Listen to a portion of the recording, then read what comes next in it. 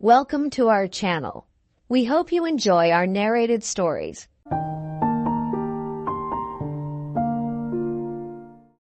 The Legacy of Cain by Wilkie Collins.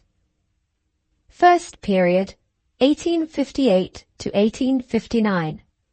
Events in the prison, related by the Governor. Chapter 1. The Governor explains. At the request of a person who has claims on me that I must not disown, I consent to look back through a long interval of years and to describe events which took place within the walls of an English prison during the earlier period of my appointment as Governor.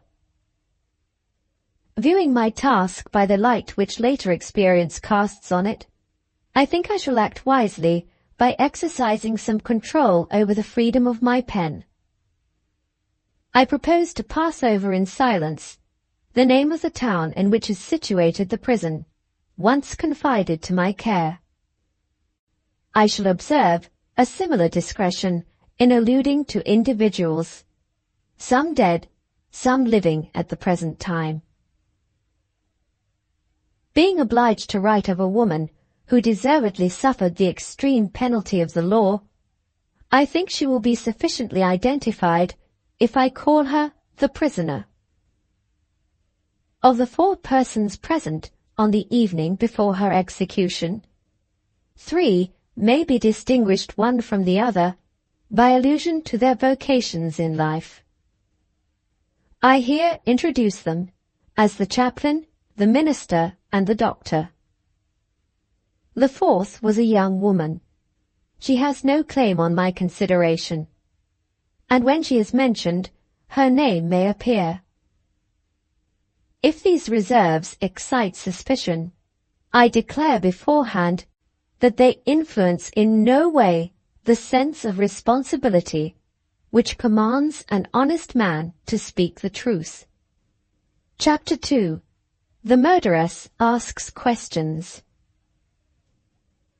The first of the events which I must now relate was the conviction of the prisoner for the murder of her husband. They had lived together in matrimony for little more than 2 years. The husband, a gentleman by birth and education, had mortally offended his relations in marrying a woman of an inferior rank of life.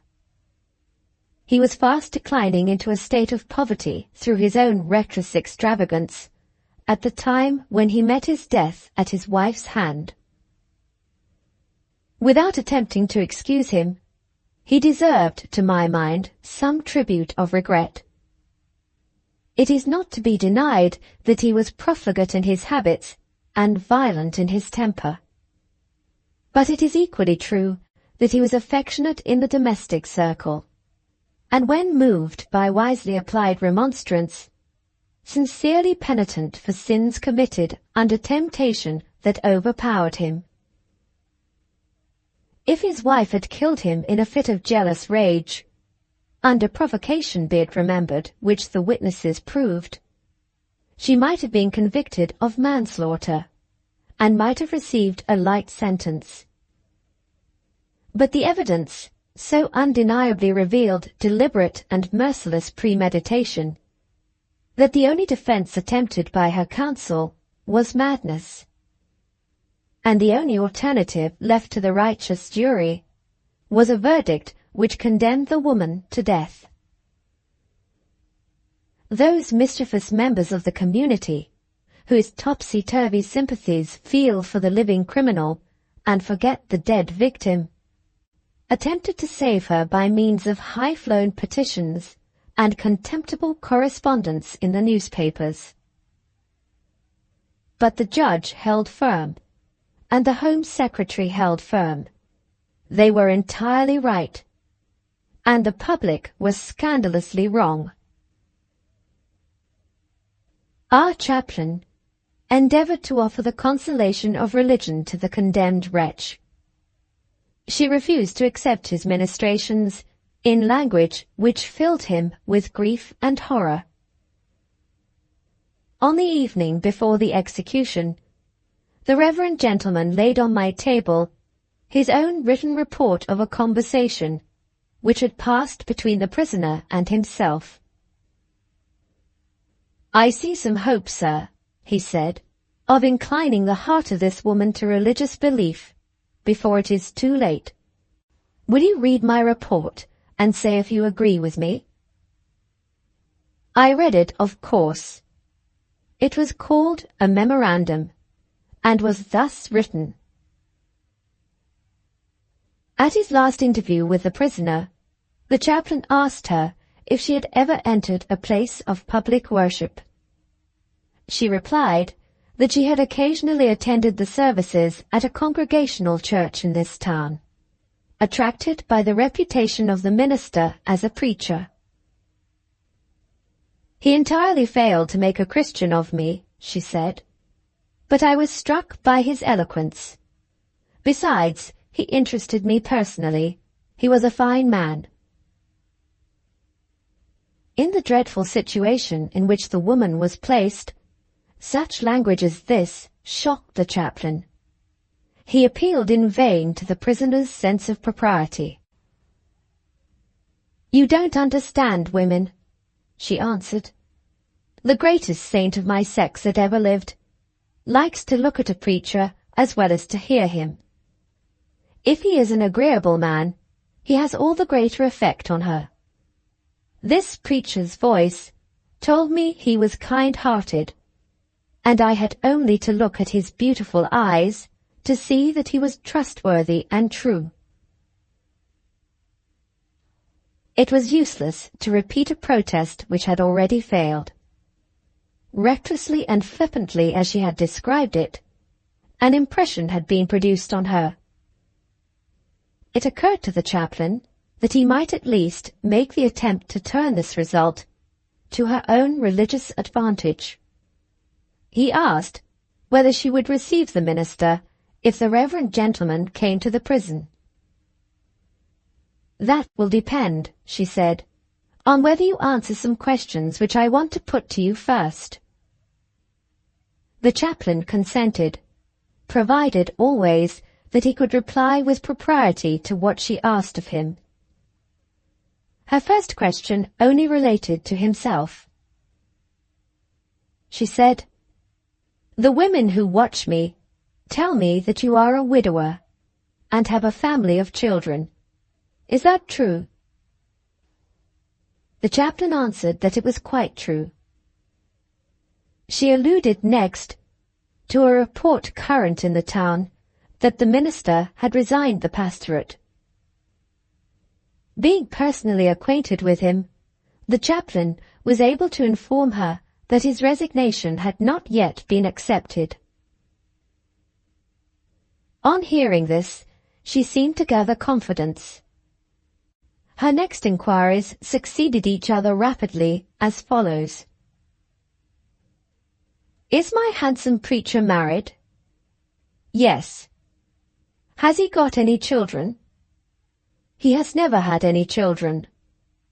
"How long has he been married?" "As well as I know, about 7 or 8 years." "What sort of woman is his wife?" "A lady universally respected." "I don't care whether she is respected or not. Is she kind?" "Certainly." "Is her husband well off?" "He has a sufficient income." After that reply, the prisoner's curiosity appeared to be satisfied. She said, "Bring your friend the preacher to me, if you like." And there it ended. What her object could have been in putting these questions, it seems to be impossible to guess. Having accurately reported all that took place, the chaplain declares with heartfelt regret that he can exert no religious influence over this obdurate woman. He leaves it to the governor to decide whether the minister of the congregational church may not succeed where the chaplain of the jail has failed. Herein is the one last hope of saving the soul of the prisoner, now under sentence of death. In those serious words the memorandum ended. Although not personally acquainted with the minister, I had heard of him on all sides as an excellent man. In the emergency that confronted us, he had, as it seemed to me, his own sacred right to enter the prison. Assuming that he was willing to accept what I myself felt to be a very serious responsibility. The first necessity was to discover whether we might hope to obtain his services. With my full approval, the chaplain left me to state the circumstances to his reverend colleague. Chapter 3. The Child Appears. During my friend's absence, my attention was claimed by a sad incident, not unforeseen. It is, I suppose, generally known that near relatives are admitted to take their leave of criminals condemned to death. In the case of the prisoner, now waiting for execution, no person applied to the authorities for permission to see her. I myself inquired if she had any relations living, and if she would like to see them. She answered, "None that I care to see, or that care to see me, except the nearest relation of all." In those last words, the miserable creature alluded to her only child, a little girl, an infant I should say, who had passed her first year's birthday by a few months. The farewell interview was to take place on the mother's last evening on earth, and the child was now brought into my rooms in charge of her nurse. I had seldom seen a brighter or prettier little girl. She was just able to walk alone and to enjoy the first delight of moving from one place to another. Quite of her own accord she came to me, attracted, I dare say, by the glitter of my watch chain. Helping her to climb on my knee, I showed the wonders of the watch and held it to her ear. At that past time, death had taken my good wife from me. My 2 boys were away at Harrow School. My domestic life was a life of a lonely man. Whether I was reminded of the bygone days when my sons were infants on my knee, listening to the ticking of my watch, or whether the friendless position of the poor little creature, who had lost one parent and was soon to lose the other by a violent death, moved me in depths of pity not easily reached in my later experience, I am not able to say. This only I know. My heart ached for the child while she was laughing and listening, and something fell from me on the watch which I don't deny might have been a tear. A few of the toys, mostly broken now, which my 2 children used to play with, are still in my possession, kept like my poor wife's favourite jewels, for old remembrance' sake. These I took from their repository when the attraction of my watch showed signs of failing. The child pounced on them with her chubby hands, and screamed with pleasure. And the hangman was waiting for her mother. And more horrid still, the mother deserved it. My duty required me to let the prisoner know that her little daughter had arrived. Did that heart of iron melt at last? It might have been so, or it might not. The message sent back kept her secret. All that it said to me was, "Let the child wait till I send for her." The minister had consented to help us. On his arrival at the prison, I received him privately in my study. I had only to look at his face, pitiably pale and agitated, to see that he was a sensitive man, not always able to control his nerves on occasions which tried his moral courage. A kind, I might almost say a noble face, and a voice unaffectedly persuasive, at once prepossessed me in his favor. The few words of welcome that I spoke were intended to compose him. They failed to produce the impression on which I had counted.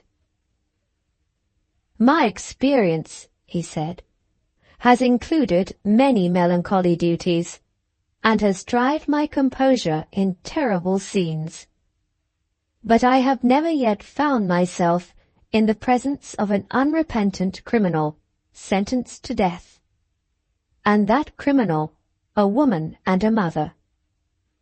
I own, sir, that I am shaken by the prospect before me." I suggested that he should wait a while, in the hope that time and quiet might help him. He thanked me and refused. "If I have any knowledge of myself," he said, "terrors of anticipation lose their hold when I am face to face with a serious call on me. The longer I remain here, the less worthy I shall appear of the trust that has been placed in me, the trust which, please God, I mean to deserve." My own observation of human nature told me that this was wisely said. I led the way at once to the cell. Chapter 4. The Minister Says Yes. The prisoner was seated on her bed, quietly talking with the woman appointed to watch her. When she rose to receive us, I saw the minister start. The face that confronted him would, in my opinion, have taken any man by surprise, if he had first happened to see it within the walls of a prison. Visitors to the picture galleries of Italy, growing weary of holy families in endless succession, observed that the idea of the Madonna among the rank and file of Italian painters is limited to one changeless and familiar type. I can hardly hope to be believed when I say that the personal appearance of the murderess recalled that type. She presented the delicate light hair, the quiet eyes, the finely shaped lower features, and the correctly oval form of face repeated in hundreds on hundreds of the conventional works of art to which I have ventured to allude. To those who doubt me, I can only declare that what I have here written is undisguised and absolute truth. Let me add that daily observation of all classes of criminals, extending over many years, has considerably diminished my faith in physiognomy as a safe guide to the discovery of character. Nervous trepidation looks like guilt. Guilt, firmly sustained by insensibility, looks like innocence. One of the vilest wretches ever placed under my charge won the sympathies, while he was waiting for his trial, of every person who saw him, including even the persons employed in the prison. Only the other day, ladies and gentlemen coming to visit me passed a body of men at work on the road. Judges of physiognomy among them were horrified at the criminal atrocity betrayed in every face that they noticed. They condoled with me on the near neighborhood of so many convicts to my official place of residence. I looked out of the window and saw a group of honest laborers whose only crime was poverty, employed by the parish. Having instructed the female warder to leave the room, but to take care that she waited within call, I looked again at the minister. Confronted by the serious responsibility that he had undertaken, he justified what he had said to me. Still pale, still distressed, he was now nevertheless master of himself. I turned to the door to leave him alone with the prisoner. She called me back. "Before this gentleman tries to convert me," she said, "I want you to wait here and be a witness." Finding that we were both willing to comply with this request, she addressed herself directly to the minister. "Suppose I promise to listen to your exhortation," she began. "What do you promise to do for me in return?" The voice in which she spoke to him was steady and clear, a marked contrast to the tremulous earnestness with which he answered her. "I promise to urge you to repentance and the confession of your crime. I promise to implore the divine blessing on me in the effort to save your poor, guilty soul." She looked at him and listened to him, as if he was speaking to her in an unknown tongue, and went on with what she had to say as quietly as ever. When I am hanged tomorrow, suppose I die without confessing, without repenting. Are you one of those who believe I shall be doomed to eternal punishment in another life? I believe in the mercy of God. Answer my question, if you please. Is an impenitent sinner eternally punished? Do you believe that? My Bible leaves me no other alternative. She paused for a while, evidently considering with special attention what she was about to say next. As a religious man, she resumed, would you be willing to make some sacrifice rather than let a fellow creature go, after a disgraceful death, to everlasting torment? I know of no sacrifice in my power, he said fervently, to which I would not rather submit than let you die in the present dreadful state of your mind. The prisoner turned to me. Is the person who watches me waiting outside? Yes. Would you be so kind as to call her in? I have a message for her. It was plain that she had been leading the way to the delivery of that message, whatever it might be, in all that she had said up to the present time. So far my poor powers of penetration helped me, and no further. The warder appeared and received her message. Tell the woman who has come here with my little girl that I want to see the child. Taken completely by surprise, I signed to the attendant to wait for further instructions. In a moment more I had sufficiently recovered myself to see the impropriety of permitting any obstacle to interpose between the minister and his errand of mercy. I gently reminded the prisoner that she would have a later opportunity of seeing her child. Your first duty, I told her, is to hear and to take heart what the clergyman has to say to you. For the second time I attempted to leave the cell. For the second time this impenetrable woman called me back. Take the parson away with you, she said. I refuse to listen to him. The patient minister yielded and appealed to me to follow his example. I reluctantly sanctioned the delivery of the message. After a brief interval, the child was brought to us, tired and sleepy. For a while, the nurse roused her by setting her on her feet. She happened to notice the minister first. Her bright eyes rested on him, gravely wondering. He kissed her, and, after a momentary hesitation, gave her to her mother. The horror of the situation overpowered him. He turned his face away from us. I understood what he felt. He almost overthrew my own self-command. The prisoner spoke to the nurse in no friendly tone. You can go. The nurse turned to me, ostentatiously ignoring the words that had been addressed to her. Am I to go, sir, or to stay? I suggested that she should return to the waiting room. She returned at once in silence. The prisoner looked after her as she went out, with such an expression of hatred in her eyes that the minister noticed it. What has that person done to offend you? He asked.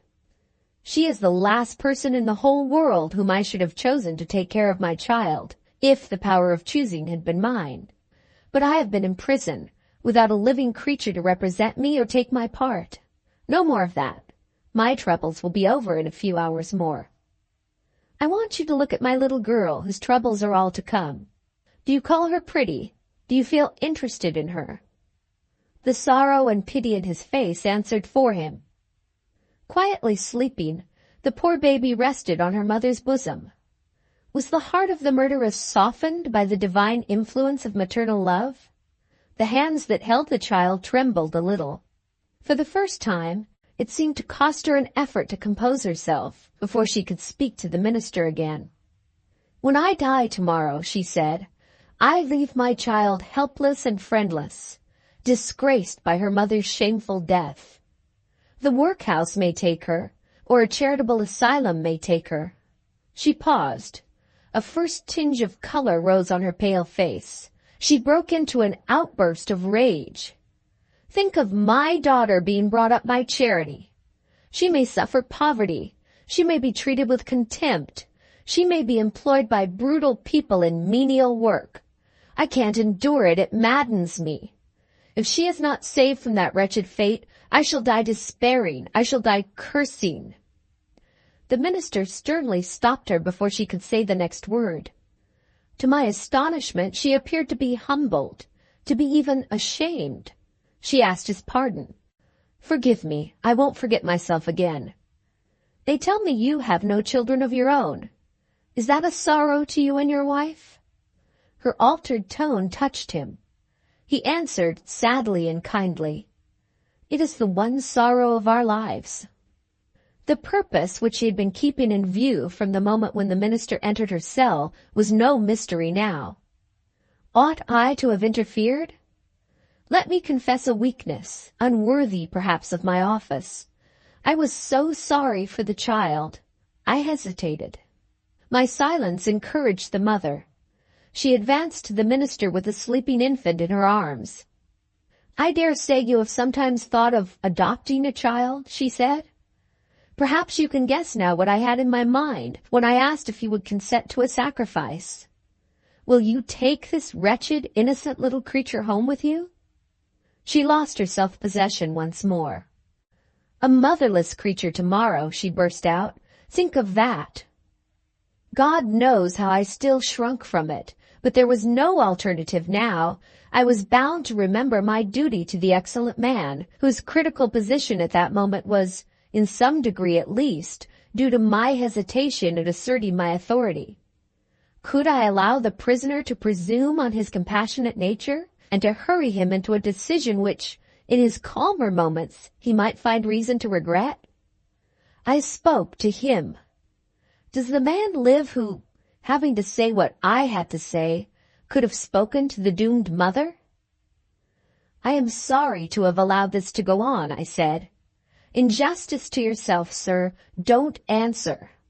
She turned on me with a look of fury. "He shall answer," she cried. I saw, or thought I saw, signs of yielding in his face. "Take time," I persisted. "Take time to consider before you decide." She stepped up to me. "Take time?" she repeated. "Are you inhuman enough to talk of time in my presence?" She laid the sleeping child on her bed and fell on her knees before the minister. "I promise to hear your exhortations. I promise to do all a woman can to believe and repent. Oh, I know myself. My heart, once hardened, is a heart that no human creature can touch. The one way to my better nature, if I have a better nature, is through that poor babe. Save her from the workhouse. Don't let them make a pauper of her." She sank prostrate at his feet and beat her hands in frenzy on the floor. "You want to save my guilty soul," she reminded him furiously. "There's but one way of doing it. Save my child." He raised her. Her fierce, tearless eyes questioned his face in a mute expectation dreadful to see. Suddenly, a foretaste of death, the death that was so near now, struck her with a shivering fit. Her head dropped on the minister's shoulder. Other men might have shrunk from the contact of it. That true Christian let it rest. Under the maddening sting of suspense, her sinking energies rallied for an instant. In a whisper, she was just able to put the supreme question to him. "Yes or no?" He answered, "Yes." A faint breath of relief, just audible in the silence, told me that she had heard him. It was her last effort. He laid her insensible on the bed by the side of her sleeping child. "Look at them," was all he said to me. How could I refuse? Chapter 5. Miss Chance asserts herself. The services of our medical officer were required in order to hasten the recovery of the prisoner's senses.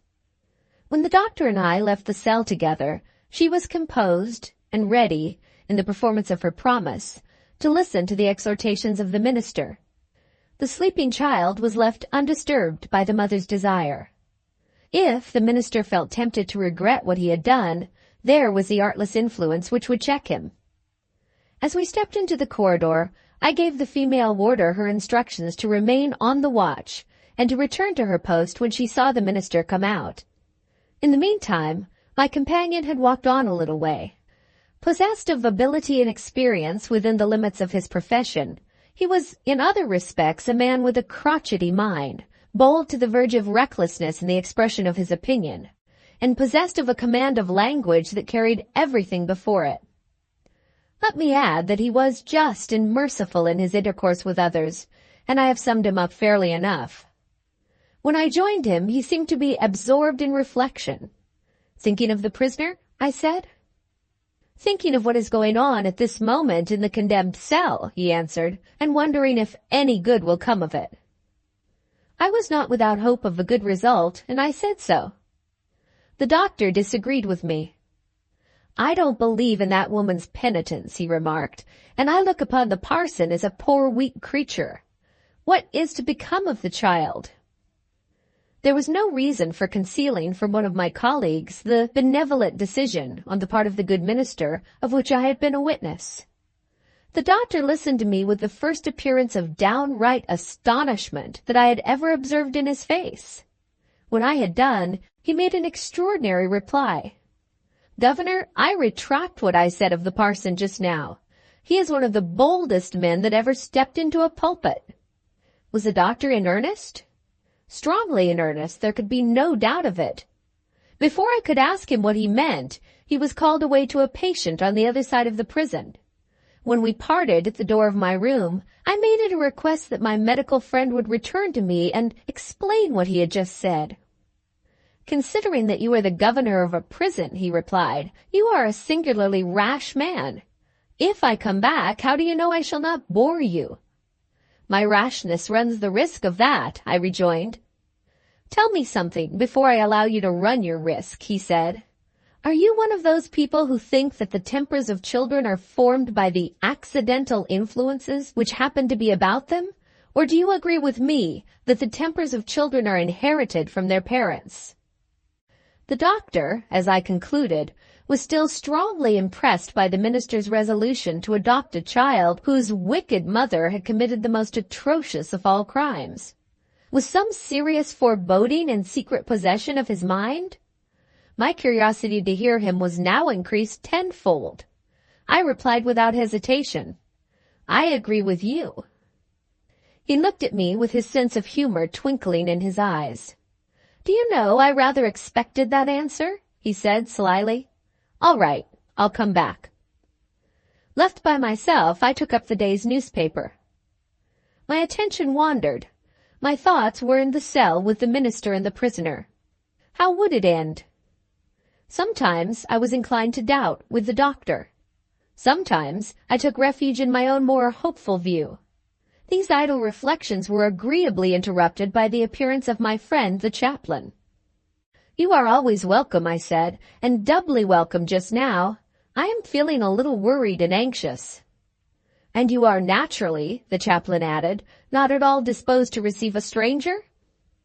"Is the stranger a friend of yours?" I asked. "Oh, no.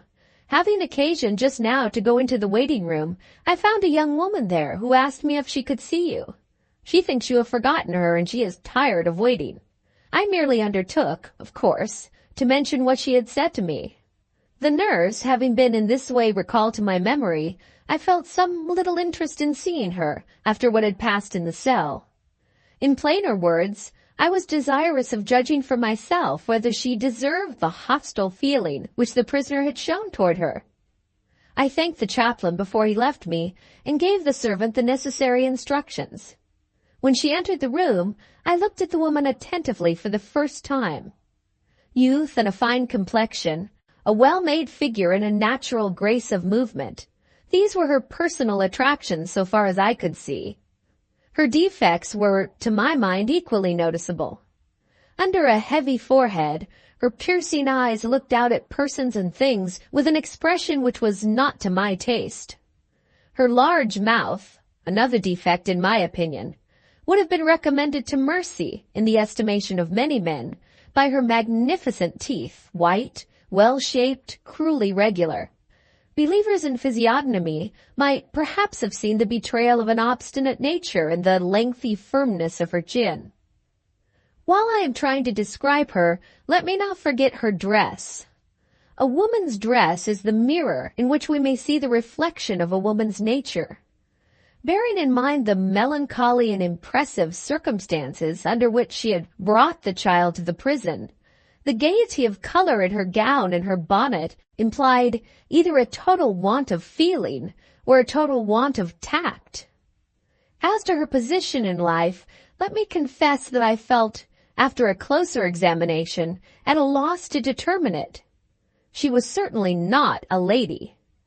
The prisoner had spoken of her as if she was a domestic servant who had forfeited her right to consideration and respect, and she had entered the prison as a nurse might have entered it, in charge of a child. I did what we all do when we are not clever enough to find the answer to a riddle. I gave it up. "What can I do for you?" I asked. "Perhaps you can tell me," she answered, "how much longer I am to be kept waiting in this prison." "The decision," I reminded her, "doesn't depend on me." "Then who does it depend on?" The minister had undoubtedly acquired the sole right of deciding. It was for him to say whether this woman should or should not remain in attendance on the child whom he had adopted. In the meanwhile, the feeling of distrust which was gaining on my mind warned me to remember the value of reserve in holding intercourse with a stranger.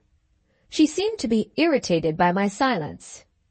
"If the decision doesn't rest with you," she asked, "why did you tell me to stay in the waiting room?" "You brought the little girl into the prison," I said. "Was it not natural to suppose that your mistress might want you?" "Stop, sir!" I had evidently given offense. I stopped directly. "No person on the face of the earth," she declared loftily, "has ever had the right to call herself my mistress. Of my own free will, sir, I took charge of the child." "Because you are fond of her?" I suggested. "I hate her." It was unwise on my part. I protested. "Hate a baby little more than a year old?" I said. "Her baby." She said it with the air of a woman who had produced an unanswerable reason. "I am accountable to nobody," she went on. "If I consented to trouble myself with the child, it was in remembrance of my friendship. Notice, if you please, that I say friendship with the unhappy father." Putting together what I had just heard and what I had seen in the cell, I drew the right conclusion at last. The woman, whose position in life had been thus far an impenetrable mystery to me, now stood revealed as one among other objects of the prisoner's jealousy during her disastrous married life. A serious doubt occurred to me as to the authority under which the husband's mistress might be acting after the husband's death. I instantly put it to the test. "Do I understand you to assert any claim to the child?" I asked. "Claim?" she repeated. "I know no more of the child than you do. I heard for the first time that such a creature was in existence when her murdered father sent for me in his dying moments. At his entreaty I promised to take care of her while her vile mother was out of the house and in the hands of the law. My promise has been performed. If I am expected, having brought her to the prison, to take her away again, understand this: I am under no obligation, even if I could afford it, to burden myself with that child. I shall hand her over to the workhouse authorities." I forgot myself once more. I lost my temper. "Leave the room," I said. "Your unworthy hands will not touch the poor baby again. She is provided for." "I don't believe you," the wretch burst out. "Who has taken the child?" A quiet voice answered, "I have taken her." We both looked round and saw the minister standing in the open doorway with the child in his arms. The ordeal that he had gone through in the condemned cell was visible in his face. He looked miserably haggard and broken. I was eager to know if his merciful interest in the prisoner had purified her guilty soul. But at the same time I was afraid, after what he had but too plainly suffered, to ask him to enter into details. "Only one word," I said. "Are your anxieties at rest?" "God's mercy has helped me," he answered. "I have not spoken in vain. She believes. She repents. She has confessed the crime." After handing the written and signed confession to me, he approached the venomous creature, still lingering in the room to hear what passed between us. Before I could stop him, he spoke to her, under a natural impression that he was addressing the prisoner's servant. "I am afraid you will be disappointed," he said, "when I tell you that your services will no longer be required. I have reasons for placing the child under the care of a nurse of my own choosing." She listened with an evil smile. "I know who furnished you with your reasons," she answered. "Apologies are quite needless so far as I am concerned. If you had proposed to me to look after the new member of your family there, I should have felt it my duty to myself to have refused. I am not a nurse. I am an independent single lady. I see by your dress that you are a clergyman. Allow me to present myself as a mark of respect to your cloth. I am Miss Elizabeth Chance. May I ask the favor of your name?" Too weary and too preoccupied to notice the insolence of her manner, the minister mentioned his name. "I am anxious," he said, "to know if the child has been baptized. Perhaps you can enlighten me?" Still insolent, Miss Elizabeth Chance shook her head carelessly. "I never heard, and to tell you the truth, I never cared to hear whether she was christened or not. Call her by what name you like. I can tell you this, you will find your adopted daughter a heavy handful." The minister turned to me. "What does she mean?" "I will try to tell you," Miss Chance interposed. "Being a clergyman, you know who Deborah was. Very well. I am Deborah now, and I prophesy." She pointed to the child. "Remember what I say, Reverend Sir. You will find the tigress cub take after its mother." With those parting words, she favored us with a low curtsy and left the room. Chapter 6. The Doctor Doubts. The minister looked at me in an absent manner. His attention seemed to have been wandering. "What was it Miss Chance said?" he asked. Before I could speak, a friend's voice at the door interrupted us.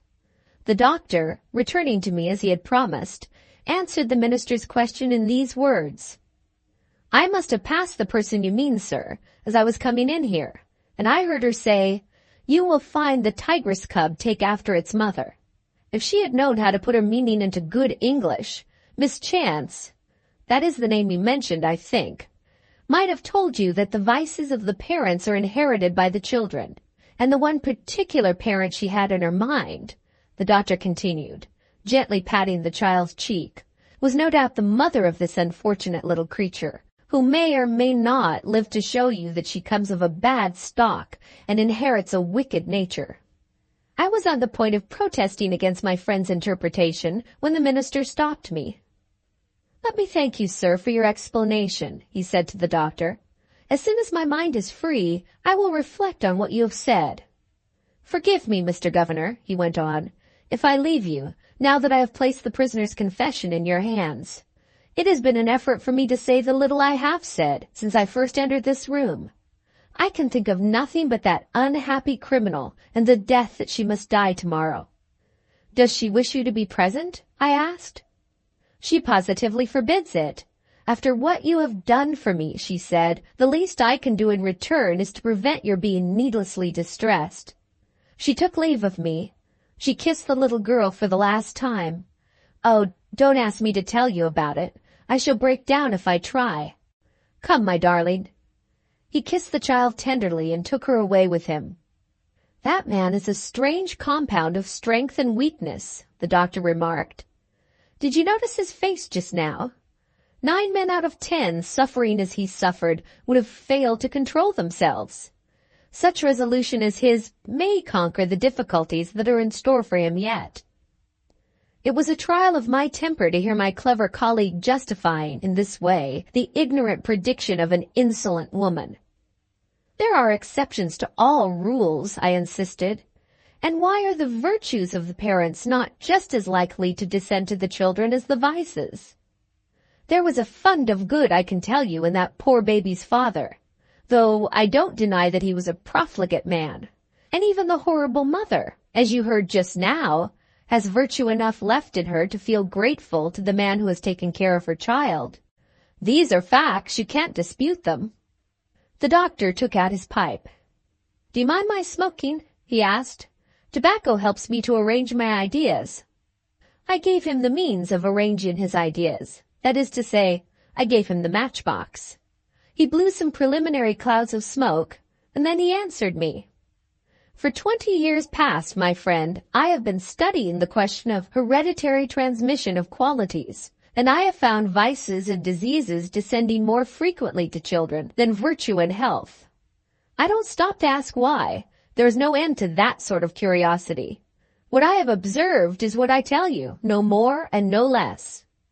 You will say this is a horribly discouraging result of experience, for it tends to show that children come into the world at a disadvantage on the day of their birth.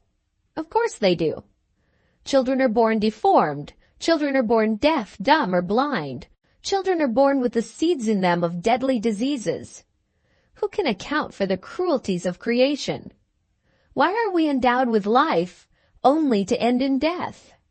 And does it ever strike you when you are cutting your mutton at dinner, and your cat is catching its mouse, and your spider is suffocating its fly, that we are all, big and little together, born to one certain inheritance, the privilege of eating each other?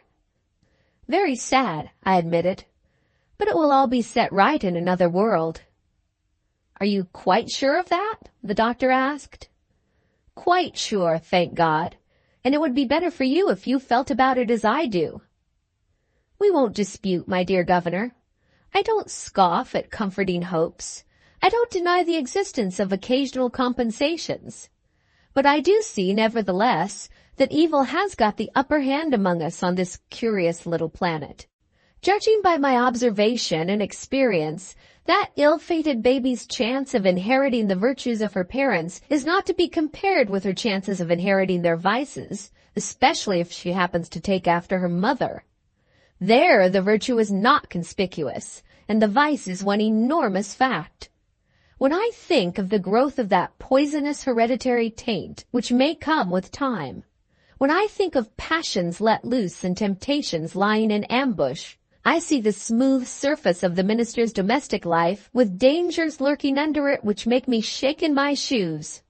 God, what a life I should lead if I happened to be in his place some years hence.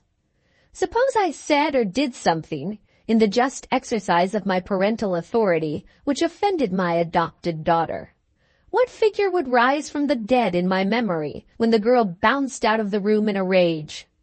The image of her mother would be the image I should see. I should remember what her mother did when she was provoked. I should lock my bedroom door in my own house at night. I should come down to breakfast with suspicions in my cup of tea if I discovered that my adopted daughter had poured it out. Oh yes, it's quite true that I might be doing the girl a cruel injustice all the time. But how am I to be sure of that? I am only sure that her mother was hanged for one of the most merciless murders committed in our time. Pass the matchbox. My pipe's out and my confession of faith has come to an end. It was useless to dispute with a man who possessed his command of language.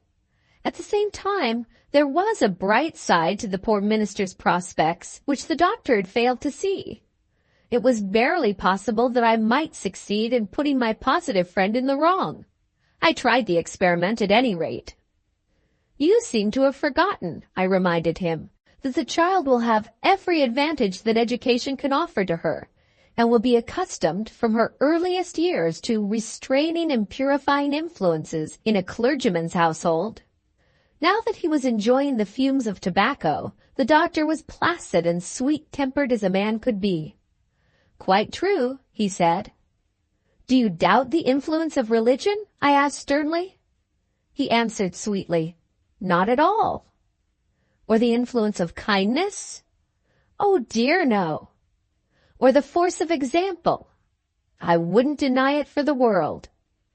I had not expected this extraordinary docility. The doctor had got the upper hand of me again, a state of things that I might have found it hard to endure, but for a call of duty which put an end to our sitting. One of the female warders appeared with a message from the condemned cell. The prisoner wished to see the governor and the medical officer. Is she ill? the doctor inquired. No, sir. Hysterical or agitated, perhaps? As easy and composed, sir, as a person can be. We set forth together for the condemned cell. Chapter 7. The murderess consults the authorities. There was a considerate side to my friend's character, which showed itself when the warder had left us. He was especially anxious to be careful of what he said to a woman in the prisoner's terrible situation, especially in the event of her having been really subjected to the influence of a religious belief. On the minister's own authority, I declared that there was every reason to adopt this conclusion, and in support of what I had said, I showed him the confession. It only contained a few lines, acknowledging that she had committed the murder and that she deserved her sentence. In the planning of the crime to the commission of the crime, I was in my right senses throughout. I knew what I was doing. With that remarkable disavowal of the defense set up by her advocate, the confession ended. My colleague read the paper and handed it back to me without making any remark. I asked if he suspected the prisoner of feigning conversion to please the minister. She shall not discover it, he answered gravely, if I do. It would not be true to say that the doctor's obstinacy had shaken my belief in a good result of the minister's interference. I may, however, acknowledge that I felt some misgivings, which were not dispelled when I found myself in the presence of the prisoner. I had expected to see her employed in reading the Bible. The good book was closed and was not even placed within her reach. The occupation to which she was devoting herself astonished and repelled me. Some carelessness on the part of the attendant had left on the table the writing materials that had been needed for her confession. She was using them now, when death on the scaffold was literally within a few hours of her. Sketch a portrait of the female warder, who was on the watch. The doctor and I looked at each other. Now the sincerity of her repentance was something that I began to question, too. She laid down the pen and proceeded quietly to explain herself. Even the little time that is left to me proves to be a weary time to get through, she said. I am making a last use of the talent for drawing and catching a likeness, which has been one of my gifts since I was a girl. The look as if she didn't approve of such employment as this for a woman who was going to be hanged. Well, sir, I have no doubt you are right. She paused and tore up the portrait. If I have misbehaved myself, she resumed, I make amends. To find you in an indulgent frame of mind is of importance to me just now. I have a favor to ask you. May the warder leave a cell for a few minutes? Giving the woman permission to withdraw for a while, I waited with some anxiety to hear what the prisoner wanted of me. I have something to say to you, she proceeded, on the subject of executions. The face of the person who is going to be hanged is hidden, as I have been told, by a white cap drawn over it. Is that true? How another man might have felt in my place, I cannot, of course, say. To my mind, such a question on her lips was too shocking to be answered in words. I bowed. And the body is buried, she went on, in the prison? I could remain silent no longer. Is there no human feeling left in you? I burst out. What do these horrid questions mean? Don't be angry with me, sir. You shall hear directly. I want to know first if I am to be buried in the prison. I replied as before, by a bow. Now, she said, I may tell you what I mean. In the autumn of last year I was taken to see some waxworks. Portraits of criminals are among them. There is one portrait. She hesitated. Her internal self-possession failed her at last. The color left her face. She was no longer able to look at me firmly. There was one portrait, she resumed, that had been taken after the execution. The face was so hideous, it was swollen to such a size in its frightful deformity. Oh, sir, don't let me be seen in that state, even by strangers who bury me. Use your influence. Forbid them to take the cap off my face when I am dead. Order them to bury me in it, and I swear to you I'll meet death tomorrow as coolly as the boldest man that ever mounted the scaffold. Before I could stop her, she seized me by the hand and wrung it with a furious power that left the mark of her grasp on me, and a bruise, for days afterwards. Will you do it? She cried. You're an honorable man who will keep your word. Give me your promise. I gave her my promise. The relief to her tortured spirit expressed itself horribly in a burst of frantic laughter. I can't help it, she gasped. I'm so happy. My enemies said of me, when I got my appointment, that I was too excitable a man to be a governor of a prison. Perhaps they were not altogether wrong. Anyhow, the quick-witted doctor saw some change in me, which I was not aware of myself. He took my arm and led me out of the cell. "Give her to me," he whispered. "A fine edge of my nerves was worn off long ago in the hospital." When we met again, I asked what had passed between the prisoner and myself. "I gave her time to recover," he told me, "and, except that she looked a little paler than usual, there was no trace left of the frenzy that you remember. I ought to apologize for troubling you," she said, "but it is perhaps natural that I should think, now and then, of what is going to happen to me tomorrow morning. As a medical man, you will be able to enlighten me. Is death by hanging a painful death?" She had put it so politely that I felt bound to answer her.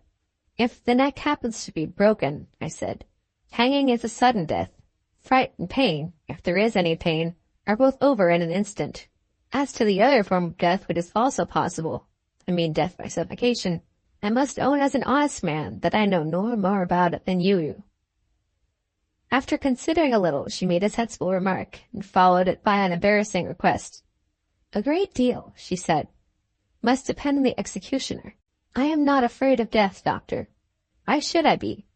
My anxiety about my little girl is set at rest. I have nothing left to live for. But I don't like pain. Would you mind telling the executioner to be careful?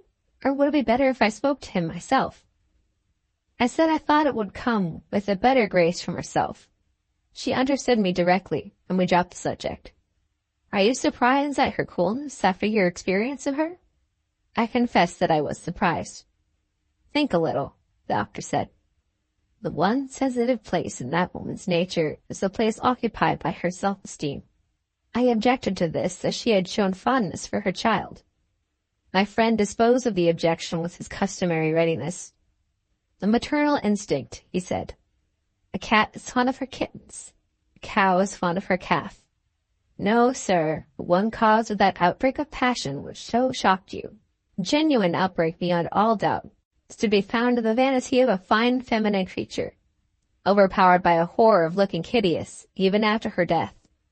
Do you know I rather like that woman?'" "Is it possible that you were in earnest?" I asked. "I know as well as you do," he answered. "This is neither a time nor a place for jesting. The fact is, the prisoner carries out an idea of mine. It is my positive conviction that the worst murders, murders deliberately planned, are committed by persons absolutely deficient in that part of the moral organization which feels. The night before they are hanged, they sleep. On their last morning, they eat a breakfast. Incapable of realizing the horror of murder, they are incapable of realizing the horror of death. Do you remember the last murderer who was hanged here, the gentleman's coachman who killed his wife? He had but two anxieties while he was waiting for execution. One was to get his allowance of beer doubled, and the other was to be hanged in the coachman's livery. No, these wretches are all alike. They are human creatures born with the temperaments of tigers. Take my word for it, we need feel no anxiety about tomorrow. The prisoner will face the crowd round the scaffold with composure, and people will say, 'She died game.'" Chapter 8. The Minister Says Goodbye. The capital punishment of the prisoner is in no respect connected with my purpose in writing the present narrative. Neither do I desire to darken these pages by describing in detail an act of righteous retribution which must present, rather than each rivet, a scene of horror. For those reasons I ask to be excused if I limit what I must needs say of the execution within the compass of a few words, and pass on.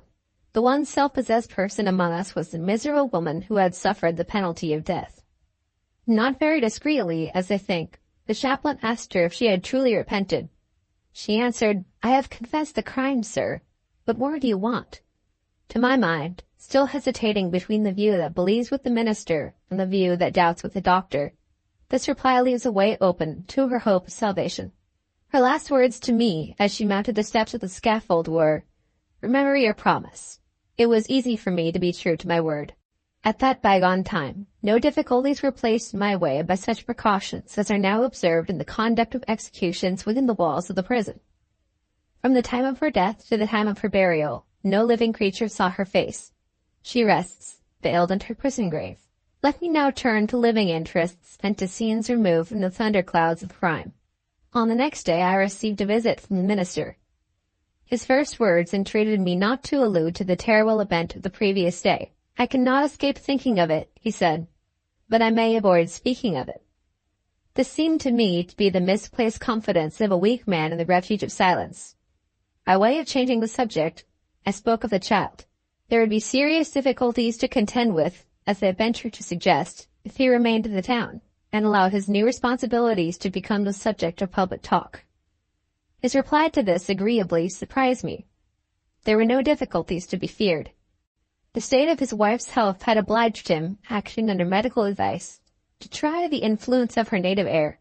An interval of some months might elapse before the good effect of the change had sufficiently declared itself, and a return to the peculiar climate of the town might bring on a relapse. There had consequently been no alternative but to resign his charge. Only on that day the resignation had been accepted, with expressions of regret sincerely reciprocated by himself. He proposed to leave the town immediately, and one of the objects of his visit was to bid me goodbye. The next place I live in, he said, will be more than 100 miles away. At that distance I may hope to keep events concealed which must be known only to ourselves. So far as I can see, there are no risks of discovery lurking in this place. My servants, only 2 in number, have both been here, and have both told my wife they have no wish to go away. As to the person who introduced herself to me by the name of Miss Chance, she was traced to the railway station yesterday afternoon and took her ticket for London. I congratulated the minister on the good fortune which had befriended him so far. You will now understand how carefully I have provided against being deceived, he continued, when I tell you what my plans are. The persons among whom my future lot is cast, and the child herself, of course, must never suspect that a new member of my family is other than my own daughter.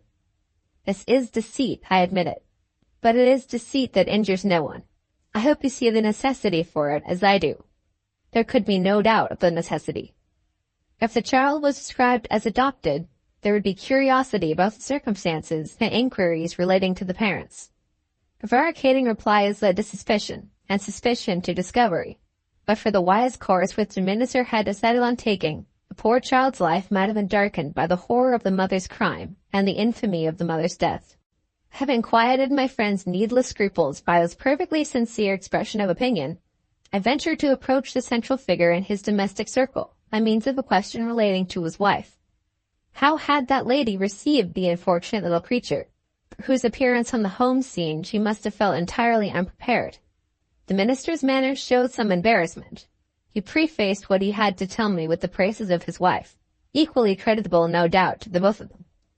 The beauty of the child, the pretty ways of the child, he said, had fascinated the admirable woman at first sight. It was not to be denied that she had felt, and had expressed, misgivings on being informed of the circumstances under which the minister's act of mercy had been performed. But her mind was too well balanced to incline to this state of feeling when her husband had addressed her in a defense of this conduct. She then understood that the true merit of a good action consisted in patiently facing the sacrifices involved, her interest in the new daughter being, in this way, noble by a sense of Christian duty. There had been no further difference of opinion between the married pair. I listened to this plausible explanation with interest, but, at the same time, with doubts of the lasting nature of the lady's submission to circumstances, suggested, perhaps, by the constraint in the minister's manner. It was well for both of us when we changed the subject. He reminded me of the discouraging view which the doctor had taken of the prospect before him. I will not attempt to decide whether your friend is right or wrong, he said. Trusting, as I do, in the mercy of God, I look hopefully to a future time when all that is brightest and best in the nature of my adopted child will be developed under my fostering care. If evil tendencies show themselves, my reliance will be confidently placed on pious example, on religious instruction, and above all, on intercession by prayer. Repeat to your friend, he concluded, what you have just heard me say. Let him ask himself if he could confront the uncertain future with my cheerful submission and my steadfast hope. He entrusted me with that message and gave me his hand. So we parted. I agreed with him, I admire him, but my faith seemed to want sustaining power as compared with his faith. On his own showing, as it appeared to me, there would be 2 forces in a state of conflict in the child's nature as she grew up. Inherited evil against inculcated good. Try as I might, I failed to feel the minister's comforting conviction as to which of the 2 would win. Chapter 9. The Governor Receives a Visit. A few days after the good man had left us, I was met with a serious accident, caused by a false step on the stone stairs of the prison. The long illness which followed this misfortune, and my removal afterward, in the interests of my recovery, to a milder climate than the climate of England, obliged me to confide the duties of governor of the prison to a representative. I was absent from my post for rather more than a year. During this interval, no news reached me from my reverend friend. Having returned to the duties of my office, I thought of writing to the minister. While a proposed letter was still in contemplation, I was informed that a lady wished to see me. She sent in her card. My visitor proved to be the minister's wife. I observed her with no ordinary attention when she entered the room. Her dress was simple. Her scanty light hair, so far as I could see it under her bonnet, was dressed with taste. The paleness of her lips and the faded color in her face suggested that she was certainly not in good health. Two peculiarities struck me in her personal appearance. I never remembered having seen any other person with such a singularly narrow and slanting forehead as this lady presented, and I was impressed, not at all agreeably, by the flashing, shifting expression in her eyes.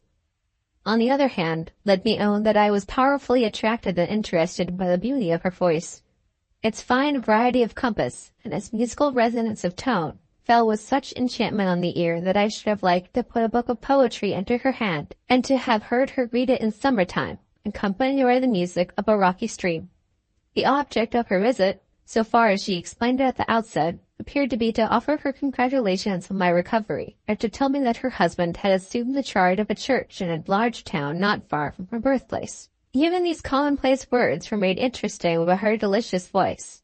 But however sensitive to sweet sounds a man may be, there are limits to his capacity for deceiving himself, especially when he happens to be enlightened by experience of humanity within the walls of the prison. I had, it may be remembered, already doubted the lady's good temper, judging from her husband's overwrought description of her virtues.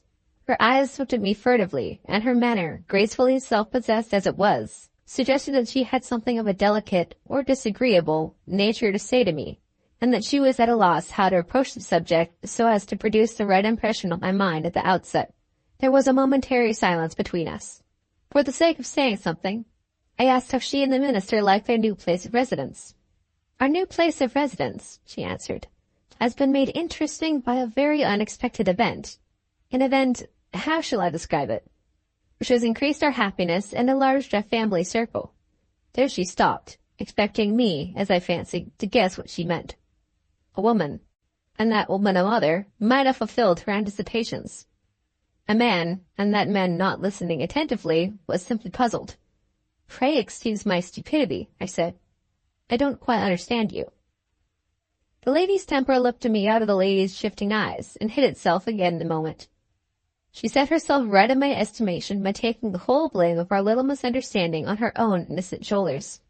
"I ought to have spoken more plainly," she said. "Let me try what I can do now. After many years of disappointment in my married life, it has pleased Providence to bestow on me the happiness, the inexpressible happiness, of being a mother. My baby is a sweet little girl, and my one regret is that I cannot nurse her myself." My languid interest in the minister's wife was not stimulated by the announcement of this domestic event. I felt no wish to see the sweet little girl.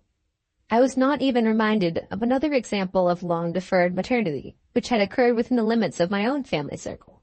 All my sympathies attached themselves to the sad little figure of the adopted child. I remembered the poor baby on my knee, enchanted by the ticking of my watch. I thought of her, peacefully and prettily asleep under the horrid shelter of the condemned cell, and it is hardly too much to say that my heart was heavy when I compared her prospects with the prospects of her baby rival.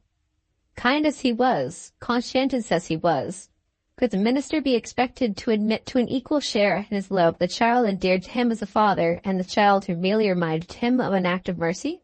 As for his wife, it seemed the merest waste of time to put her state of feeling, placed between the two children, to the test of inquiry. I tried the useless experiment nevertheless. "Is it pleasant to think," I began, "that your other daughter—" She interrupted me with the utmost gentleness. "Do you mean the child that my husband was foolish enough to adopt?" "Say, rather fortunate enough to adopt," I persisted. "As your own little girl grows up, she will want the playfellow, and she will find a playfellow in that other child, whom the good minister has taken for his own. No, my dear sir, Not if I can prevent it. The contrast between the cruelty of her intention and the musical beauty of the voice which politely expressed it in those words really startled me. I was at a loss how to answer her, at the very time when I ought to have been most ready to speak. "You must surely understand," she went on, "that we don't want another person's child, now we have a little darling of our own?" "Does your husband agree with you in that view?" I asked. "Oh dear, no. He said what you said just now, and, oddly enough, almost in the same words. But I don't at all despair of persuading him to change his mind, and Hugh can help me." She made an audacious assertion, with such an appearance of feeling perfectly sure of me, that my politeness gave way under the strain laid on it. "What do you mean?" I asked sharply. Not in the least impressed by my change of manner, she took from the pocket of her dress a printed paper. "You will find what I mean there," she replied, and put the paper into my hand. It was an appeal to the charitable public, occasioned by the enlargement of an orphan asylum, with which I had been connected for many years. What she meant was plain enough now. I said nothing. I only looked at her, pleased to find that I was clever enough to guess what she meant on this occasion. The minister's wife informed me the circumstances were all in our favor. She still persisted in taking me into partnership. The circumstances were in our favor. "In 2 years more," she explained, "the child of that detestable creature who was hanged, do you know, I cannot even look at the little wretch without thinking of the gallows, will be old enough, with your interest to help us, to be received into the asylum. What a relief it will be to get rid of that child. And how hard I shall work at canvassing for our subscribers' votes. Your name will be a tower of strength when I use it as a reference. Pardon me, you are not looking so pleasantly as usual. Do you see some obstacles in our way?" "I see 2 obstacles." "What can they possibly be?" For the second time, my politeness gave way under the strain laid on it. "You know perfectly well," I said, "what one of the obstacles is. Am I to understand that you contemplate any serious resistance on the part of my husband?" "Certainly." She was unaffectedly amused by my simplicity. "Are you a single man?" she asked. "I am a widower." "And your experience ought to tell you that I know every weak point in the minister's character. I can tell him, on your authority, that the hateful child will be placed in competent and kindly hands, and I have my own sweet baby to plead for me. With these advantages in my favor, do you actually suppose I can fail to make my way of thinking his way of thinking? You must have forgotten your own married life. Suppose we go on to the second of your 2 obstacles. I hope it will be better worth considering than the first." "The second obstacle will not disappoint you," I answered. "I am the obstacle this time. You refuse to help me?" "Positively. Perhaps reflection may alter your resolution?" "Reflection will do nothing of the kind." "You are rude, sir." "In speaking to you, madame, I have no alternative but to speak plainly." She rose. Her shifting eyes, for once, looked at me steadily. "What sort of enemy have I made of you?" she asked. "A passive enemy who is content with refusing to help me, or an active enemy who will write with my husband?" "It depends entirely," I told her, "on what your husband does. If he questions me about you, I shall tell him the truth." "And if not?" "In that case, I shall hope to forget that you ever favored me with a visit." In making this reply, I was guiltless of any malicious intention. What evil interpretation she placed on my words it is impossible for me to say. I can only declare that some intolerable sense of injury hurried her into an outbreak of rage. Her voice, strained for the first time, lost its tuneful beauty of tone. "Come and see us in 2 years' time," she burst out, "and discover the orphan of the gallows in our house if you can. If your asylum won't take her, similar charity will." "Ha, Mr. Governor, I deserve my disappointment. I ought to have remembered that you are only a jailer after all." "And what is a jailer? Proverbially a brute." "Do you hear that? A brute." Her strength suddenly failed her. She dropped back into the chair from which she had risen with a faint cry of pain. A ghastly pallor stole over her face. "There is wine on the sideboard." I filled a glass. She refused to take it. At that time of the day, the doctor's duties require his attendance in the prison. I instantly sent for him. After a moment's look at her, he took the wine out of my hand and held the glass to her lips. "Drink it," he said. She still refused. "Drink it," he reiterated, "or you will die." That frightened her. She drank the wine. The doctor waited for a while with his fingers on her pulse. "She will do now," he said. "Can I go?" she asked. Go wherever you please, madam, so long as you don't go upstairs in a hurry. She smiled. I understand you, sir, and thank you for your advice. I asked the doctor when we were alone, what made him tell her to not go upstairs in a hurry.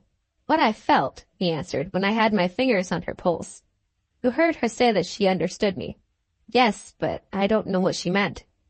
She meant, probably, that her own doctor had warned her as I did. Something seriously wrong with her health? Yes. What is it? Heart. Chapter 10. Miss Chance Reappears. A week had passed since the minister's wife had left me when I received a letter from the minister himself. After surprising me, as he innocently supposed, by announcing the birth of his child, he mentioned some circumstances connected with that event, which I now heard for the first time. Within an easy journey of the populous scene of my present labors, he wrote, there is a secluded country village called Low Lanes. The rector of the place is my wife's brother. Before the birth of our infant, he had asked his sister to stay for a while at his house, and the doctor thought she might safely be allowed to accept the invitation. There's some error in the customary calculations, as I suppose. The child was born unexpectedly at the rectory, and the ceremony of baptism was performed at the church, under circumstances which I am not able to relate within the limits of a letter. Let me only say that I allude to this incident without any sectarian bitterness of feeling, for I am no enemy to the Church of England. You have no idea what treasures of virtue and treasures of beauty maternity has revealed to my wife's sweet nature. Other mothers, and her proud position, might find their love cooling towards the poor child whom we have adopted. But my household is irradiated by the presence of an angel who gives an equal share in her affections to the two little ones alike. In this semi-hysterical style of writing, the poor man unconsciously told me how cunningly and how cruelly his wife was deceiving him.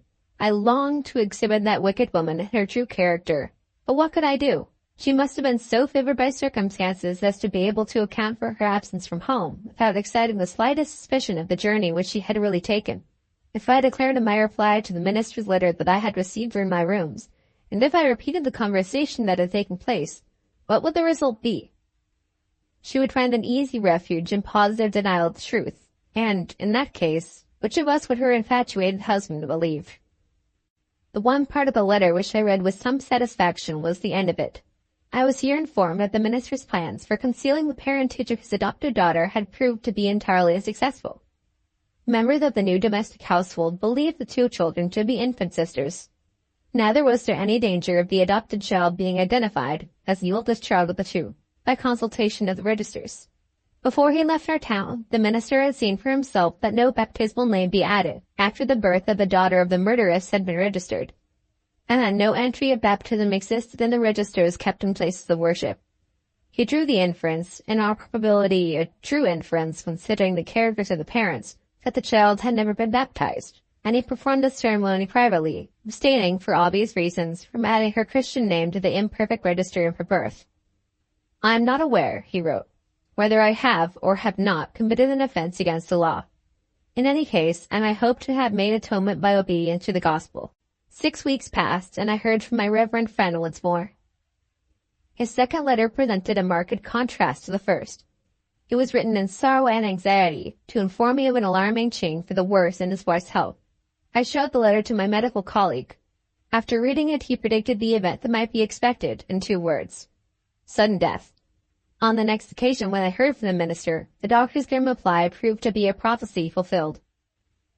When we address expressions of condolence to bereaved friends, the principles of popular hypocrisy sanction indiscriminate lying as a duty which we owe to the dead, no matter what their lives may have been, because they are dead. Within my own little sphere, I have always been silent when I could not offer to afflicted persons expressions of sympathy which I honestly felt. To have condoled with the minister on the loss that he had sustained by the death of a woman, self-betrayed to me as shamelessly deceitful, and pitilessly determined to reach her own cruel ends, would have been to degrade myself by telling a deliberate lie. I expressed in my answer all that an honest man naturally feels when he is writing to a friend in distress, carefully abstaining from any allusion to the memory of his wife or to the place which her death had left vacant in his household. My letter, I am sorry to say, disappointed and offended him. He wrote to me no more until years had passed, and time had exerted its influence in producing a more indulgent frame of mind. Those letters of a later date have been preserved, and will probably be used, at the right time, for purposes of explanation with which I may be connected in the future. The correspondent whom I had now lost was succeeded by a gentleman entirely unknown to me. Those reasons which induced me to conceal the names of persons while I was relating events in the prison do not apply to correspondence with a stranger writing from another place. I may, therefore, mention that Mr. de Boyne, of Fairmount, on the west coast of Ireland, was the writer of a letter now addressed to me. He proved, to my surprise, to be one of the relations whom the prisoner under sentence of death had not cared to see, when I offered her the opportunity of saying farewell. Mr. de Boyne was a brother-in-law of the murderess. He had married her sister. His wife, he informed me, had died in childbirth, leaving him but one consolation, a boy, who already recalled all that was brightest and best in his lost mother. The father was naturally anxious that the son should never become acquainted with the disgrace that had befallen the family. The letter then proceeded in these terms. I heard yesterday, for the first time, by means of an old newspaper cutting said to me by a friend, that the miserable woman who suffered the ignominy of public execution has left an infant child. Can you tell me what has become of the orphan? If this little girl is, as I fear, now ill provided for, I only do what my wife would have done if she had lived, by offering to make the child's welfare my especial care.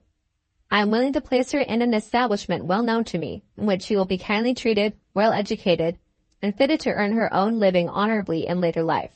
If you feel some surprise at finding that my good intentions towards this ill-fated niece of mine do not go to the length of receiving her as a member of my own family, I beg to submit some considerations which may perhaps weigh with you as they have weighed with me.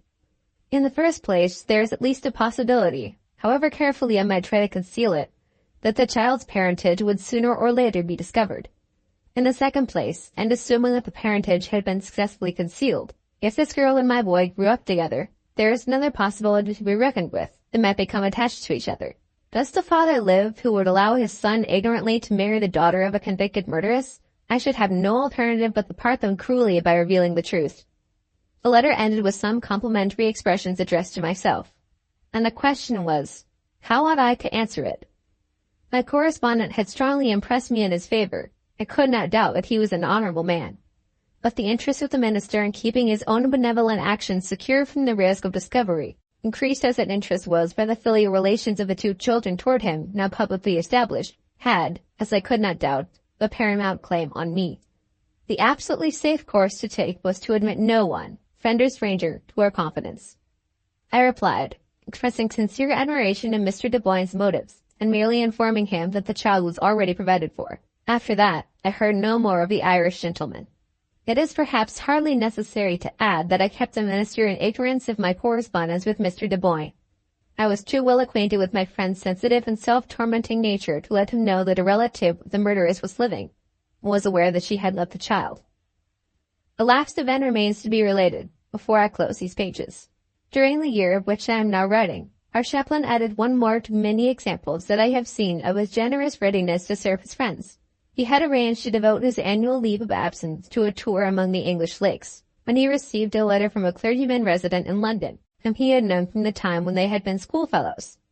The old friend wrote under circumstances of the severest domestic distress, which made it absolutely necessary that he should leave London for a while.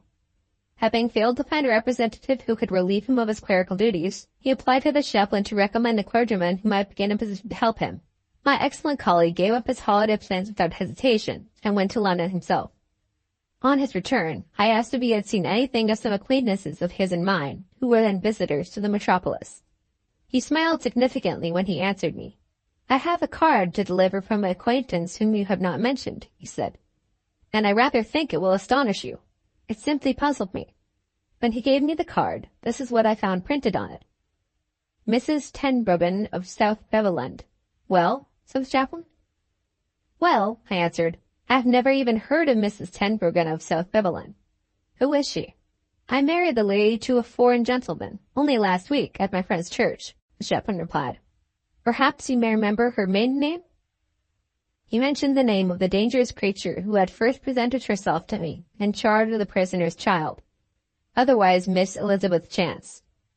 The reappearance of this woman on the scene, although she was only represented by her card, caused me a feeling of vague uneasiness, so contemptibly superstitious in its nature that I now remember it with shame. I asked a stupid question. How did it happen? "In the ordinary course of such things," my friend said. They were married by license in the parish church. The bridegroom was a fine tall man, with a bold eye and a dashing manner. The bride and I recognized each other directly. When Miss Chance had become Mrs. Tenbruggen, she took me aside and gave me her card. "Ask the governor to accept it," she said, "in remembrance of the time when he took me for a nursemaid. Tell him I am married to a Dutch gentleman of high family. If he ever comes to Holland, you shall be glad to see him in our residence at South Beveland." "There is her message to you," repeated word for word. "I am glad she is going to live out of England." "Why? Surely you have no reason to fear her?" "None whatever." "You are thinking, perhaps, of somebody else?" "I was thinking of the minister, but it seemed to be safest not to say so." My pen is laid aside, and my many pages of writing have been sent to their destination.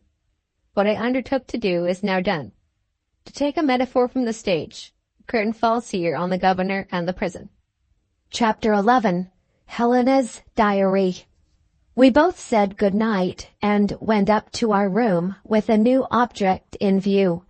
By our father's advice, we had resolved on keeping diaries for the first time in our lives, and had pledged ourselves to begin before we went to bed. Slowly and silently and lazily, my sister sauntered to her end of the room and seated herself at her writing table. On the desk lay a nicely bound book, full of blank pages. The word journal was printed on it in gold letters, and there was fitted to the covers a bright brass lock and key. A second journal, exactly similar in every respect to the first, was placed on the writing table at my end of the room. I opened my book. The sight of the blank leaves irritated me. They were so smooth, so spotless, so entirely ready to do their duty. I took too deep a dip of ink and began the first entry in my diary by making a blot. This was discouraging. I got up and looked out of the window. "Helena!" My sister's voice could hardly have addressed me in a more weary tone, if her pen had been at work all night, relating domestic events. "Well," I said, "what is it?" "Have you done already?" she asked. I showed her the blot. My sister Eunice, the strangest as well as the dearest of girls, always blurts out what she has in her mind at the time. She fixed her eyes gravely on my spoiled page and said, "That comforts me." I crossed the room and looked at her book. She had not even summoned energy enough to make a blot. "What will Papa think of us," she said, "if we don't begin tonight?" "Why not begin," I suggested, "by writing down what he said when he gave us our journals? Those wise words of advice will be in their proper place on the first page of the new books." Not at all a demonstrative girl, naturally. Not ready with her tears, not liberal with her caresses, not fluent in her talk, Eunice was affected by my proposal in a manner wonderful to see. She suddenly developed into an excitable person. I declare she kissed me. "Oh," she burst out, "how clever you are! The very thing to write about. I'll do it directly." She really did it directly, without once stopping to consider, without once waiting to ask my advice. Line after line, I heard her noisy pen hurrying to the bottom of a first page, and getting 3/4 of the way toward the end of a second page before she closed her diary. I reminded her that she had not turned the key in the lock, which was intended to keep her writing private. "It's not worth while," she answered. "Anybody who cares to do it may read what I write. Good night." The singular change which I had noticed in her began to disappear when she set about her preparations for bed. I noticed the old, easy, indolent movements again, and that regular and deliberate method of brushing her hair, which I can never contemplate without feeling a stupefying influence that has helped me to many a delicious night's sleep. She said her prayers in her favorite corner of the room, and laid her head on the pillow with the luxurious little sigh which announces that she is falling asleep. This reappearance of her usual habits was really a relief to me. Eunice in a state of excitement is Eunice exhibiting an unnatural spectacle. The next thing I did was to take the liberty which she had already sanctioned. I mean the liberty of reading what she had written. Here it is, copied exactly. I am not half so fond of anybody as I am of Papa. He is always kind. He is always right. I love him. I love him. I love him. But this is not how I meant to begin. I must tell how he talked to us. I wish he was here to tell it himself. He said to me, "You are getting lazier than ever, Eunice." He said to Helena, "You are feeling the influence of Eunice's example." He said to both of us, "You are too ready, my dear children, to sit with your hands on your laps, looking at nothing and thinking of nothing. I want to try a new way of employing your leisure time." He opened a parcel on the table. He made each of us a present of a beautiful book called Journal. He said, "When you have nothing to do, my dears, in the evening, employ yourselves in keeping a diary of the events of the day. It will be a useful record in many ways, and a good moral discipline for young girls." Helena said, "Oh, thank you." I said the same, but not so cheerfully. The truth is, I feel out of spirits now if I think of Papa. I am not easy in my mind about him. When he is very much interested, there is a quivering in his face, which I don't remember in past times. He seems to have got older and thinner, all on a sudden. He shouts, which he never used to do, when he threatens sinners at sermon time. Being in dreadful earnest about our souls, he is of course obliged to speak of the devil. But he never used to hit the harmless pulpit cushion with his fist, as he does now. Nobody seems to have seen these things but me. And now I have noticed them. What ought I to do? I don't know. I am certain of nothing, except that I have put in at the top of page 1, "I love him, I love him, I love him." There this very curious entry ended. It was easy enough to discover the influence which had made my slow-minded sister so ready with her memory and her pen. So ready, in short, to do anything and everything, provided her heart was in it, and her father was in it. But Eunice is wrong, let me tell her, in what she says of myself. I, too, have seen the sad change in my father, but I happen to know that he dislikes having it spoken of at home, and I have kept my painful discoveries to myself. Unhappily, the best medical advice is beyond our reach. The one really competent doctor in this place is known to be an infidel. But for that shocking obstacle, I might have persuaded my father to see him. As for the other two doctors whom he has consulted at different times, one talked about suppressed gout, and the other told him to take a year's holiday and enjoy himself on the continent. The clock has just struck 12. I have been writing and copying till my eyes are heavy, and I want to follow Eunice's example and sleep as soundly as she does. We have made a strange beginning of this journalizing experiment. I wonder how long it will go on, and what will come of it. Second day. I begin to be afraid that I am as stupid. No, that is not a nice word to use. Let me say as simple as dear Eunice. A diary means a record of the events of the day, and not one of the events of yesterday appears in my sister's journal or in mine. Well, it is easy to set that mistake right. Our lives are so dull, but I would not say so in my father's hearing for the world, that the record of one day will be much the same as the record of another. After family prayers and breakfast, I suffer my customary persecution at the hands of the cook. That is to say, I am obliged, being the housekeeper, to order what we have to eat. Oh, how I hate inventing dinners, and how I admire the enviable slowness of mind and laziness of body which have saved Eunice from undertaking the worries of housekeeping in her turn. She can go and work in her garden, while I am racking my invention to discover variety in dishes, without overstepping the limits of economy.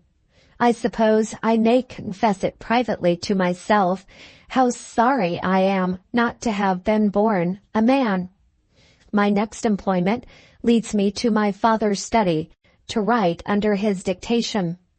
I don't complain of this. It flatters my pride to feel that I am helping so great a man. At the same time, I do notice that here again, Eunice's little defects have relieved her of another responsibility. She can neither keep dictated words in her memory, nor has she ever been able to learn how to put in her stops. After the dictation, I have an hour's time left for practicing music. My sister comes in from the garden with her pencil and paint box and practices drawing. Then we go out for a walk, a delightful walk, if my father goes too. He has something always new to tell us, suggested by what we pass on the way. Then dinner time comes, not always a pleasant part of the day to me. Sometimes I hear paternal complaints, always gentle complaints, of my housekeeping. Sometimes my sister, I won't say the greedy sister, tells me I have not given her enough to eat. Poor father! Dear Eunice! Dinner having reached its end, we stroll in the garden when the weather is fine. When it rains, we make flannel petticoats for poor old women. What a horrid thing old age is to look at! To be ugly, to be helpless, to be miserably unfit for all the pleasures of life. I hope I shall not live to be an old woman. What would my father say if he saw this? For his sake, to say nothing of my own feelings, I shall do well if I make it a custom to use the law of my journal. Our next occupation is to join the scripture class for girls and to help the teacher. This is a good discipline for Eunice's temper, and, oh, I don't deny it, for my temper too. I may long to box the ears of the whole class, but it is my duty to keep a smiling face and to be a model of patience. From the scripture class, we sometimes go to my father's lecture. At other times, we may amuse ourselves as well as we can till the tea is ready. After tea, we read books which instruct us, poetry and novels being forbidden. When we are tired of the books, we talk. When supper is over, we have prayers again, and we go to bed. There is our day. Oh, dear me, there is our day. And how has Eunice succeeded in her second attempt at keeping a diary? Here is what she has written. It has one merit that nobody can deny. It is soon read. I hope Papa will excuse me. I have nothing to write about today. Over and over again, I have tried to point out to my sister the absurdity of calling her father by the infantile nickname of Papa. I have reminded her that she is, in years at least, no longer a child. Why don't you call him father, as I do? I asked only the other day. She made an absurd reply. I used to call him Papa when I was a little girl. That, I reminded her, doesn't justify you in calling him Papa now. And she actually answered, yes, it does. What a strange state of mind, and what a charming girl in spite of her mind. Third day.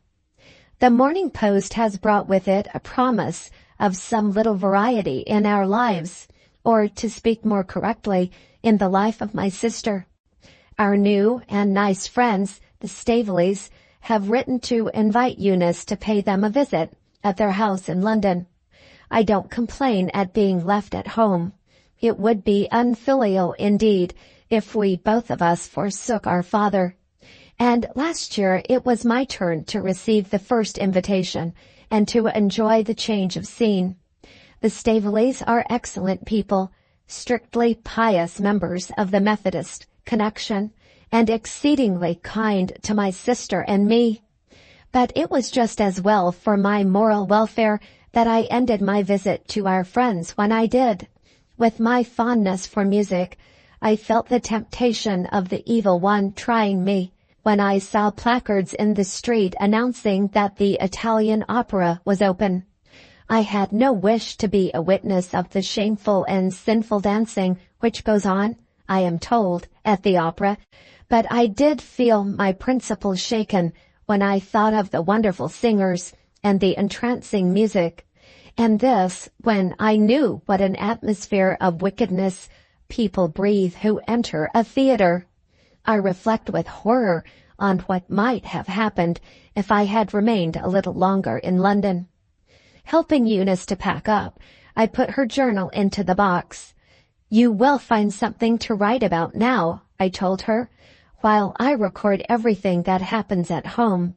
You will keep your diary of all that you do in London, and when you come back we will show each other what we have written.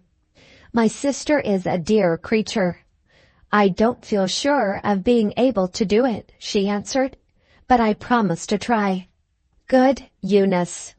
Chapter 12. Eunice's Diary. The air of London feels very heavy. There is a nasty smell of smoke in London. There are too many people in London. They seem to be mostly people in a hurry. The head of a country girl, when she goes into the streets, turns giddy, I suppose through not being used to the noise. I do hope that it is London that has put me out of temper. Otherwise, it must be I myself who am ill-tempered. I have not yet been one whole day in the Staveleys' house, and they have offended me already. I don't want Helena to hear of this from other people, and then to ask me why I concealed it from her. We are to read each other's journals when we are both at home again. Let her see what I have to say for myself here. There are 7 Staveleys in all, Mr. and Mrs. 2, 3 young masters 5, 2 young misses 7. An eldest miss and the second young master are the only ones at home at the present time. Mr., Mrs. and Miss kissed me when I arrived. Young master only shook hands. He looked as if he would have liked to kiss me too. Why shouldn't he? It wouldn't have mattered. I don't myself like kissing. What is the use of it? Where is the pleasure of it? Mrs. was so glad to see me. She took hold of me by both hands. She said, "My dear child, you are improving. You were wretchedly thin when I saw you last. Now you are almost as well developed as your sister. I think you are prettier than your sister." Mr. didn't agree to that. He and his wife began to dispute about me before my face. I do call that an aggravating thing to endure. Mr. said, "She hasn't got her sister's pretty gray eyes." Mrs. said, "She has got pretty brown eyes, which are just as good."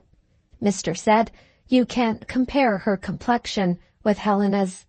Mrs. said, "I like Eunice's pale complexion, so delicate." Young Miss struck in, "I admire Helena's hair, light brown."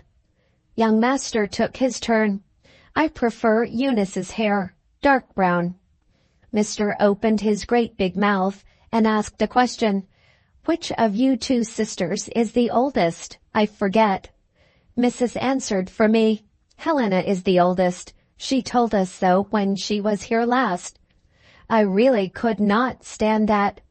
"You must be mistaken," I burst out. "Certainly not, my dear."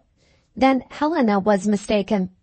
I was unwilling to say of my sister that she had been deceiving them, though it did seem only too likely. Mr. and Mrs. looked at each other.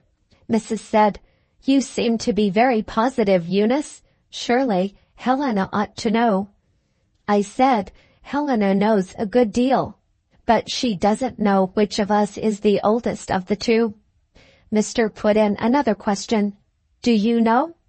No more than Helena does. Mrs. said, don't you keep birthdays? I said, yes, we keep both our birthdays on the same day. On what day? The first day of the new year. Mr. tried again. You can't possibly be twins? I don't know. Perhaps Helena knows. Not she. Mrs. took the next question out of her husband's mouth. Come, my dear. You must know how old you are. Yes, I do know that. I'm 18. And how old is Helena? Helena's 18. Mrs. turned round to Mr. Do you hear that? Mr. said, I shall write to her father and ask what it means. I said, Papa will only tell you what he told us years ago. What did your father say?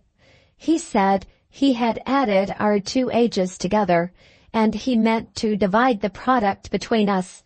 It's so long since I don't remember what the product was then, but I'll tell you what the product is now. Our two ages come to 36. Half 36 is 18. I get one half and Helena gets the other. When we ask what it means, and when friends ask what it means, Papa has got the same answer for everybody. I have my reasons. That's all he says. And that's all I say.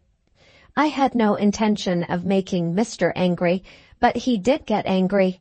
He left off speaking to me by my Christian name. He called me by my surname. He said, let me tell you, Miss Gracedieu, it is not becoming in a young lady to mystify her elders. I had heard that it was respectful in a young lady to call an old gentleman sir, and to say, if you please. I took care to be respectful now. If you please, sir, write to Papa. You will find that I have spoken the truth. A woman opened the door and said to Mrs. Staveley, Dinner, ma'am. That stopped this nasty exhibition of our tempers. We had a very good dinner. The next day I wrote to Helena, asking her what she had really said to the Staveleys about her age and mine, and telling her what I had said. I found it too great a trial of my patience to wait till she could see what I had written about the dispute in my journal. The days since then have passed, and I have been too lazy and stupid to keep my diary. Today it is different. My head is like a dark room with the light lit into it. I remember things. I think I can go on again. We have religious exercises in this house, morning and evening, just as we do at home, not to be compared with Papa's religious exercises. 2 days ago his answer came to Mr. Staveley's letter. He did just what I had expected, said I had spoken truly, and disappointed the family by asking to be excused if he refrained from entering into explanations. Mr. said, very odd, and Mrs. agreed with him. Young Miss is not quite as friendly now as she was at first, and young Master was imprudent enough to ask me if I had got religion. To conclude the list of my worries, I received an angry answer from Helena. Nobody but a simpleton, she wrote, would have contradicted me as you did. Who but you could have failed to see that Papa's strange objection to let it be known which of us is the elder makes us ridiculous before other people? My presence of mind prevented that. You ought to have been grateful and held your tongue. Perhaps Helena is right, but I don't feel it so. On Sunday we went to chapel twice. We also had a sermon read at home and a cold dinner. In the evening, a hot dispute on religion between Mr. Staveley and his son. I don't blame them. After being pious all day long on Sunday, I have myself felt my piety give way toward evening. There is something pleasant in prospect for tomorrow. All London is going just now to the exhibition of pictures. We are going with all London. I don't know what is the matter with me tonight. I have positively been to bed without going to sleep. After tossing and twisting and trying all sorts of positions, I am so angry with myself that I have got up again. Rather than do nothing, I have opened my ink bottle, and I mean to go on with my journal. Now I think of it, it seems likely that the exhibition of works of art may have upset me. I found a dreadfully large number of pictures, matched by a dreadfully large number of people to look at them. It is not possible for me to write about what I saw. There was too much of it. Besides, the show disappointed me. I would rather write about a disagreement. Oh dear, another dispute I had with Mrs. Staveley. The cause of it was a famous artist, not himself, but his works. He exhibited 4 pictures, what they call figure subjects. Mrs. Staveley had a pencil.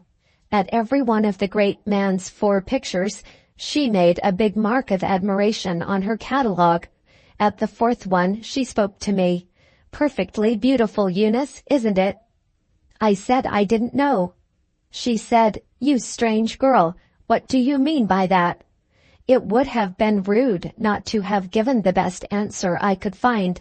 I said, I never saw the flesh of any person's face like the flesh in the faces which that man paints. He reminds me of waxwork. Why does he paint the same waxy flesh in all 4 of his pictures? I don't see the same colored flesh in all the faces about us. Mrs. Staveley held up her hand by way of stopping me. She said, "Don't speak so loud, Eunice. You are only exposing your own ignorance." A voice behind us joined in. The voice said, "Excuse me, Mrs. Staveley, if I expose my ignorance. I entirely agree with the young lady." I felt grateful to the person who took my part just when I was at a loss what to say for myself, and I looked round. The person was a young gentleman. He wore a beautiful blue frock coat buttoned up. I like a frock coat to be buttoned up. He had light-colored trousers and gray gloves and a pretty cane. I like light-colored trousers and gray gloves and a pretty cane. What color his eyes were is more than I can say. I only know they made me hot when they looked at me. Not that I mind being made hot. It is surely better than being made cold. He and Mrs. Staveley shook hands. They seemed to be old friends. I wished I had been an old friend, not for any bad reason, I hope. I only wanted to shake hands too. What Mrs. Staveley said to him escaped me somehow. I think the picture escaped me also. I don't remember noticing anything except the young gentleman, especially when he took off his hat to me. He looked at me twice before he went away. I got hot again. I said to Mrs. Staveley, "Who is he?" She laughed at me. I said again, "Who is he?" She said, "He is young Mr. Dunboyne." I said, "Does he live in London?" She laughed again. I said again, "Does he live in London?" She said, "He is here for a holiday. He lives with his father at Fairmont, in Ireland." Young Mr. Dunboyne, here for a holiday, lives with his father at Fairmont, in Ireland. I have said that to myself 50 times over, and here it is, saying itself for the 51st time in my journal. I must indeed be a simpleton, as Helena says. I had better go to bed again. Chapter 13. Eunice's Diary. Not long before I left home, I heard one of our 2 servants telling the other about a person who had been bewitched. Are you bewitched when you don't understand your own self? That has been my curious case since I returned from the picture show. This morning I took my drawing materials out of my box and tried to make a portrait of young Mr. Dunboyne from recollection. I succeeded pretty well with his frock coat and cane, but try as I might, his face was beyond me. I have never drawn anything so badly since I was a little girl. I almost felt ready to cry. What a fool I am. This morning I received a letter from Papa. It was in reply to a letter that I had written to him. So kind, so beautifully expressed, so like himself, that I felt inclined to send him a confession of the strange state of feeling that has come over me, and to ask him to comfort and advise me. On second thoughts, I was afraid to do it. Afraid of Papa. I am further away from understanding myself than ever. Mr. Dunboyne paid us a visit in the afternoon, fortunately before we went out. I thought I would have a good look at him, so as to know his face better than I had known it yet. Another disappointment was in store for me. Without intending it, I am sure, he did what no other young man has ever done. He made me feel confused. Instead of looking at him, I sat with my head down and listened to his talk. His voice, this is high praise, reminded me of Papa's voice. It seemed to persuade me as Papa persuades his congregation.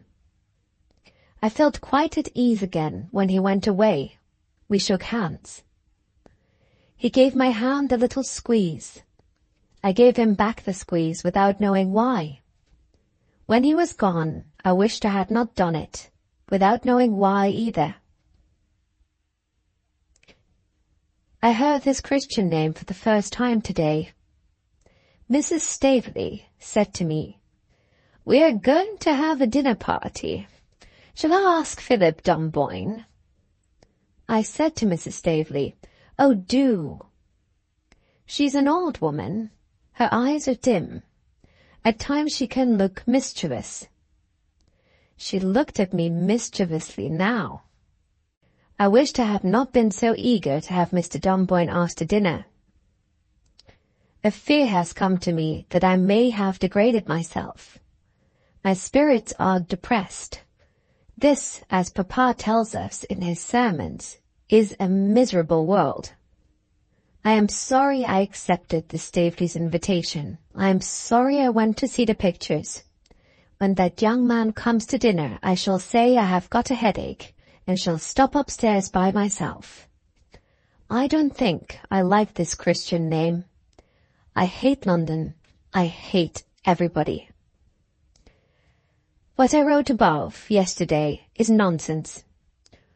I think his Christian name is perfect. I like London. I love everybody. He came to dinner today. I sat next to him. How beautiful a dress coat is and a white cravat. We talked. He wanted to know what my Christian name was. I was so pleased when I found he was one of the few people who like it. His hair curls naturally. In color, it is something between my hair and Helena's. He wears his beard. How manly. It curls naturally, like his hair. It smells deliciously of some perfume, which is new to me.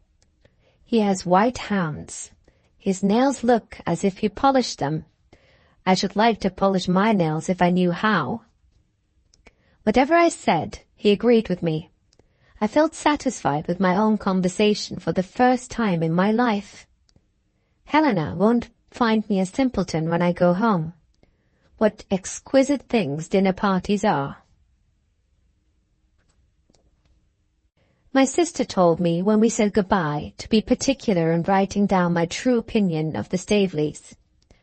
Helena wishes to compare what she thinks of them with what I think of them. My opinion of Mr. Staveley is, I don't like him. My opinion of Miss Staveley is, I can't endure her. As for Master Staveley, my clever sister will understand that he is beneath notice. But oh, what a wonderful woman Mrs. Staveley is. We went out together after luncheon today for a walk in Kensington Gardens. Never have I heard any conversation to compare with Mrs. Staveley's. Helena shall enjoy it here at second hand. I am quite changed in two things. First, I think more of myself than I ever did before. Second, writing is no longer a difficulty to me. I could fill 100 journals without once stopping to think. Mrs. Staveley began nicely. I suppose, Eunice, you have often been told that you have a good figure and that you walk well. I said, Helena thinks my figure is better than my face, but do I really walk well? Nobody ever told me that. She answered, Philip Dunboyne thinks so. He said to me, I resist the temptation because I might be wanting in respect if I gave way to it, but I should like to follow her when she goes out, merely for the pleasure of seeing her walk. I stood stock still. I said nothing. When you are as proud as a peacock, which never happened to me before, I find you can't move and can't talk. You can only enjoy yourself. Kind Mrs. Staveley had more things to tell me. She said, I am interested in Philip. I lived near Fairmount in the time before I was married, and in those days he was a child. I want him to marry a charming girl and be happy. What made me think directly of Miss Staveley? What made me mad to know if she was the charming girl? I was bold enough to ask the question. Mrs. Staveley turned to me with that mischievous look which I have noticed already. I felt as if I had been running at the top of my speed and had not got my breath again yet. But this good motherly friend set me at my ease. She explained herself. Philip is not much liked, poor fellow, in our house. My husband considers him to be weak and vain and fickle, and my daughter agrees with her father. There are times when she is barely civil to Philip. He is too good-natured to complain, but I see it. Tell me, my dear, do you like Philip? Of course I do. Out it came in those words before I could stop it. Was there something unbecoming to a young lady in saying what I had just said? Mrs. Staveley seemed to be more amused than angry with me. She took my arm kindly and led me along with her. My dear, you are as clear as crystal and as true as steel. You are a favorite of mine already. What a delightful woman, as I said just now. I asked if she really liked me as well as she liked my sister. She said, better. I didn't expect that and didn't want it. Helena is my superior. She's prettier than I am, cleverer than I am, and better worth liking than I am. Mrs. Staveley shifted to talk back to Philip. I ought to have said Mr. Philip. No, I won't. I shall call him Philip. If I had a heart of stone, I should feel interested in him after what Mrs. Staveley has told me. Such a sad story in some respects. Mother dead, no brothers and sisters, only the father left. He lives a dismal life on the lonely, stormy coast. Not a severe old gentleman for all that. His reasons for taking to retirement are reasons, so Mrs. Staveley says, which nobody knows. He buries himself among his books in an immense library, and he appears to like it. His son has not been brought up like other young men at school and college. He's a great scholar, educated at home by his father. To hear this account of his learning depressed me.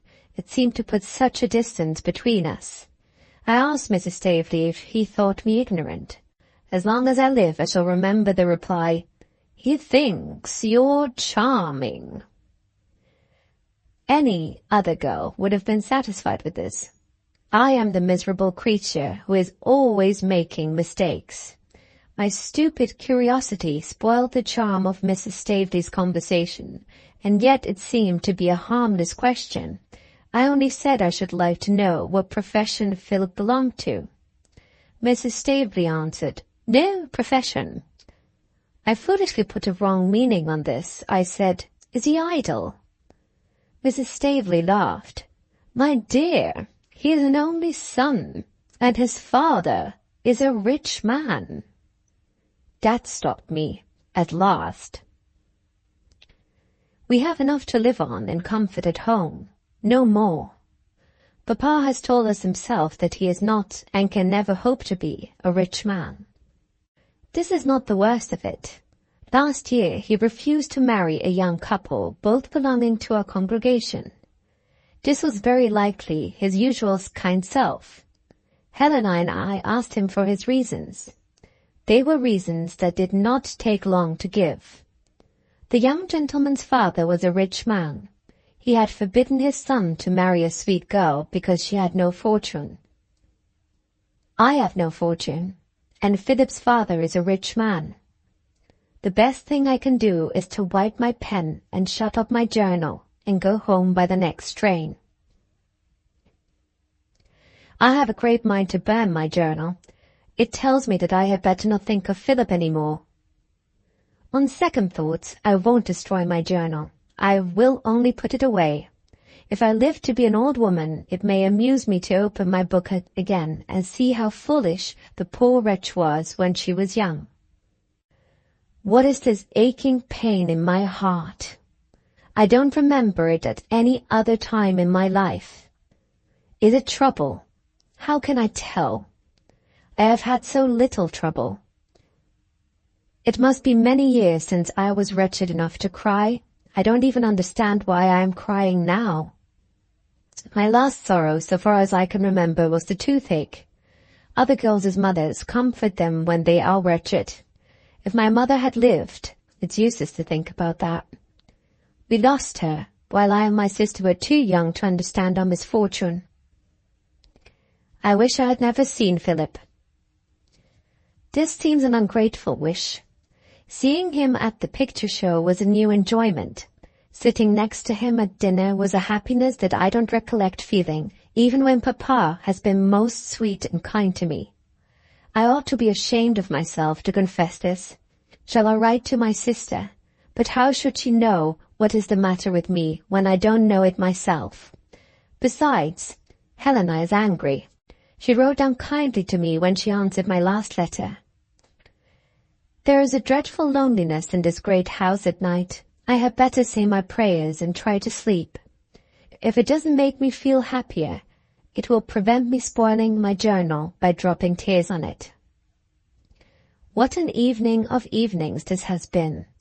Last night it was crying that kept me awake. Tonight I can't sleep for joy. Philip called on us again today. He brought with him tickets for the performance of an oratorio. Sacred music is not forbidden music among our people. Mrs. Staveley and Miss Staveley went to the concert with us. Philip and I sat next to each other. My sister is a musician. I am nothing. That sounds bitter, but I don't mean it so. All I mean is that I like simple little songs, which I can sing to myself by remembering the tune. There, my musical enjoyment ends. When voices and instruments burst out together by hundreds, I feel bewildered. I also get attacked by fidgets. This last misfortune is sure to overtake me when choruses are being performed. The unfortunate people employed are made to keep singing the same words over and over and over again, till I find it a perfect misery to listen to them. The choruses were unendurable in the performance tonight. This is one of them. Here we are, all alone in the wilderness, alone in the wilderness, alone, alone, alone. Here we are in the wilderness, alone in the wilderness, all alone in the wilderness. And soon, till I felt inclined to call for the learned person who writes oratorios and beg him to give the poor music a more generous allowance of words. Whenever I looked at Philip, I found him looking at me. Perhaps he saw from the first that the music was wearying music to my ignorant ears. With his usual delicacy, he said nothing for some time, but when he caught me yawning, though I did my best to hide it, for it looked like being ungrateful for the tickets, then he could restrain himself no longer. He whispered in my ear, "You are getting tired of this, and so am I." "I'm trying to like it," I whispered back. "Don't try," he answered. "Let's talk." He meant, of course, talk in whispers. We were a good deal annoyed, especially when the characters were all alone in the wilderness, by bursts of singing and playing which interrupted us at the most interesting moments. Philip persevered with a manly firmness. What could I do but follow his example at a distance? He said, "It is really true that your visit to Mrs. Staveley is coming to an end." I answered, "It comes to an end the day after tomorrow." "Are you sorry to be leaving your friends in London?" What I might have said if he had made that inquiry a day earlier, when I was the most miserable creature living, I would rather not try to guess. Being quite happy as things were, I could honestly tell him I was sorry. "You can't possibly be as sorry as I am, Eunice. May I call you by your pretty name?" "Yes, if you please." "Eunice." "Yes." "You will leave a blank in my life when you go away?" There, another chorus stopped him, just as I was eager for more. It was such a delightfully new sensation to hear a young gentleman telling me that I had left a blank in his life. The next change in the oratorio brought up a young lady singing alone. Some people behind us grumbled at the smallness of her voice. We thought her voice perfect. It seemed to lend itself so nicely to our whispers. He said, "Will you help me to think of you while you are away? I want to imagine what your life is at home. Do you live in a town or in the country?" I told them the name of our town. When we give a person information, I have always heard that we ought to make it complete. So I mentioned our address in the town, but I was troubled by a doubt. Perhaps he preferred the country. Being anxious about this, I said, "Would you rather have heard that I live in the country?" "Live where you may, Eunice, the place will be a favorite place of mine. Besides, your town is famous. It has a public attraction which brings visitors to it." I made another of those mistakes which no sensible girl in my position would have committed. I asked if he alluded to our new marketplace. He set me right in the sweetest manner. "I alluded to a building hundreds of years older than your marketplace, your beautiful cathedral." Fancy my not having thought of the cathedral. This is what comes of being a Congregationalist. If I had belonged to the Church of England, I should have forgotten the marketplace and remembered the cathedral. Not that I want to belong to the Church of England. The Parson's Chapel is good enough for me. The song sung by the lady with the small voice was so pretty that the audience encored it. Didn't Philip and I help them? With the sweetest smiles, the lady sang it all over again. The people behind us left the concert. He said, "Do you know, I take the greatest interest in cathedrals. I propose to enjoy the privilege and pleasure of seeing your cathedral early next week." I had only to look at him to see that I was the cathedral. It was no surprise to hear next that he thought of paying his respects to Mr. Gracedieu. He begged me to tell him what sort of reception he might hope to meet with when he called at our house. I got so excited in doing justice to Papa that I quite forgot to whisper when the next question came. Philip wanted to know if Mr. Gracedieu disliked strangers. When I answered, "Oh dear, no," I said it out loud so that the people heard me. Cruel, cruel people. They all turned round and stared. One hideous old woman actually said, "Silence." Miss Staveley looked disgusted. Even kind Mrs. Staveley lifted her eyebrows in astonishment. Philip, dear Philip, protected and composed me. He held my hand devotedly till the end of the performance. When he put us into the carriage, I was lost. He whispered in my ear, "Expect me next week." Miss Staveley might be as ill-natured as she pleased on the way home. It didn't matter what she said. The Eunice of yesterday might have been mortified and offended. The Eunice of today was indifferent to the sharpest things that could be said to her. All through yesterday's delightful evening, I never once thought of Philip's father. When I woke this morning, I remembered that old Mr. Dunboyne was a rich man. I could eat no breakfast for thinking of the poor girl who was not allowed to marry her young gentleman because she had no money. Mrs. Staveley waited to speak to me till the rest of them had left us together. I had expected her to notice that I looked dull and dismal. No, her cleverness got at my secret in quite another way. She said, "How do you feel after the concert? You must be hard to please indeed if you were not satisfied with the accompaniments last night." "The accompaniments of the oratorio?" "No, my dear, the accompaniments of Philip." I suppose I ought to have laughed. In my miserable state of mind it was not to be done. I said, "I hope Mr. Dunboyne's father will not hear how kind he was to me." Mrs. Staveley asked why. My bitterness overflowed at my tongue. I said, "Because Papa is a poor man."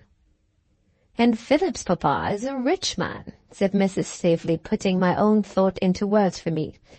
"Where do you get these ideas, Eunice? Surely you are not allowed to read novels." "Oh, no." "And you have certainly never seen a play." "Never." "Clear your head, child, of the nonsense that has got into it. I can't think how. Rich Mr. Dunboyne has taught his heir to despise the base act of marrying for money. He knows that Philip will meet young ladies at my house, and he has written to me on the subject of his son's choice of a wife. Let Philip find good principles, good temper, and good looks, and I promise beforehand to find the money. There is what he says. Are you satisfied with Philip's father now?" I jumped up in a state of ecstasy. Just as I had thrown my arms around Mrs. Staveley's neck, the servant came in with a letter and handed it to me. Helena had written again on this last day of my visit. Her letter was full of instructions for buying things that she wants before I leave London. I read on quietly enough until I came to the postscript. The effect of it on me may be told in 2 words. I screamed. Mrs. Staveley was naturally alarmed. "Bad news?" she asked. Being quite unable to offer an opinion, I read the postscript out loud and left her to judge for herself. This was Helena's news from home. "I must prepare you for a surprise before you return. You will find a strange lady established at home.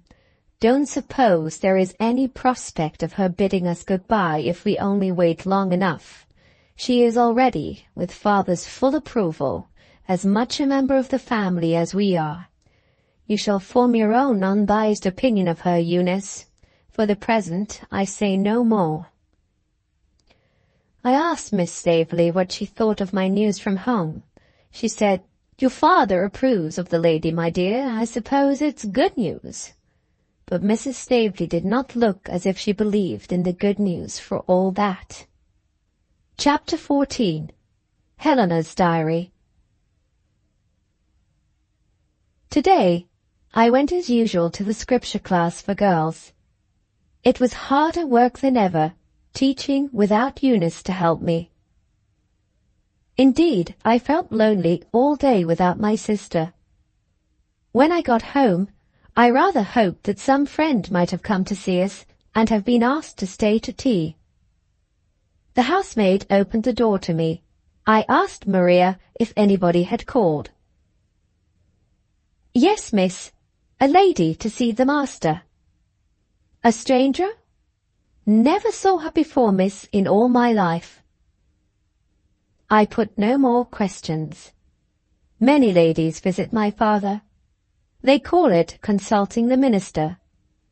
He advises them in their troubles and guides them in their religious difficulties, and so on. They come and go in a sort of secrecy. So far as I know, they are mostly old maids, and they waste the minister's time. When my father came in to tea, I began to feel some curiosity about the lady who had called on him. Visitors of that sort in general never appear to dwell on his mind after they have gone away. He sees too many of them, and is too well accustomed to what they have to say. On this particular evening, however, I perceived appearances that set me thinking. He looked worried and anxious. "Has anything happened, Father, to vex you?" I said. "Yes." "Is the lady concerned in it?" "What lady, my dear?" "The lady who called on you while I was out." "Who told you she had called on me?" "I asked Maria." "That will do, Helena, for the present."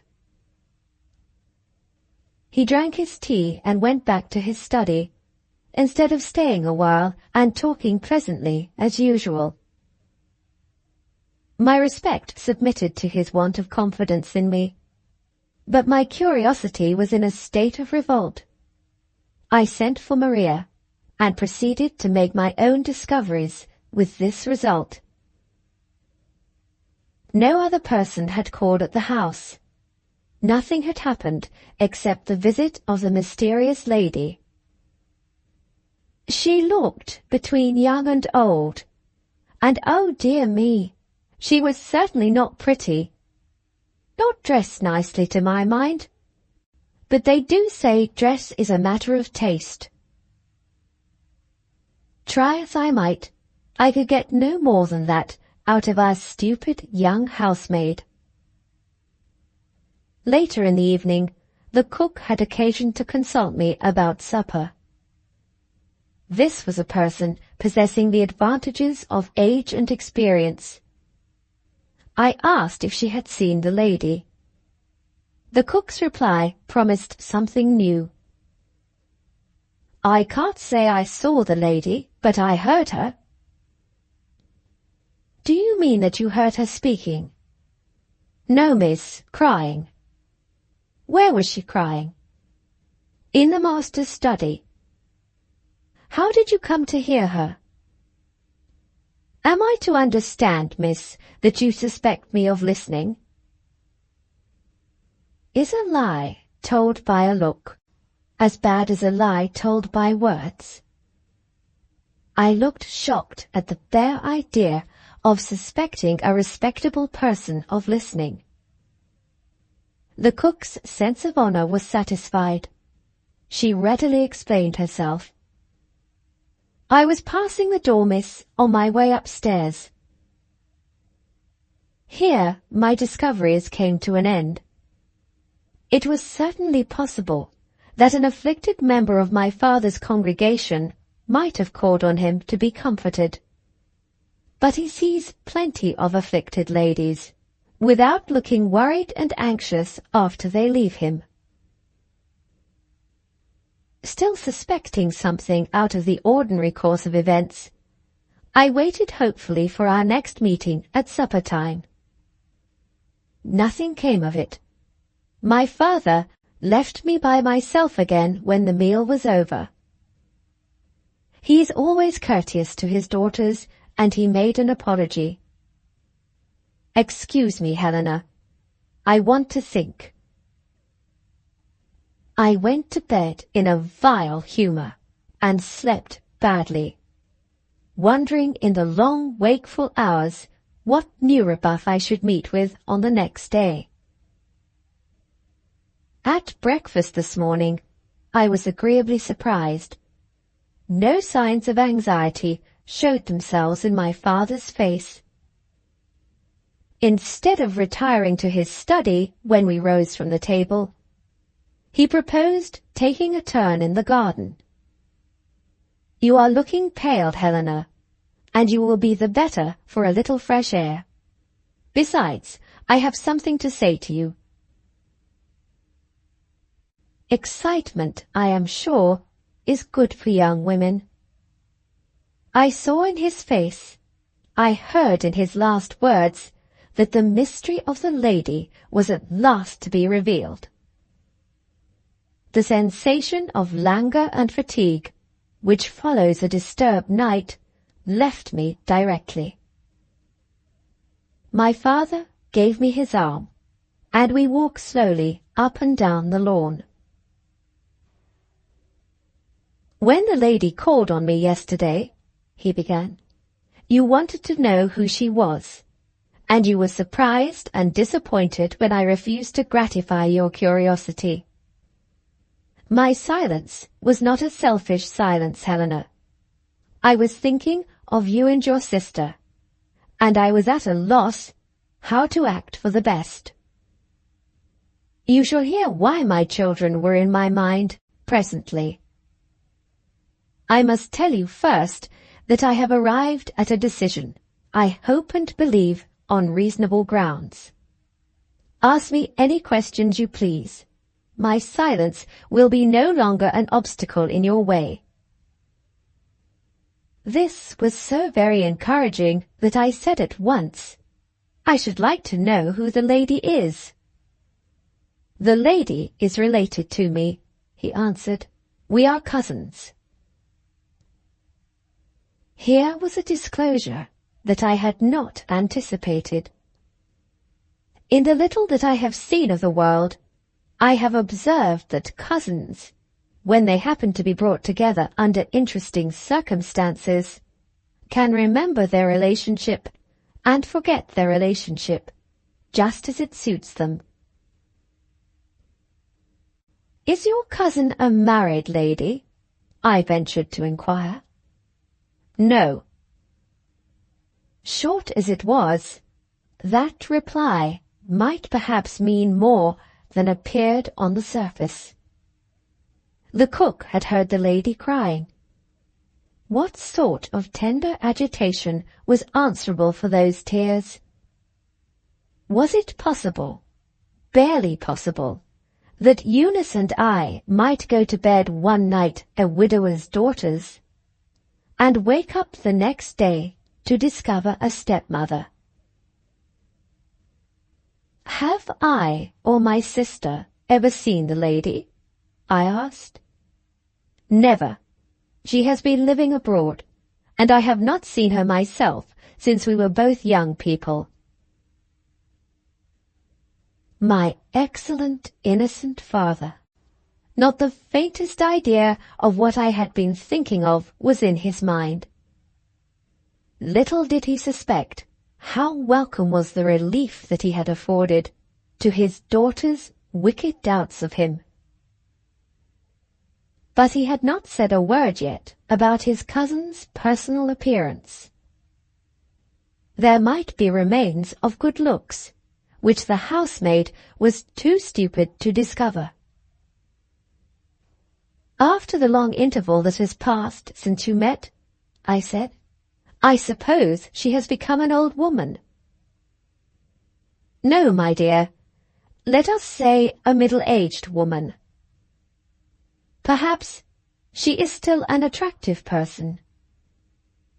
He smiled. I'm afraid, Helena, that would never have been a very accurate description of her. I now knew all that I wanted to know about this alarming person, excepting one last morsel of information which my father had strangely forgotten. We have been talking about the lady for some time, I said, and you have not yet told me her name. Father looked a little embarrassed. It's not a very pretty name, he answered. My cousin, my unfortunate cousin, is Miss Jillgall. I burst out with such a loud "Oh!" that he laughed. I caught the infection and laughed louder still. Bless Miss Jillgall. The interview promised to become an easy one for both of us, thanks to her name. I was in good spirits, and I made no attempt to restrain them. The next time Miss Jillgall honours you with a visit, I said, you must give me an opportunity of being presented to her. He made a strange reply. You may find your opportunity, Helena, sooner than you anticipate. Did this mean that she was going to call again in a day or two? I am afraid I spoke flippantly. I said, "Oh, father, another lady fascinated by the popular preacher?" The garden chairs were near us, He signed to me gravely to be seated by his side, and said to himself, "This is my fault." "What is your fault?" I asked. "I have left you in ignorance, my dear, of my cousin's sad story. It is soon told, and if it checks your merriment, it will make amends by deserving your sympathy. I was indebted to her father when I was a boy for acts of kindness which I can never forget. He was twice married. The death of his first wife left him with one child, once my playfellow, now the lady, whose visit has excited your curiosity. His second wife was a Belgian. She persuaded him to sell his business in London and to invest the money in a partnership with a brother of hers, established as a sugar refiner at Antwerp. The little daughter accompanied her father to Belgium. Are you attending to me, Helena? I was waiting for the interesting part of the story, and was wondering when he would get to it. As time went on, he resumed, the new partner found that the value of the business at Antwerp had been greatly overrated. After a long struggle with adverse circumstances, he decided on withdrawing from the partnership before the whole of his capital was lost in a failing commercial speculation. The end of it was that he retired with his daughter to a small town in East Flanders, the wreck of his property having left him with an income of no more than £200 a year. I showed my father that I was attending to him now by inquiring what had become of the Belgian wife. Those nervous quiverings which Eunice has mentioned in her diary began to appear in his face. It is too shameful a story, he said, to be told to a young girl. The marriage was dissolved by law, and the wife was the person to blame. I am sure, Helena, you don't wish to hear any more of this part of the story. I did wish, but I saw that he expected me to say no, so I said it. The father and daughter, he went on, never so much as thought of returning to their own country. They were too poor to live comfortably in England. In Belgium, their income was sufficient for their wants. On the father's death, the daughter remained in the town. She had friends there, and friends nowhere else. And she might have lived abroad to the end of her days, but for the calamity to which we are all liable. A long and serious illness completely prostrated her. Skilled medical attendance, costing large sums of money for the doctor's travelling expenses, was imperatively required. Experienced nurses, summoned from a distant hospital, were in attendance night and day. Luxuries, far beyond the reach of her little income, were absolutely required to support her wasted strength at the time of her tedious recovery. In one word, her resources were sadly diminished when the poor creature had paid her debts and had regained her hold on life. At that time, she unhappily met with the man who has ruined her. It was getting interesting at last. Ruined her, I repeated. Do you mean that he robbed her? That, Helena, is exactly what I mean. And many a helpless woman has been robbed in the same way. The man of whom I am now speaking was a lawyer in large practice. He bore an excellent character and was highly respected for his exemplary life. My cousin, not at all a discreet person, I am bound to admit, was induced to consult him on her pecuniary affairs. He expressed the most generous sympathy, offered to employ her little capital in his business, and pledged himself to pay her double the interest for her money, which she had been in the habit of receiving from the sound investment chosen by her father. And of course, he got the money and never paid the interest. Eager to hear the end, I interrupted the story in those inconsiderate words. My father's answer quietly reproved me.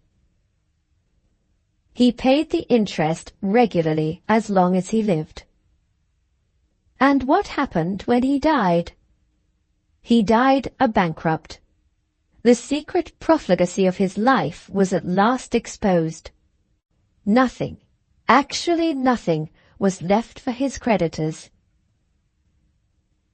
The unfortunate creature, whose ugly name has amused you, must get help somewhere, or must go to the workhouse. If I had been in a state of mind to attend to trifles, this would have explained the reason why the cook had heard Miss Jillgall crying. But the prospect before me, the unendurable prospect of having a strange woman in the house, had showed itself too plainly to be mistaken. I could think of nothing else. With infinite difficulty, I assumed a momentary appearance of composure, and suggested that Miss Jillgall's foreign friends might have done something to help her. My father defended her foreign friends. My dear, they were poor people, and did all they could afford to do. But for their kindness, my cousin might not have been able to return to England. And to cast herself on your mercy, I added, in the character of a helpless woman. No, Helena, not to cast herself on my mercy, but to find my house open to her, as her father's house was open to me in the bygone time. I am her only surviving relative, and while I live, she shall not be a helpless woman. I began to wish that I had not spoken out so plainly. My father's sweet temper, I do so sincerely wish I had inherited it, made the kindest allowances for me. I understand the momentary bitterness of feeling that has escaped you, he said. I may almost say that I expected it. My only hesitation in this matter has been caused by my sense of what I owe to my children.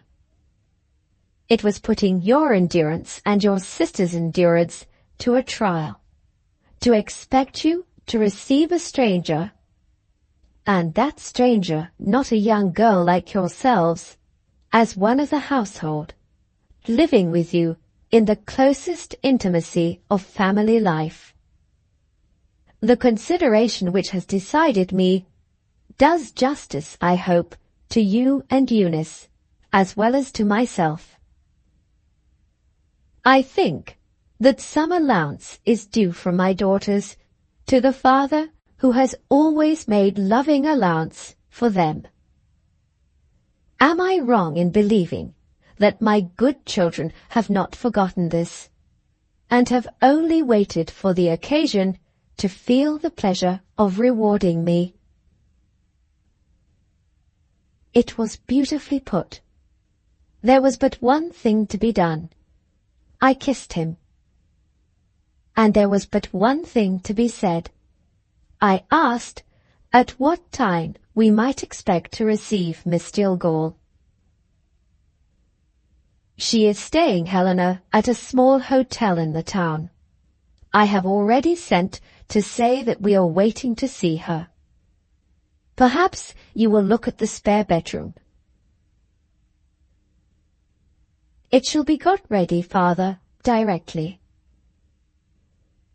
I ran into the house. I rushed upstairs into the room that is Eunice's and mine. I locked the door. And then I gave way to my rage before it stifled me. I stamped on the floor. I clenched my fists. I cast myself on the bed. I reviled that hateful woman by every hard word that I could throw at her. Oh, the luxury of it! The luxury of it! Cold water and my hairbrush soon made me fit to be seen again. As for the spare room, it looked a great deal too comfortable for an incubus from foreign parts. The one improvement that I could have made, if a friend of mine had been expected, was suggested by the window curtains. I was looking at a torn place in one of them, and determined to leave it unrepaired, when I felt an arm slipped round my waist from behind. A voice, so close that it tickled my neck, said, "Dear girl, what friends we shall be." I turned round and confronted Miss Jillgall. Chapter 15. Helena's Diary. If I am not a good girl, where is a good girl to be found? This is Eunice's style. It sometimes amuses me to mimic my simple sister. I have just torn 3 pages out of my diary, in deference to the expression of my father's wishes.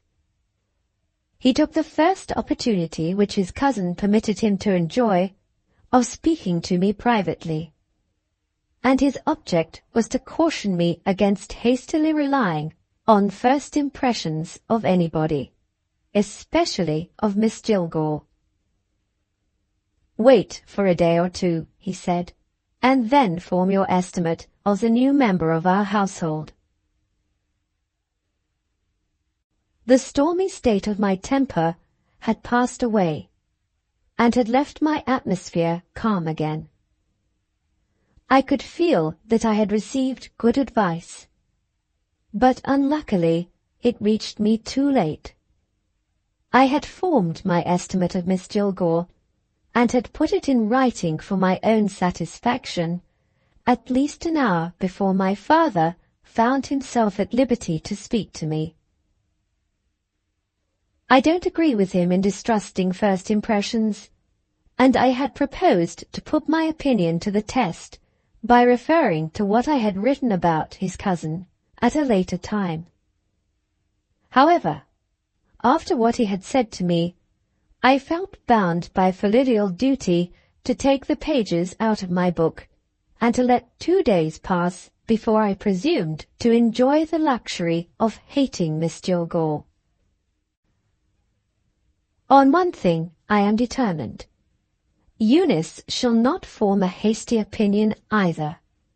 She shall undergo the same severe discipline of self-restraint to which her sister is obliged to submit. Let us be just, as somebody says, before we are generous. No more for today.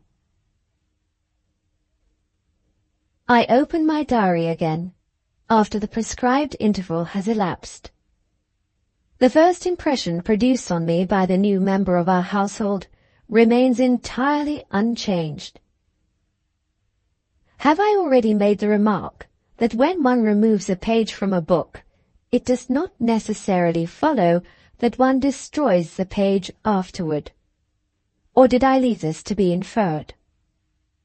In either case, my course of proceeding was the same. I ordered some paste to be made. Then I unlocked a drawer and found my poor, ill-used leaves, and put them back in my journal. An act of justice is surely not the less praiseworthy because it is an act of justice done to oneself. My father has often told me that he revises his writings on religious subjects. I may harmlessly imitate that good example by revising my restored entry. It is now a sufficiently remarkable performance to be distinguished by a title. Let me call it Impressions of Miss Jillgall. My first impression was a strong one. It was produced by the state of this lady's breath. In other words, I was obliged to let her kiss me.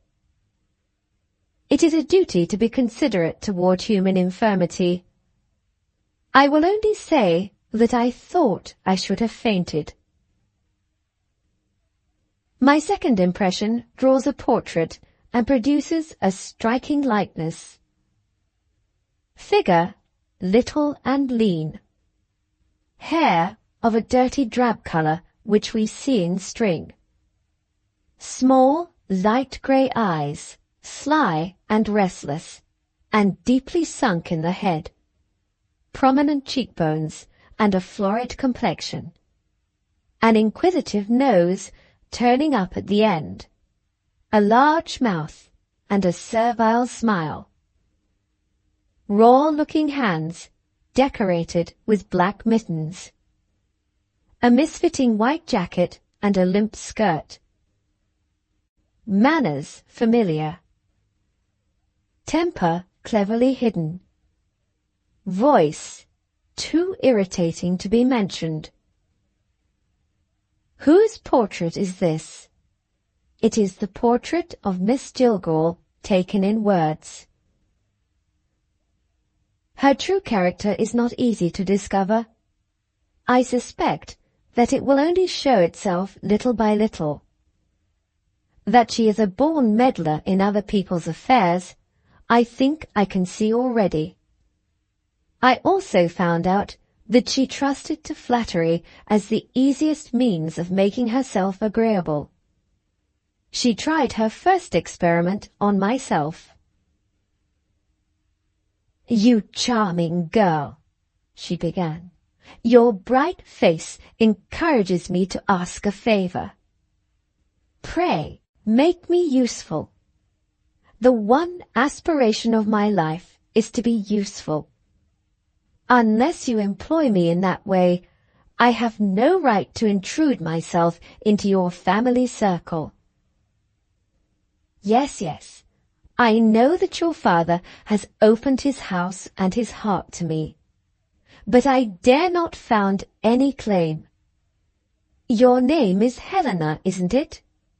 Dear Helena, I dare not found any claim on what I owe to your father's kindness." "Why not?" I inquired. "Because your father is not a man." I was rude enough to interrupt her. "What is he, then?" "An angel," Miss Jillgall answered solemnly. "A destitute, earthly creature like me must not look up as high as your father. I might be dazzled." This was rather more than I could endure patiently. "Let us try," I suggested, "if we can't understand each other at starting." Miss Jillgall's little eyes twinkled in their bony caverns. "The very thing I was going to propose," she burst out. "Very well," I went on. "Then let me tell you plainly that flattery is not relished in this house." "Flattery?" She put her hand to her head as she repeated the word, and looked quite bewildered. "Dear Helena, I have lived all my life in East Flanders, and my own language is occasionally strange to me. Can you tell me what flattery is in Flemish?" "I don't understand Flemish." "How very provoking. You don't understand Flemish, and I don't understand flattery. I should like to know what it means. Ah, I see books in this lovely room. Is there a dictionary among them? She darted to the bookcase and discovered a dictionary. Now I shall understand flattery, she remarked, and then we shall understand each other. Oh, let me find it for myself. She ran her raw red finger along the alphabetical headings at the top of each page. F-A-D. That won't do. F-I-E. Further on still. F-L-E. Too far the other way. F-L-A.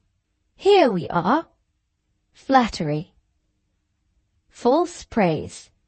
Commendation bestowed for the purpose of gaining favor and influence. Oh, Helena, how cruel of you! She dropped the book and sank into a chair. The picture, if such a thing can be, of a broken-hearted old maid. I should most assuredly have taken the opportunity of leaving her to her own devices, if I had been free to act as I pleased. But my interests as a daughter forbade me to make an enemy of my father's cousin on the first day when she had entered the house.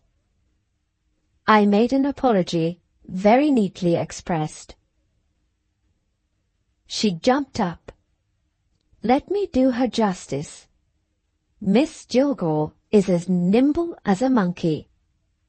And she kissed me for a second time. If I had been a man, I'm afraid I should have called for that deadly poison. We are all temperance people in this house, known by the name of brandy. If you will make me love you, Miss Jillgall explained, you must expect to be kissed. Dear girl, let us go back to my poor little petition. Oh, do make me useful. There are so many things I can do. You will find me a treasure in the house. I write a good hand. I understand polishing furniture. I can dress hair. Look at my own hair. I play and sing a little when people want to be amused. I can mix a salad and knit stockings. Who is this? The cook came in at that moment to consult me. I introduced her. And, oh, cried Miss Jillgall in ecstasy, I can cook. Do, please let me see the kitchen. The cook's face turned red. She had come to me to make a confession, and she had not, as she afterwards said, bargained for the presence of a stranger. For the first time in her life, she took the liberty of whispering to me. I must ask you, miss, to let me send up the cauliflower plain boiled. I don't understand the directions in the book for doing it the foreign way. Miss Jillgall's ears, perhaps because they are so large, possess a quickness of hearing quite unparalleled in my experience. Not one word of the cook's whispered confession had escaped her. Here, she declared, is an opportunity of making myself useful. What is the cook's name? Hannah? Take me downstairs, Hannah, and I'll show you how to do cauliflower in the foreign way. She seems to hesitate. Is it possible that she doesn't believe me? Listen, Hannah, and judge for yourself if I am deceiving you. Have you boiled the cauliflower? Very well. This is what you must do next. Take 4 ounces of grated cheese, 2 ounces of best butter, the yolks of 4 eggs, a little bit of glaze, lemon juice, nutmeg. Dear, dear, how black she looks! What have I said to offend her? The cook passed over the lady who had presumed to instruct her as if no such person had been present, and addressed herself to me. If I am to be interfered with in my own kitchen, miss, I will ask you to suit yourself at a month's notice. Miss Jillgall wrung her hands in despair. I meant it so kindly, she said, and I seem to have made mischief. With the best intentions, Helena, I have set you and your servant at variance.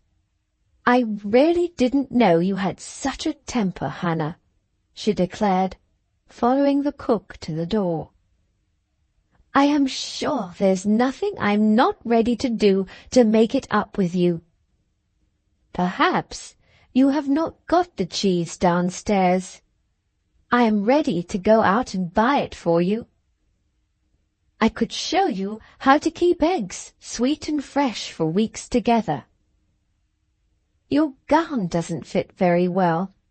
I shall be glad to improve it if you will leave it out for me after you have gone to bed. There! Cried Miss Jillgall, as the cook majestically left the room without even looking at her.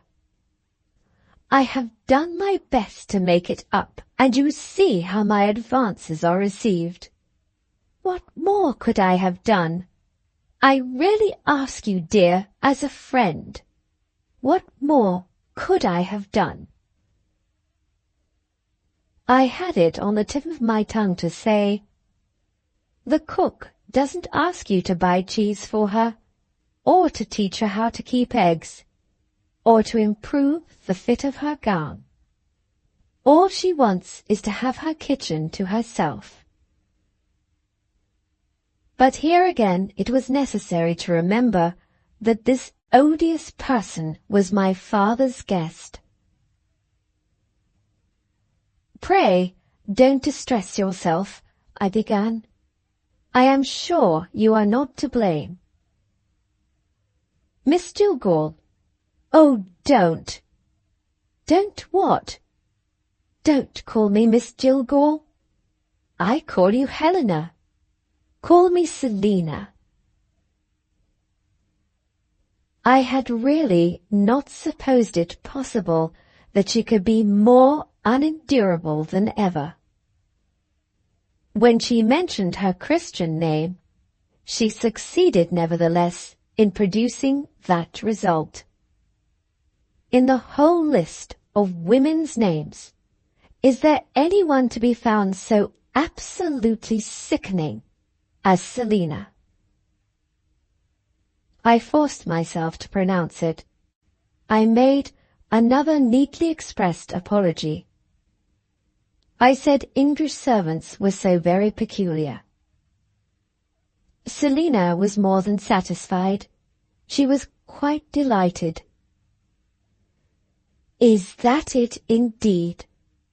An explanation was all I wanted. How good of you! And now, tell me, is there no chance, in the house or out of the house, of my making myself useful? Oh, what's that? Do I see a chance? I do. Miss Jillgall's eyes are more than mortal. At one time they are microscopes, at another time they are telescopes.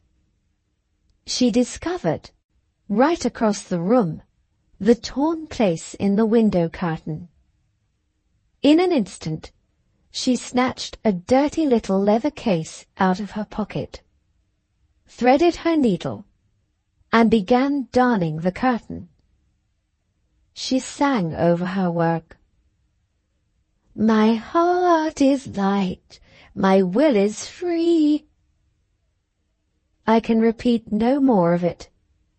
When I heard her singing voice, I became reckless of consequences and ran out of the room with my hands over my ears.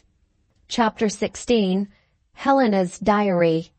When I reached the foot of the stairs, my father called me into his study. I found him at his writing table with such a heap of torn-up paper in his wastebasket that it overflowed onto the floor. He explained to me that he had been destroying a large accumulation of old letters and had ended, when his employment began to grow wearisome, in examining his correspondence rather carelessly. The result was that he had torn up a letter and a copy of the reply, which ought to have been set aside as worthy of preservation. After collecting the fragments, he had heaped them on the table. If I could contrive to put them together again on fair sheets of paper and fasten them in their right places with gum, I should be doing him a service at a time when he was too busy to set his mistake right for himself. Here was the best excuse that I could desire for keeping out of Miss Jillgall's way. I cheerfully set to work on the restoration of the letters, while my father went on with his writing. Having put the fragments together, excepting a few gaps caused by morsels that had been lost, I was unwilling to fasten them down with gum until I could feel sure of not having made any mistakes, especially in regard to some of the lost words which I had been obliged to restore by guesswork. So I copied the letters and submitted them, in the first place, to my father's approval. He praised me in the prettiest manner for the care that I had taken. But when he began, after some hesitation, to read my copy, I noticed a change. The smile left his face, and the nervous quiverings showed themselves again. "Quite right, my child," he said, in low, sad tones. On returning to my side of the table, I expected to see him resume his writing. He crossed the room to the window and stood, with his back to me, looking out. When I had first discovered the sense of the letters, they failed to interest me. A tiresome woman, presuming on the kindness of a good-natured man, to beg a favor which she had no right to ask, and receiving a refusal which she had richly deserved, was no remarkable event, in my experience, as my father's secretary and copyist. But the change in his face, while he read the correspondence, altered my opinion of the letters. There was more in them, evidently, than I had discovered. I kept my manuscript copy. Here it is. From Miss Elizabeth Chance to the Reverend Abel Gracedieu. Date of year, 1859. Date of month, missing. Dear Sir, you have, I hope, not quite forgotten the interesting conversation that we had last year in the governor's rooms. I am afraid I spoke a little flippantly at the time, but I am sure you will believe me when I say that this was out of no want of respect to yourself. My pecuniary position being far from prosperous, I am endeavoring to obtain the vacant situation of housekeeper in a public institution, the prospectus of which I enclose. You will see, it is a rule of the place that a candidate must be a single woman, which I am, and must be recommended by a clergyman. You are the only reverend gentleman whom it is my good fortune to know, and the thing is, of course, a mere formality. Pray excuse this application, and oblige me by acting as my reference. Sincerely yours, Elizabeth Chance. P.S. Please address Miss E. Chance, Poste Restante, St. Martin's le Grand, London. From the Reverend Abel Gracedieu to Miss Chance. Copy. Madame, the brief conversation to which your letter alludes took place at an accidental meeting between us. I then saw you for the first time, and I have not seen you since. It is impossible for me to assert the claim of a perfect stranger, like yourself, to fill a situation of trust. I must beg to decline acting as your reference. Your obedient servant, Abel Gracado. My father was still at the window. In that idle position he could hardly complain of me for interrupting him if I ventured to ask about the letters which I had put together. If my curiosity displeased him, he had only to say so, and there would be an end to any allusions of mine to the subject. My first idea was to join him at the window. On reflection, and still perceiving that he kept his back turned on me, I thought it might be more prudent to remain at the table. "This Miss Chance seems to be an impudent person," I said. "Yes." "Was she a young woman when you met with her?" "Yes." "What sort of a woman to look at? Ugly?" "No." Here were 3 answers which Eunice herself would have been quick enough to interpret as 3 warnings to say no more. I felt a little hurt by his keeping his back turned on me. At the same time, and naturally, I think, I found my interest in Miss Chance, I don't say my friendly interest, considerably increased by my father's unusually rude behavior. I was also animated by an irresistible desire to make him turn round and look at me. "Miss Chance's letter was written many years ago," I resumed. "I wonder what has become of her since she wrote to you." "I know nothing about her." "Not even whether she is alive or dead?" "Not even that." "What do these questions mean, Helena?" "Nothing, father." I declare he looked as if he suspected me. "Why don't you speak out?" he said. "Have I ever taught you to conceal your thoughts? Have I ever been a hard father who discouraged you when you wished to confide in him? What are you thinking about? Do you know anything of this woman?" "Oh, father, what a question! I never even heard of her till I put the torn letters together. I begin to wish you had not asked me to do it." "So do I. It never struck me that you would feel such extraordinary, I had almost said such vulgar, curiosity about a worthless letter." This roused my temper. When a young lady is told that she is vulgar, if she has any self-conceit, I mean self-respect, she feels insulted. I said something sharp in my turn. It was in the way of argument. I do not know how it may be with other young persons. I never reason so well myself as when I am angry. "You call it a worthless letter," I said, "and yet you think it worth preserving." "Have you nothing more to say to me than that?" he asked. "Nothing more," I answered. He changed again. After having looked unaccountably angry, he now looked unaccountably relieved. "I will soon satisfy you," he said, "that I have a good reason for preserving a worthless letter. Miss Chance, my dear, is not a woman to be trusted. If she saw her advantage in making a bad use of my reply, I am afraid she would not hesitate to do it. Even if she is no longer living, I don't know into what vile hands my letter may not have fallen, or how it might be falsified for some wicked purpose. Do you see now how a correspondence may become accidentally important, though it is of no value in itself?" I could say yes to this with a safe conscience. But there were some perplexities still left in my mind. It seemed strange that Miss Chance should, apparently, have submitted to the severity of my father's reply. "I should have thought," I said to him, "that she would have sent you another impudent letter, or perhaps have insisted on seeing you and using her tongue instead of her pen. She could do neither the one nor the other, Helena. Miss Chance will never find my address again. I have taken good care of that." He spoke in a loud voice, with a flushed face, as if it was quite a triumph to have prevented this woman from discovering his address.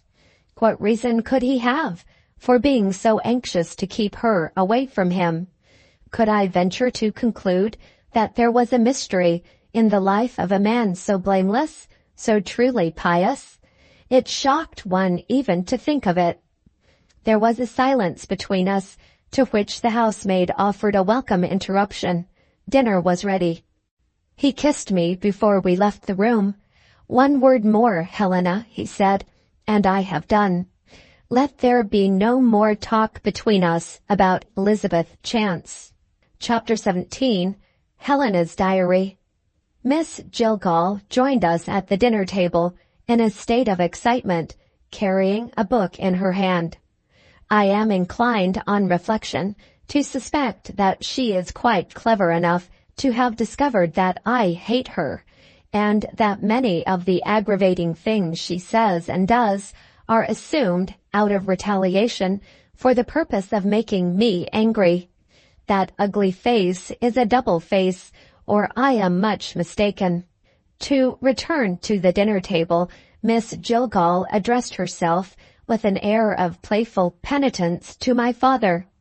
"Dear cousin, I hope I have not done wrong. Helena left me all by myself. When I had finished darning the curtain, I really didn't know what to do. So I opened all the bedroom doors upstairs and looked into the rooms. In the big room with 2 beds, oh, I am so ashamed, I found this book. Please look at the first page." My father looked at the title page, Dr. Watts's Hymns. "Well, Selina, what is there to be ashamed of in this?" "Oh, no, it's the wrong page. Do look at the other page, the one that comes first, before that one." My patient father turned to the blank page. "Ah," he said quietly, "my other daughter's name is written in it, the daughter whom you have not seen." "Well?" Miss Jillgall clasped her hands distractedly. "It's my ignorance I'm so ashamed of. Dear cousin, forgive me, enlighten me. I don't know how to pronounce your other daughter's name. Do you call her Eunice?" The dinner was getting cold. I was provoked into saying, "No, we don't." She had evidently not forgiven me for leaving her by herself. "Pardon me, Helena. When I want information, I don't apply to you. I sit, as it were, at the feet of your learned father." "Dear cousin, is it?" Even my father declined to wait for his dinner any longer. "Pronounce it as you like, Selina. Here we say Eunice, with the accent on the I, and with the final E sounded Eunice. Let me give you some soup." Miss Jillgall groaned. "Oh, how difficult it seems to be. Quite beyond my poor brains. I shall ask the dear girl's leave to call her Eunice. What very strong soup. Isn't it rather a waste of meat? Give me a little more, please." I discovered another of Miss Jillgall's peculiarities. Her appetite was enormous, and her ways were greedy. You heard her eat her soup. She devoured the food on her plate with her eyes before she put it into her mouth, and she criticized our English cookery in the most impudent manner, under pretense of asking humbly how it was done. There was, however, some temporary compensation for this. We had less of her talk while she was eating her dinner. With the removal of the cloth, she recovered the use of her tongue, and she hit on the one subject of all others which proves to be the sorest trial to my father's patience. "And now, dear cousin, let us talk of your other daughter, our absent Eunice. I do so long to see her. When is she coming back?" "In a few days more." "How glad I am! And do tell me, which is she, your oldest girl or your youngest?" "Neither the one nor the other, Selina." "Oh, my head, my head. This is even worse than the accent on the I and the final E. Stop! I am cleverer than I thought I was. You mean that the girls are twins. Are they both so exactly like each other that I shan't know which is which? What fun!" When the subject of our ages was unluckily started at Miss Staveley's, I had slipped out of the difficulty easily by assuming the character of the eldest sister, an example of ready tact which my dear stupid Eunice doesn't understand. In my father's presence, it is needless to say that I kept silence and left it to him. I was sorry to be obliged to do this. Owing to his sad state of health, he is easily irritated, especially by inquisitive strangers. "I must leave you," he answered, without taking the slightest notice of what Miss Jillgall had said to him. "My work is waiting for me." She stopped him on his way to the door. "Oh, tell me, can't I help you?" "Thank you, no. But tell me one more thing. Am I right about the twins?" "You are wrong." Miss Jillgall's demonstrative hands flew up into the air again, and expressed the climax of astonishment by quivering over her head. "This is positively maddening," she declared. "What does it mean?" "Take my advice, cousin. Don't attempt to find out what it means." He left the room. Miss Jillgall appealed to me. I imitated my father's wise brevity of expression. "Sorry to disappoint you, Selina. I know no more about it than you do. Come upstairs." Every step of the way to the drawing-room was marked by a protest or an inquiry. Did I expect her to believe that I couldn't say which of us was the elder of the two? That I really didn't know what my father's motive was for this extraordinary mystification? That my sister and I had submitted to be robbed, as it were, of our own ages, and had not insisted on discovering which of us had come into the world first? That our friends had not put an end to this sort of thing by comparing us personally and discovering which was the elder sister by investigation of our faces? To all this I replied, first, that I did certainly expect her to believe whatever I might say. Secondly, that what she was pleased to call the mystification had begun when we were both children. That habit had made it familiar to us in the course of years, and above all, that we were too fond of our good father to ask for explanations which we knew by experience would distress him. Thirdly, that friends did try to discover by personal examination which was the elder sister, and differed perpetually in their conclusions. Also, that we had amused ourselves by trying the same experiment before our looking-glasses, and that Eunice thought Helena was the oldest, and Helena thought Eunice was the oldest. Fourthly, and finally, that the Reverend Mr. Gracedieu's cousin had better drop the subject, unless she was bent on making her presence in the house unendurable to the Reverend Mr. Gracedieu himself. I write it with a sense of humiliation. Miss Jillgall listened attentively to all I had to say, and then took me completely by surprise. This inquisitive, meddlesome, restless, impudent woman suddenly transformed herself into a perfect model of amiability and decorum. She actually said she agreed with me and was much obliged for my good advice. A stupid young woman in my place would have discovered that this is not natural, and that Miss Jillgall was presenting herself to me in disguise to reach some secret end of her own. I am not a stupid young woman. I ought to have had at my service penetration enough to see through and through Cousin Selina. Well, Cousin Selina was an impenetrable mystery to me. The one thing to be done was to watch her. I was at least sly enough to take up a book and pretend to be reading it. How contemptible! She looked round the room and discovered our pretty writing table, a present to my father from his congregation. After a little consideration, she sat down to write a letter. "When does the post go out?" she asked. I mentioned the hour, and she began her letter. Before she could have written more than the first 2 or 3 lines, she turned round on her seat and began talking to me. "Do you like writing letters, my dear?" "Yes, but then I have not many letters to write." "Only a few friends, Helena, but those few worthy to be loved?" "My own case exactly. Has your father told you of my troubles?" "Ah, I am glad of that.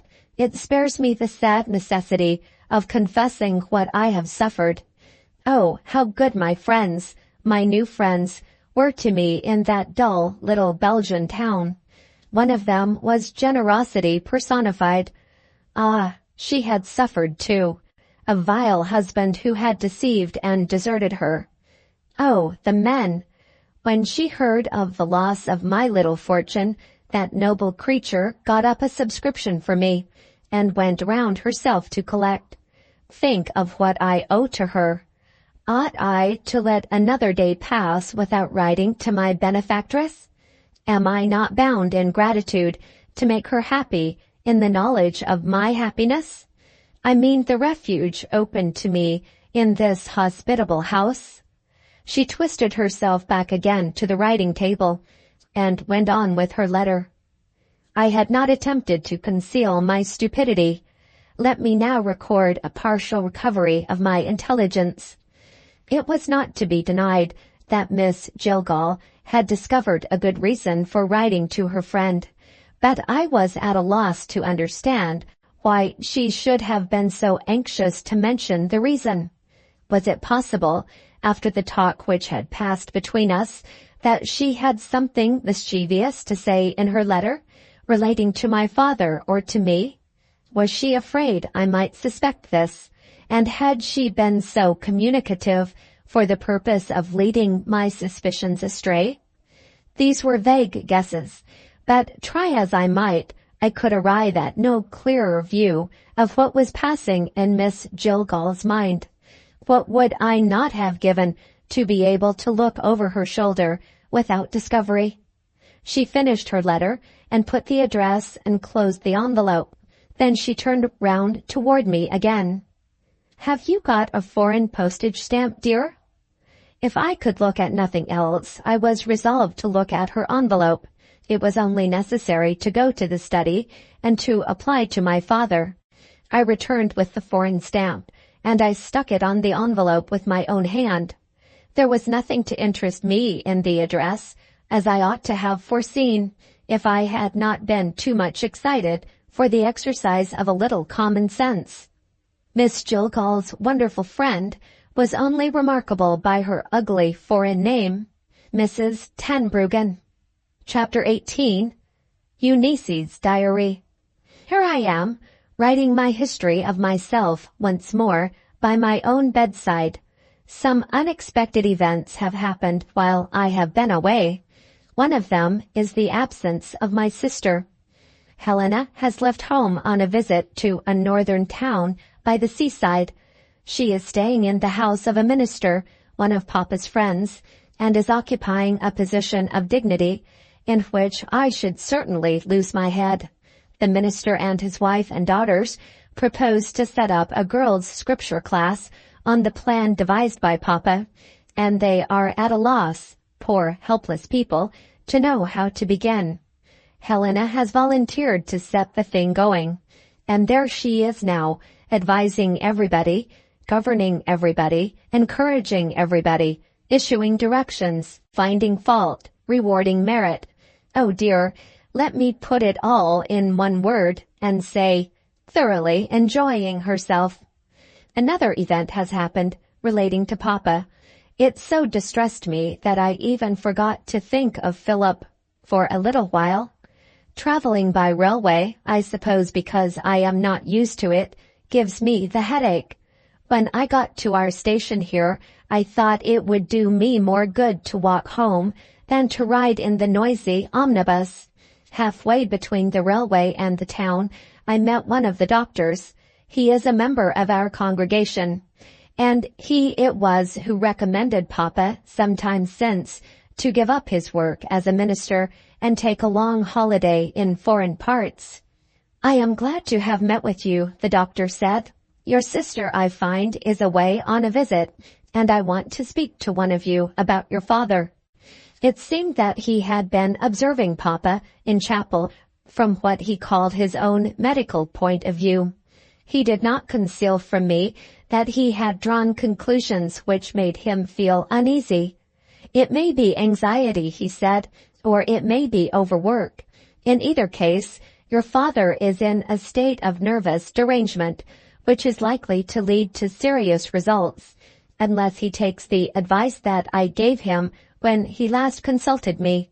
There must be no more hesitation about it. Be careful not to irritate him, but remember that he must rest. You and your sister have some influence over him. He won't listen to me." Poor dear Papa! I did see a change in him for the worse, though I had only been away for so short a time. When I put my arms round his neck and kissed him, he turned pale, and then flushed up suddenly. The tears came into his eyes. Oh, it was hard to follow the doctor's advice and not to cry too, but I succeeded in controlling myself. I sat on his knee and made him tell me all that I have written here about Helena. This led to our talking next of the new lady who is to live with us as a member of the family. I began to feel less uneasy at the prospect of being introduced to this stranger when I heard that she was Papa's cousin. And when he mentioned her name and saw how it amused me, his poor, worn face brightened into a smile. "Go and find her," he said, "and introduce yourself. I want to hear, Eunice, if you and my cousin are likely to get on well together."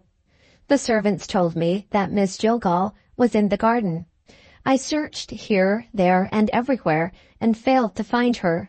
The place was so quiet, it looked so deliciously pure and bright, after smoky, dreary London, that I sat down at the further end of the garden and let my mind take me back to Philip.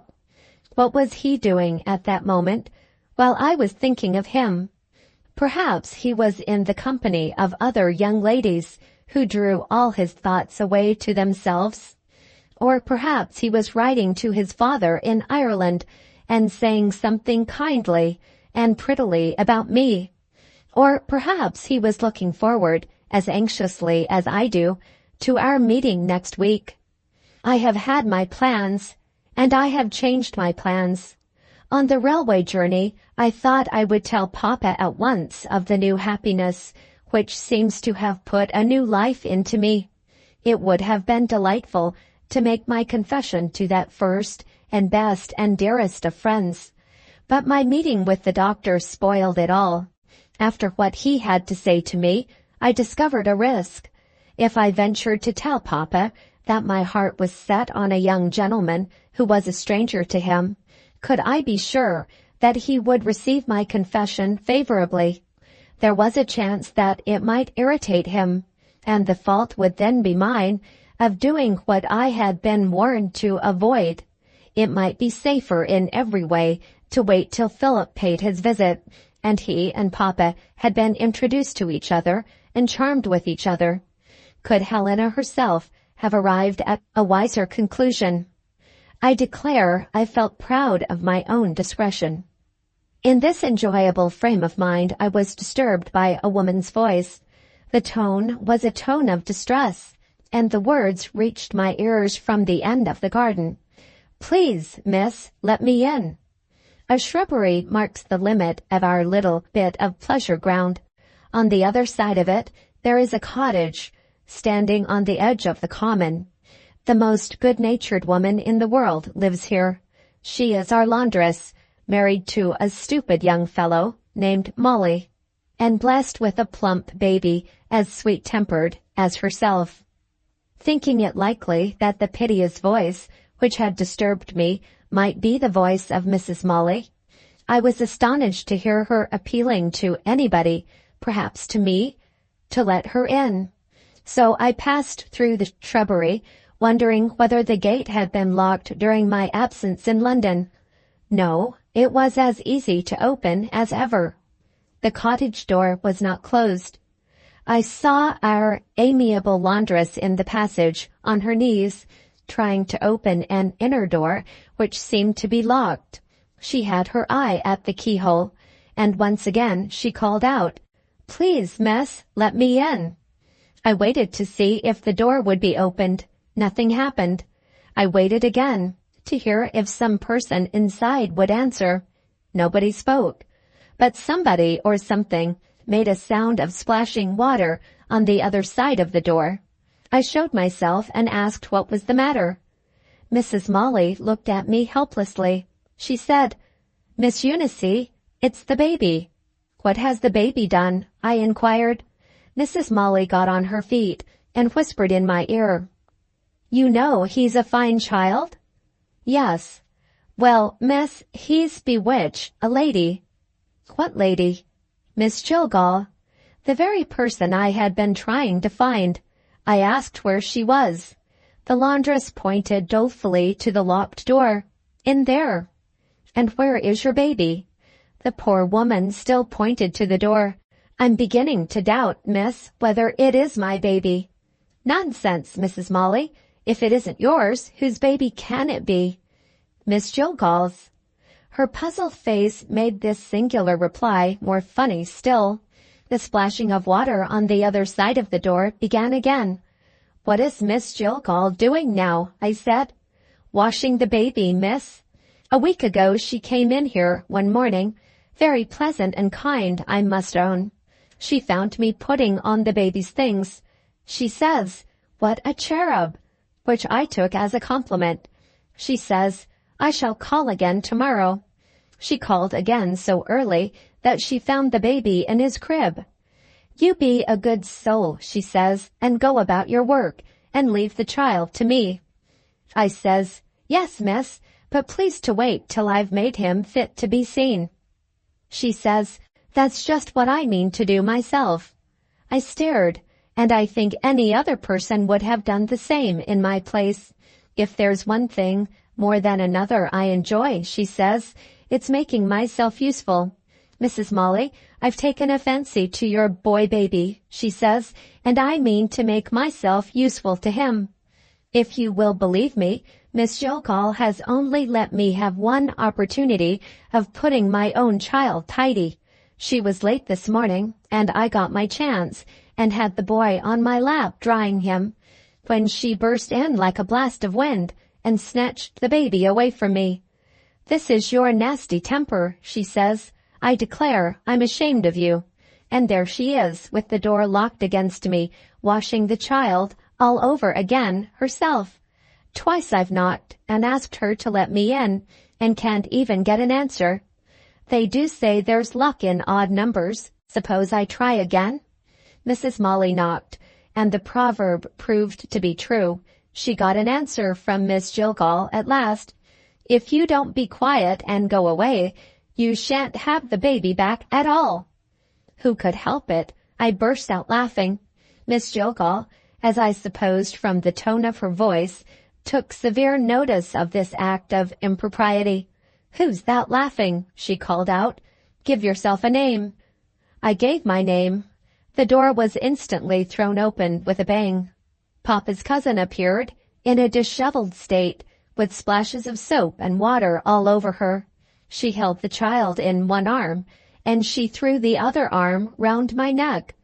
"Dearest Eunice, I have been longing to see you. How do you like our baby?" To the curious story of my introduction to Miss Jillgall, I ought perhaps to add that I have got to be friends with her already. I am the friend of anybody who amuses me. What will Helena say when she reads this? Chapter 19. Eunice's Diary. When people are interested in some event that is coming, do they find the dull days passed in waiting for it, days which they are not able to remember when they look back? This is my unfortunate case. Night after night, I have gone to bed without so much as opening my journal. There was nothing worth writing about, nothing that I could recollect, until the postman came today. I ran downstairs when I heard his ring at the bell, and stopped Maria on her way to the study. There, among Papa's usual handful of letters, was a letter for me. "Dear Miss Eunice, yours ever truly."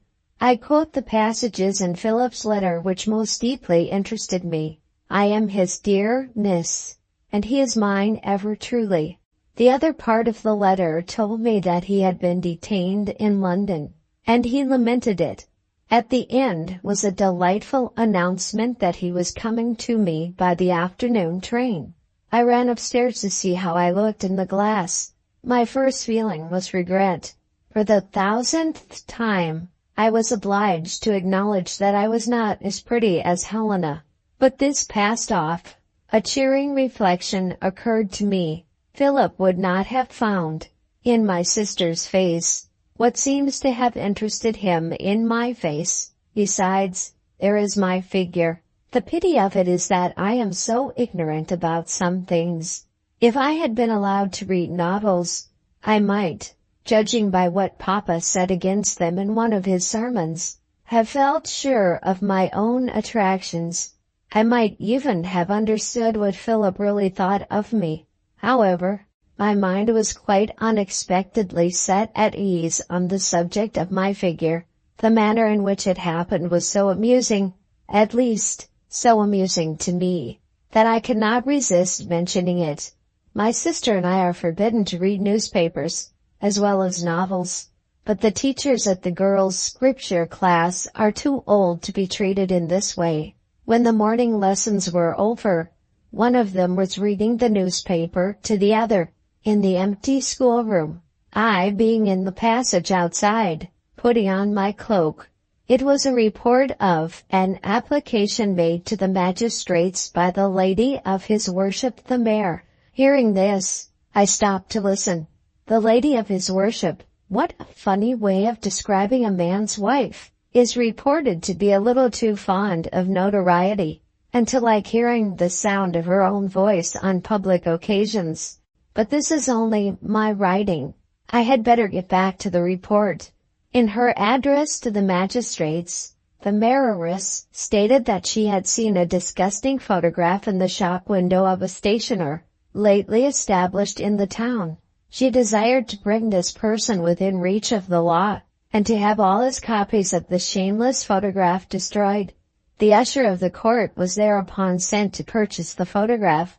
On second thoughts, I prefer going back to my own writing again. It is so uninteresting to copy other people's writing. Two of the magistrates were doing justice. They looked at the photograph, and what did it represent? The famous statue called the Venus de Medici. One of the magistrates took this discovery indignantly.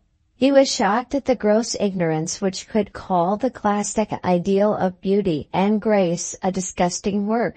The other one made polite allowances. He thought the lady was much to be pitied.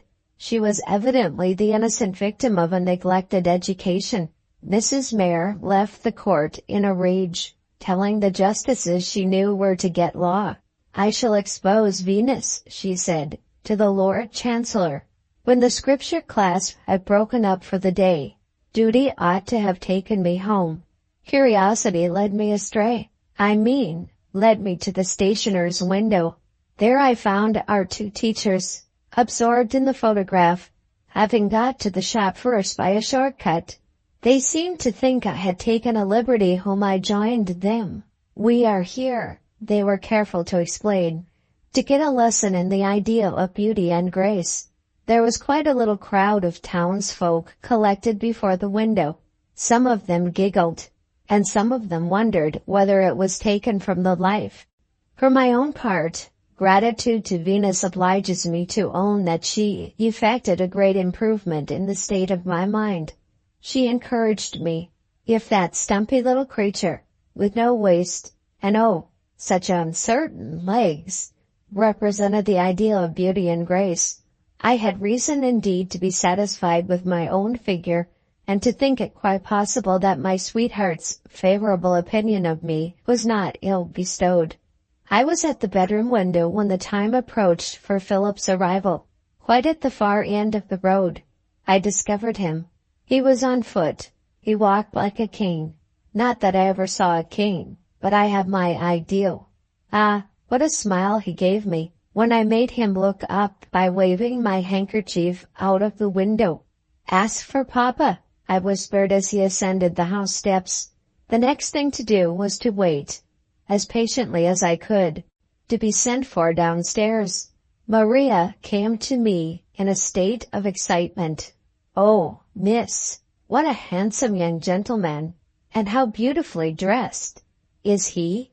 Instead of finishing what she had to say, she looked at me with a sly smile. I looked at her with a sly smile. We were certainly a couple of fools. But, dear me, how happy sometimes a fool can be. My enjoyment of that delightful time was checked when I went into the drawing room. I had expected to see Papa's face made beautiful by his winning smile. He was not only serious, he actually seemed to be ill at ease when he looked at me. At the same time, I saw nothing to make me conclude that Philip had produced an unfavorable impression. The truth is, we were all three on our best behavior, and we showed it. Philip had brought with him a letter from Mrs. Staveley, introducing him to Papa. We spoke of the Staveleys, of the weather, of the cathedral, and then there seemed to be nothing more left to talk about. In the silence that followed, what a dreadful thing silence is, Papa was sent for to see somebody who had called on business. He made his excuses in the sweetest manner, but still seriously. When he and Philip had shaken hands, would he leave us together? No, he waited. Poor Philip had no choice but to take leave of me. Papa then went out by the door that led into his study, and I was left alone. Can any words say how wretched I felt? I had hoped so much from the first meeting, and where were my hopes now? A profane wish that I had never been born was finding its way into my mind, when the door of the room was opened softly from the side of the passage. Maria, dear Maria, the best friend I have, peeped in. She whispered, "Go into the garden, miss, and you will find somebody there who is dying to see you. Mind you let him out by the shrubbery gate." I squeezed her hand. I asked if she had tried the shrubbery gate with a sweetheart of her own. "Hundreds of times, miss." Was it wrong for me to go to Philip in the garden? Oh, there is no end to objections. Perhaps I did it because it was wrong. Perhaps I had been kept on my best behavior too long for human endurance. How sadly disappointed he looked, and how rashly he had placed himself just where he could be seen from the back windows. I took his arm and led him to the end of the garden. There we went out of the reach of inquisitive eyes, and there we sat down together, under the big mulberry tree. "Oh, Eunice, your father doesn't like me." Those were his first words. In justice to Papa, and a little for my own sake too, I told him he was quite wrong. I said, "Trust my father's goodness. Trust his kindness, as I do." He made no reply. His silence was sufficiently expressive. He looked at me fondly. I may be wrong, but fond looks surely require an acknowledgment of some kind. Is a young woman guilty of boldness who only follows her impulses? I slipped my hand into his hand. Philip seemed to like it. We returned to our conversation. He began, "Tell me, dear, is Mr. Gradu always as serious as he is today?" "Oh no. When he takes exercise, does he ride or does he walk?" "Papa always walks." "By himself?" "Sometimes by himself, sometimes with me." "Do you want to meet him when he goes out?" "Yes." "When he is out with me?" "No, when he is out by himself." Was it possible to tell me more plainly that I was not wanted? I did my best to express indignation by snatching my hand away from him. He was completely taken by surprise. "Eunice, don't you understand me?" I was as stupid and as disagreeable as I could possibly be. "No, I don't." "Then let me help you," he said, with a patience which I had not deserved. Up to that moment I had been leaning against the back of a garden chair. Something else now got between me and my chair. It stole round my waist. It held me gently. It strengthened its hold. It improved my temper. It made me fit to understand him. All done by what? Only an arm. Philip went on. "I want to ask your father to do me the greatest of all favors, and there is no time to lose. Every day I expect to get a letter which may recall me to Ireland." My heart sank at this horrid prospect, and in some mysterious way my head must have felt it too. I mean that I found my head resting on his shoulder. He went on, "How am I to get my opportunity of speaking to Mr. Gradu? I mustn't call on him again as soon as tomorrow or next day, but I might meet him, out walking alone, if you will tell me how to do it. A note to my hotel is all I want. Don't tremble, my sweet. If you are not present at the time, do you see any objection to my owning to your father that I love you?" I felt his delicate consideration for me. I did indeed feel it gratefully. If he only spoke first, how well I should get on with Papa afterward. The prospect before me was exquisitely encouraging. I agreed with Philip in everything, and I waited, how eagerly was only known to myself, to hear what he would say to me next. He prophesied next, "When I have told your father that I love you, he will expect me to tell him something else. Can you guess what it is?" If I had not been confused, perhaps I might have found the answer to this. As it was, I left him to reply to himself. He did, in words which I shall remember as long as I live. "Dearest Eunice, when your father has heard my confession, he will suspect that there is another confession to follow it. He will want to know if you love me. My angel, will my hopes be your hopes too, when I answer him?" What there was in this to make my heart beat so violently that I felt as if I was being stifled is more than I can tell. He leaned so close to me, so tenderly, so delightfully close, that our faces nearly touched. He whispered, "Say you love me," in a kiss.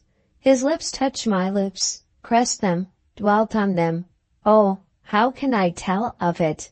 Some new enchantment of feeling ran deliciously through and through me. I forgot my own self. I only knew of one person in the world. He was master of my lips. He was master of my heart.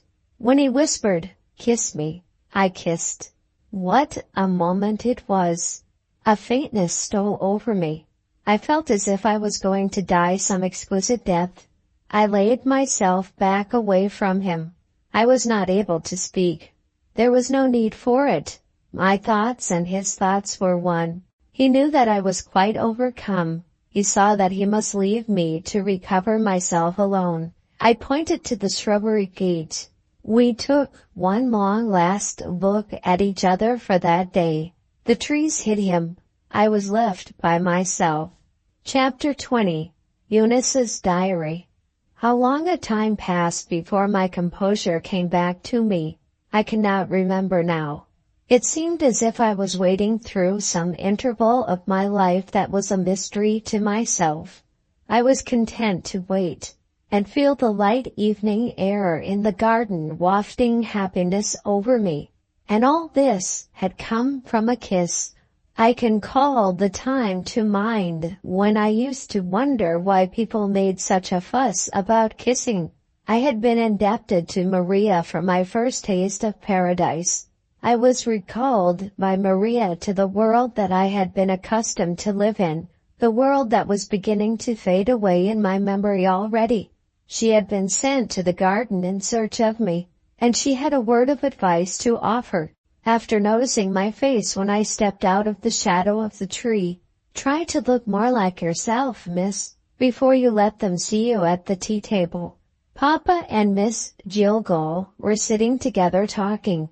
When I opened the door, they left off when they saw me, and I supposed, quite correctly as it turned out, that I had been one of the subjects in their course of conversation. My poor father seemed to be sadly anxious and out of sorts. Miss Jillgall, if I had been in the humor to enjoy it, would have been more amusing than ever. One of her funny little eyes persisted in winking at me, and her heavy foot had something to say to my foot, under the table, which meant a great deal perhaps, but which only succeeded in hurting me. My father left us, and Miss Jillgall explained herself. I know, dearest Eunice, that we have only been acquainted for a day or two, and that I ought not perhaps to have expected you to confide in me so soon. Can I trust you not to betray me if I set an example of confidence? Ah, I see I can trust you. And, my dear, I do so enjoy telling secrets to a friend. Hush! Your father, your excellent father, has been talking to me about young Mr. Dunboyne. She provokingly stopped there. I entreated her to go on. She invited me to sit on her knee. I want to whisper, she said. It was too ridiculous, but I did it. Miss Jillgall's whisper told me serious news. The minister has some reason, Eunice, for disapproving of Mr. Dunboyne, but, mind this, I don't think he has a bad opinion of the young man himself. He is going to return Mr. Dunboyne's call. Oh, I do so hate formality. I really can't go on talking of Mr. Dunboyne. Tell me his Christian name. Ah, what a noble name. How I long to be useful to him. Tomorrow, my dear, after the 1 o'clock dinner, your papa will call on Philip at his hotel. I hope he won't be out just at the wrong time. I resolved to prevent that unlucky accident by writing to Philip. If Miss Jillgall would have allowed it, I should have begun my letter at once, but she had more to say, and she was stronger than I was, and still kept me on her knee. It all looks bright enough so far, doesn't it, dear sister? Will you let me be your second sister? I do so love you, Eunice. Thank you, thank you. But the gloomy side of the picture is to come next. The minister. No, now I am your sister, I must call him Papa. It makes me feel so young again. Well, then, Papa has asked me to be your companion whenever you go out. Eunice is too young and too attractive to be walking about this great town, in Helena's absence, by herself. That was how he put it. Slyly enough, if one may say so of so good a man. And he used your sister, didn't he, as a kind of excuse. I wish your sister was as nice as you are. However, the point is, why am I to be your companion? Because, dear child, you and your young gentleman are not to make appointments and to meet each other alone. Oh, yes, that's it. Your father is quite willing to return Philip's call. He proposes, as a matter of civility to Mrs. Staveley, to ask Philip to dinner. But, mark my words, he doesn't mean to let Philip have you for his wife. I jumped off her lap. It was horrible to hear her. Oh, I said, can you be right about it? Miss Jillgall jumped up too. She has foreign ways of shrugging her shoulders and making signs with her hands. On this occasion she laid both hands on the upper part of her dress, just below her throat, and mysteriously shook her head. When my views are directed by my affections, she assured me, I never see wrong. My bosom is my strong point. She has no bosom, poor soul. But I understood what she meant. It failed to have any soothing effect on my feelings. I felt grieved and angry and puzzled, all in one. Miss Jillgall stood looking at me, with her hand still on the place where her bosom was supposed to be. She made my temper hotter than ever. I mean to marry Philip, I said. Certainly, my dear Eunice. But please don't be so fierce about it. If my father does really object to my marriage, I went on, it must be because he dislikes Philip. There can be no other reason. Oh, yes, dear, there can. What is the reason, then? That, my sweet girl, is one of the things that we have got to find out. The post of this morning brought a letter from my sister. We were to expect her return by the next day's train. This was good news. Philip and I might stand in need of clever Helena's help, and we might be sure of getting it now. In writing to Philip, I had asked him to let me hear how Papa and he had got on at the hotel. I won't say how often I consulted my watch, or how often I looked out of the window for a man with a letter in his hand. It will be better to get on at once to the discouraging end of it, when the report of the interview reached me at last. Twice Philip had attempted to ask for my hand in marriage, and twice my father had, deliberately, obstinately, Philip's own words, changed the subject. Even this was not all. As if he was determined to show that Miss Jillgall was perfectly right, and I perfectly wrong. Papa, civil to Philip as long as he did not talk of me, had asked him to dine with us, and Philip had accepted the invitation. What were we to think of it? What were we to do? I wrote back to my dear love, so cruelly used, to tell him that Helena was expected to return on the next day, and that her opinion would be of the greatest value to both of us. In a postscript, I mentioned the hour at which we were going to the station to meet my sister. When I say we, I mean Miss Jillgall as well as myself. We found him waiting for us at the railway. I am afraid he resented Papa's incomprehensible resolution not to give him a hearing. He was silent and sullen. I could not conceal that to see this state of feeling distressed me. He showed how truly he deserved to be loved. He begged my pardon, and he became his own sweet self again directly. I am more determined to marry him than ever. When the train entered the station, all the carriages were full. I went one way, thinking I had seen Helena. Miss Jillgall went the other way, under the same impression. Philip was a little way behind me. Not seeing my sister, I had just turned back, when a young man jumped out of a carriage, opposite Philip, and recognized and shook hands with him. I was just near enough to hear the stranger say, "Look at the girl in our carriage." Philip looked. "What a charming creature," he said, and then checked himself for fear the young lady should hear him. She had just handed her traveling bag and wraps to a porter, and was getting out. Philip politely offered his hand to help her. She looked my way.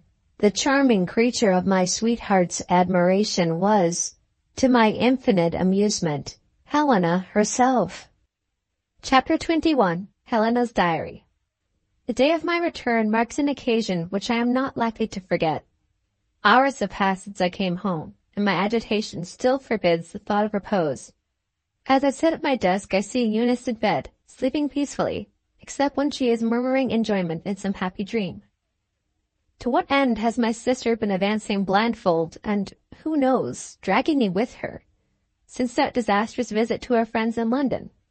Strange that there should be a leaven of superstition in my nature. Strange that I should feel fear of something, I hardly know what. I have met somewhere, perhaps in my Audiobook reading, with the expression, "a chain of events."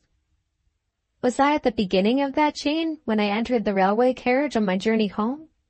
Among the other passengers there is a young gentleman, accompanied by a lady who proved to be his sister.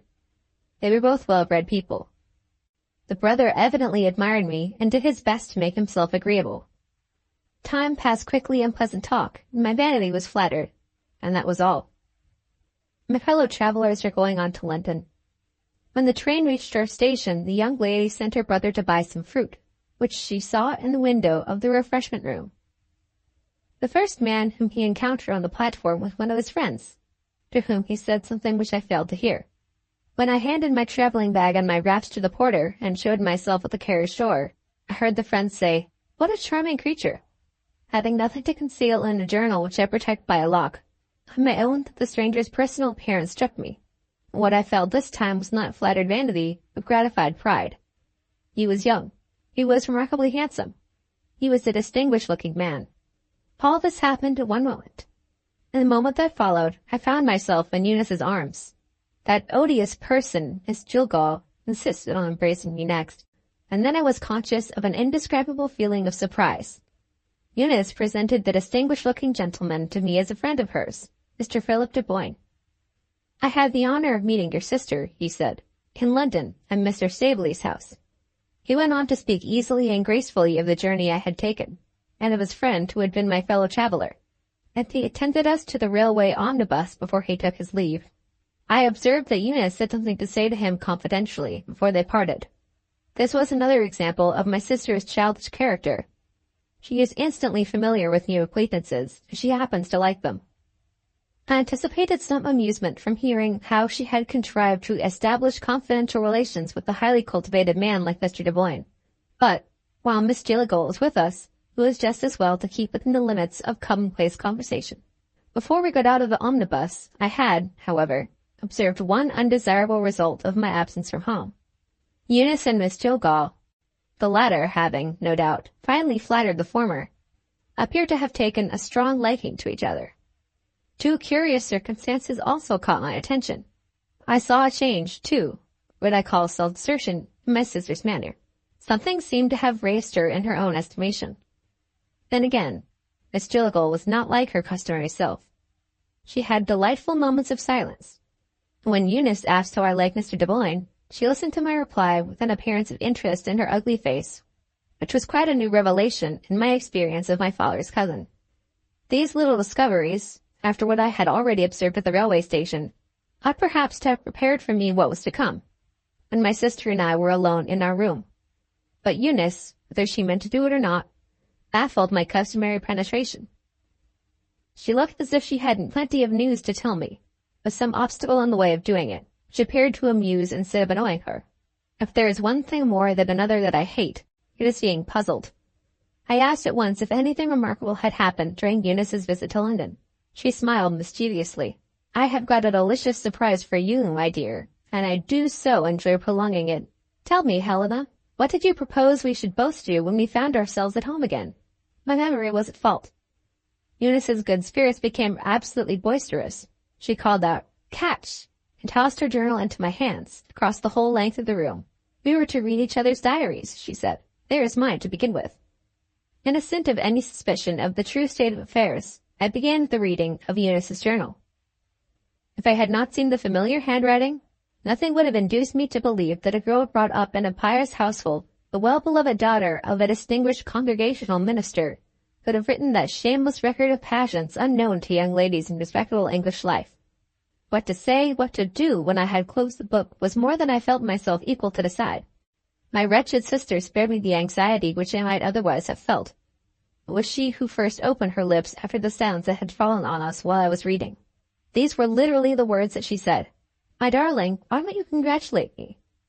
No argument could have persuaded me, as this persuaded me, that all sisterly remonstrance on my part would have been completely thrown away.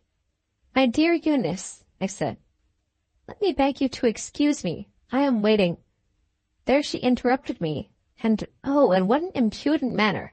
She took my chin between her finger and thumb and lifted my downcast face, and looked at me with an appearance of eager expectation, which I was quite at a loss to understand. "You have been away from home, too," she said. "Do I see in this serious face some astonishing news waiting to overpower me? Have you found a sweetheart? Are you engaged to be married?" I only put her hand away from me, and advised her to return to her chair. This perfectly harmless proceeding seemed absolutely to frighten her. "Oh, my dear," she burst out, "surely you are not jealous of me?" There was but one possible reply to this. I laughed at it. As Eunice's head turned, she kissed me. "Now you laugh," she said. "I begin to understand you again. I ought to have known that you are superior to jealousy. But do tell me, would it be so very wonderful if other girls found something to envy in my good luck? Just think of it. Such a handsome man, such an agreeable man, such a clever man, such a rich man. And not the least of his merits, by the by, a man who admires you. Come, if you won't congratulate me, congratulate yourself on having such a brother-in-law in prospect." Her head was turned. I drew the poor soul's attention compassionately to what I had said a moment since. "Pardon me, dear, for reminding you that I have not yet refused to offer my congratulations. I only told you I was waiting." "For what?" "Waiting, of course, to hear what my father thinks of your wonderful luck." This explanation, offered with the kindest intentions, produced another change in my very variable sister. I had extinguished her good spirits as I might have extinguished a light. She sat down by me and sighed in the saddest manner. The heart must be hard indeed which can resist the distress of a person who is dear to us. I put my arm round her. She was becoming once more the Eunice whom I so dearly loved. "My poor child," I said, "don't distress yourself by speaking of it. I understand. Your father objects to your marrying Mr. de Boulogne." She shook her head. "I can't exactly say, Helena, that Papa does that. He only behaves very strangely." Am I indiscreet, dear, if I ask in what way father's behavior has surprised you? She was quite willing to enlighten me. It was a simple little story which, to my mind, sufficiently explained the strange behavior that had puzzled my unfortunate sister. There could indeed be no doubt my father considered Eunice far too childish in character as yet to undertake the duties of matrimony. But with his customary delicacy and dread of causing distress to others, he had deferred the disagreeable duty of communicating his opinion to Mr. Du Bois. The adverse decision must, however, be sooner or later announced, and he had arranged to inflict disappointment, as tenderly as might be, at his own table, considerately leaving Eunice in the enjoyment of any vain hopes which she may have founded on the event of the dinner party. I passed the evening until supper time came in the study with my father. Our talk was mainly devoted to the worthy people with whom I had been staying, and whose new schools I had helped to found. Not a word was said relating to my sister, or to Mr. Du Bois. Poor father looked so sadly weary and ill that I ventured, after what the doctor had said to Eunice, to hint at the value of rest and change of scene to an overworked man. Oh, dear me, he frowned and waved the subject away from him impatiently, with a wan, pale hand. After supper, I made an unpleasant discovery. Not having completely finished the unpacking of my boxes, I left Miss Jillgall and Eunice in the drawing-room, and went upstairs. In half an hour I returned, and found the room empty. What had become of them? It was a fine moonlight night. I stepped into the back drawing-room and looked out the window. There they were, walking arm in arm with their heads close together, deep in talk. With my knowledge of Miss Jillgall, I call this a bad sign. An odd thought has just come to me. I wonder what might have happened if I had been visiting Mr. Staveley's instead of Eunice, and if Mr. Du Bois had seen me first. Absurd! If I was not too tired to do anything more, those last lines should be scratched out. Chapter 22. Eunice's Diary. I said so to Miss Jillgall, and I say it again here. Nothing will induce me to think ill of Helena. My sister is a good deal tired, and a little out of temper after the railway journey. This is exactly what happened to me when I went to London. I attribute her refusal to let me read her journal after she had read mine entirely to the disagreeable consequences of traveling by railway. Miss Jillgall accounted for it otherwise in her own funny manner.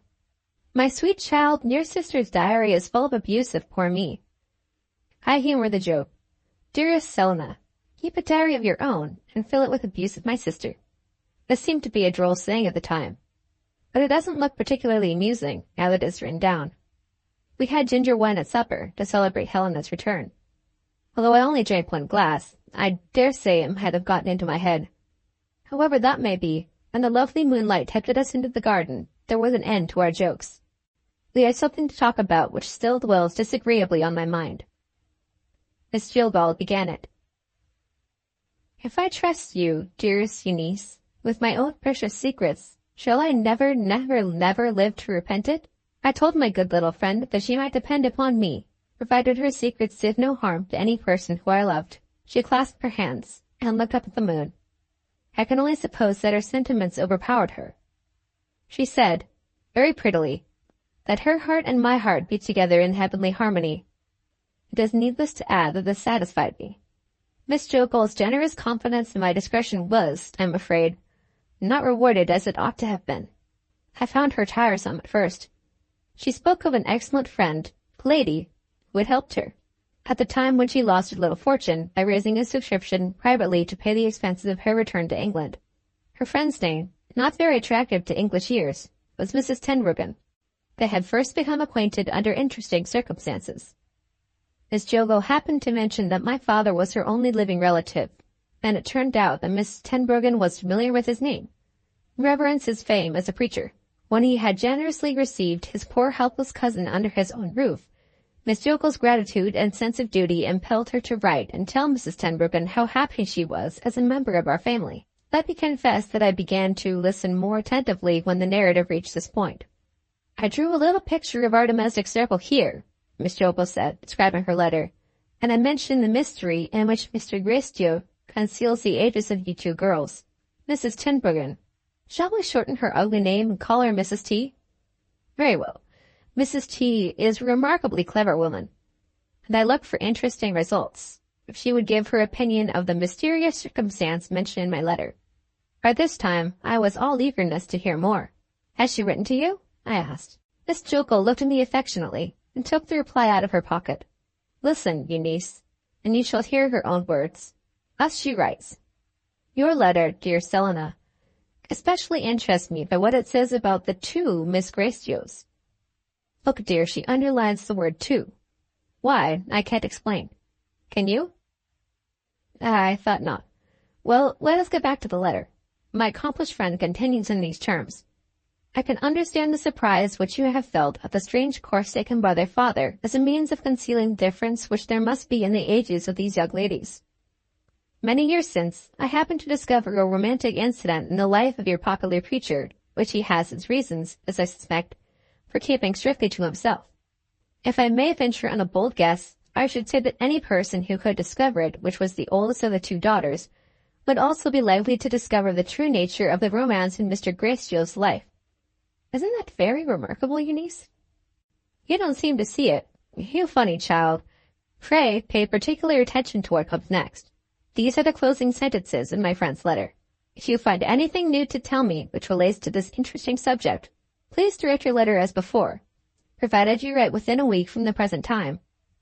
Afterward, my letters will be received by the English physician whose card I enclose.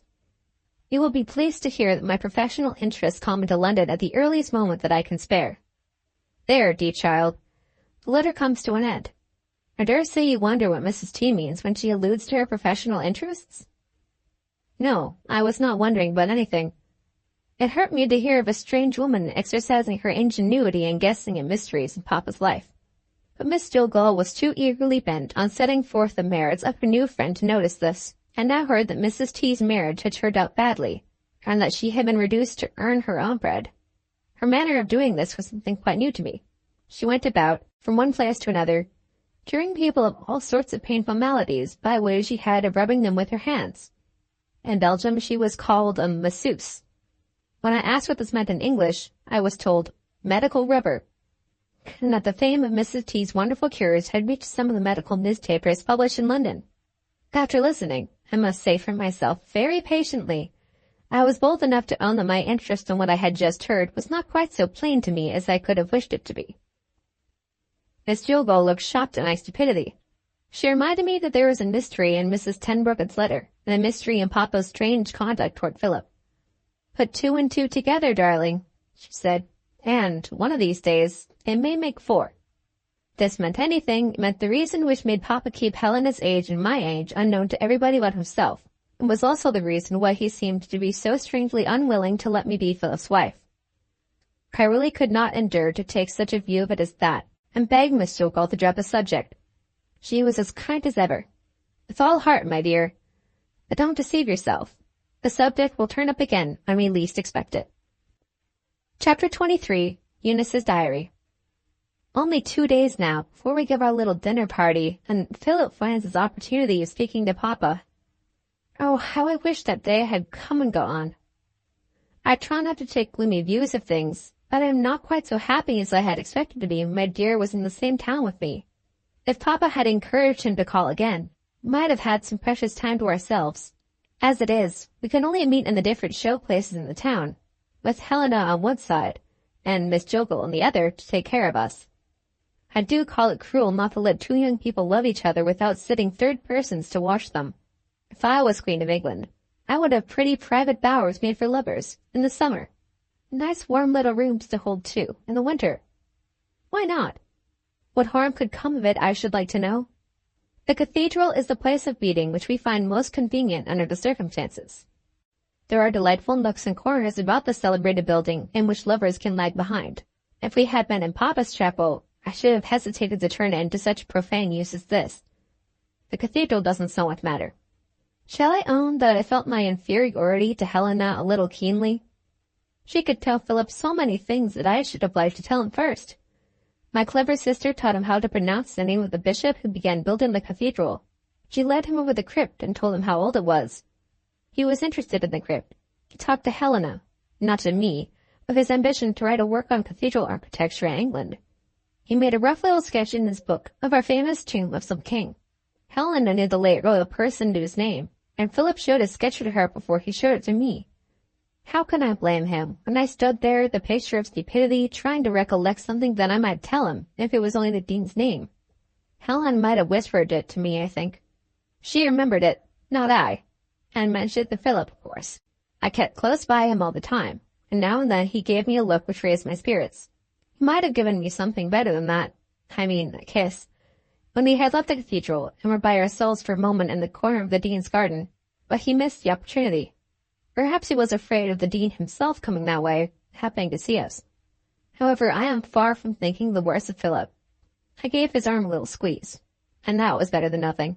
He and I took a walk along the bank of the river today. My sister and Miss Jobel looking after us as usual. On our way through the town, Helena stopped to give an order at a shop. She asked us to wait for her. That best of good creatures, Miss Jobel, whispered in my ear, "Go on by yourselves. Leave me to wait for her." Philip interpreted this act of kindness in a manner which would have vexed me, if I had not understood that it was one of his jokes. He said to me, "Miss Jogel sees a chance of annoying your sister, and enjoys the prospect. Well, we went away together. It was just what I wanted." It gave me an opportunity of saying something to Philip between ourselves. I could now beg of him, in his interest and mine, to make the best of himself when he came to dinner. Clever people, I told him, were people who Papa liked and admired. I said, "Let him see, dear, how clever you are, and how many things you know. You can't imagine what a high place you will have in his opinion.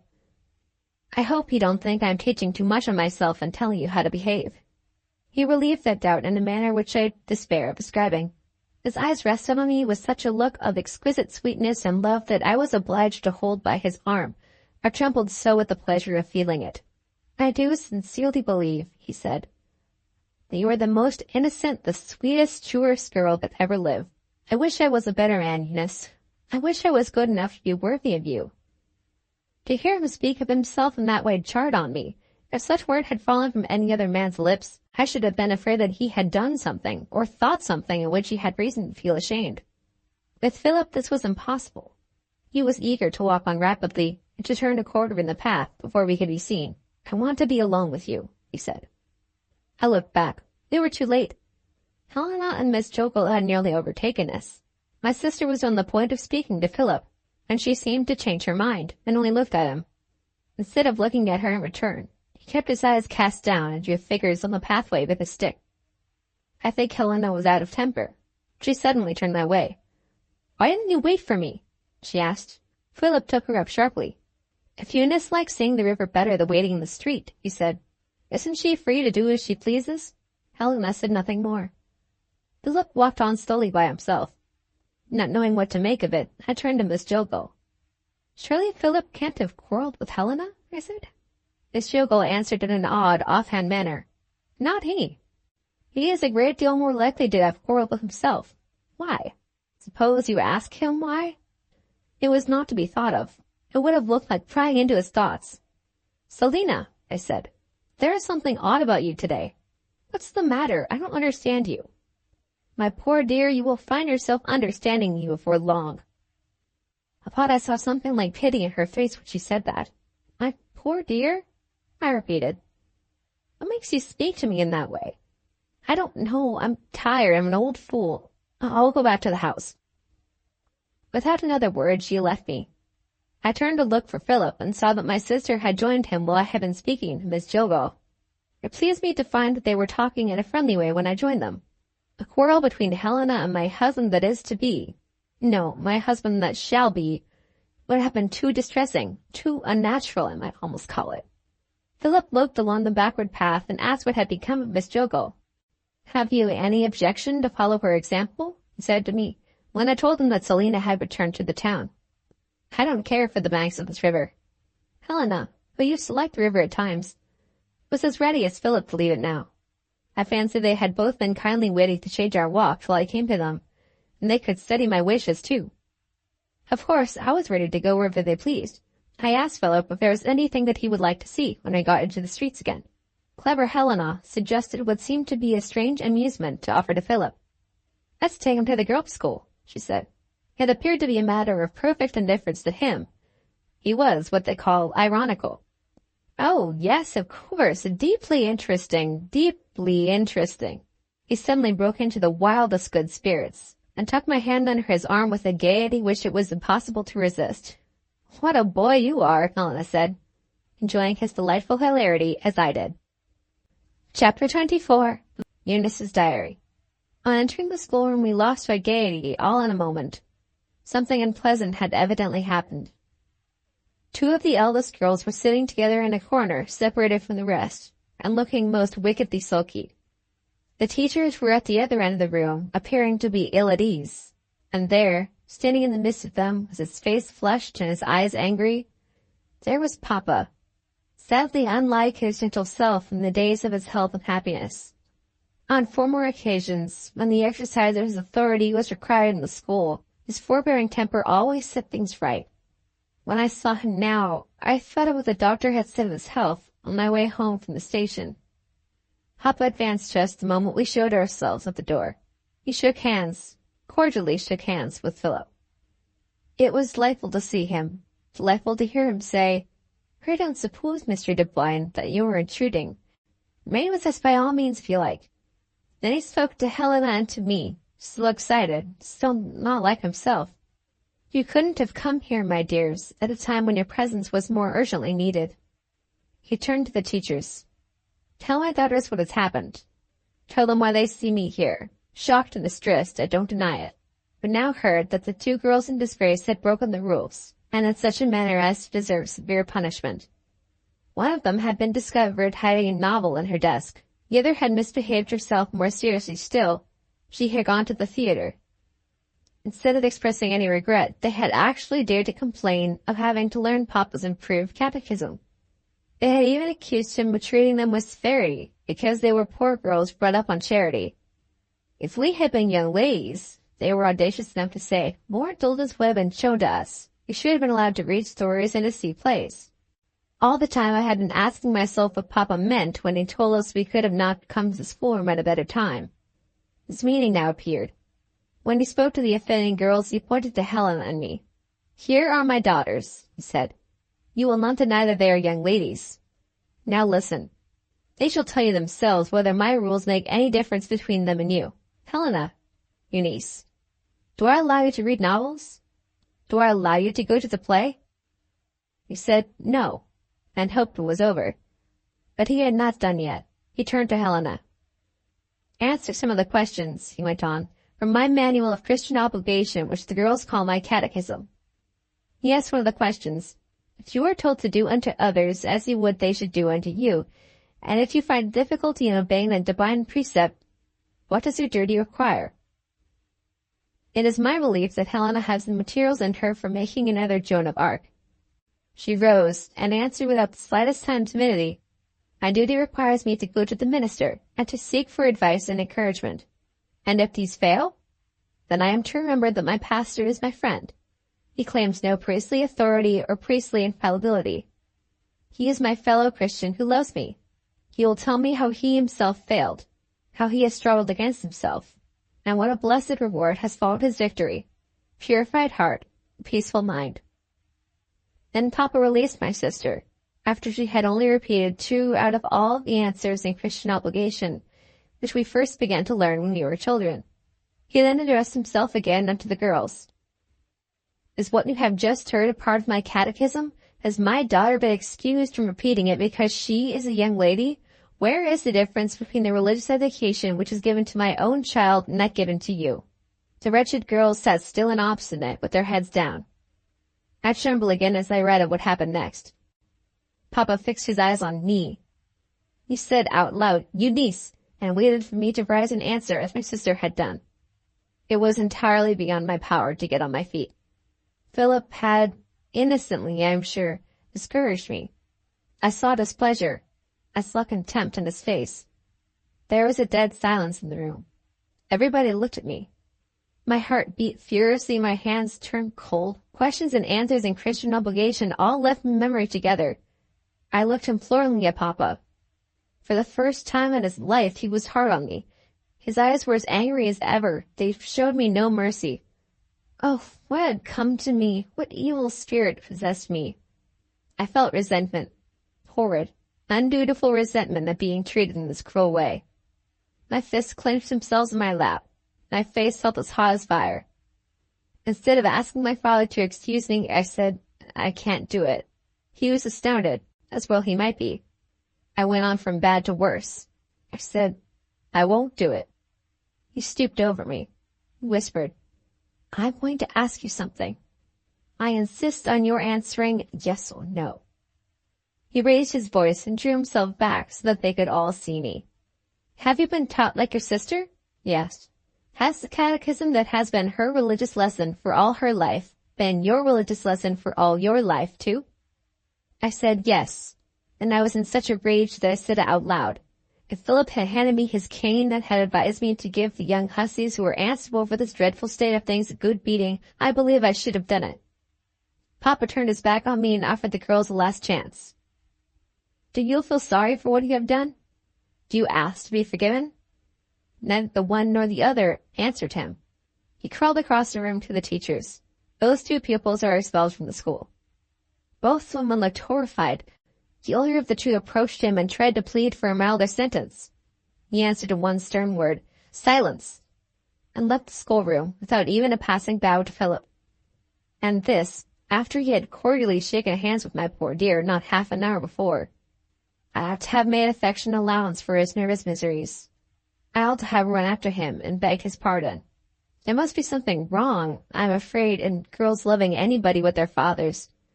When Helena led the way out by another door, I ran after Philip, and I asked him to forgive me. I don't know what I said, it was all confusion. The fear of having forfeited his fondness must, I suppose, have shaken my mind. I remember entreating Helena to say a kind word for me. She was so clever, she had behaved so well, she had deserved that Philip should listen to her. Oh, I cried out to him desperately, what must you think of me? I will tell you what I think of you, he said. It is your father who is in fault, Eunice, not you. Nothing could have been in worse taste than his management of that trumpery affair in the schoolroom. It was a complete mistake from beginning to end. Make your mind easy. I don't blame you. Are you really and truly as fond of me as ever? Yes, to be sure. Helena seemed to be hardly as much interested in this happy ending of my anxieties as I might have anticipated. She walked on by herself. Perhaps she was thinking of poor Papa's strange outbreak of excitement and grieving over it. We had only a little way to walk before we passed the door of Philip's hotel. He had not yet received the expected letter from his father, the cruel letter which might recall him to Ireland.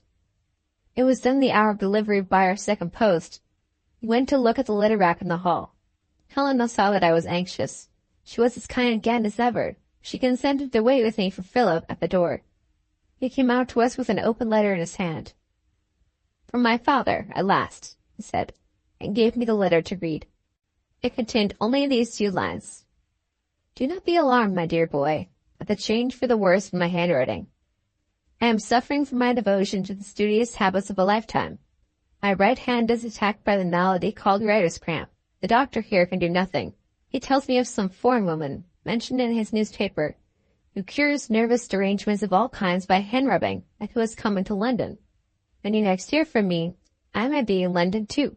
There the letter ended. Of course I knew who the foreign woman mentioned in the newspaper was. What does Miss Jogle's friend matter to me? The one important thing is that Philip had not yet been called back to Ireland. Here is a fortunate circumstance, which perhaps means more good luck. I may be Mrs. Philip de Boyne before the year is out. Chapter 25. Helena's Diary. They all notice at home that I am looking worn and haggard. That hideous old maid Miss Jogle had her malicious welcome ready for me when we met at breakfast this morning. Dear Helena, what has become of your beauty? One would think you have left it in your room. Poor deluded Eunice showed her sisterly sympathy. Don't joke about it, Selina. Can't you see that Helena is ill? I have been ill. Ill of my own wickedness. But the recovery to my tranquillity will bring with it the recovery of my good looks. My fatal passion for Philip promises to be the utter destruction of everything that is good in me. Well, what is good in me may not be worth keeping. There is a fate in these things. If I am destined to rob Eunice of the one dear object of her love and hope, how can I resist? The one kind thing I can do is to keep her in ignorance of what is coming, by acts of affectionate deceit. Besides, if she suffers, I suffer too. In the length and breadth of England, I doubt if there is a much more wicked young woman to be found than myself. Is it nothing to feel that and to endure it as I do? Upon my word, there is no excuse for me. Is this sheer impudence? No. It is the bent of my nature. I have a tendency to self-examination, accompanied by one merit. I don't spare myself. There are excuses for your niece. She lives in a fool's paradise, and she sees in her lover a radiant creature, shining in the halo thrown over him by her own self-delusion. Nothing of the sort is to be said from me. I see Philip as he is. My penetration looks into the lowest depths of his character when I am not in his company. There seems to be a foundation of good, somewhere in his nature. He despises and hates himself. He has confessed it to me when Eunice is with him, still believing her false sweetheart. But how long do these better influences last? I have only to show myself in my sister's absence, and Philip is mine, body and soul. His vanity and weakness take possession of him the moment he sees my face. He is one of those men, even in my little experience I had met with them, who were born to be led by women. If Eunice had possessed my strength of character, he would have been true to her for life. Ought I not, in justice to myself, to have lifted my heart high above the reach of such a creature as this? Certainly I ought. I know it. I feel it. And yet there is some fascination in having him which I am absolutely unable to resist. What, I ask myself, has fed the new flame which is burning in me? Did it begin with gratified pride? I might well feel proud when I found myself admired by a man of his beauty, set off by such manners and such accomplishments as his. Or has the growth of this masterful feeling been encouraged by the envy and jealousy stirred in me, when I found Eunice, my inferior in every respect, distinguished by the devotion of a handsome lover and having a brilliant marriage in view, while I was left neglected with no prospect of changing my title from Miss to Mrs.? Vain inquiries. My wicked heart seems to have secrets of its own, and to keep them a mystery to me. What has become of my excellent education? I don't care to inquire. I have got beyond the reach of good books and religious examples. Among my other blamable actions there may now be reckoned disobedience to my father.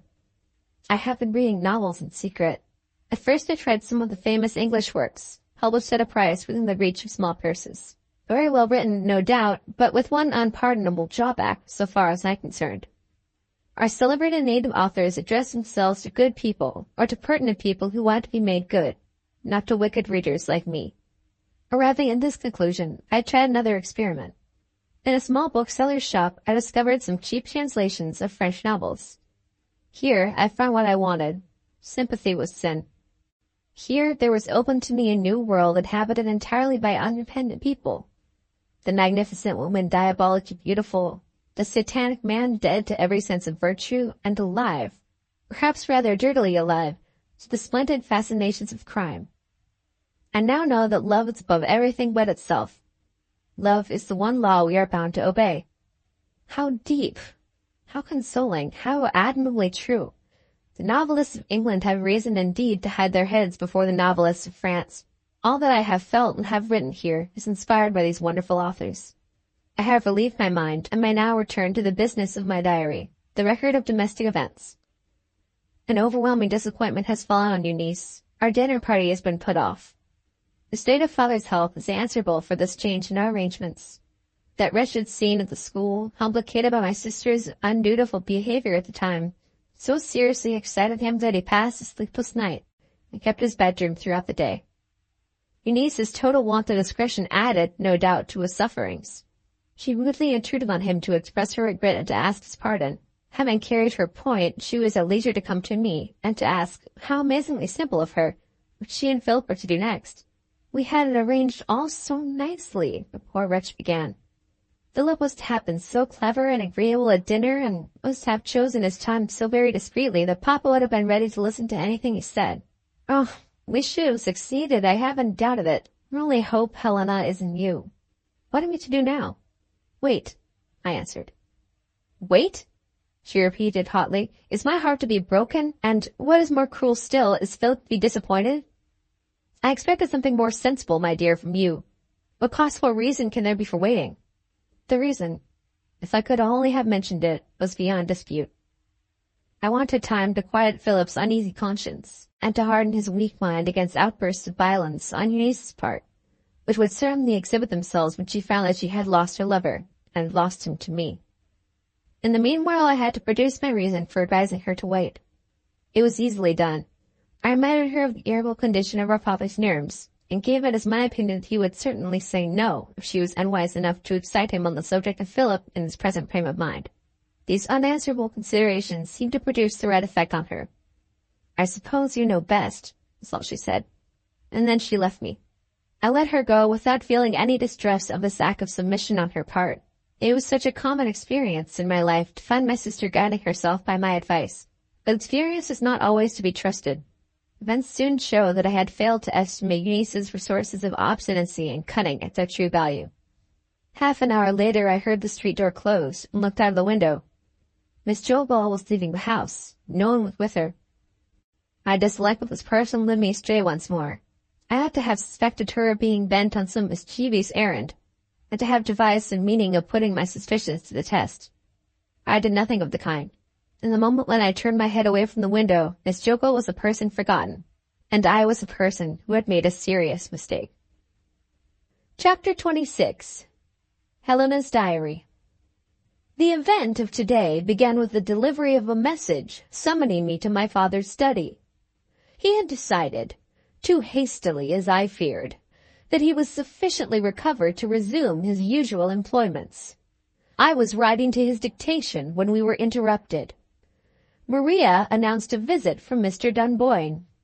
Hitherto, Philip had been content to send one of the servants of the hotel to make inquiry after Mr. Greystew's health. Why had he now called personally? Noticing that father seemed to be annoyed, I tried to make an opportunity of receiving Philip myself. "Let me see him," I suggested. "I can easily say you are engaged." Very unwillingly, as it was easy to see, my father declined to allow this. "Mr. Dunboyne's visit pays me a compliment," he said, "and I must receive him." I made a show of leaving the room and was called back to my chair. "This is not a private interview, Helena. Stay where you are." Philip came in, handsomer than ever, beautifully dressed, and paid his respects to my father with his customary grace. He was too well bred to allow any visible signs of embarrassment to escape him. But when he shook hands with me, I felt a little trembling in his fingers through the delicate gloves which fitted him like a second skin. Was it the true object of his visit to try the experiment designed by Eunice and myself, and deferred by the postponement of our dinner party? Impossible, surely, that my sister could have practiced on his weakness and persuaded him to return to his first love. I waited in breathless interest for his next words. They were not worth listening to. Oh, the poor commonplace creature. "I am glad, Mr. Greystew, to see that you are well enough to be in your study again," he said.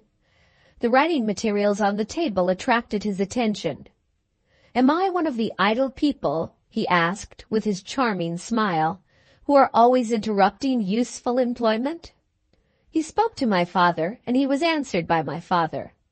Not once had he addressed a word to me. No, not even when we shook hands. I was angry enough to force him into taking some notice of me, and to make an attempt to confuse him at the same time. "Have you seen my sister?" I asked. "No." It was the shortest reply that he could choose. Having flung it at me, he still persisted in looking at my father and speaking to my father. "Do you think of trying change of air, Mr. Greystew, when you feel strong enough to travel?" "My duties keep me here," father answered, "and I cannot honestly say that I enjoy traveling. I dislike manners and customs that are strange to me. I don't find that hotels reward me for giving up the comforts of my own house. How do you find the hotel here?" "I submit to the hotel, sir. They are sad savages in the kitchen. They put mushroom ketchup into their soup, and mustard and cayenne pepper into their salads. I am half starved at dinner time, but I don't complain." Every word he said was an offense to me. With or without reason, I attacked him again. "I have heard you acknowledge that the landlord and landlady are very obliging people," I said. "Why don't you ask them to let you make your own soup and mix your own salad?"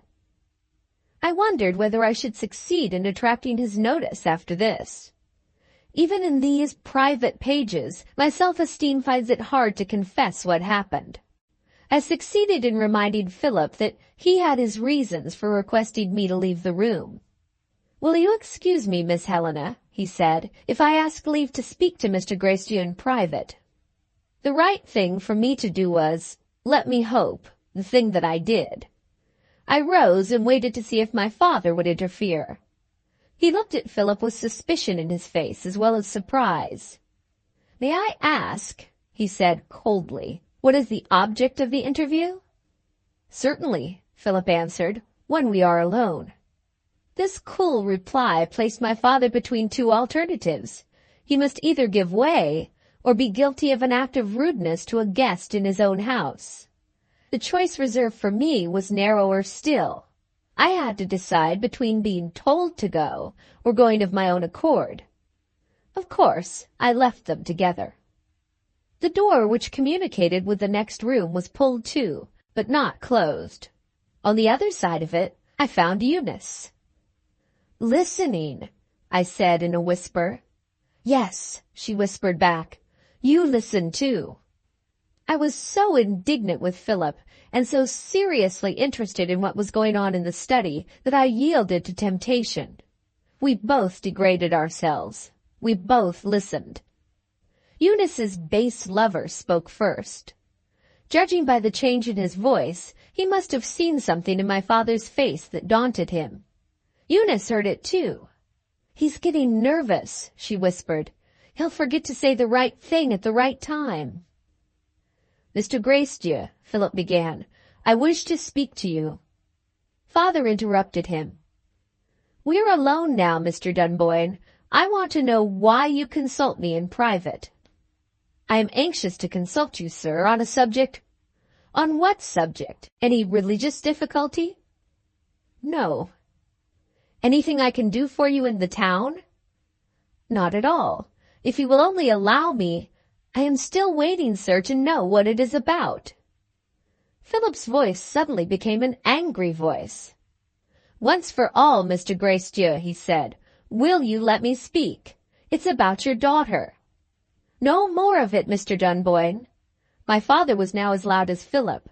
"I don't desire to hold a private conversation with you on the subject of my daughter." "If you have any personal objection to me, sir, be so good as to state it plainly." "You have no right to ask me to do that." "You refuse to do it?" "Positively." "You are not very civil, Mr. Gracedieu." "If I speak without ceremony, Mr. Dunboyne, you have yourself to thank for it." Philip replied to this in a tone of savage irony.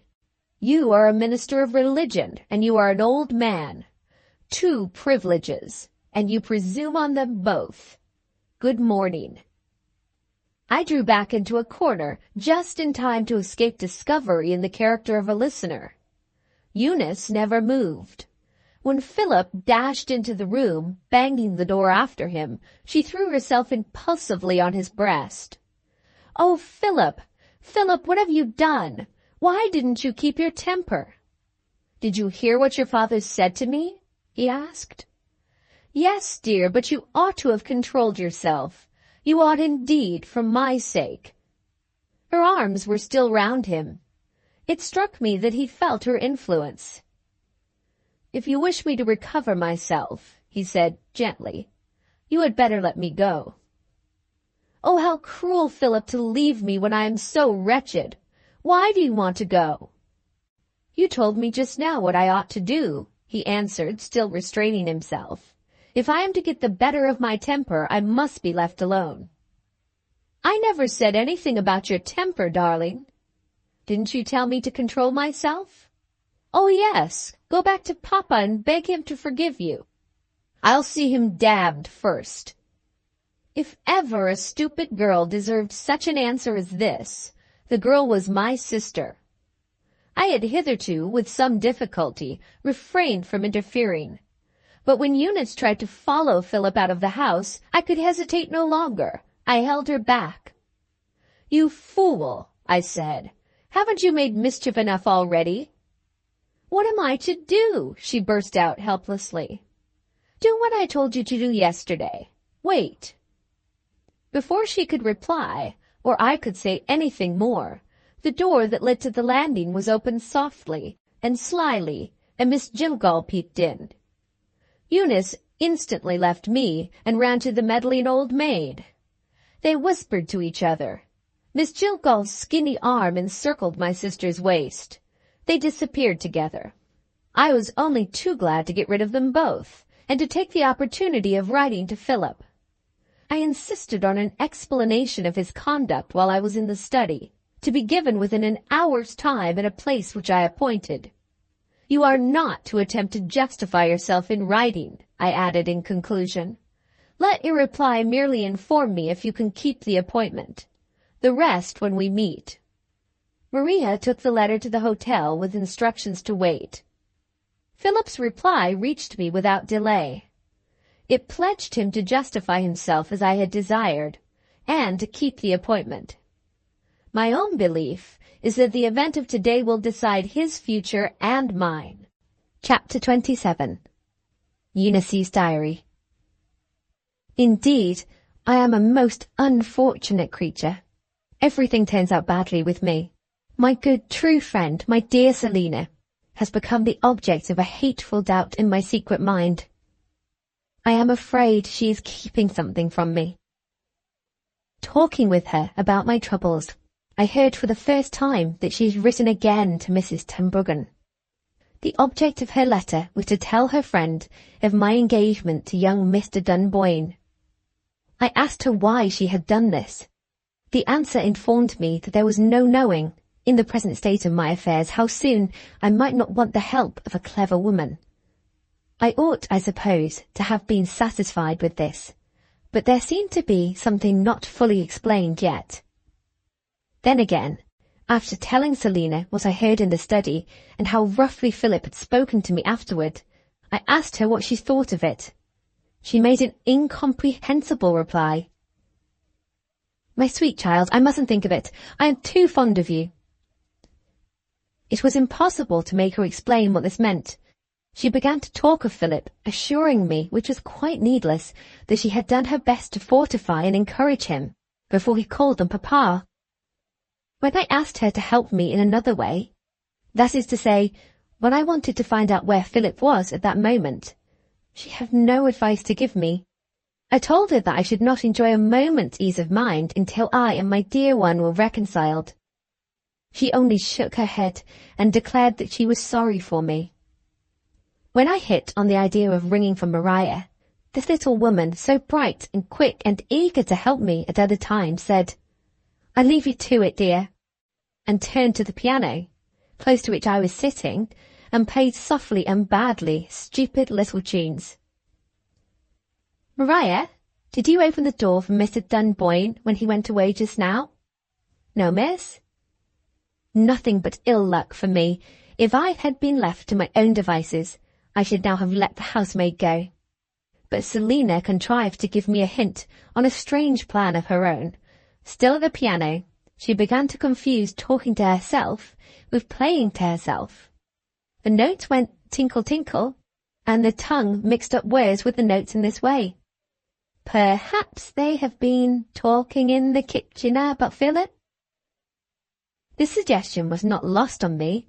I said to Maria, who was standing at the other end of the room, near the door, "Did you happen to hear which way Mr. Dunboyne went when he left us?" "I know where he was, miss, half an hour ago." "Where was he?" "At the hotel." Selina went on with her hints in the same way as before.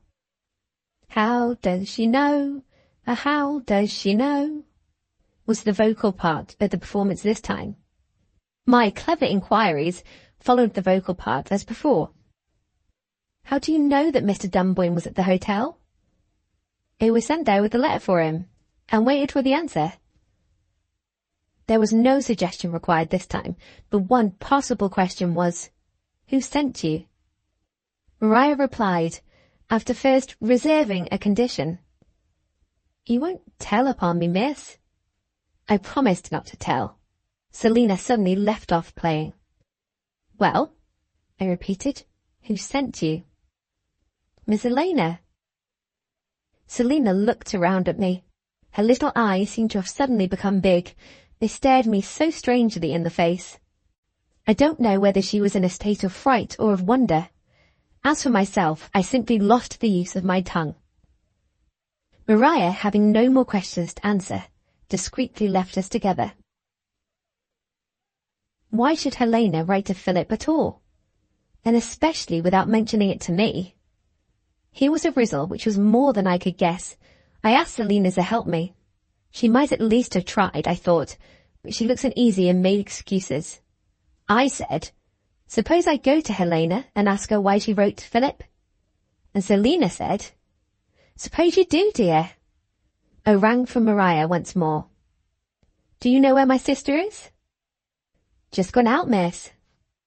There was no help for it, but to wait till she came back, and to get through the time in the interval as best I might. But for one circumstance, I might not have known what to do. The truth is, there was a feeling of shame in me when I remembered having listened at the study door. Curious notions come into one's head. One doesn't know how or why.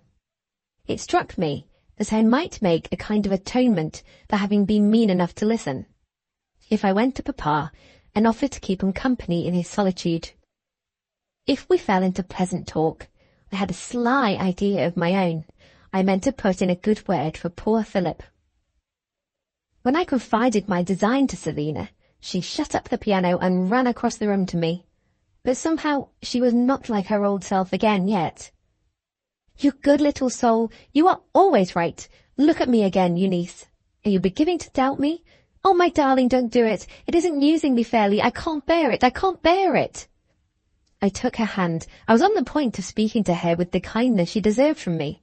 On a sudden, she snatched her hand away and ran back to the piano. When she was seated on the music stool, her face was hidden from me. At that moment, she broke into a strange cry. It began like a laugh and ended in a sob. Go away to Papa, don't mind me. I'm a creature of impulse. A little hysterical. The state of the weather. I get rid of these weaknesses, my dear, by singing to myself. I have a favourite song. My heart is light, my will is free. Go away. Oh, for God's sake, go away. I had heard of hysterics, of course, knowing nothing about them, however, by my own experience.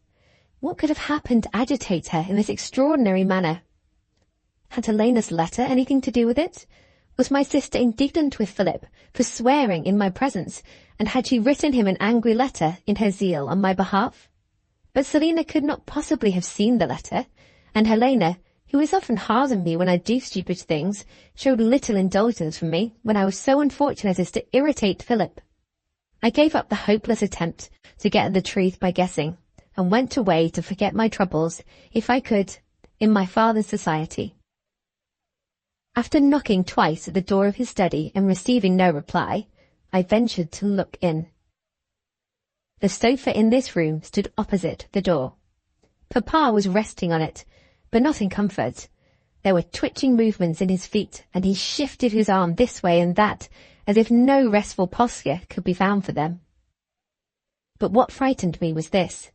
His eyes, staring straight at the door by which I had gone in, had an inquiring expression, as if he actually did not know me.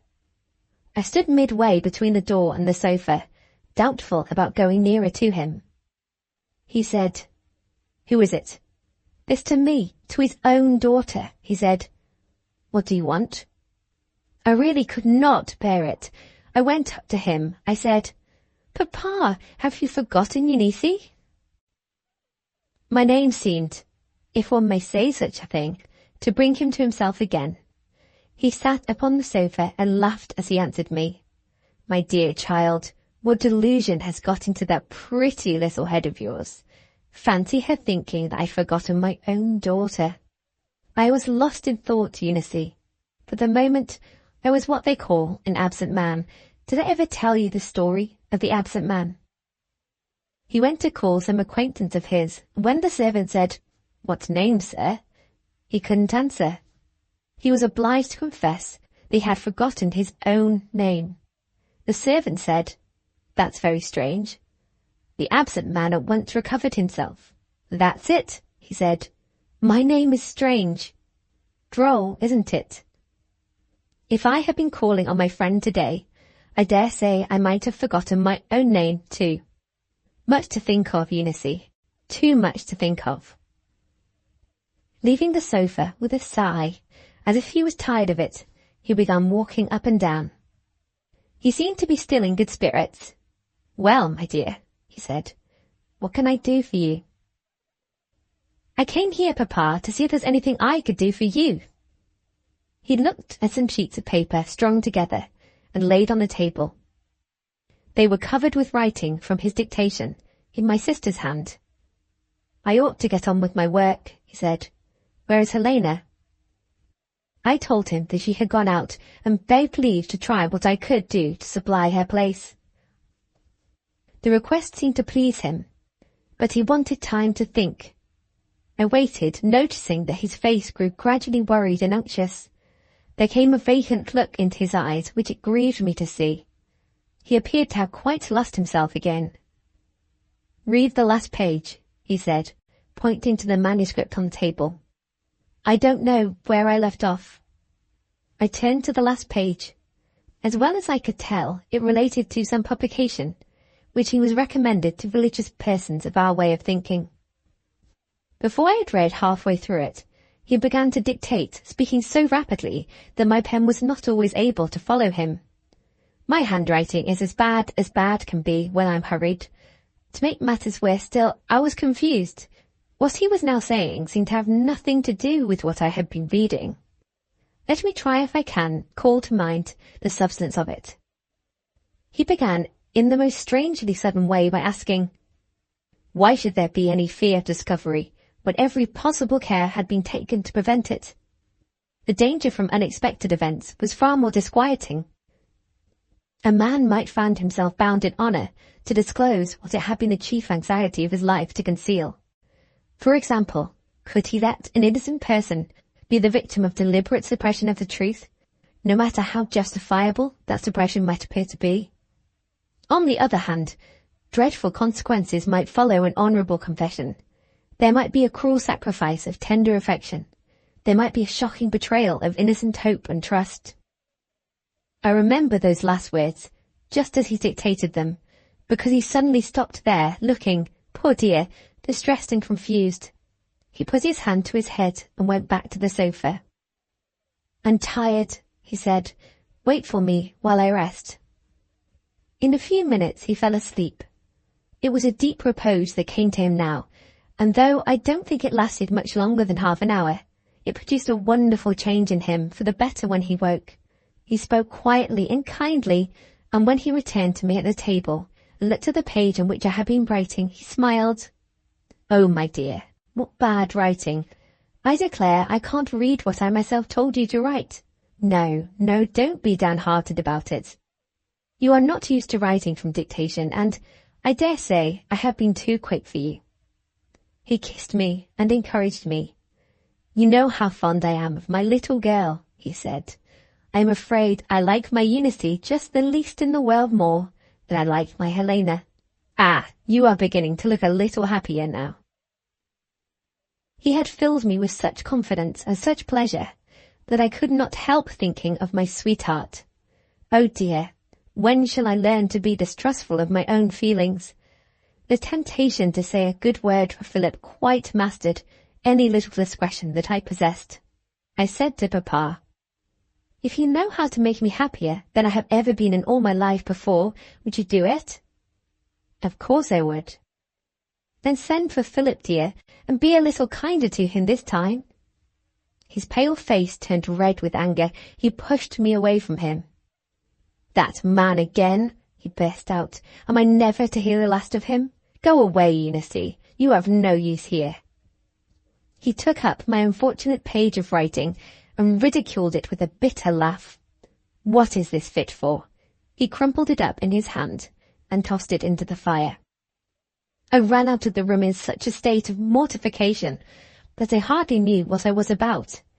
If some hard-hearted person had come to me with a cup of poison and said, "Eunice, you are not fit to live any longer, take this," I do believe I should have taken it. If I thought of anything, I thought of going back to Selina. My ill luck still pursued me. She had disappeared. I looked about in a helpless way, completely at a loss what to do next, so stupefied. I may even say that it was some time before I noticed a little three-cornered note on the table by which I was standing. The note was addressed to me. Ever dearest Eunice, I have tried to make myself useful to you and have failed, but how can I see the sad sight of your wretchedness and not feel the impulse to try again? I have gone to the hotel to find Philip and to bring him back to you a penitent and faithful man. Wait for me and hope for great things. 100,000 kisses to my sweet Eunice. S.J. Wait for her? After reading that note? How could she expect it? I had only to follow her and to find Philip. In another minute, I was on my way to the hotel. Chapter 28. Helena's Diary. Looking at the last entry in my journal, I see myself anticipating that the event of today will decide Philip's future and mine. This is proof prophetic. All further concealment is now at an end. Forced to it by fate, or helped to it by chance, Eunice has made the discovery of her lover's infidelity. In all human probability, as my father says in his sermons, we two sisters are enemies for life. I am not suspected, as Eunice is, of making appointments with a sweetheart, so I am free to go out alone and to go where I please. Philip and I were punctual to our appointment this afternoon. Our place of meeting was in a secluded corner of the town park. We found a rustic seat in our retirement, set up, one would suppose, as a concession to the taste of visitors who are fond of solitude. The view in front of us was bounded by the park wall and railings, and our seat was prettily approached on one side by a plantation of young trees. No entrance gate was near, no carriage road crossed the grass. A more safe and more solitary nook for conversation between two persons desiring to be alone, it would be hard to find in most public parks. Lovers are said to know it well, and to be especially fond of it toward evening. We were there in broad daylight, and we had the seat to ourselves. My memory of what passed between us is, in some degree, disturbed by the formidable interruption which brought our talk to an end. But among other things, I remember that I showed him no mercy at the outset. At one time I was indignant, at another I was scornful. I declared, in regard to my object in meeting him, that I had changed my mind, and had decided to shorten a disagreeable interview by waiving my right to an explanation and bidding him farewell. Eunice, as I pointed out, had the first claim to him. Eunice was much more likely to suit him as a companion for life than I was. In short, I said in conclusion, my inclination for once takes sides with my duty and leaves my sister in undisturbed possession of young Mr. Dunboyne. With this satirical explanation, I rose to say goodbye. I had merely intended to irritate him. He showed a superiority to anger for which I was not prepared. "Be so kind as to sit down again," he said quietly. He took my letter from his pocket and pointed to that part of it which alluded to his conduct when we had met in my father's study. "You have offered me the opportunity of saying a word in my own defense," he went on. "I prize that privilege far too highly to consent to your withdrawing it, merely because you have changed your mind.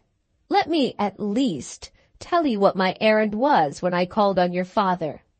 Loving you, and you only, I had forced myself to make a last effort to be true to your sister. Remember that, Helena, and then say, is it wonderful that I was beside myself when I found you in the study?" "When you tell me that you were beside yourself," I said, "do you mean ashamed of yourself?" That touched him. "I mean nothing of the kind," he burst out. "After the hell on earth in which I have been living between you two sisters, a man hasn't virtue enough left in him to be ashamed. He's half mad, that's what he is. Look at my position. I had made up my mind never to see you again. I had made up my mind, if I married Eunice, to rid myself of my own miserable life when I can endure it no longer. In that state of feeling, when my sense of duty depended on my speaking with Mr. Gracedieu alone, whose was the first face I saw when I entered the room? If I had dared to look at you or to speak to you, what do you think would have become of my resolution to sacrifice myself? What has become of it now? I asked. Tell me first if I am forgiven, he said, and you shall know. Do you deserve to be forgiven? It has been discovered by wiser heads than mine that weak people are always in extremes. So far, I had seen Philip in the vain and violent extreme. He now shifted suddenly to the sad and submissive extreme. When I asked him if he deserved to be forgiven, he made the humblest of all replies. He sighed and said nothing. If I did my duty to my sister, I reminded him, I should refuse to forgive you and send you back to Eunice. Your father's language and your father's conduct, he answered, have released me from that entanglement. I can never go back to Eunice. If you refuse to forgive me, neither you nor she will see anything more of Philip Dunboyne. I promise you that. Are you satisfied now? After holding out against him resolutely, I felt myself beginning to yield. When a man has once taken their fancy, what helplessly weak creatures women are.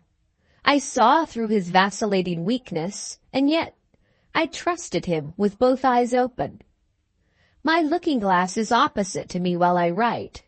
It shows me a contemptible Helena. I lied and said I was satisfied, to please him. Am I forgiven? He asked. It is absurd to put it on record. Of course I forgave him. What a good Christian I am, after all. He took my willing hand. My lovely darling, he said, our marriage rests with you. Whether your father approves of it or not, say the word, claim me, and I am yours for life. I must have been infatuated by his voice and his look. My heart must have been burning under the pressure of his hand on mine. Was it my modesty or my self-control that deserted me? I let him take me in his arms. Again and again and again I kissed him. We were deaf to what we ought to have heard. We were blind to what we ought to have seen. Before we were conscious of a movement among the trees, we were discovered. My sister flew at me like a wild animal. Her furious hands fastened themselves on my throat. Philip started to his feet. When he touched her, in the act of forcing her back from me, Eunice's raging strength became utter weakness in an instant. Her arms fell helpless at her sides. Her head drooped. She looked at him in silence, which was dreadful at such a moment as that. He shrank from the unendurable reproach in those tearless eyes. Meanly, he turned away from her. Meanly, I followed him. Looking back for an instant, I saw her step forward, perhaps to stop him, perhaps to speak to him. The effort was too much for her strength. She staggered back against the trunk of a tree. Like strangers, walking separate one from the other, we left her to her companion, the hideous traitress who was my enemy and her friend. Chapter 29. Helena's Diary. On reaching the street which led to Philip's hotel, we spoke to each other for the first time. "What are we to do?" I said. "Leave this place," he answered. "Together?" I asked. "Yes." To leave us, for a while, after what had happened, might be the wisest thing which a man, in Philip's critical position, could do. But if I went with him, unprovided as I was with any friend of my own sex, whose character and presence might sanction the step I had taken, I should be lost beyond redemption. Is any man that ever lived worth that sacrifice? I thought of my father's house closed to me, and of our friends ashamed of me. I have owned in some earlier part of my journal that I am not very patient under domestic cares. But the possibility of Eunice being appointed housekeeper, with my power, in my place, was more than I could calmly contemplate. "No," I said to Philip, "your absence at such a time as this may help us both, but come what may of it, I must remain at home." He yielded, without an attempt to make me alter my mind. There was a sullen submission in his manner which it was not pleasant to see. Was he despairing already of himself and of me? Had Eunice aroused the watchful demons of shame and remorse?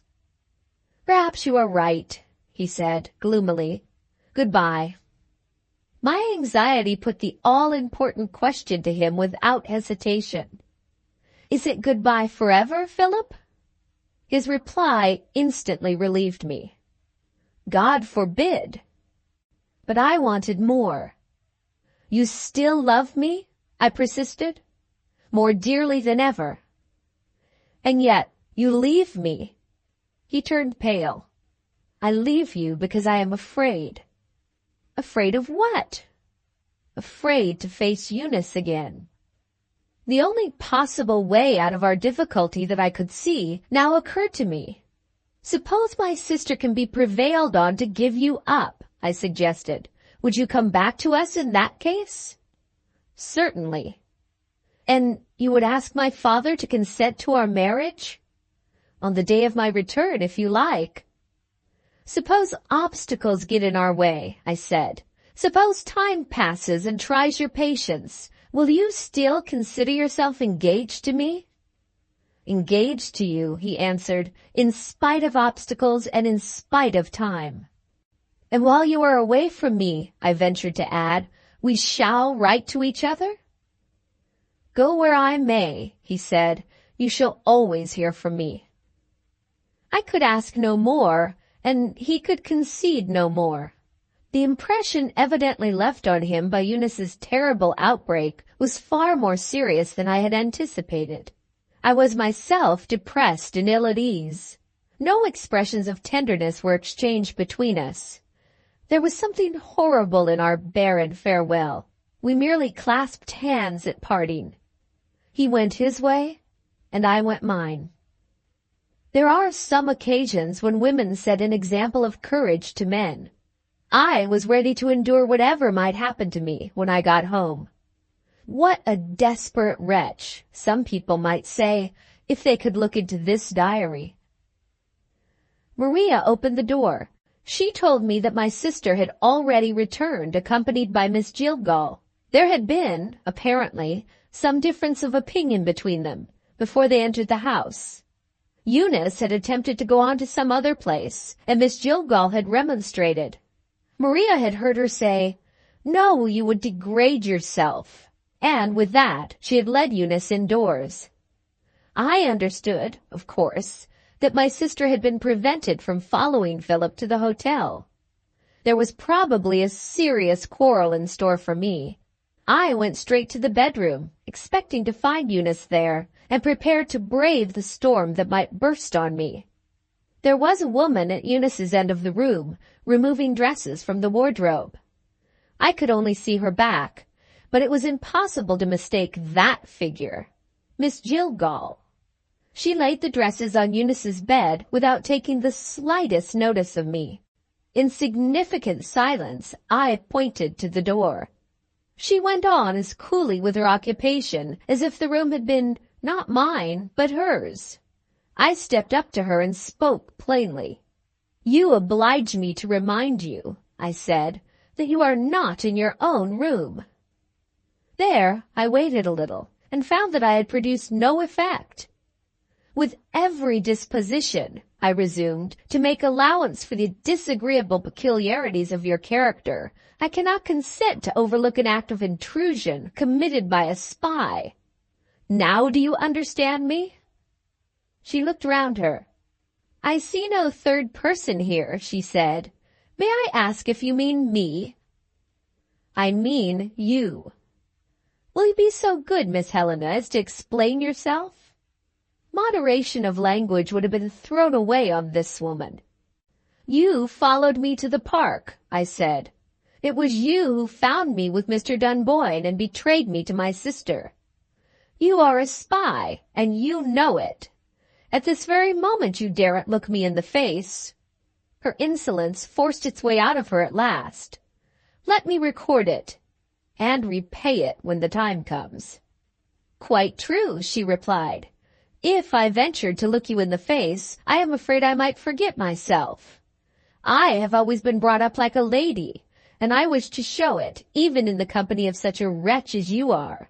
There is not one word of truth in what you have said of me. I went to the hotel to find Mr. Dunboyne. Ah, you may sneer. I haven't got your good looks, and a vile use you have made of them. My object was to recall that base young man to his duty to my dear, charming, injured Eunice. The hotel servant told me that Mr. Dunboyne had gone out. Oh, I had the means of persuasion in my pocket. The man directed me to the park, as he had already directed Mr. Dunboyne. It was only when I had found the place that I heard someone behind me. Poor innocent Eunice had followed me to the hotel, and had got her directions as I had got mine. God knows how hard I tried to persuade her to go back, and how horribly frightened I was. No, I won't distress myself by saying a word more. It would be too humiliating to let you see an honest woman in tears. Your sister has a spirit of her own, thank God. She won't inhabit the same room with you. She never desires to see your false face again. I take the poor soul's dresses and things away, and, as a religious person, I wait, confidently wait, for the judgment that will fall on you." She caught up the dresses all together. Some of them were in her arms, some of them fell on her shoulders, and one of them towered over her head. Smothered in gowns, she bounced out of the room like a walking milliner's shop. I have to thank the wretched old creature for a moment of genuine amusement at a time of devouring anxiety. The meanest insect, they say, has its use in the world, and why not Miss Jillgall? In half an hour more, an unexpected event raised my spirits. I heard from Philip. On his return to the hotel, he had found a telegram waiting for him. Mr. Dunboyne the elder had arrived in London, and Philip had arranged to join his father by the next train. He sent me the address, and begged that I would write and tell him my news from home by the next day's post. Welcome, thrice welcome, to Mr. Dunboyne the elder. If Philip can manage, under my advice, to place me favorably in the estimation of this rich old man, his presence and authority may do for us what we cannot do for ourselves. Here is surely an influence to which my father must submit, no matter how unreasonable or how angry he may be when he hears what has happened. I begin already to feel hopeful of the future. Chapter 30. Eunice's Diary. Through the day and through the night, I feel a misery that never leaves me. I mean the misery of fear. I am trying to find out some harmless means of employing myself, which will keep evil remembrances from me.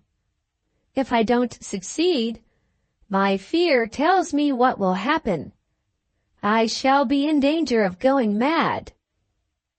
I dare not confide in any living creature. I don't know what other persons might think of me, or how soon I might find myself perhaps in an asylum. In this helpless condition, doubt and fright seem to be driving me back to my journal.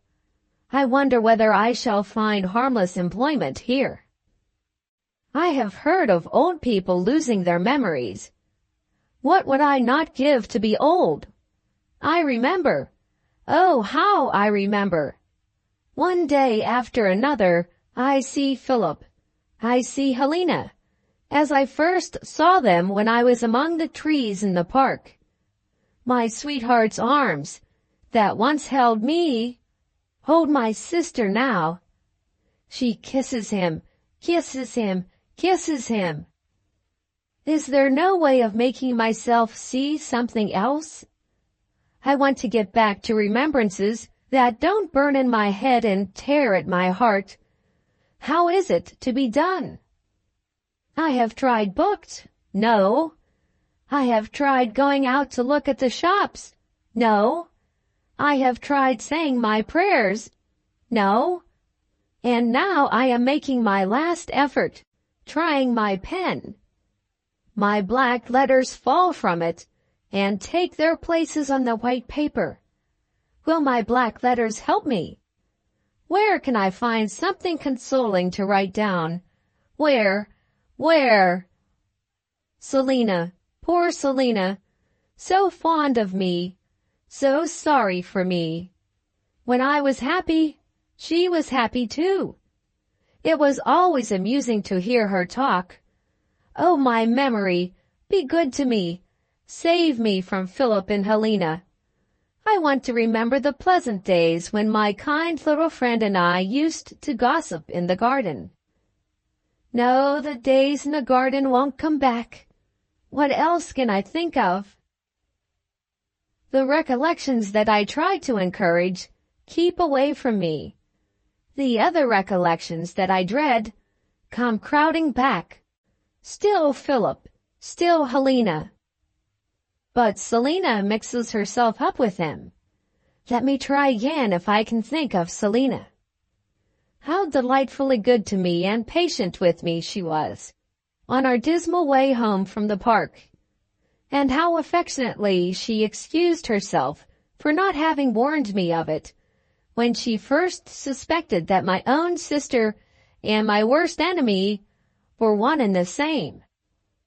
I know I was wrong, my dear, to let my love and pity close my lips. But remember how happy you were at the time. The thought of making you miserable was more than I could endure. I am so fond of you. Yes, I began to suspect them on the day when they first met at the station. And I am afraid I thought it just likely that you might be as cunning as I was, and have noticed them too. Oh, how ignorant she must have been of my true thoughts and feelings. How strangely people seem to misunderstand their dearest friends, knowing, as I did, that I could never love any man but Philip. Could I be wicked enough to suppose that Philip would love any woman but me? I explained to Selina how he had spoken to me when we were walking together on the bank of the river. Shall I ever forget those exquisite words? I wish I was a better man, Eunice. I wish I was good enough to be worthy of you. I asked Selina if she thought he was deceiving me when he said that. She comforted me by owning that he must have been in earnest at the time. And then she distressed me by giving the reason why. My love, you must have innocently said something to him when you and he were alone, which touched his conscience, when he had a conscience, and made him ashamed of himself. You were too fond of him to see how he changed for the worse, when your vile sister joined you and took possession of him again. It made my heart ache to see you so unsuspicious of them. You asked me, my poor dear, if they had quarreled. You believed they were tired of walking by the river, when it was you they were tired of. And you wondered why Helena took him to see the school. My child, she was the leading spirit at the school, and you were nobody. Her vanity saw the chance of making him compare you at a disadvantage with your clever sister. I declare, Eunice, I lose my head if I only think of it. All the strong points in my character seem to slip away from me. Would you believe it? I have neglected that sweet infant at the cottage. I have even let Mrs. Molly have her baby back again. If I had the making of the laws, Philip Dunboyne and Helena Gracedieu should be hanged together on the same gallows. I see I shock you. Don't let us talk of it. Oh, don't let us talk of it. And here am I, writing of it. What I had determined not to do is what I have done. Am I losing my senses already? The very names that I was most anxious to keep out of my memory stare me in the face in the lines that I have just written. Philip again. Helena again. Another day, and something new that must and will be remembered, shrink from it as I may. This afternoon, I met Helena on the stairs. She stopped and eyed me with a wicked smile. She held out her hand. "We are likely to meet often, while we are in the same house," she said. "Hadn't we better consult appearances and pretend to be as fond of each other as ever?" I took no notice of her hand. I took no notice of her shameless proposal. She tried again. "After all, it isn't my fault if Philip likes me better than he likes you. Don't you see that?" I still refused to speak to her. She still persisted. "How black you look, Eunice. Are you sorry you didn't kill me when you had your hands on my throat?" I said yes. She laughed and left me. I was obliged to sit down on the stair. I trembled so. My own reply frightened me. I tried to find out why I had said yes. I don't remember being conscious of meaning anything. It was as if somebody else had said yes, not I. Perhaps I was provoked, and the word escaped me before I could stop it. Could I have stopped it? I don't know. Another sleepless night. Did I pass the miserable hours in writing letters to Philip and then tearing them up? Or did I only fancy that I wrote to him? I have just looked at the fireplace. The torn paper in it tells me that I did write. Why did I destroy my letters? I might have sent one of them to Philip. After what has happened? Oh, no, no! Having been many days away from the girls' scripture class, it seemed to be possible that going back to the school and the teaching might help me to escape from myself. Nothing succeeds with me. I found it impossible to instruct the girls as usual. Their stupidity soon reached the limit of my patience, suffocated me with rage. One of them, a poor, fat, feeble creature, began to cry when I scolded her. I looked with envy at the tears rolling over her big round cheeks. If I could only cry, I might perhaps bear my hard fate with submission. I walked toward home by a roundabout way, feeling as if want of sleep was killing me by inches. In the high street, I saw Helena. She was posting a letter, and was not aware that I was near her. Leaving the post office, she crossed the street and narrowly escaped being run over. Suppose the threatened accident had really taken place. How should I have felt if it had ended fatally? What a fool I am to be putting questions to myself about things that have not happened. The walking tired me. I went straight home. Before I could ring the bell, the house door opened, and the doctor came out. He stopped to speak to me. While I had been away, he said, something had happened at home. He neither knew nor wished to know what, which had thrown my father into a state of violent agitation. The doctor had administered composing medicine. "My patient is asleep now," he told me. "But remember what I said to you the last time we met. A longer rest than any doctor's prescription can give him is what he wants. You are not looking well yourself, my dear. What is the matter?" I told him of my wretched, restless nights, and asked if I might take some of the composing medicine which he had given to my father. He forbade me to touch a drop of it. "What is physic for your father, you foolish child, is not physic for a young creature like you," he said. "Count 1,000, if you can't sleep tonight, or turn your pillow. I wish you pleasant dreams." He went away, amused at his own humor. I found Selina waiting to speak with me on the subject of poor Papa.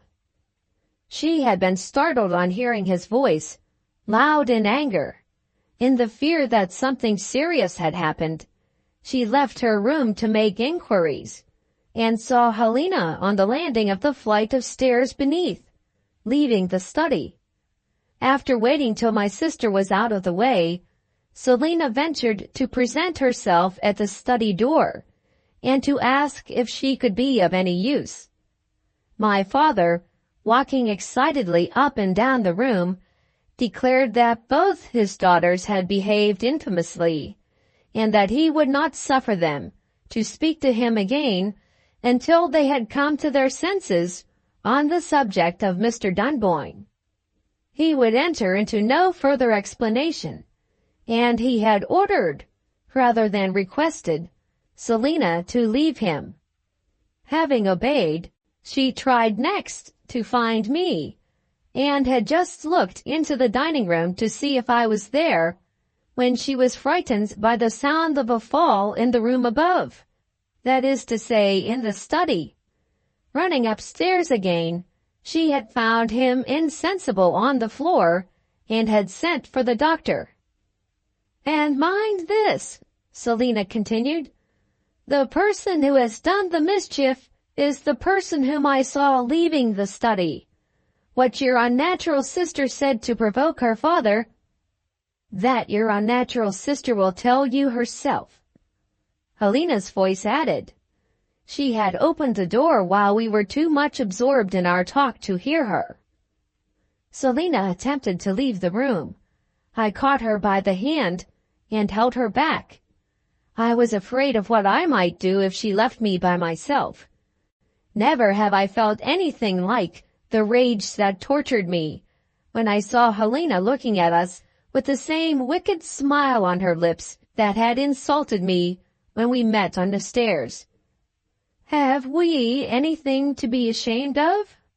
I said to Selina, "Stay where you are."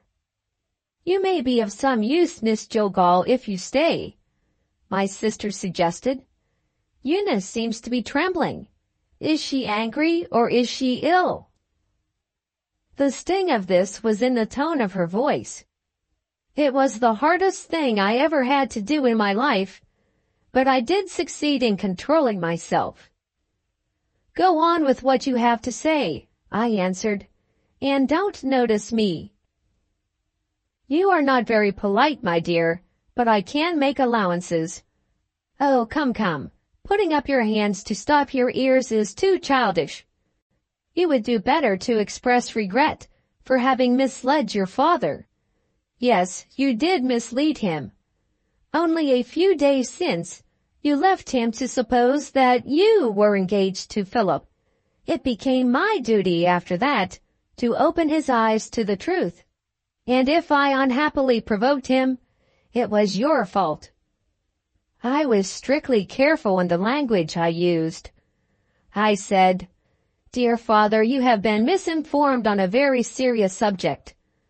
The only marriage engagement for which your kind sanction is requested is my engagement. I have consented to become Mrs. Philip Dunboyne." "Stop," I said. "Why am I to stop?" "Because I have something to say. You and I are looking at each other. Does my face tell you what is passing in my mind?" "Your face seems to be paler than usual," she answered. "That's all." "No," I said, "that is not all. The devil that possessed me when I discovered you with Philip is not cast out of me yet. Silence that sneering devil that is in you, or we may both live to regret it." Whether I did or did not frighten her, I cannot say. This only I know. She turned away silently to the door and went out. I dropped on the sofa, that horrid hungering for revenge, which I felt for the first time when I knew how Helena had wronged me, began to degrade and tempt me again. In the effort to get away from this new evil self of mine, I tried to find sympathy in Selina, and called to her to come and sit by me. She seemed to be startled when I looked at her, but she recovered herself and came to me and took my hand. "I wish I could comfort you," she said in her kind, simple way. "Keep my hand in your hand," I told her. "I am drowning in dark water, and I have nothing to hold by but you." "Oh, my darling, don't talk in that way." "Good Selina, dear Selina, you shall talk to me. Say something harmless. Tell me a melancholy story. Try to make me cry." My poor little friend looked sadly bewildered. "I'm more likely to cry myself," she said. "This is so heartbreaking. I almost wish I was back in the time before you came home, the time when your detestable sister first showed how she hated me. I was happy, meanly happy, in the spiteful enjoyment of provoking her. Oh, Eunice, I shall never recover my spirits again.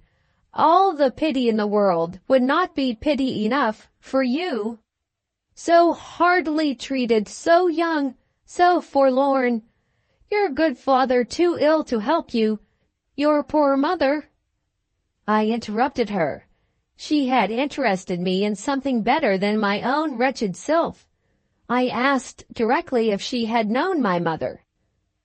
"My dear child, I never even saw her." "Has my father never spoken to you about her?" "Only once, when I asked him how long she had been dead. He told me you lost her while you were an infant, and he told me no more. I was looking at her portrait in the study only yesterday. I think it must be a bad portrait. Your mother's face disappoints me." I had arrived at the same conclusion years since, but I shrank from confessing it. "At any rate," Selina continued, "you are not like her. Nobody would ever guess that you were the child of that lady, with the long slanting forehead and the restless look in her eyes." What Selina had said of me in my mother's portrait, other friends had said. There was nothing that I know of to interest me in hearing it repeated, and yet it set me pondering on the want of resemblance between my mother's face and mine, and wondering, not for the first time, what sort of woman my mother was. When my father speaks of her, no words of praise that he can utter seem to be good enough for her. Oh me, I wish I was a little more like my mother. It began to get dark. Maria brought in the lamp. The sudden brightness of the flame struck my aching eyes as if it had been a blow from a knife. I was obliged to hide my face in my handkerchief. Compassionate Selina entreated me to go to bed. "Rest your poor eyes, my child, and your weary head, and try at least to get some sleep." She found me very docile. I kissed her and said good night. I had my own idea. When all was quiet in the house, I stole out into the passage and listened at the door of my father's room. I heard his regular breathing and opened the door and went in. The composing medicine, of which I was in search, was not on the table by his bedside. I found it in the cupboard, perhaps placed purposely out of his reach. They say that some physic is poison if you take too much of it. The label on the bottle told me what the dose was. I dropped it into the medicine glass and swallowed it and went back to my father. Very gently, so as not to wake him, I touched poor Papa's forehead with my lips. "I must have some of your medicine," I whispered to him. "I want it, dear, as badly as you do." Then I returned to my own room and lay down in bed, waiting to be composed. Chapter 31. Eunice's Diary. My restless nights are passed in Selina's room, Her bed remains near the window. My bed has been placed opposite near the door. Our nightlight is hidden in a corner, so that the faint glow of it is all that we see. What trifles these are to write about! But they mix themselves up with what I am determined to set down in my journal, and then to close the book for good and all. I had not disturbed my little friend's enviable repose, either when I left our bedchamber, or when I returned to it. The night was quiet, and the stars were out. Nothing moved but the throbbing at my temples. The lights and shadows in our half-darkened room, which at other times suggest strange resemblances to my fancy, failed to disturb me now. I was in a darkness of my own making, having bound a handkerchief cooled with water over my hot eyes. There was nothing to interfere with the soothing influence of the dose that I had taken. If my father's medicine would only help me. I began badly. The clock in the hall struck the 1/4 the hour, the 1/2 the 3/4 past, the new hour. Time was awake, and I was awake with time. It was such a trial to my patience that I thought of going back to my father's room and taking a second dose of the medicine, no matter what the risk might be. On attempting to get up, I became aware of a change in me. There was a dull sensation in my limbs which seemed to bind them down on the bed. It was the strangest feeling. My will said get up, and my heavy limbs said no. I lay quite still, thinking desperate thoughts, and getting nearer and nearer to the end that I had been dreading for so many days past. Having been as well educated as most girls, my lessons in history had made me acquainted with assassination and murder. Horrors, which I had recoiled from reading in past happy days, now returned to my memory, and this time they interested instead of revolting me. I counted the 3 first ways of killing, as I happened to remember them in my books of instruction. A way by stabbing, a way by poison, a way in a bed by suffocation with a pillow. On that dreadful night, I never once called to mind what I find myself remembering now. The harmless pastime, when our friends used to say, "Eunice is a good girl. We are all fond of Eunice." Shall I ever be the same lovable creature again? While I lay thinking, a strange thing happened. Philip, who had haunted me for days and nights together, vanished out of my thoughts. My memory of the love which had begun so brightly and had ended so miserably became a blank.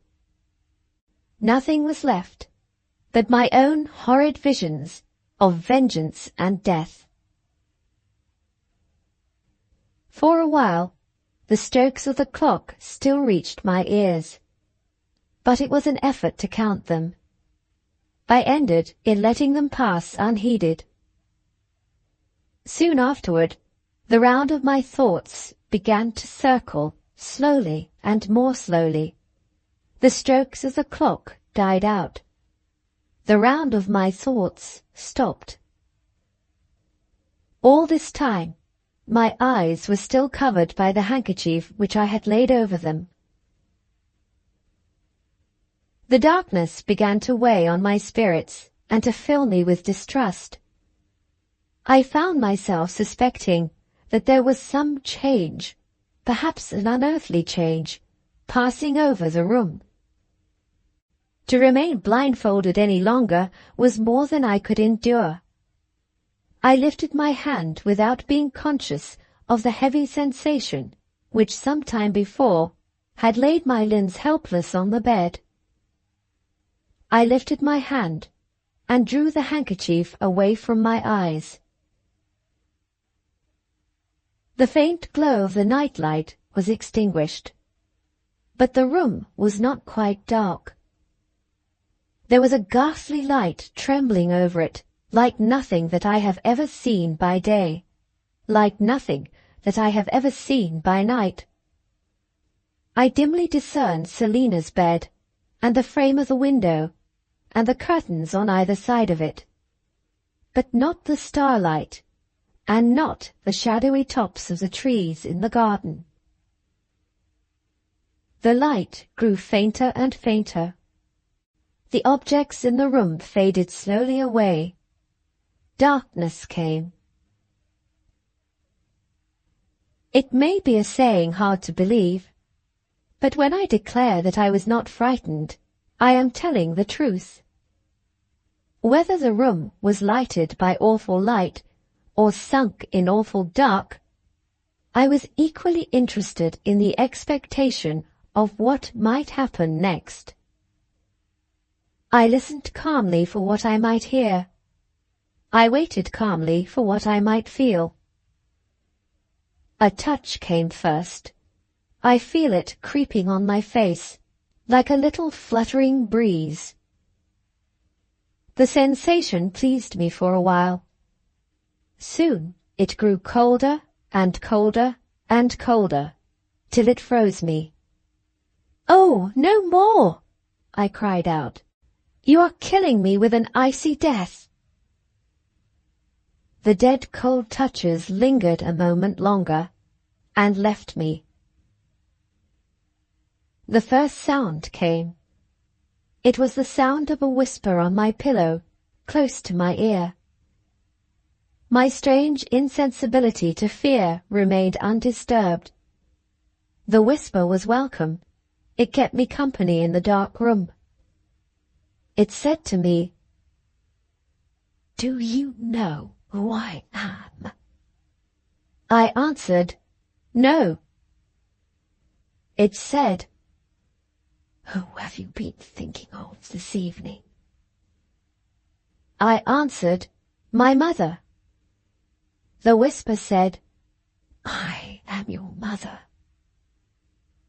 "Oh, mother, command the light to come back.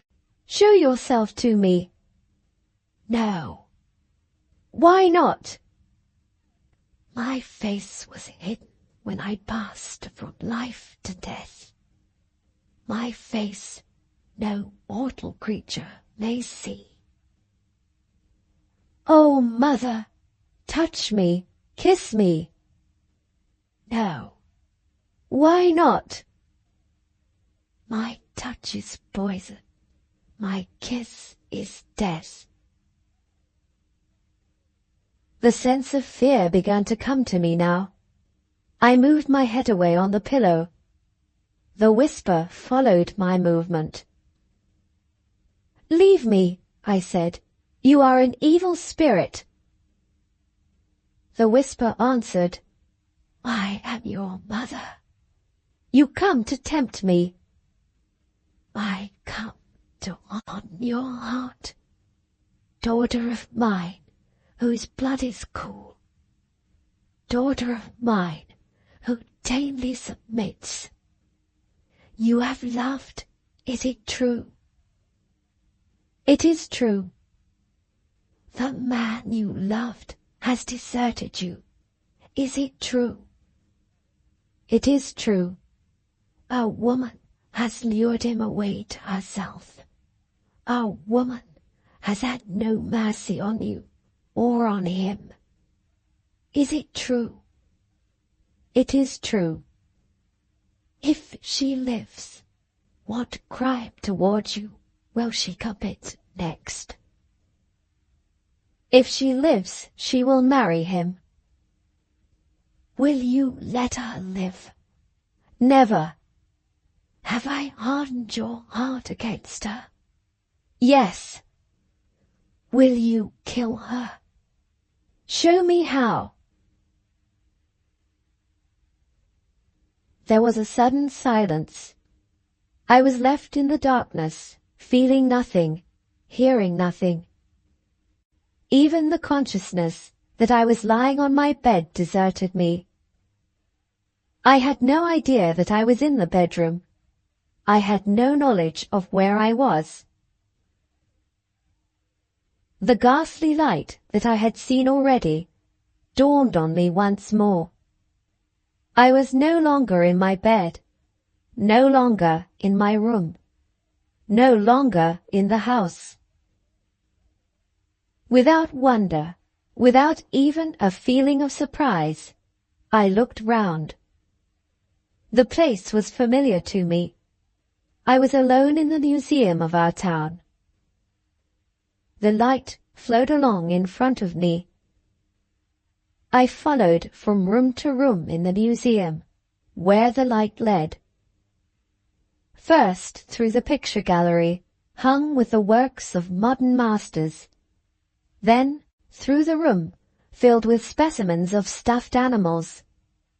The lion and the tiger, the vulture of the Alps and the great albatross looked like living creatures threatening me in the supernatural light.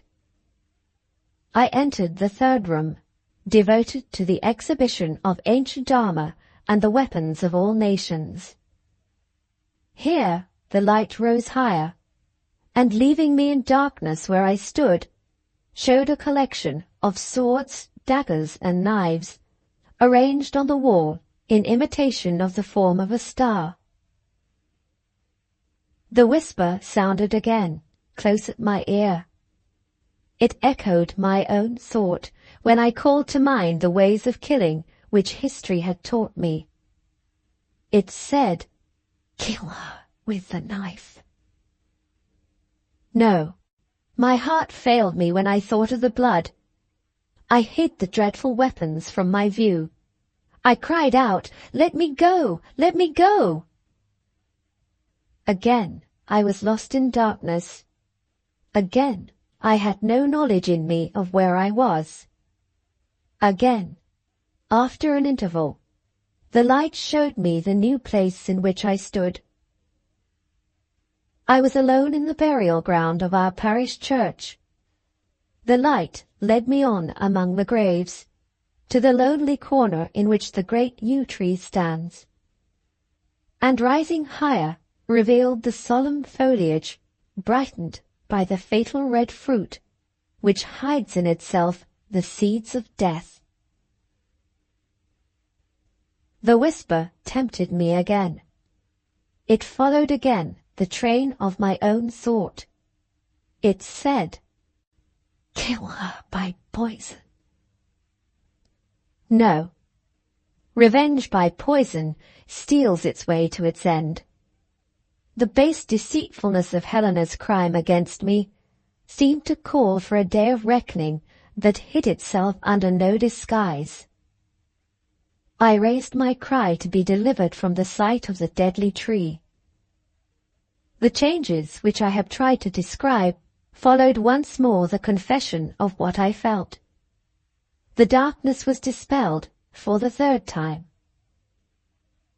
I was standing in Helena's room, looking at her as she lay asleep in her bed. She was quite still now, but she must have been restless at some earlier time. The bedclothes were disordered. Her head had sunk so low that the pillow rose high and vacant above her. There, coloured by a tender flush of sleep, was the face whose beauty put my poor face to shame. There was the sister who had committed the worst of murders, the wretch who had killed in me all that made life worth living. While that thought was in my mind, I heard the whisper again. "Kill her openly," the tempter mother said. "Kill her daringly. Faint heart, do you still want courage? Rouse your spirit. Look, see yourself in the act." The temptation took a form which now tried me for the first time. As if a mirror had reflected the scene, I saw myself standing by the bedside, with the pillow that was to smother the sleeper in my hands. I heard the whispering voice, telling me how to speak the words that warned and condemned her. "Wake, you who have taken him from me. Wake and meet your doom." I saw her start up in bed. The sudden movement disordered the nightdress over her bosom, and showed the miniature portrait of a man hung round her neck.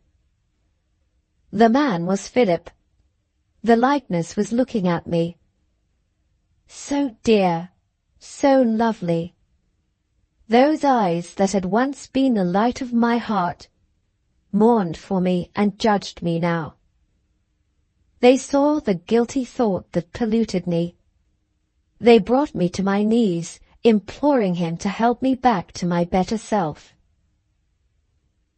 One last mercy, dear, to comfort me under the loss of you. Let the love that was once my life be my good angel still. Save me, Philip, even though you forsake me. Save me from myself. There was a sudden cry. The agony of it pierced my brain, drove away the ghastly light, silenced the tempting whispers. I came to myself. I saw, and not in a dream. Helena had started up in her bed. That cry of terror at the sight of me in her room at night had burst from her lips. The miniature of Philip hung round her neck, a visible reality. Though my head was dizzy, though my heart was sinking, I had not lost my senses yet. All that the night lamp could show me, I still saw. And I heard the sound faintly when the door of the bedchamber was opened. Alarmed by that piercing cry, my father came hurrying into the room. Not a word passed between us three. The whispers that I had heard were wicked. The thoughts that had been in my mind were vile. Had they left some poison in the air of the room, which killed the words on our lips? My father looked at Helena. With a trembling hand she pointed to me. He put his arm round me and held me up. I remember his leading me away, and I remember nothing more. My last words are written. I lock up this journal of misery, never, I hope and pray, to open it again. Chapter 32. The Middle-Aged Lady. In the year 1870, I found myself compelled to submit to the demands of two hard taskmasters. Advancing age and failing health reminded the governor of the prison of his duty to his successor in one unanswerable word: resign. When they have employed us and interested us for the greater part of our lives, we bid farewell to our duties, even to the gloomy duties of a prison, with a sense of regret. My view of the future presented a vacant prospect indeed, when I looked at my idle life to come and wondered what I should do with it. Loose on the world, at my age, I drifted into domestic refuge, under the care of my two dear and good sons. After a while, never mind how long a while, I began to grow restless under the heavy burden of idleness. Having nothing else to complain of, I complained of my health, and consulted a doctor. That sagacious man hit on the right way of getting rid of me. He recommended traveling. This was unexpected advice. After some hesitation, I accepted it reluctantly. The instincts of age recoil from making new acquaintances, contemplating new places, and adopting new habits. Besides, I hate railway traveling. However, I contrived to get as far as Italy, and stopped to rest at Florence. Here, I found pictures by the old masters that I could really enjoy, a public park that I could honestly admire, and an excellent friend and colleague of former days, once chaplain to the prison, now clergyman in charge of the English church. We met in the galley of the Pitti Palace, and he recognized me immediately. I was pleased to find that the lapse of years had made so little difference in my personal appearance. The traveler who advances as far as Florence and does not go on to Rome must be regardless indeed of the opinions of his friends. Let me not attempt to conceal it. I am that insensible traveler. Over and over again I said to myself, Rome must be done, and over again I put off doing it. To own the truth, the fascinations of Florence, aided by the society of my friend, laid so strong a hold on me that I believe I should have ended my days in the delightful Italian city but for the dangerous illness of one of my sons. This misfortune hurried me back to England in dread every step of the way of finding that I had arrived too late. The journey, thank God, proved to have been taken without need. My son was no longer in danger when I reached London in the year 1875. At that date I was near enough to the customary limit of human life to feel the necessity of rest and quiet. In other words, my days of travel had come to their end. Having established myself in my own country, I did not forget to let old friends know where they might find me. Among those to whom I wrote was another colleague of past years, who still held his medical appointment in the prison. When I received the doctor's reply, it enclosed a letter directed to me at my old quarters in the governor's rooms. Who could possibly have sent a letter to an address which I had left 5 years since? My correspondent proved to be no less a person than the Congregational minister, the friend whom I had estranged from me by the tone in which I had written to him on the long-past occasion of his wife's death. It was a distressing letter to read. I beg permission to give only the substance of it in this place. Entreating me, with touching expressions of humility and sorrow, to forgive his long silence, the writer appealed to my friendly remembrance of him. He was in sore need of counsel, under serious difficulties, and I was the only person to whom he could apply for help. In the disordered state of his health at that time, he ventured to hope that I would visit him at his present place of abode, and would let him have the happiness of seeing me as speedily as possible. He concluded with this extraordinary postscript: "When you see my daughters, say nothing to either of them which relates in any way to the subject of their ages. You shall hear why when we meet." The reading of this letter naturally reminded me of the claims which my friend's noble conduct had established on my admiration and respect at the past time when we met in the prison. I could not hesitate to grant his request, strangely as it was expressed, and doubtful as the prospect appeared to be of my answering the expectations which he had founded on the renewal of our intercourse. Answering his letter by telegraph, I promised to be with him on the next day. On arriving at the station, I found that I was the only traveler, by a first-class carriage, who left the train.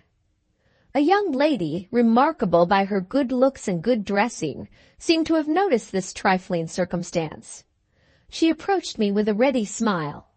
"I believe I am speaking to my father's friend," she said. "My name is Helena Gracedieu." Here was one of the minister's 2 daughters, and that one of the 2, as I discovered the moment I shook hands with her, who was my friend's own child. Miss Helena recalled to me her mother's face, infinitely improved by youth and health, and by a natural beauty which that cruel and deceitful woman could never have possessed. The slanting forehead and the shifting, flashing eyes that I recollected in the parent were reproduced, slightly reproduced, I ought to say, in the child. As for the other features, I have never seen a more beautiful nose and mouth, or a more delicately shaped outline than was presented by the lower part of the face. But Miss Helena somehow failed to charm me. I doubt if I should have fallen in love with her, even in the days when I was a foolish young man. The first question that I put, as we drove from the station to the house, related naturally to her father. "He is very ill," she began. I am afraid you must prepare yourself to see a sad change. Nerves. The mischief first showed itself, the doctor tells us, in derangement of his nervous system. He has been, I regret to tell you, obstinate in refusing to give up his preaching and pastoral work. He ought to have tried rest at the seaside. Things have gone on from bad to worse. Last Sunday, at the beginning of his sermon, he broke down. Very, very sad, is it not? The doctor says that precious time has been lost, and he must make up his mind to resign his charge. He won't hear of it. You are his old friend. Please try to persuade him. Fluently spoken, the words well chosen, the melodious voice reminding me of the late Mrs. Gracedieu's advantages in that respect. Little sighs judiciously thrown in here and there, just at the right places. Everything, let me own, that could present a dutiful daughter as a pattern of propriety, and nothing, let me add, that could produce an impression on my insensible temperament. If I had not been too discreet to rush at a hasty conclusion, I might have been inclined to say, her mother's child, every inch of her. The interest which I was still able to feel in my friend's domestic affairs centered in the daughter whom he had adopted. In her infancy I had seen the child and liked her. I was the one person living, since the death of Mrs. Gracedieu, who knew how the minister had concealed the sad secret of her parentage, and I wanted to discover if the hereditary taint had begun to show itself in the innocent offspring of the murderess.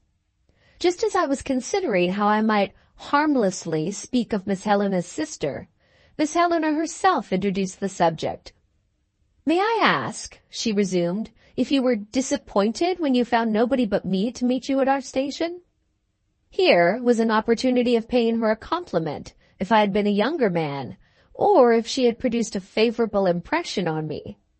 As it was, I hit, if I may praise myself, on an ingenious compromise. What excuse could I have, I asked, for feeling disappointed? "Well, I hear you are an official personage. I ought to say, perhaps, a retired official personage. We might have received you more respectfully if both my father's daughters had been present at the station. It's not my fault that my sister was not with me." The tone in which she said this strengthened my prejudice against her. It told me that the two girls were living together on no very friendly terms, and it suggested, justly or unjustly I could not then decide, that Miss Helena was to blame. "My sister is away from home." "Surely, Miss Helena, that is a good reason for her not coming to meet me." "I beg your pardon. It is a bad reason. She has been sent away for the recovery of her health, and the loss of her health is entirely her own fault." What did this matter to me? I decided on dropping the subject. My memory reverted, however, to past occasions on which the loss of my health had been entirely my own fault. There was something in these personal recollections which encouraged my perverse tendency to sympathize with the young lady to whom I had not yet been introduced. The young lady's sister appeared to be discouraged by my silence. She said, "I hope you don't think the worse of me for what I have just mentioned." "Certainly not." "Perhaps you will fail to see any need of my speaking of my sister at all. Will you kindly listen if I try to explain myself?" "With pleasure." She slyly set the best construction on my perfectly commonplace reply. "Thank you," she said. "The fact is, my father, I can't imagine why, wishes you to see my sister as well as me. He has written to the farmhouse at which she is now staying to tell her to come home tomorrow. It is possible, if your kindness offers me an opportunity, that I may ask to be guided by your experience in a little matter which interests me. My sister is rash and reckless, and has a terrible temper. I should be very sorry indeed if you were induced to form an unfavorable opinion of me from anything you might notice if you see us together. You understand me, I hope?" "I quite understand you." To set me against her sister in her own private interests, there, as I felt sure, was the motive under which she was acting. As hard as her mother, as selfish as her mother, and, judging from those two bad qualities, probably as cruel as her mother. That was how I understood Miss Helena Gracedieu when our carriage drew up at her father's house. A middle-aged lady was on the doorstep when we arrived, just ringing the bell. She looked round at us both, being evidently as complete a stranger to my fair companion as she was to me. When the servant opened the door, she said, "Is Miss Jillgall at home?" At the sound of that odd name, Miss Helena tossed her head disdainfully. She took no sort of notice of the stranger lady who was at the door of her father's house. This young person's contempt for Miss Jillgall appeared to extend to Miss Jillgall's friends. In the meantime, the servant's answer was, "Not at home."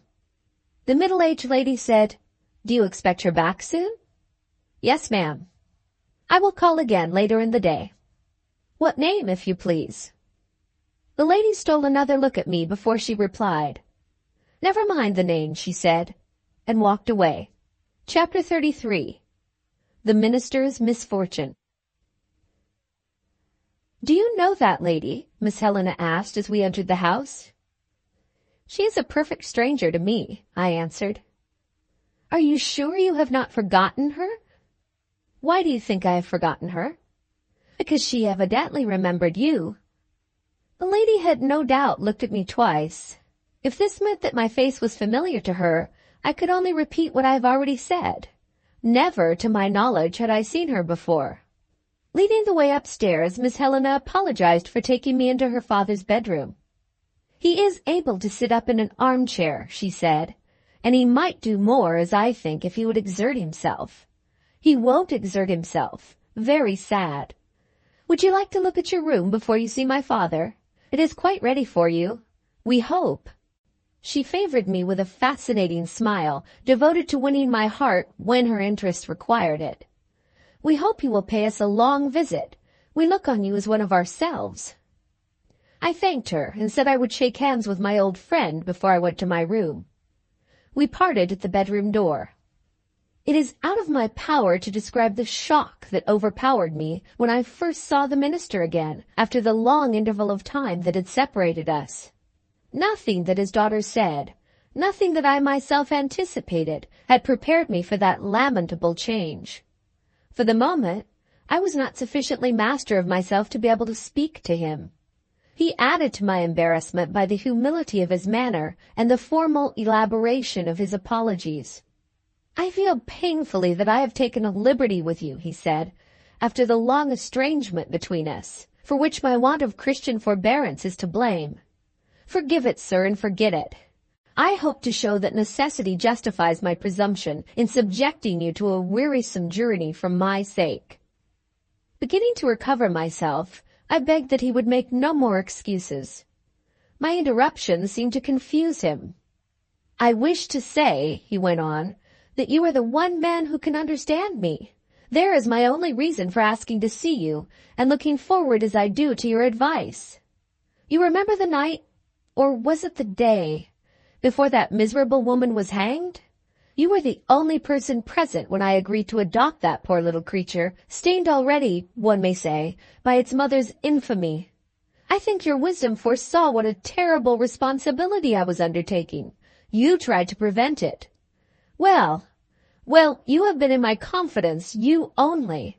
Mind, nobody in this house knows that one of the two girls is not really my daughter. Pray stop me if you find me wandering from the point. My wish is to show that you are the only man I can open my heart to. He paused as if in search of a lost idea and left the sentence uncompleted. "Yes," he went on, "I was thinking of my adopted child. Did I ever tell you that I baptized her myself? And by a good scripture name, too, Eunice. Ah, sir, that little helpless baby is a grown-up girl now, of an age to inspire love and to feel love. I blush to acknowledge it. I have behaved with a want of self-control, with a cowardly weakness. No, I am indeed wandering this time. I ought to have told you first that I have been brought face to face with the possibility of Eunice's marriage. And to make it worse still, I can't help liking the young man. He comes of a good family, excellent manners, highly educated, plenty of money, a gentleman in every sense of the word. and poor little Eunice is so fond of him. Isn't it dreadful to be obliged to check her dearly loved Philip? The young gentleman's name is Philip. Do you like the name? I say, I am obliged to check her sweetheart in the rudest manner when all he wants to do is ask me modestly for my sweet Eunice's hand. Oh, would I have not suffered without a word of sympathy to comfort me before I had courage enough to write to you. Shall I make a dreadful confession? If my religious convictions had not stood in my way, I believe I should have committed suicide. Put yourself in my place. Try to see yourself shrinking from a necessary explanation when the happiness of a harmless girl, so dutiful, so affectionate, depended on a word of kindness from your lips. And that word you are afraid to speak. Don't take offense, sir. I mean myself, not you. Why don't you say something? He burst out fiercely, incapable of perceiving that he had allowed me no opportunity of speaking to him. Good God, don't you understand me after all? The signs of mental confusion in his talk had so distressed me that I had not been composed enough to feel sure of what he really meant until he described himself as shrinking from a necessary explanation. Hearing those words, my knowledge of the circumstances helped me. I realized what his situation really was. Compose yourself, I said. I understand you at last. He had suddenly become distrustful. Prove it, he muttered, with a furtive look at me. I want to be satisfied that you understand my position. This is your position, I told him. You are placed between two deplorable alternatives. If you tell this young gentleman that Miss Eunice's mother was a criminal hanged for murder, his family, even if he himself doesn't recoil from it, will unquestionably forbid the marriage, and your adopted daughter's happiness will be the sacrifice. True, he said, frightfully true. Go on. If, on the other hand, you sanction the marriage and conceal the truth, you commit a deliberate act of deceit, and you leave the lives of the young couple at the mercy of a possible discovery, which might part husband and wife, cast a slur on their children, and break up the household. He shuddered while he listened to me. Come to the end of it, he cried. I had no more to say, and I was obliged to answer him to that effect. No more to say, he replied. You have not told me yet what I most want to know. I did a rash thing. I asked what it was that he most wanted to know. Can't you see it for yourself? He demanded indignantly. Suppose you were put between those two alternatives which you mentioned just now. Well? What would you do, sir, in my place?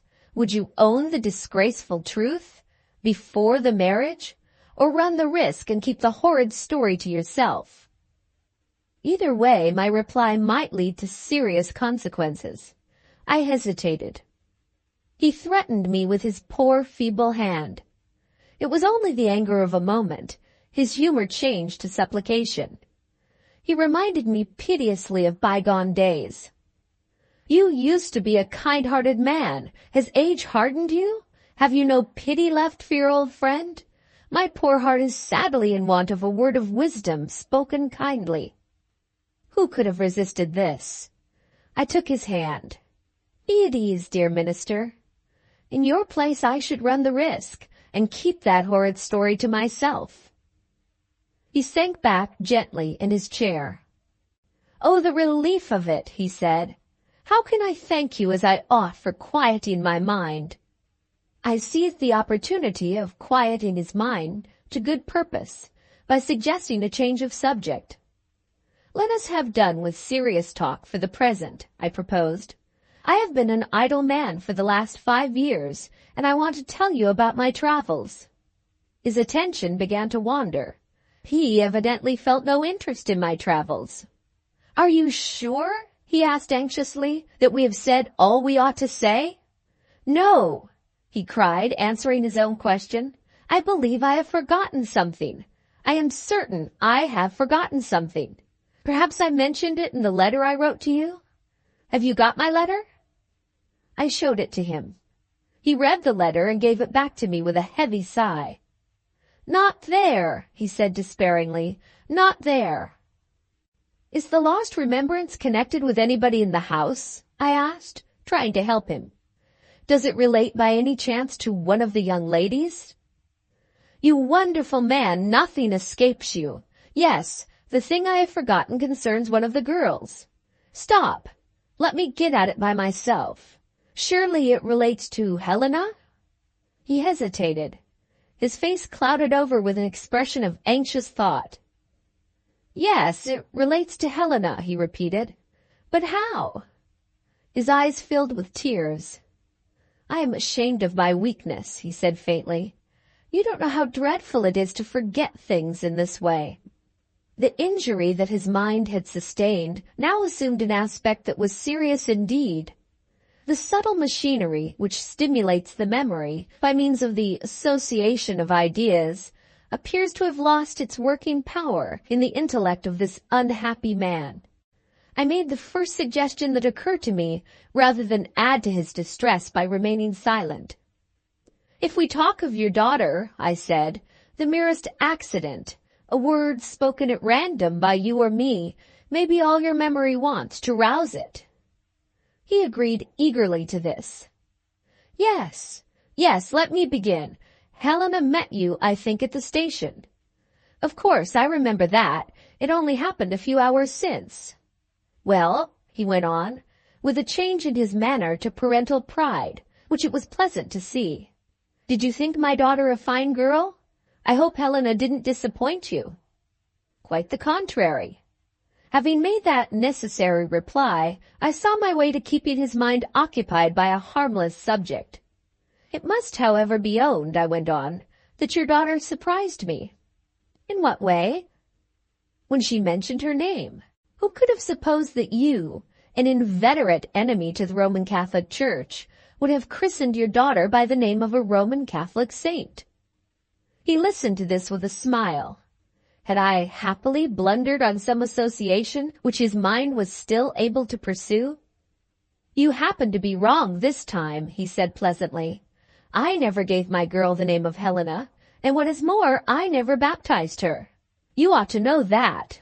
Years and years ago, I wrote to tell you that my poor wife had made me a proud and happy father, and surely I said that the child was born while she was on a visit to her brother's rectory. Do you remember the name of the place? I told you it was a remote little village called— Suppose we put your memory to a test.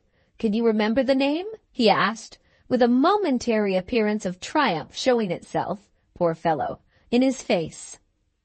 After the time that had elapsed, the name had slipped my memory. When I confessed this, he exulted over me, with an unalloyed pleasure which it was cheering to see. Your memory is failing you now, he said. The name is Long Lanes. And what do you think my wife did? This is so characteristic of her. When I presented myself at her bedside, instead of speaking of our own baby, she reminded me of the name that I had given to our adopted daughter when I baptized the child. You chose the ugliest name that a girl can have, she said. I begged her to remember that Eunice was a name in Scripture. She persisted in spite of me. What firmness of character! I detest the name of Eunice, she said, and now that I have a girl of my own, it's my turn to choose the name.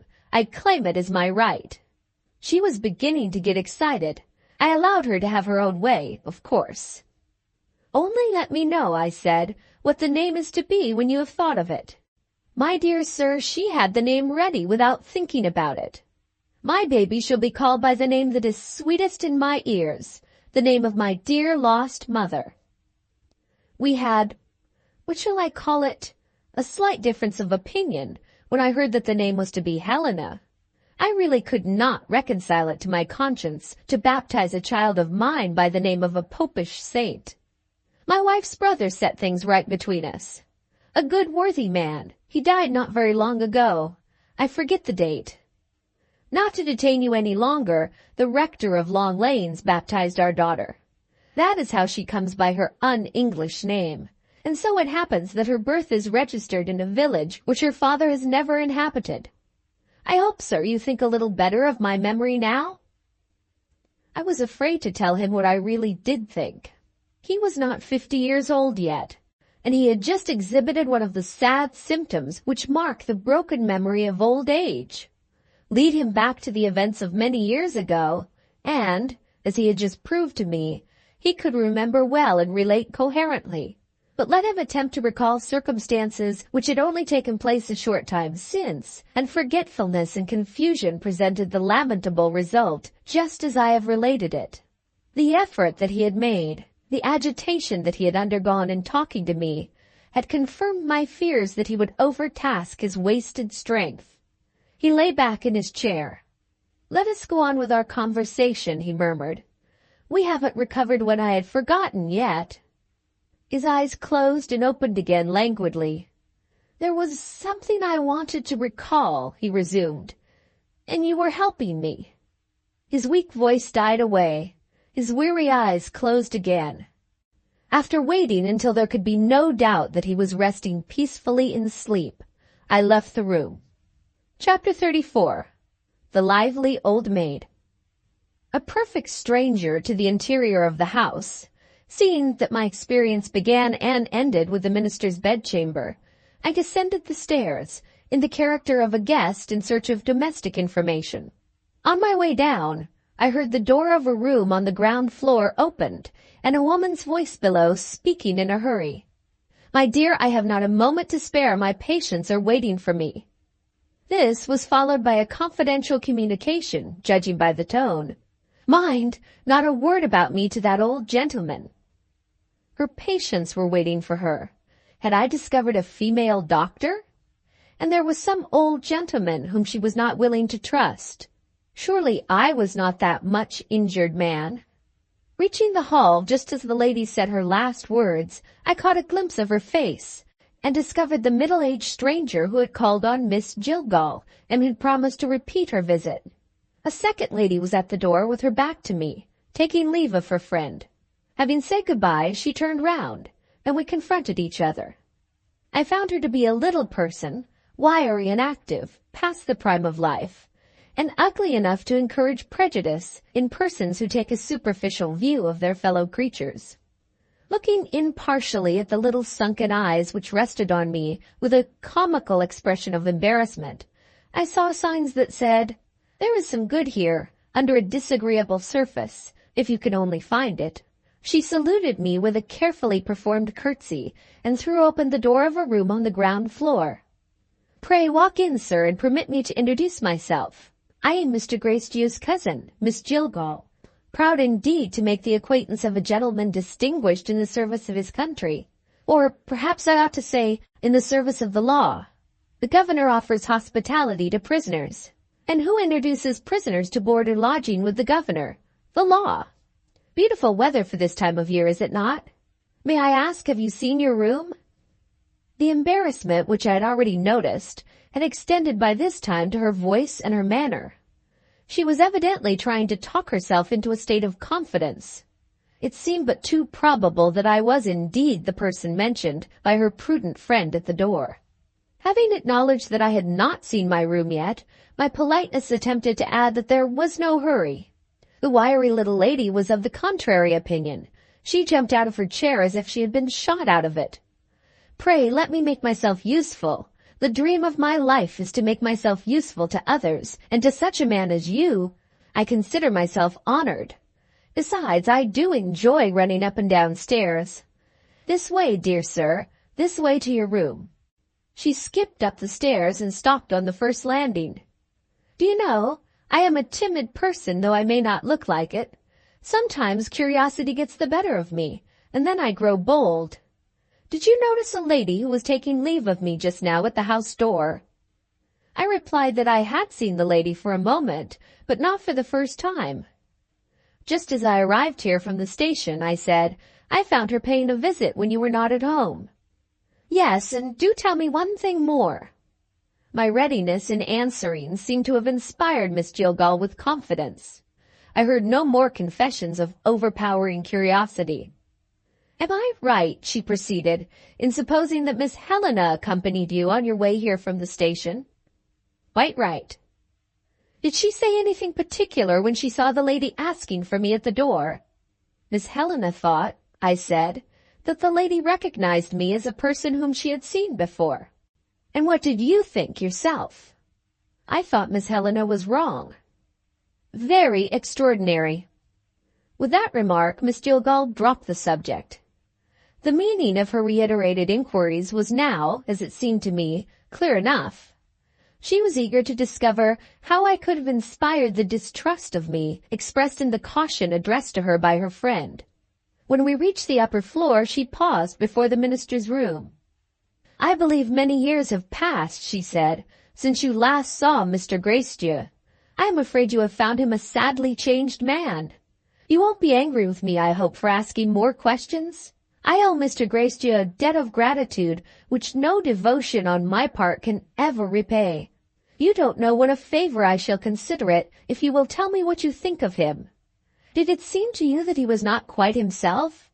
I don't mean in his looks, poor dear. I mean in his mind." There was true sorrow and sympathy in her face. I believe I should hardly have thought her ugly if we had first met at that moment. Thus far she had only amused me. I began really to like Miss Jillgall now. "I must not conceal from you," I replied, "that the state of Mr. Gracedieu's mind surprised and distressed me. But I ought also to tell you that I saw him perhaps at his worst. The subject on which he wished to speak with me would have agitated any man in his state of health. He consulted me about his daughter's marriage." Miss Jillgall suddenly turned pale. "His daughter's marriage," she repeated. "Oh, you frighten me." "Why should I frighten you?" She seemed to find some difficulty in expressing herself. "I hardly know how to put it, sir. You will excuse me, won't you, if I say what I feel? You have influence. Not the sort of influence that finds places for people who don't deserve them and gets mentioned in the newspaper. I only mean influence over Mr. Gracedieu. That's what frightens me. How do I know? Oh dear, I'm asking another question. Allow me for once to be plain and positive. I'm afraid, sir, you have encouraged the minister to consent to Helena's marriage." "Pardon me," I answered. "You mean Eunice's marriage." "No, sir, Helena." "No, madam, Eunice." "What does he mean?" said Miss Jillgall to herself. I heard her. "This is what I mean," I asserted in my most positive manner. "The only subject on which the minister has consulted me is Miss Eunice's marriage." My tone left her no alternative but to believe me. She looked not only bewildered but alarmed. "Oh, poor man! Has he lost himself in such a dreadful way as that?" she said to herself. "I daren't believe it." She turned to me. "You have been talking with him for some time. Please try to remember. While Mr. Gracedieu was speaking of Eunice, did he say nothing of Helena's infamous conduct to her sister?" "Not the slightest hint of any such thing," I assured her, had reached my ears. "Then," she cried, "I can tell you what he has forgotten. We kept as much of that miserable story to ourselves as we could, in mercy to him. Besides, he was always fondest of Eunice. She would live in his memory when he had forgotten the other. The wretch, the traitress, the plotter, the fiend." Miss Jillgall's good manners slipped, as it were, from under her. She clenched her fists as a final means of expressing her sentiments. "The wretched English language isn't half strong enough for me," she declared with a look of fury. I took a liberty. "May I ask what Miss Helena has done?" I said. "May you ask? Oh, heavens! You must ask. You shall ask, Mr. Governor. If your eyes are not open to Helena's true character, I can tell you what she will do. She will deceive you into taking her part. Do you think she went to the station out of regard for the great man? Pooh! She went with an eye to her own interests, and she means to make the great man useful. Thank God, I can stop that." She checked herself here and looked suspiciously at the door of Mr. Gracedieu's room. "In the interest of our conversation," she whispered, "we have not given a thought to the place we have been talking in. Do you think the minister has heard us?" "Not if he is asleep, as I left him." Miss Jillgall shook her head ominously. "The safe way is this way," she said. "Come with me." Chapter 35. The future looks gloomy. my ever-helpful guide, led me to my room, well out of Mr. Greystew's hearing, if he happened to be awake, at the other end of the passage. Having opened the door, she paused on the threshold. The decrees of that merciless English despot, propriety, claimed her for their own. "Oh dear," she said to herself, "ought I to go in?"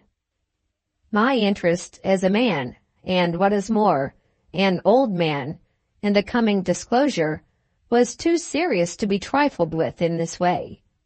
I took her arm and led her into my room as if I was at a dinner party, leading her to the table. Is it the good or the evil fortune of mortals that the comic side of life and the serious side of life are perpetually in collision with each other? We burst out laughing at a moment of grave importance to us both, perfectly inappropriate and perfectly natural. But we were neither of us philosophers, and we were ashamed of our own merriment the moment it had ceased. "When you hear what I have to tell you," Miss Jillgall began, "I hope you will think as I do. What has slipped Mr. Greystew's memory, it may be safer to say, for he is sometimes irritable, poor dear, where he won't know anything about it." With that, she told me the lamentable story of the desertion of Eunice. In silence, I listened, from first to last. How could I trust myself to speak, as I must have spoken, in the presence of a woman? The cruel injury inflicted on the poor girl, who had interested and touched me in the first innocent year of her life, who had grown to womanhood to be the victim of two wretches, both trusted by her, both bound to her by the sacred debt of love, so fired my temper that I longed to be within reach of the man, with a horsewhip in my hand. Seeing in my face, as I suppose, what was passing in my mind, Miss Jillgall expressed sympathy and admiration in her own quaint way. "I like to see you so angry. It's grand to know that a man who has governed prisoners has got such a pitying heart. Let me tell you one thing, sir. You will be more angry than ever when you see my sweet girl tomorrow. And mind this, it is Helena's devouring vanity, Helena's wicked jealousy of her sister's good fortune, that has done the mischief. Don't be too hard on Philip. I do believe if the truth was told, he is ashamed of himself." I felt inclined to be harder on Philip than ever. "Where is he?" I asked. Miss Jillgall started. "Oh, Mr. Governor, don't show the severe side of yourself, after the pretty compliment I have just paid to you. What a masterful voice!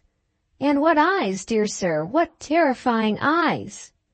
I feel as if I was one of your prisoners, and had misbehaved myself."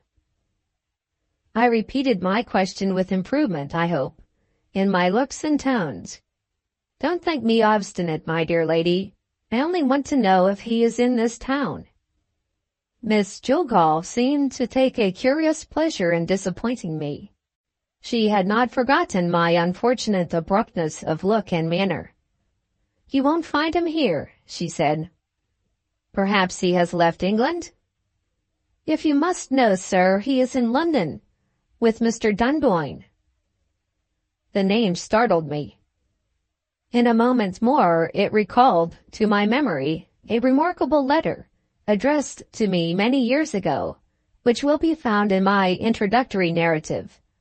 The writer, an Irish gentleman named Dunboyne, confided to me that his marriage had associated him with the murderess, who had then been recently executed, as brother-in-law to that infamous woman. This circumstance he had naturally kept a secret from everyone, including his son, then a boy. I alone was made an exception to the general rule, because I alone could tell him what had become of the poor little girl, who, in spite of the disgraceful end of her mother, was still his niece. If the child had not been provided for, he felt it his duty to take charge of her education and to watch over her prospects in the future. Such had been his object in writing to me, and such was the substance of his letter. I had merely informed him, in reply, that his kind intentions had been anticipated, and that the child's prosperous future was assured.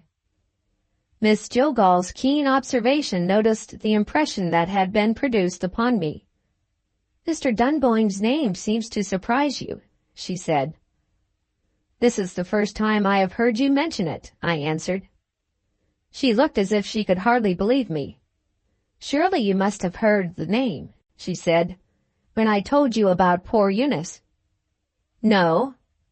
"Well then, Mr. Greystew must have mentioned it." "No." This second reply in the negative irritated her. "At any rate," she said sharply, "you appeared to know Mr. Dunboyne's name just now." "Certainly." "And yet," she persisted, "the name seemed to come upon you as a surprise. I don't understand it. If I have mentioned Philip's name once, I have mentioned it a dozen times." We were completely at cross purposes. She had taken something for granted, which was an unfathomable mystery to me. "Well," I objected, "if you did mention his name a dozen times, excuse me for asking the question, what then?" "Good heavens!" cried Miss Jillgall. "Do you mean to say you never guessed that Philip was Mr. Dunboyne's son?" I was petrified. His son, Dunboyne's son. How could I have guessed it? At a later time only, the good little creature who had so innocently deceived me remembered that the mischief might have been wrought by the force of habit. While he had still a claim on their regard, the family had always spoken of Eunice's unworthy lover by his Christian name, and what had been familiar in their mouths felt the influence of custom before time enough had elapsed to make them think as readily of the enemy as they had hitherto thought of the friend.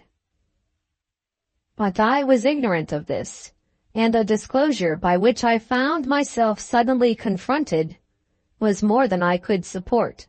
For the moment, speech was beyond me. His son, Dunboyne's son! What a position that young man had occupied, unsuspected by his father, unknown to himself.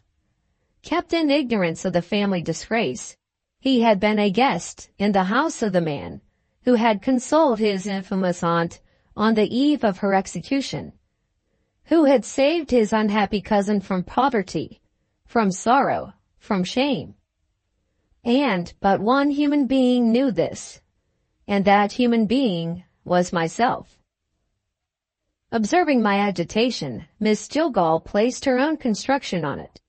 "Do you know anything bad of Philip?" she asked eagerly. "If it's something that will prevent Helena from marrying him, tell me what it is, I beg and pray." I knew no more of Philip, whom she still called by his Christian name, than she had told me herself. There was no help for it but to disappoint her. At the same time, I was unable to conceal that I was ill at ease, and that it might be well to leave me by myself. After a look round the bedchamber to see that nothing was wanting to my comfort, she made her quaint curtsy and left me with her own inimitable form of farewell. "Oh, indeed, I have been here too long. I am afraid I have been guilty, once or twice, of vulgar familiarity. You will excuse me, I hope. This has been an exciting interview. I think I'm going to cry." She ran out of the room, and carried away with her some of my kindliest feelings, short as the time of our acquaintance had been. What a wife and what a mother was lost there, and all for want of a pretty face. Left alone, my thoughts inevitably reverted to Dunboyne the elder, and to all that had happened in Mr. Greystew's family since the Irish gentleman had written to me in bygone years. The terrible choice of responsibilities which had preyed on the minister's mind had been foreseen by Mr. Dunboyne when he first thought of adopting his infant niece, and had warned him to dread what might happen in the future if he brought her up as a member of the family with his own boy, and if the two young people became at a later period attached to each other. How had the wise foresight, which offered such a contrast to the poor minister's impulsive act of mercy, met with its reward? Fate or Providence, call it which we may, had brought Dunboyne's son and the daughter of the murderess together, had inspired those two strangers with love, and had emboldened them to plight their troth by a marriage engagement. Was the man's betrayal of the trust placed in him by the faithful girl to be esteemed a fortunate circumstance by the two persons who knew the true story of her parentage, the minister and myself? Could we rejoice in an act of infidelity which had embittered and darkened the gentle, harmless life of the victim? Or could we, on the other hand, encourage the ruthless deceit, the hateful treachery, which had put the wicked Helena, with no exposure to dread if she married, into her wronged sister's place? Impossible. In the one case as in the other, impossible. Equally hopeless did the prospect appear when I tried to determine what my own individual course of action ought to be. In my calmer moments, the idea had occurred to my mind of going to Dunboyne the younger, and, if he had any sense of shame left, exerting my influence to lead him back to his betrothed wife. How could I now do this, consistently with my duty to the young man's father, knowing what I knew, and not forgetting that I had myself advised Mr. Greystew to keep the truth concealed, when I was equally ignorant of Philip Dunboyne's parentage and of Helena Greystew's treachery? Even if events so ordered it that the marriage of Eunice might yet take place, without any interference exerted to produce that result, one way or the other, on my part, it would be just as impossible for me to speak out now, as it had been in the long past years, when I had so cautiously answered Mr. Dunboyne's letter. But what would he think of me if accident led, sooner or later, to the disclosure which I had felt bound to conceal? The more I tried to forecast the chances of the future, the darker and the darker was the view that faced me. To my sinking heart and wearied mind, good Dame Nature presented a more acceptable prospect when I happened to look out of the window of my room. There I saw the trees and flower beds of a garden, tempting me irresistibly under the cloudless sunshine of a fine day. I was on my way out to recover heart and hope, when a knock at the door stopped me. Had Miss Jillgall returned? When I said, "Come in," Mr. Greystew opened the door and entered the room. He was so weak that he staggered as he approached me. Leading him to a chair, I noticed a wild look in his eyes and a flush on his haggard cheeks. Something had happened. "When you were in the room with me," he began, "did I not tell you that I had forgotten something?" "Certainly you did." "Well, I have found the lost remembrance. My misfortune, I ought to call it the punishment for my sins, is recalled to me now. The worst curse that can fall on a father is the curse that has come to me.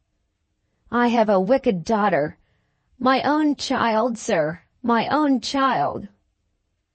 Had he been awake while Miss Jillgall and I had been talking outside his door? Had he heard her ask me if Mr. Greystew had said nothing of Helena's infamous conduct to her sister while he was speaking of Eunice? The way to the lost remembrance had perhaps been found there.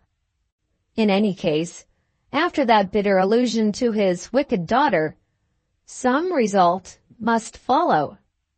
Helena Gracedieu and a day of reckoning might be nearer to each other already than I had ventured to hope.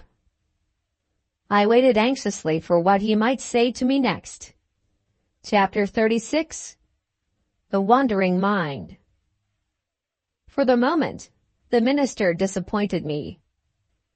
Without speaking, without even looking up, he took out his pocketbook and began to write in it, constantly interrupted, either by a trembling in the hand that held the pencil, or by a difficulty, as I imagined, in expressing thoughts imperfectly realized. His patience gave way. He dashed the book on the floor. "My mind is gone," he burst out. "O Father in heaven, let death deliver me from a body without a mind."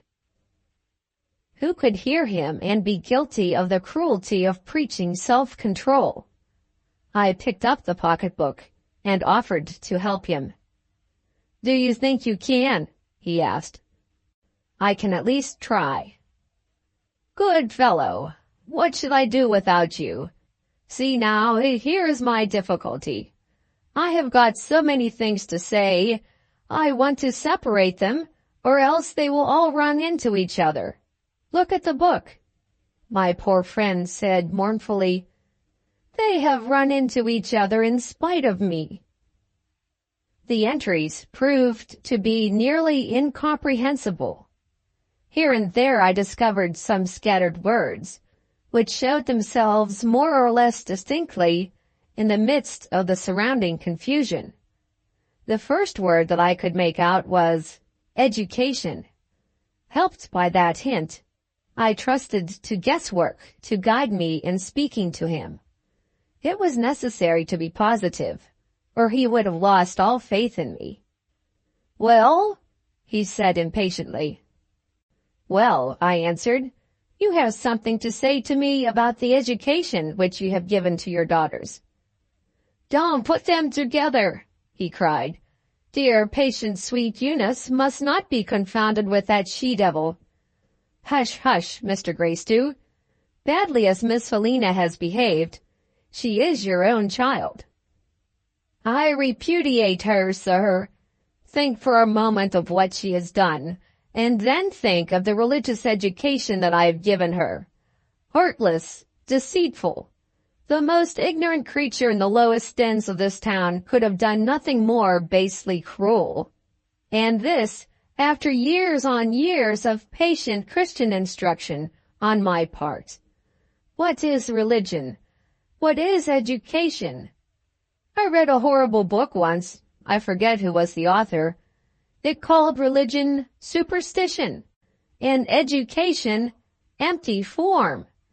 I don't know, upon my word, I don't know that the book may not— Oh, my tongue! Why don't I keep a guard over my tongue? Are you a father, too? Don't interrupt me. Put yourself in my place and think of it. Heartless, deceitful, and my daughter— Give me the pocketbook. I want to see which memorandum comes first. He had now wrought himself into a state of excitement, which relieved his spirits of the depression that had weighed on them up to this time.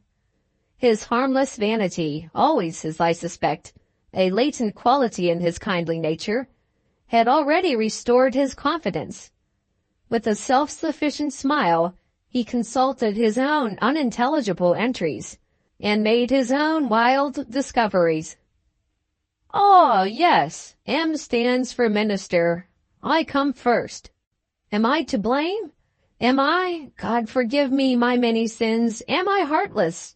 Am I deceitful?" My good friend, not even your enemies could say that. "Thank you. Who comes next?" He consulted the book again. "Her mother, her sainted mother, comes next. People say she is like her mother. Was my wife heartless? Was the angel of my life deceitful?" That, I thought to myself, is exactly what your wife was, and exactly what reappears in your wife's child. Where does her wickedness come from? He went on. Not from her mother, not from me, not from a neglected education. He suddenly stepped up to me and laid his hands on my shoulders. His voice dropped to a hoarse, moaning, awestruck tones. Shall I tell you what it is? A possession of the devil. It was so evidently desirable to prevent any continuation of such a train of thought as this, that I could feel no hesitation in interrupting him.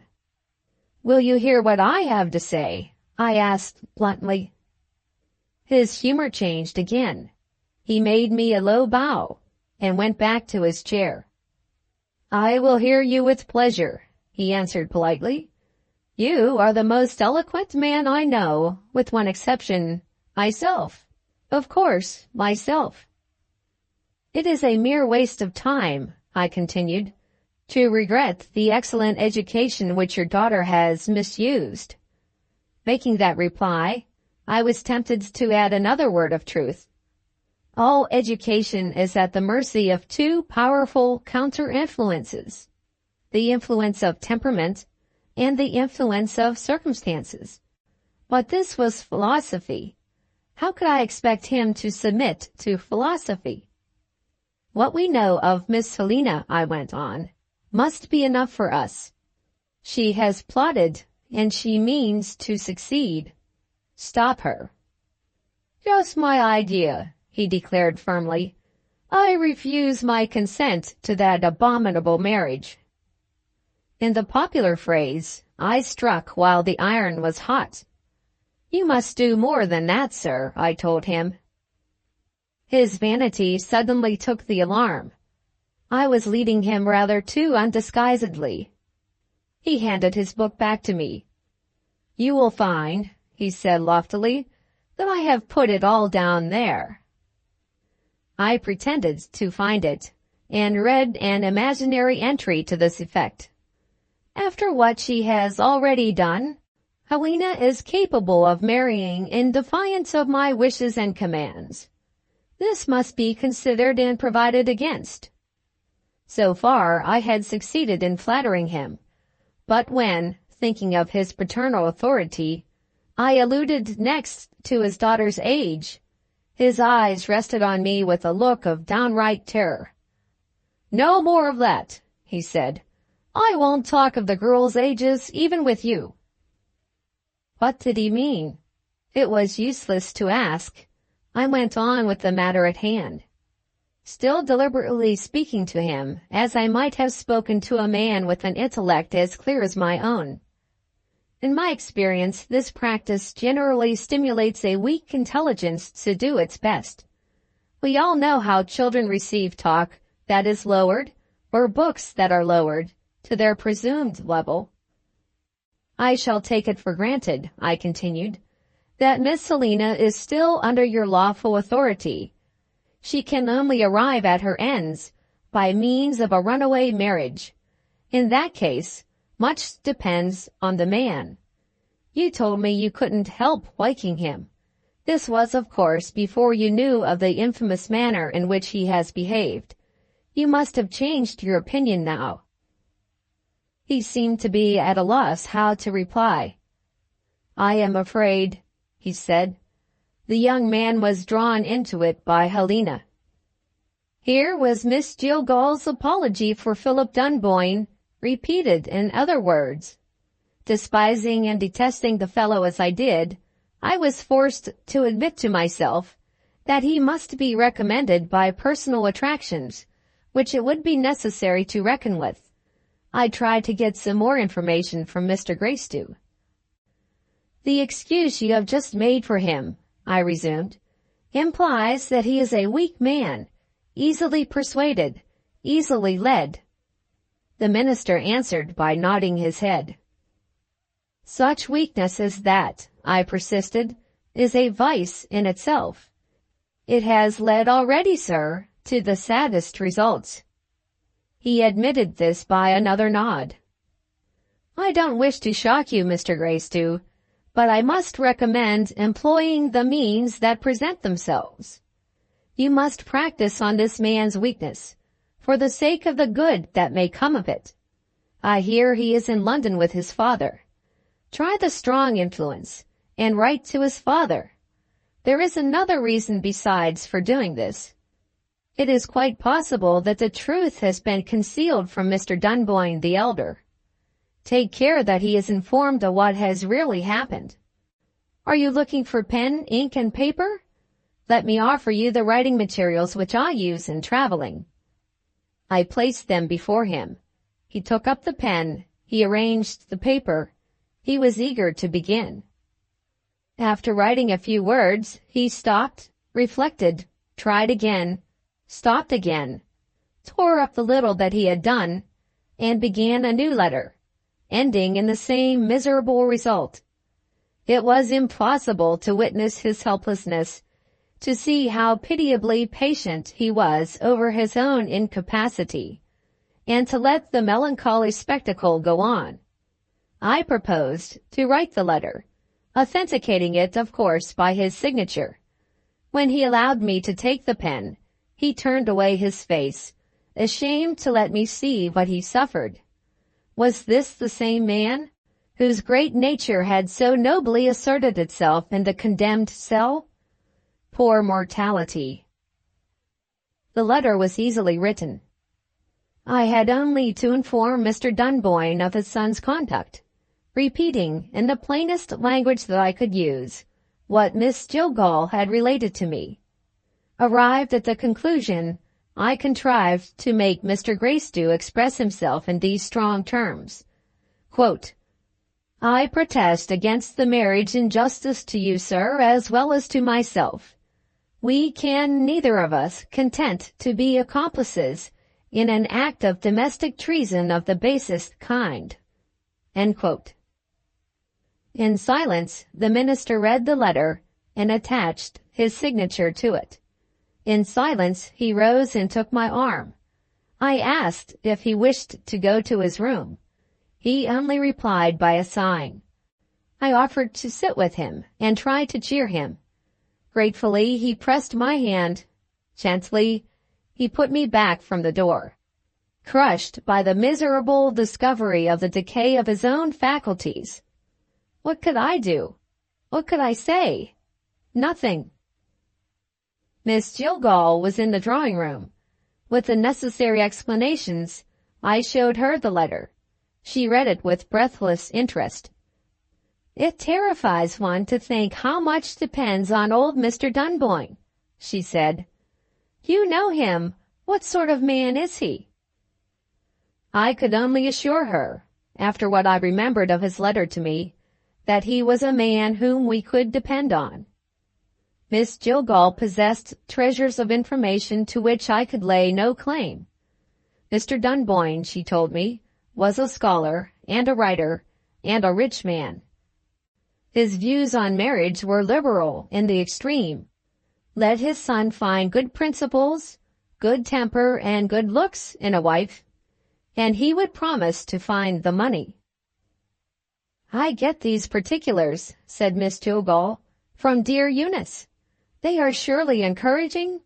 That Helena may carry out Mr. Dunboyne's views in her personal appearances, I regret to say, but I can't deny. But as to the other qualifications, how hopeful is the prospect? Good principles and good temper? Ha! Helena has the principles of Jezebel and the temper of Lady Macbeth. After dashing off this striking sketch of character, the fair artist asked to look at my letter again, and observed that the address was wanting. I can set this right for you, she resumed. Thanks, as before, to my sweet Eunice. And don't be in a hurry. I can make myself useful in another way. Oh, how I do enjoy making myself useful. If you trust your letter to the basket in the hall, Helena's lovely eyes, capable of the meanest conceivable actions, are sure to take a peep at the address. In that case, do you think your letter would get to London? I am afraid you detect a faint infusion of spitefulness in that question. Oh, for shame! I'll post the letter myself. Chapter 37. the shameless sister. For some reason, which my unassisted penetration was unable to discover, Miss Helena Gracedieu kept out of my way. At dinner, on the day of my arrival, and at breakfast on the next morning, she was present, of course, ready to make herself agreeable in a modest way, and provided with the necessary supply of cheerful small talk. But the meal having come to an end, she had her domestic excuse ready, and unostentatiously disappeared, like a well-bred young lady. I never met her on the stairs, never found myself intruding on her in the drawing-room, never caught her getting out of my way in the garden. As much at a loss for an explanation of these mysteries as I was, Miss Jillgall's interest in my welfare led her to caution me, in a vague and general way. "Take my word for it, dear Mr. Governor, she has some design on you. Will you allow an insignificant old maid to offer a suggestion? Oh, thank you. I will venture to advise. Please look back at your experience of the very worst female prisoner you ever had to deal with, and be guided accordingly if Helena catches you at a private interview." In less than half an hour afterward, Helena caught me. I was writing in my room, when the maidservant came in with a message. "Miss Helena's compliments, sir. Would you please spare her half an hour downstairs?" My first excuse was, of course, that I was engaged. This was disposed of by a second message, provided beforehand, no doubt, for an anticipated refusal. "Miss Helena wished me to say, sir, that her time is your time." I was still obstinate. I pleaded next that my day was filled up. A third message had evidently been prepared, even for this emergency. "Miss Helena will regret, sir, having the pleasure deferred, but she will leave you to make your own appointment for tomorrow." Persistency so inveterate as this led to a result which Mr. Gracedieu's cautious daughter had not perhaps contemplated. It put me on my guard. There seemed to be a chance, to say the least of it, that I might serve Eunice's interests if I discovered what the enemy had to say. I locked up my writing, declared myself incapable of putting Miss Helena to needless inconvenience, and followed the maid to the lower floor of the house. The room to which I was conducted proved to be empty. I looked round me. If I had been told that a man lived there who was absolutely indifferent to appearances, I should have concluded that his views were faithfully represented by his place of abode. The chairs and tables reminded me of a railway waiting room. The shabby little bookcase was the mute record of a life indifferent to literature. The carpet was of that dreadful drab color, still the cherished favorite of the average English mind, in spite of every protest that can be entered against it on behalf of art. The ceiling, recently whitewashed, made my eyes ache when they looked at it. On either side of the window, flaccid green curtains hung helplessly, with nothing to loop them up.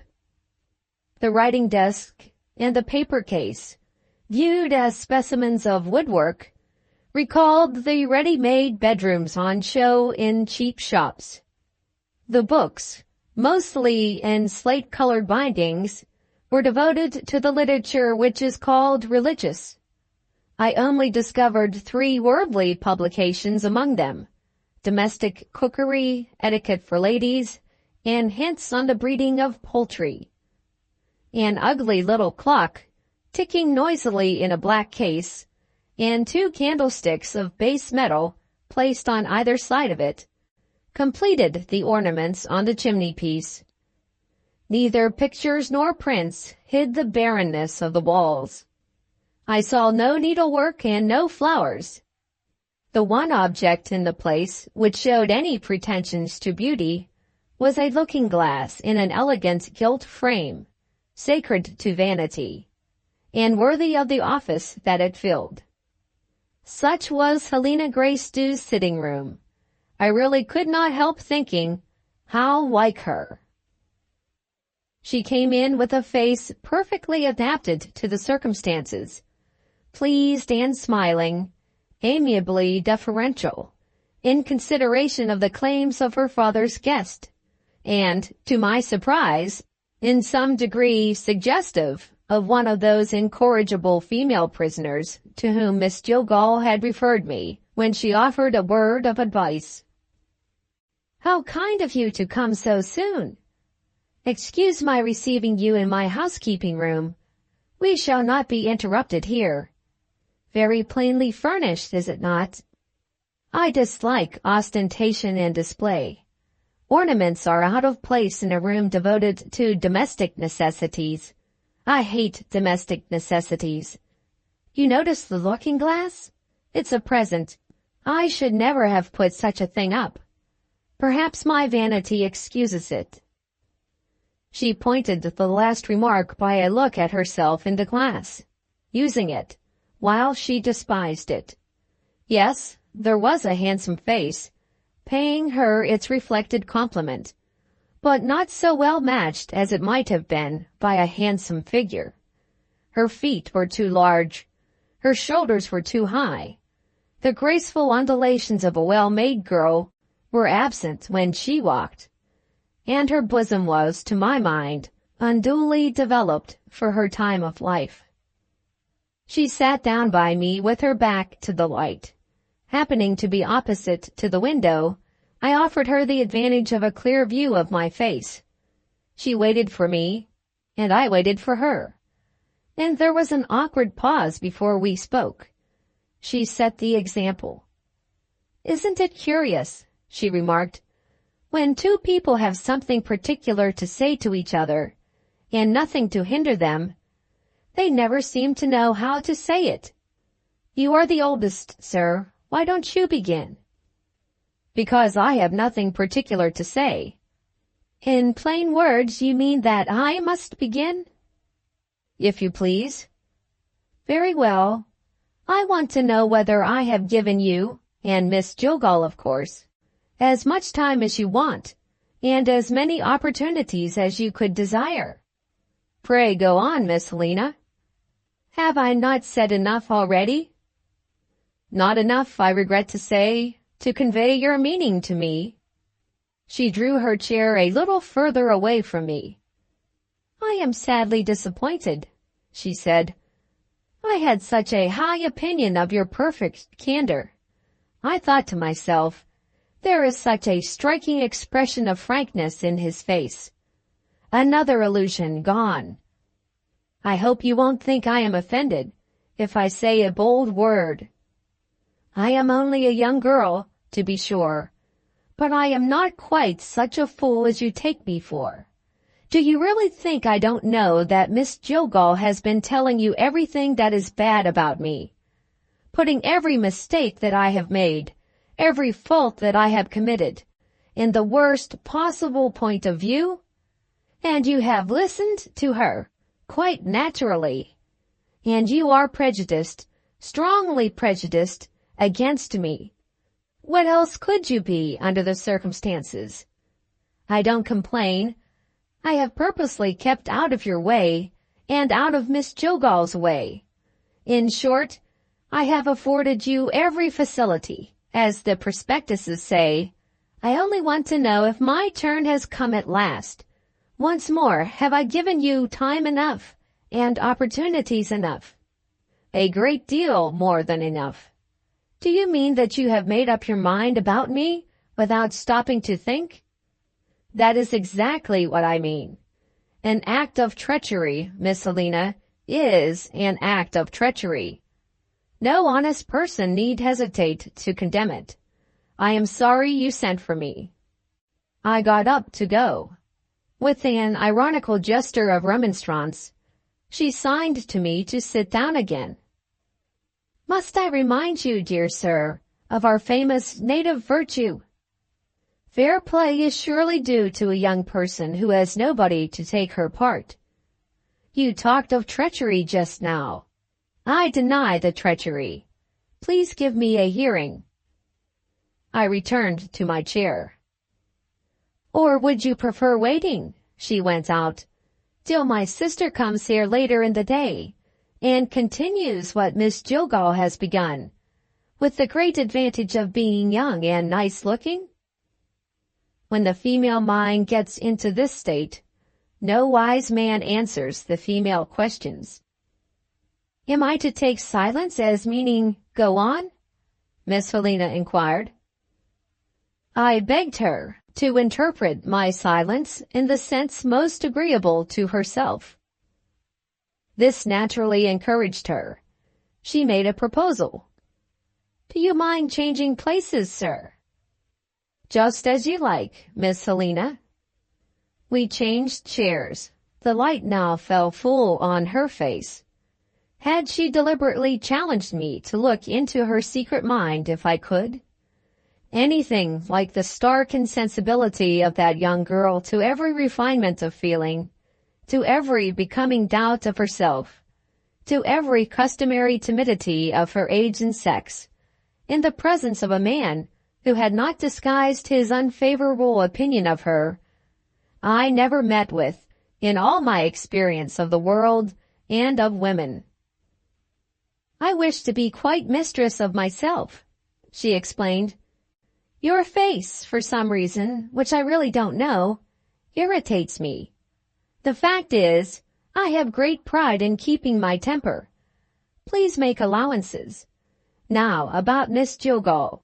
I suppose she told you how my sister first met with Philip Dunboyne. Yes. She also mentioned, perhaps, that he was a highly cultivated man? She did. Now we shall get on. When Philip came to our town here, and saw me for the first time, do you object to my speaking familiarly of him, by his Christian name? In the case of anyone else in your position, Miss Helena, I should venture to call it bad taste. I was provoked into saying that. It failed entirely as a well-meant effort in the way of implied reproof. Miss Helena smiled. You grant me a liberty which you would not concede to another girl. That was how she viewed it. We are getting on better already. To return to what I was saying, when Philip first saw me, a habit from himself, mind, he felt that I should have been his choice, if he had met with me before he met with my sister. Do you blame him? If you will take my advice, I said, you will not inquire too closely into my opinion of Mr. Philip Dunboyne. Perhaps you don't wish me to say any more, she suggested. On the contrary, pray go on, if you like. After that concession, she was amiability itself. Oh yes, she assured me, that's easily done. And she went on accordingly. Philip having informed me of the state of his affections, I naturally followed his example. In fact, we exchanged confessions. Our marriage engagement followed as a matter of course. Do you blame me? I will wait till you have done. I have no more to say. She made that amazing reply with such perfect composure that I began to fear there must have been some misunderstanding between us. Is that really all you have to say for yourself? I persisted. Her patience with me was most exemplary. She lowered herself to my level. Not trusting to words only on this occasion, she, so to say, beat her meaning into my head by gesticulating on her fingers, as if she was educating a child. Philip and I, she began, are the victims of an accident, which kept us apart when we ought to have met together. We are not responsible for an accident. She impressed this on me by touching her forefinger. Philip and I fell in love with each other at first sight. We are not responsible for the feelings implanted in our natures by an all-wise providence. She assisted me in understanding this by touching her middle finger. Philip and I owe a duty to each other and accept a responsibility under those circumstances. The responsibility of getting married. A touch on her third finger and an indulgent bow announced that the lesson was ended. I am not a clever man like you, she modestly acknowledged, but I ask you to help us. When you next see my father, with some confidence, you know exactly what to say to him by this time. Nothing has been forgotten. Pardon me, I said, a person has been forgotten. Indeed? What person? Your sister. A little perplexed at first, Miss Helena reflected and recovered herself. Oh, yes, she said. I was afraid I might be obliged to trouble you for an explanation. I see it now. You are shocked, very properly, when feelings of enmity exist between near relations. And you wish to be assured that I bear no malice toward Eunice. She is violent, she is sulky, she is stupid, she is selfish, and she cruelly refuses to live in the same house with me. Make your mind easy, sir. I forgive my sister. Let me not attempt to disguise it. Miss Helena Greystew confounded me.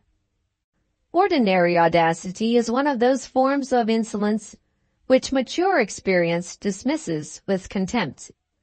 This girl's audacity struck down all resistance for one shocking reason. It was unquestionably sincere. Strong conviction of her own virtue stared at me in her proud and daring eyes. At that time I was not aware of what I have learned since. The horrid hardening of her moral sense had been accomplished by herself. In her diary, there has been found the confession of a secret course of reading, with supplementary reflections flowing from it, which need only to be described as worthy of their source. A person capable of repentance and reform would, in her place, have seen that she had disgusted me. Not a suspicion of this occurred to Miss Helena. I see you are embarrassed, she remarked, and I am at no loss to account for it. You are too polite to acknowledge that I have not made a friend of you yet. Oh, I mean to do it. No, I said, I think not. We shall see, she replied. Sooner or later you will find yourself saying a kind word to my father for Philip and me. She rose and took a turn in the room, and stopped, eyeing me attentively. Are you thinking of Eunice? She asked. Yes. She has your sympathy, I suppose. My heartfelt sympathy. I needn't ask how I stand in your estimation after that. Pray express yourself freely. Your looks confess it. You view me with a feeling of aversion. I view you with a feeling of horror. The exasperating influences of her language, her looks, and her tones would, as I venture to think, have got to the end of another man's self-control before this. Anyway, she had at last irritated me into speaking as strongly as I felt. What I said had been so plainly, perhaps so rudely, expressed, that misinterpretation of it seemed to be impossible. She mistook me, nevertheless. The most merciless disclosure of the dreary side of human destiny is surely to be found in the failure of words, spoken or written, so to answer their purpose that we can trust them in our attempts to communicate with each other, even when he seems to be connected by the nearest and dearest relations with his fellow mortals. What a solitary creature, tried by the test of sympathy, the human being really is in the teeming world that he inhabits. affording one more example of the impotence of human language to speak for itself. My misinterpreted words had found their way to the one sensitive place in Helena Greystew's impenetrable nature. She betrayed it in the quivering and flushing of her hard face, and in the appeal to the looking-glass, which escaped her eyes the next moment. My hasty reply had roused the idea of a covert insult addressed to her handsome face. In other words, I had wounded her vanity. Driven by resentment, out came the secret distrust of me, which had been lurking in that cold heart from the moment when we first met. I inspire you with horror, and Eunice inspires you with compassion, she said. That, Mr. Governor, is not natural. May I ask why? You know why. No. You will have it? I want an explanation, Miss Helena, if that is what you mean. Take your explanation then. You are not the stranger you are said to be to my sister and me. Your interest in Eunice is a personal interest of some kind. I don't pretend to guess what it is. As for myself, it is plain that somebody else has been setting you against me before Miss Jogall got possession of your private ear. In alluding to Eunice, she had blundered, strangely enough, on something like the truth. But when she spoke of herself, the headlong malignity of her suspicions, making every allowance for the anger that had hurried her into them, seemed to call for some little protest against a false assertion. I told her that she was completely mistaken. I am completely right, she answered. I saw it. Saw what? Saw you pretending to be a stranger to me. When did I do that? You did it when we met at the station. The reply was too ridiculous for the preservation of any control over my own sense of humor. It was wrong, but it was inevitable. I laughed. She looked at me with a fury, revealing a concentration of evil passion in her, which I had not seen yet. I asked her pardon. I begged her to think a little before she persisted in taking a view of my conduct unworthy of her, and unjust to myself. Unjust to you, she burst out. Who are you? A man who has driven your trade, has spies always at his command. Yes, and knows how to use them. You were primed with private information. You had, for all I know, a stolen photograph of me in your pocket before you ever came to our town. Do you still deny it? Oh, sir, why degrade yourself by telling a lie? No such outrage as this had ever been inflicted on me at any time in my life. My forbearance must, I suppose, have been more severely tried than I was aware of myself. With or without excuse for me, I was weak enough to let a girl's spiteful tongue sting me, and, worse still, to let her see that I felt it. You shall have no second opportunity, Miss Greystew, of insulting me. With that foolish reply, I opened the door violently and went out. She ran after me, triumphing in having roused the temper of a man old enough to have been her grandfather, and caught me by the arm. Your own conduct has exposed you. That was literally how she expressed herself. I saw it in your eyes when we met at the station. You, the stranger, you who allowed poor ignorant me to introduce myself. You knew me all the time, knew me by sight. I shook her hand off with an inconsiderable roughness, humiliating to remember. It's false, I cried. I knew you by your likeness to your mother. The moment the words passed my lips, I came to my senses again. I remembered what fatal words they might prove to be, if they reached the minister's ears. Heard only by his daughter, my reply seemed to cool the heat of her anger in an instant. "So you knew my mother?" she said. "My father never told us that, when he spoke of your being such a very old friend of his. Strange, to say the least of it." I was wise enough, now when wisdom had come too late, not to attempt to explain myself, and not to give her an opportunity of saying more. "We are neither of us in a state of mind," I answered, "to allow this interview to continue.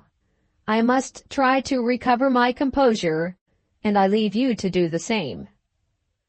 In the solitude of my room, I was able to look my position fairly in the face. Mr. Greystow's wife had come to me, in the long past time, without her husband's knowledge. Tempted to a cruel resolve by the maternal triumph of having an infant of her own, she had resolved to rid herself of the poor little rival in her husband's fatherly affection by consigning the adopted child to the keeping of a charitable asylum. She had dared to ask me to help her. I had kept the secret of her shameful visit, I can honestly say, for the minister's sake. And now, long after time had doomed those events to oblivion, they were revived, and revived by me. Thanks to my folly, Mr. Greystow's daughter knew what I had concealed from Mr. Greystow himself. What course did respect for my friend and respect for myself counsel me to take? I could only see before me a choice of two evils: to wait for events, with the too certain prospect of a vindictive betrayal of my indiscretion by Helena Greystow, or to take the initiative into my own hands and risk consequences which I might regret to the end of my life by making my confession to the minister. Before I had decided, somebody knocked at the door. It was the maidservant again. Was it possible she had been sent by Helena? Another message? "Yes, sir, my master wishes to see you." Chapter 38. The Girls' Ages. Had the minister's desire to see me been inspired by his daughter's betrayal of what I had unfortunately said to her? Although he would certainly not consent to receive her personally, she would be at liberty to adopt a written method of communication with him, and the letter might be addressed in such a manner as to pique his curiosity. If Helena's vindictive purpose had been already accomplished, and if Mr. Greystow left me no alternative but to present his unworthy wife in her true character, I can honestly say that I dreaded the consequences, not as they might affect myself, but as they might affect my unhappy friend in his enfeebled state of body and mind. When I entered his room, he was still in bed.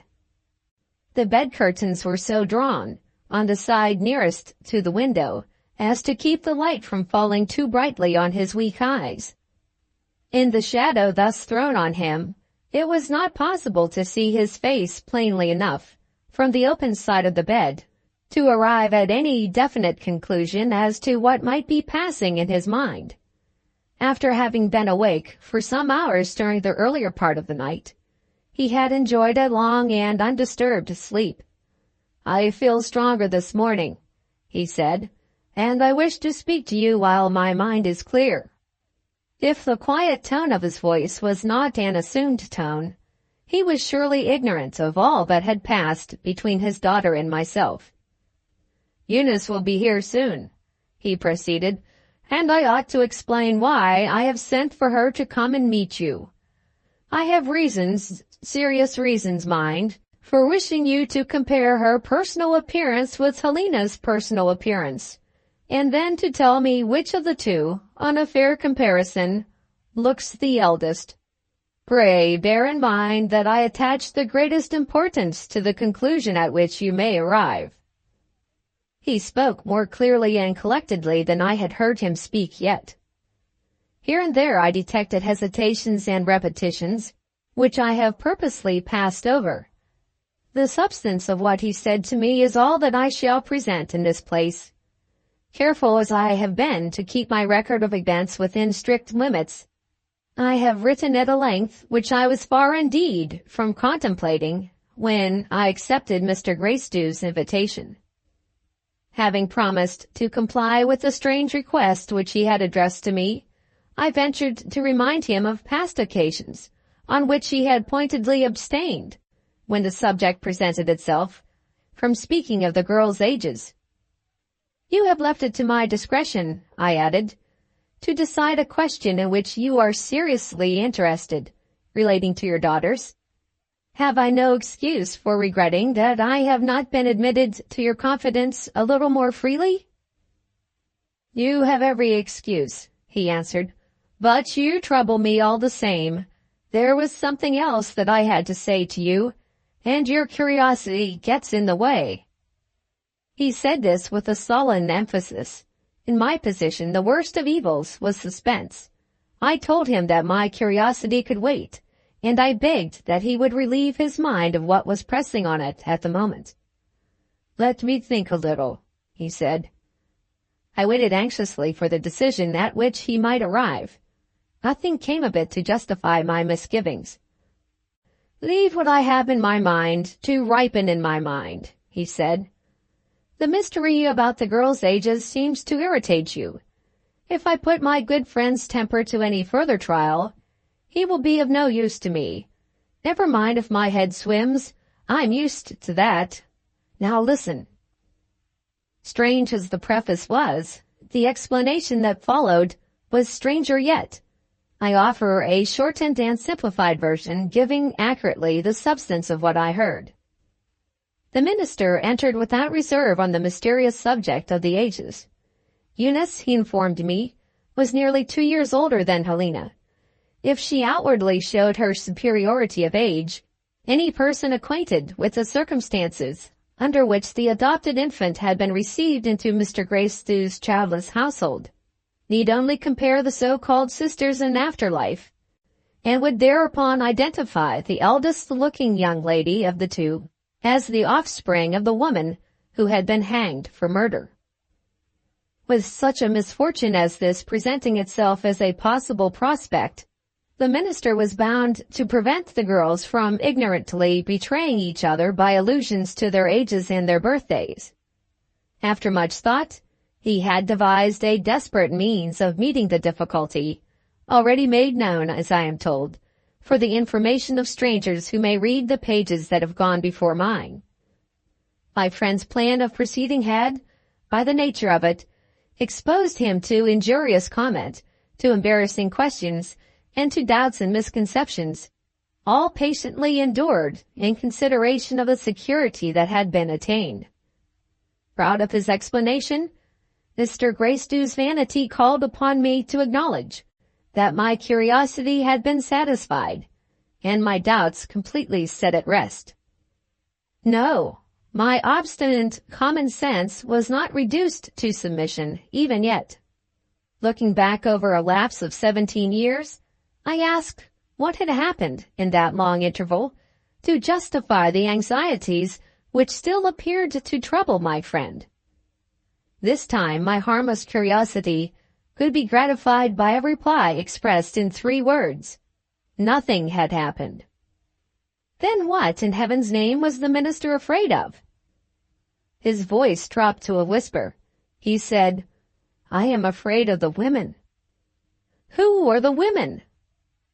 2 of them actually proved to be the servants employed in Mr. Greystew's house at the bygone time when he had brought the child home with him from the prison. To point out the absurdity of the reasons that he gave for fearing what female curiosity might yet attempt, if circumstances happened to encourage it, would have been a mere waste of words. Dismissing the subject, I next ascertained that the minister's doubts extended even to 2 female warders, who had been appointed to watch the murderess in turn during her last days in prison. I easily relieved his mind in this case. One of the warders was dead. The other had married a farmer in Australia. Had we exhausted the list of suspected persons yet? No, there was one more left, and the minister declared that he had first met with her in my official residence at the time when I was governor of the prison. She presented herself to me by name, he said, and she spoke rudely, "A Miss—" He paused to consult his memory, and this time, thanks perhaps to his night's rest, his memory answered the appeal. "I have got it," he cried. "Miss Chance." My friend had interested me in his imaginary perils at last. It was just possible that he might have a formidable person to deal with now.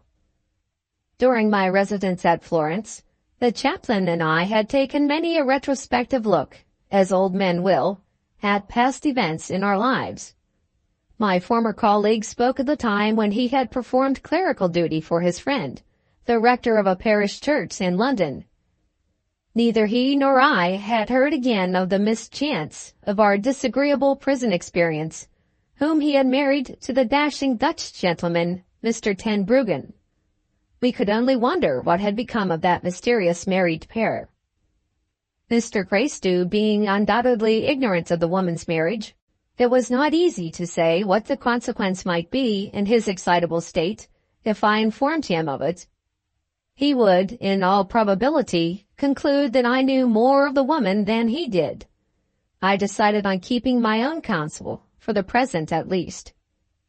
Passing at once, therefore, to the one consideration of any importance, I endeavored to find out whether Mr. Gracedieu and Mrs. Ten Bruggen had met, or had communicated with each other in any way, during the long period of separation that had taken place between the minister and myself.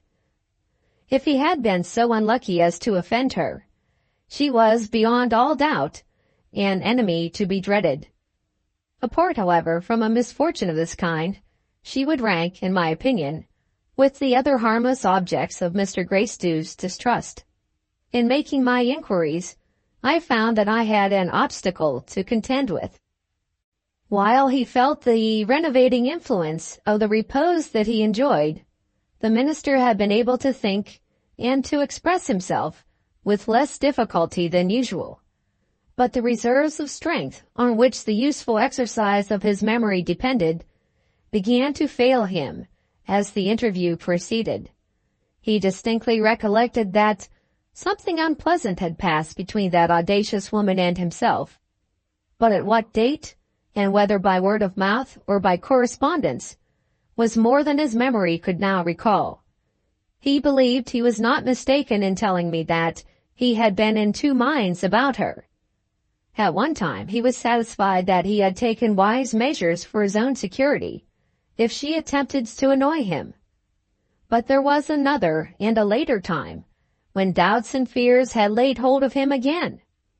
If I wanted to know how this had happened, he fancied it was through a dream, and if I asked what the dream was, he could only beg and pray that I would spare his poor head. Unwilling even yet to submit unconditionally to defeat, it occurred to me to try a last experiment on my friend, without calling for any mental effort on his part. The mischance of former days might, by a bare possibility, have written to him. I asked accordingly if he was in the habit of keeping his letters, and if he would allow me, when he had rested a little, to lay them open before him, so that he could look at the signatures. "You might find a lost recollection in that way," I suggested, "at the bottom of one of your letters." He was in that state of weariness, poor fellow, in which a man will do anything for the sake of peace. Pointing to a cabinet in his room, he gave me a key taken from a little basket on his bed. "Look for yourself," he said. After some hesitation, for I naturally recoiled from examining another man's correspondence, I decided on opening the cabinet, at any rate. The letters, the large collection, were, to my relief, all neatly folded and endorsed with the names of the writers. I could run harmlessly through bundle after bundle in search of the one name that I wanted, and still respect the privacy of the letters. My perseverance deserved a reward, and failed to get it. The name I wanted steadily eluded my search. Arriving at the upper shelf of the cabinet, I found it so high that I could barely reach it with my hand. Instead of getting more letters to look over, I pulled down 2 newspapers. One of them was an old copy of the Times, dating back as far as the 13th December, 1858. It was carefully folded, longwise, with the title page uppermost. On the first column, at the left-hand side of the sheet, appeared the customary announcements of births. A mark with a blue pencil against one of the advertisements attracted my attention. I read these lines. On the 10th, the wife of the Reverend Abel Gracedieu, of a daughter. The second newspaper bore a later date, and contained nothing that interested me. I naturally assumed that the advertisement in the Times had been inserted at the desire of Mrs. Gracedieu, and after all that I had heard, there was little difficulty in attributing the curious omission of the place in which the child had been born to the caution of her husband. If Mrs. Ten Bruggen, then Miss Chance, had happened to see the advertisement in the great London newspaper, Mr. Gracedieu might yet have good reason to congratulate himself on his prudent method of providing against mischievous curiosity. I turned toward the bed and looked at him. His eyes were closed. Was he sleeping? Or was he trying to remember what he had desired to say to me, when the demands which I made on his memory had obliged him to wait for a later opportunity? Either way, there was something that quickened my sympathies in the spectacle of his helpless repose. It suggested to me personal reasons for his anxieties, which he had not mentioned, and which I had not thought of up to this time. If the discovery that he dreaded took place, his household would be broken up, and his position as pastor would suffer in the estimation of the flock. His own daughter would refuse to live under the same roof with the daughter of an infamous woman. Popular opinion among his congregation, judging a man who had passed off the child of other parents as his own, would find that man guilty of an act of deliberate deceit. Still oppressed by reflections which pointed to the future in this discouraging way, I was startled by a voice outside the door, a sweet, sad voice saying, "May I come in?" The minister's eyes opened instantly. He raised himself in his bed. "Eunice, at last!" he cried. "Let her in." Chapter 39. The Adopted Child. I opened the door. Eunice passed me with the suddenness almost of a flash of light. When I turned toward the bed, her arms were round her father's neck. "Oh, poor papa, how ill you look!" Commonplace expressions of fondness, and no more, but the tone gave them a charm that subdued me. Never had I felt so indulgent toward Mr. Gracedieu's unreasonable fears as when I saw him in the embrace of his adopted daughter. She had already reminded me of the bygone day, when a bright little child had sat on my knee and listened to the ticking of my watch. The minister gently lifted her head from his breast. "My darling," he said, "you don't see my old friend. Love him and look up to him, Eunice. He will be your friend too when I am gone." She came to me and offered her cheek to be kissed. It was sadly pale, poor soul, and I could guess why. But her heart was now full of her father. "Do you think he is seriously ill?" she whispered. What I ought to have said, I don't know. Her eyes, the sweetest, truest, loveliest eyes I ever saw in a human face, were pleading with me. Let my enemies make the worst of it, if they like. I did certainly lie. And if I deserved my punishment, I got it. The poor child believed me. "Now I am happier," she said gratefully. "Only to hear your voice seems to encourage me. On our way here, Selina did nothing but talk of you. She told me I shouldn't have time to feel afraid of the great man. He would make me fond of him directly. I said, "Are you fond of him?" She said, "Madly in love with him, my dear." My little friend really thinks you like her and is very proud of it. There are some people who call her ugly. I hope you don't agree with them. I believe I should have lied again if Mr. Gracedieu had not called me to the bedside. "How does she strike you?" he whispered eagerly. "Is it too soon to ask if she shows her age in her face?" "Neither in her face nor her figure," I answered. "It astonishes me that you can ever have doubted it. No stranger, judging by personal appearance, could fail to make the mistake of thinking Helena the oldest of the two." He looked fondly at Eunice. "Her figure seems to bear out what you say," he went on. "Almost childish, isn't it?" I could not agree to that.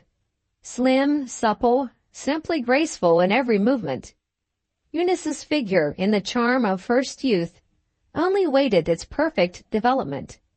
Most men, looking at her as she stood at the other end of the room, with her back toward us, would have guessed her age to be 16. Finding that I failed to agree with him, Mr. Gracedieu's misgivings returned. "You speak very confidently," he said, "considering that you've not seen the girls together. Think what a dreadful blow it would be to me if you made a mistake." I declared, with perfect sincerity, that there was no fear of a mistake. The bare idea of making the proposed comparison was hateful to me. If Helena and I had happened to meet at that moment, I should have turned away from her by instinct. She would have disturbed my impressions of Eunice. The minister signed to me to move a little nearer to him. "I must say it," he whispered, "and I am afraid of her hearing me. Is there anything in her face that reminds you of her miserable mother?" I had hardly patience to answer the question. It was simply preposterous. Her hair was by many shades darker than her mother's hair. Her eyes were of a different color. There was an exquisite tenderness and sincerity in their expression, made additionally beautiful, to my mind, by a gentle, uncomplaining sadness. It was impossible, even, to think of the eyes of the murderess when I looked at her child. Eunice's lower features, again, had none of her mother's regularity of proportion. Her smile, simple and sweet, and soon passing away, was certainly not an inherited smile on the maternal side. Whether she resembled her father, I was unable to conjecture, having never seen him. The one thing certain was that not the faintest trace in feature or expression of Eunice's mother was to be seen in Eunice herself. Of the two girls, Helena, judging by something in the color of her hair and by something in the shade of her complexion, might possibly have suggested, in those particulars only, a purely accidental resemblance to my terrible prisoner of past times. The revival of Mr. Gracedieu's spirits indicated a temporary change only, and was already beginning to pass away. The eyes, which had looked lovingly at Eunice, began to look languidly now. His head sank on the pillow with a sigh of weak content. "My pleasure has been almost too much for me," he said. "Leave me for a while to rest, and get used to it." Eunice kissed his forehead, and we left the room. Chapter 40. The Bruised Heart. When we stepped out on the landing, I observed that my companion paused. She looked at the 2 flights of stairs below us before she descended them. It occurred to me that there must be somebody in the house whom she was anxious to avoid. Arrived at the lower hall, she paused again, and proposed in a whisper that we should go into the garden. As we advanced along the backward division of the hall, I saw her eyes turn distrustfully toward the door of the room in which Helena had received me. At last, my slow perceptions felt with her and understood her. Eunice's sensitive nature recoiled from a chance meeting with the wretch who had laid waste all that had once been happy and hopeful in that harmless young life. "Will you come with me to the part of the garden that I am fondest of?" she asked. I offered her my arm. She led me in silence to a rustic seat placed under the shade of a mulberry tree. I saw a change in her face as we sat down, a tender and beautiful change. At that moment, the girl's heart was far away from me. There was some association with this corner of the garden on which I felt that I must not intrude. "I was once very happy here," she said. "When the time of the heartache came soon after, I was afraid to look at the old tree and the bench under it. But that is all over now. I like to remember the hours that were once dear to me, and to see the place that recalls them. Do you know who I am thinking of? Don't be afraid of distressing me. I never cry now." "My dear child, I have heard your sad story, but I can't trust myself to speak of it." "Because you are so sorry for me?" "No words can say how sorry I am." "But you are not angry with Philip?" "Not angry? My poor dear, I am afraid to tell you how angry I am with him." "Oh no, you mustn't say that. If you wish to be kind to me, and I am sure you do wish it, don't think bitterly of Philip." When I remember that the first feeling she roused in me was nothing worthier of a professing Christian than astonishment, I drop in my own estimation to the level of a savage. "Do you really mean," I was base enough to ask, "that you have forgiven him?" She said gently, "How could I help forgiving him? The man who could have been blessed with such love as this, and who could have cast it away from him, can have been nothing but an idiot." On that ground, though I dared not confess it to Eunice, I forgave him too. "Do I surprise you?" she asked simply. "Perhaps love will bear any humiliation. Or perhaps I am only a poor weak creature. You don't know what a comfort it was to me to keep the few letters that I received from Philip. When I heard that he had gone away, I gave his letters the kiss that bade him goodbye.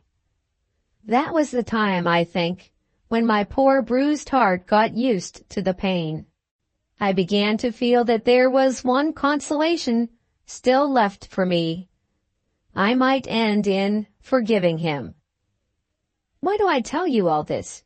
I think you must have bewitched me. Is this really the first time I have seen you?" She put her little trembling hand into mine. I lifted it to my lips and kissed it. Sorely was I tempted to own that I had pitied and loved her in her infancy. It was almost on my lips to say, "I remember you as an easily pleased little creature, amusing yourself with the broken toys which were once the playthings of my own children." I believe I should have said it if I could have trusted myself to speak composedly to her. This was not to be done. Old as I was, versed as I was in the hard knowledge of how to keep the mask on in the hour of need, this was not to be done. Still trying to understand that I was little better than a stranger to her, and still bent on finding the secret of the sympathy that united us, Eunice put a strange question to me. "When you were young yourself," she said, "did you know what it was to love, and to be loved, and then to lose it all?" It is not given to many men to marry the woman who has been the object of their first love. My early life had been darkened by a sad story, never confided to any living creature, banished resolutely from my own thoughts. For 40 years past, that part of my buried self had lain quiet in its grave, and the chance touch of an innocent hand had raised the dead and set us face to face again.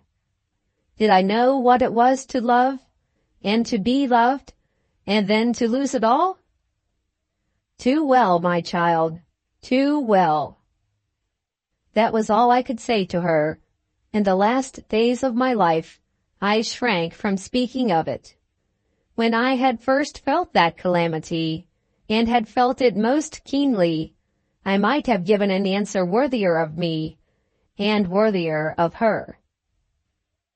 She dropped my hand, and sat by me in silence, thinking. Had I, without meaning it, God knows, had I disappointed her? Did you expect me to tell my own sad story? I said, as frankly and as trustfully as you have told yours? Oh, don't think that. I know what an effort it was to you to answer me at all. Yes, indeed. I wonder whether I may ask something. The sorrow you have just told me of is not the only one, is it? You have had other troubles? Many of them. There are times, she went on, when one can't help thinking of one's own miserable self. I try to be cheerful, but those times come now and then. She stopped and looked at me with a pale fear confessing itself in her face. You know who Selina is? She resumed. My friend? The only friend I had, till you came here. I guessed that she was speaking of the quaint, kindly little woman, whose ugly surname had been hitherto the only name known to me. Selina has, I dare say, told you that I have been ill, she continued, and that I am staying in the country for the benefit of my health. It was plain that she had something to say to me, far more important than this, and that she was dwelling on trifles to gain time and courage. Hoping to help her, I dwelt on trifles too, asking commonplace questions about the part of the country in which she was staying. She answered absently, then, little by little, impatiently. The one poor proof of kindness that I could offer now was to say no more. Do you know what a strange creature I am? She broke out. Shall I make you angry with me, or shall I make you laugh at me? What I have shrunk from confessing to Selina, what I dare not confess to my father, I must, and will, confess to you. There was a look of horror in her face that alarmed me. I drew her to me so that she could rest her head on my shoulder. My own agitation threatened to get the better of me. For the first time since I had seen this sweet girl, I found myself thinking of the blood that ran in her veins, and of the nature of the mother who had borne her. Did you notice how I behaved upstairs? She said. I mean when we left my father and came out on the landing? It was easily recollected. I begged her to go on. Before I went downstairs, she proceeded, you saw me look and listen. Did you think I was afraid of meeting some person? And did you guess who it was I wanted to avoid? I guessed that, and I understood you. No, you are not wicked enough to understand me. Will you do me a favor? I want you to look at me. It was said seriously. She lifted her head for a moment, so that I could examine her face. Do you see anything, she asked, which makes you fear that I am not in my right mind? Good God, how can you ask such a horrible question? She laid her head back on my shoulder with a sad little sigh of resignation. I ought to have known better, she said. There is no such easy way out of it as that. Tell me, is there one kind of wickedness more deceitful than another? Can it be hid in a person for years together, and show itself when a time of suffering? No, I mean when a sense of injury comes.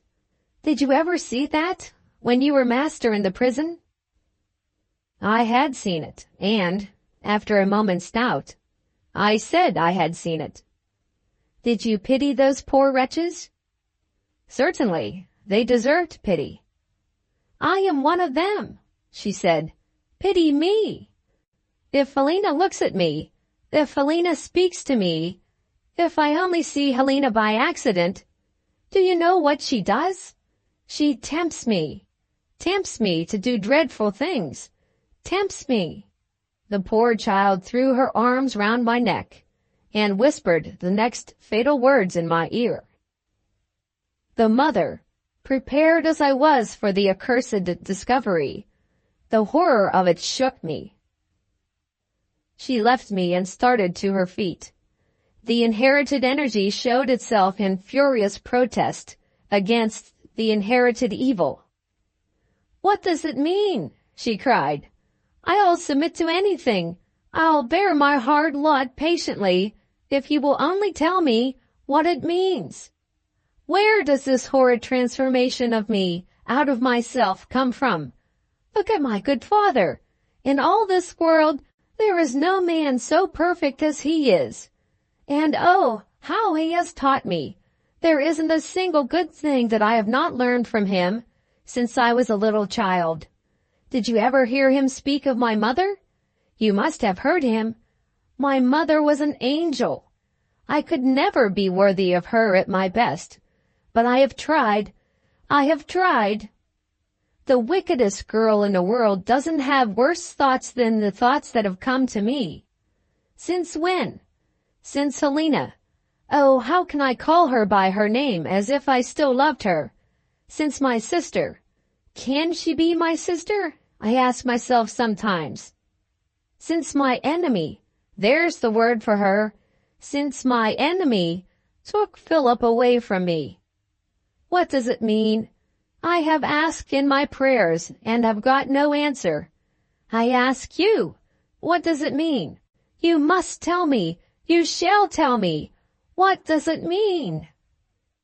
Why did I not try to calm her?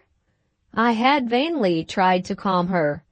I who knew who her mother was and what her mother had been. At last, she had forced the sense of my duty on me. The simplest way of calming her was to put her back in the place by my side that she had left. It was useless to reason with her. It was impossible to answer her. I had my own idea of the one way in which I might charm Eunice back to her sweeter self. Let us talk of Philip, I said. The fierce flush on her face softened. The swelling trouble of her bosom began to subside, as that dearly loved name passed my lips. But there was some influence left in her which resisted me. No, she said, we had better not talk of him. Why not? I have lost all my courage. If you speak of Philip, you will make me cry. I drew her nearer to me. If she had been my own child, I don't think I could have felt for her more truly than I felt at that moment. I only looked at her. I only said, cry. The love that was in her heart rose and poured its tenderness into her eyes. I had longed to see the tears that would comfort her. The tears came. There was silence between us for a while. It was possible for me to think. In the absence of physical resemblance between parent and child, is an unfavorable influence exercised on the tendency to moral resemblance? Assuming the possibility of such a result as this, Eunice, entirely unlike her mother, must, as I concluded, have been possessed of qualities formed to resist, as well as of qualities doomed to undergo the infection of evil. While, therefore, I resigned myself to recognize the existence of the hereditary maternal taint, I firmly believed in the counterbalancing influences for good, which had been part of the girl's birthright. They had been derived, perhaps, from the better qualities in her father's nature. They had been certainly developed by the tender care, the religious vigilance, which had guarded the adopted child so lovingly in the minister's household, and they had served their purpose until time brought with it the change, for which the tranquil domestic influences were not prepared. With the great, the vital transformation, which marks the ripening of the girl into the woman's maturity of thought and passion, a new power for good, strong enough to resist the latent power for evil, sprang into being, and sheltered Eunice under the supremacy of love. Love ill-fated and ill-bestowed, but love that no profanation could stain, no hereditary evil could conquer. The true love that had been, and was, and would be, the guardian angel of Eunice's life. If I am asked whether I have ventured to found this opinion on what I have observed in one instance only, I reply that I have had other opportunities of investigation, and that my conclusions are derived from experience, which refers to more instances than one.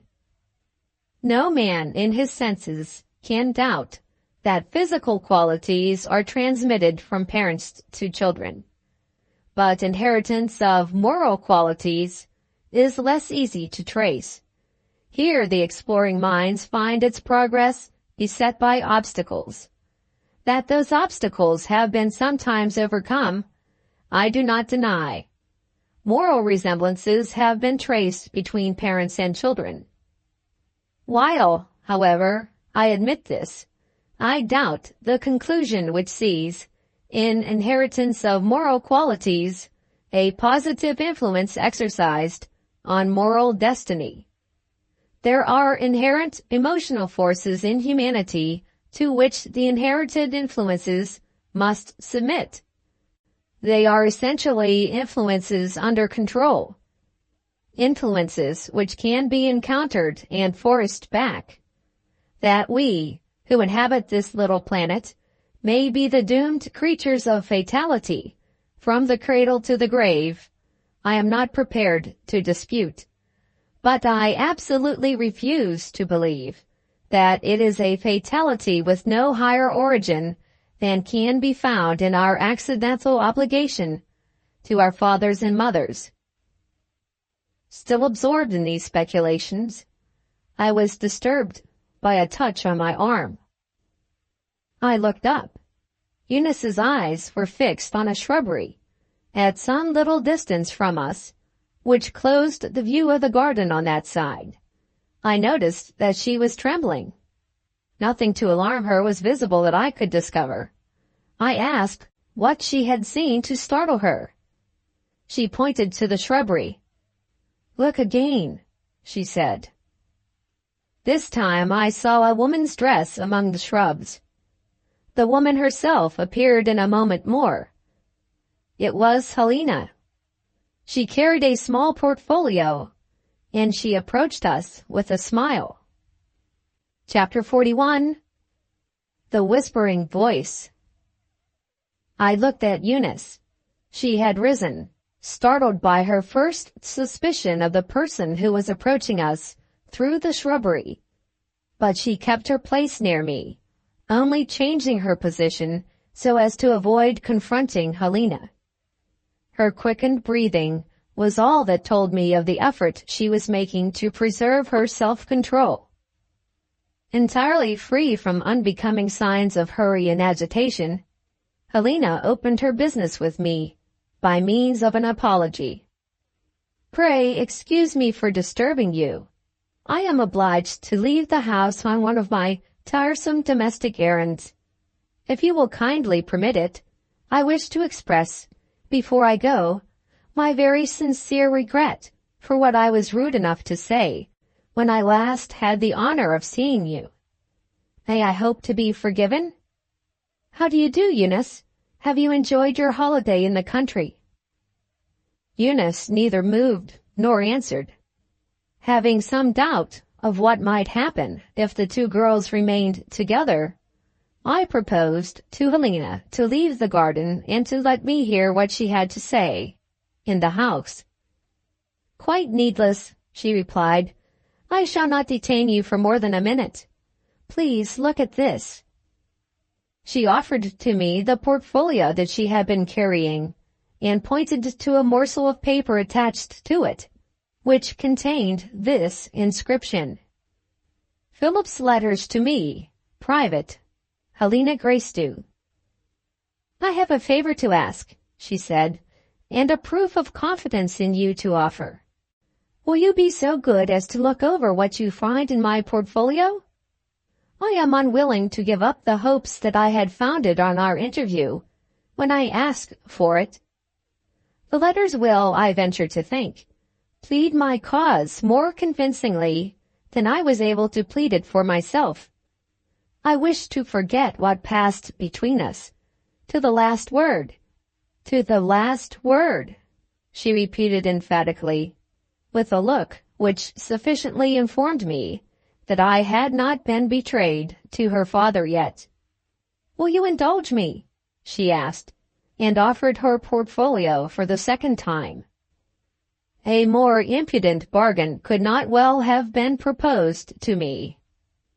I was to read, and to be favorably impressed by, Mr. Philip Dunboyne's letters, and Miss Helena was to say nothing of that unlucky slip of the tongue relating to her mother, which she had discovered to be a serious act of self-betrayal, thanks to my confusion at the time. If I had not thought of Eunice, and of the desolate and loveless life to which the poor girl was so patiently resigned, I should have refused to read Miss Gracedieu's love letters. But, as things were, I was influenced by the hope, innocently encouraged by Eunice herself, that Philip Dunboyne might not be so wholly unworthy of the sweet girl whom he had injured, as I had hitherto been too hastily disposed to believe. To act on this view with the purpose of promoting a reconciliation was impossible, unless I had the means of forming a correct estimate of the man's character. It seemed to me that I had found the means.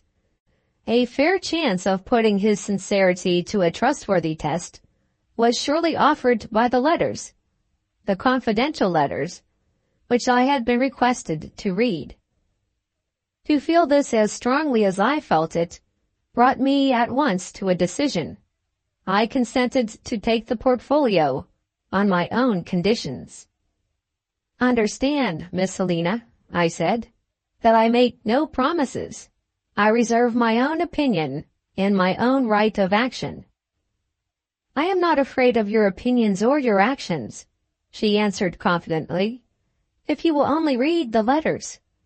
In the meantime, let me relieve my sister there of my presence. I hope you will recover soon, Eunice, in the country air. If the object of the wretch was to exasperate her victim, she had completely failed. Eunice remained as still as a statue. To all appearance, she had not even heard what had been said to her. Helena looked at me and touched her forehead with a significant smile. Sad, isn't it? She said, and bowed, and went briskly away on her household errand. We were alone again. Still Eunice never moved. I spoke to her, and produced no impression. Beginning to feel alarmed, I tried the effect of touching her. With a wild cry, she started into a state of animation. Almost at the same moment, she weakly swayed to and fro as if the pleasant breeze in the garden moved her at its will, like the flowers. I held her up and led her to the seat. There is nothing to be afraid of, I said. She has gone. Eunice's eyes rested on me in vacant surprise. How do you know? She asked. I hear her, but I never see her. Do you see her? "My dear child, of what person are you speaking?" She answered, "Of no person. I am speaking of a voice that whispers and tempts me when Helena is near." "What voice, Eunice?" "The whispering voice. It said to me, 'I am your mother.' It called me daughter when I first heard it. My father speaks of my mother, the angel. That good spirit has never come to me from the better world. It is a mock mother who comes to me, some spirit of evil. Listen to this. I was awake in my bed. In the dark I heard the mock mother whispering, close at my ear.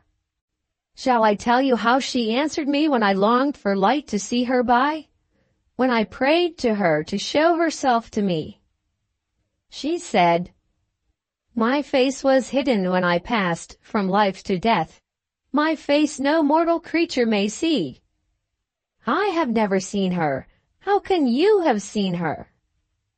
But I heard her again just now. She whispered to me when Helena was standing there, where you are standing. She freezes the life in me. Did she freeze the life in you? Did you hear her tempting me? Don't speak of it. If you did, oh, not a word, not a word." A man who has governed a prison may say with Macbeth, "I have supped full with horrors."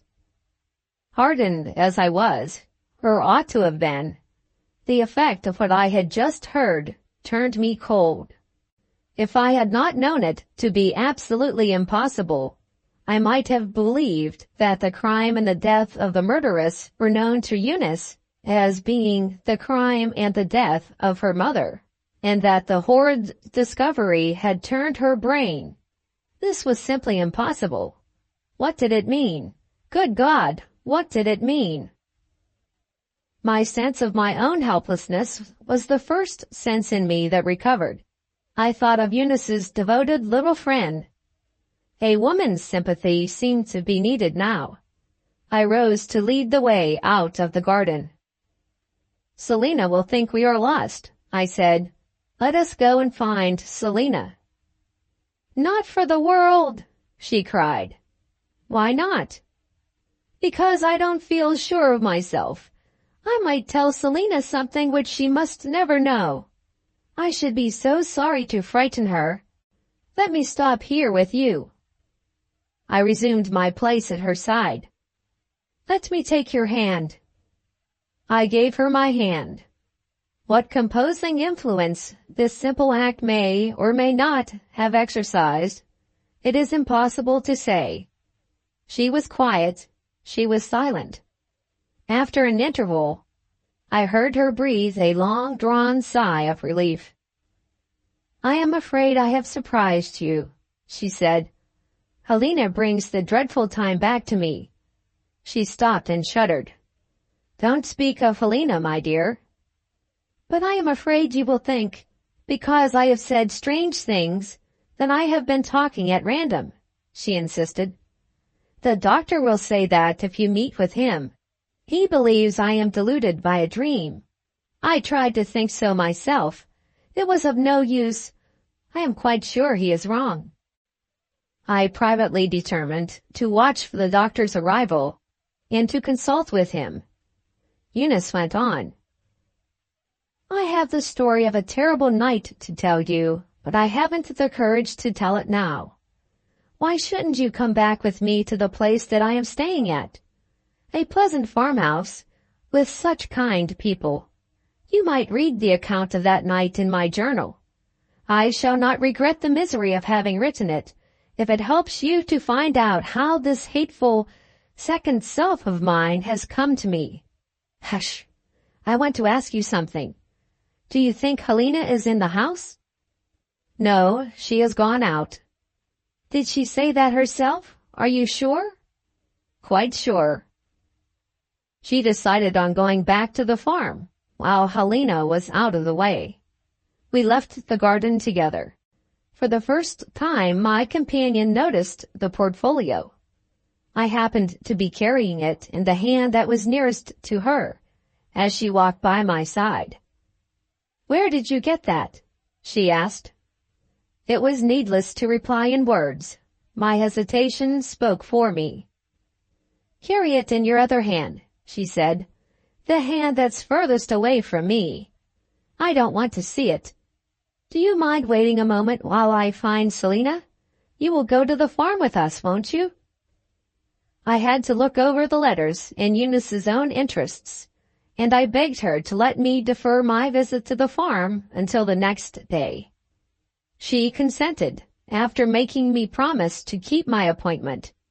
It was of some importance to her, she told me, that I should make acquaintance with the farmer and his wife and children, and tell her how I liked them. Her plans for the future depended on what those good people might be willing to do. When she had recovered her health, it was impossible for her to go home again, while Helena remained in the house. She had resolved to earn her own living if she could get employment as a governess. The farmer's children liked her. She had already helped their mother in teaching them, and there was reason to hope that their father would see his way to employing her permanently.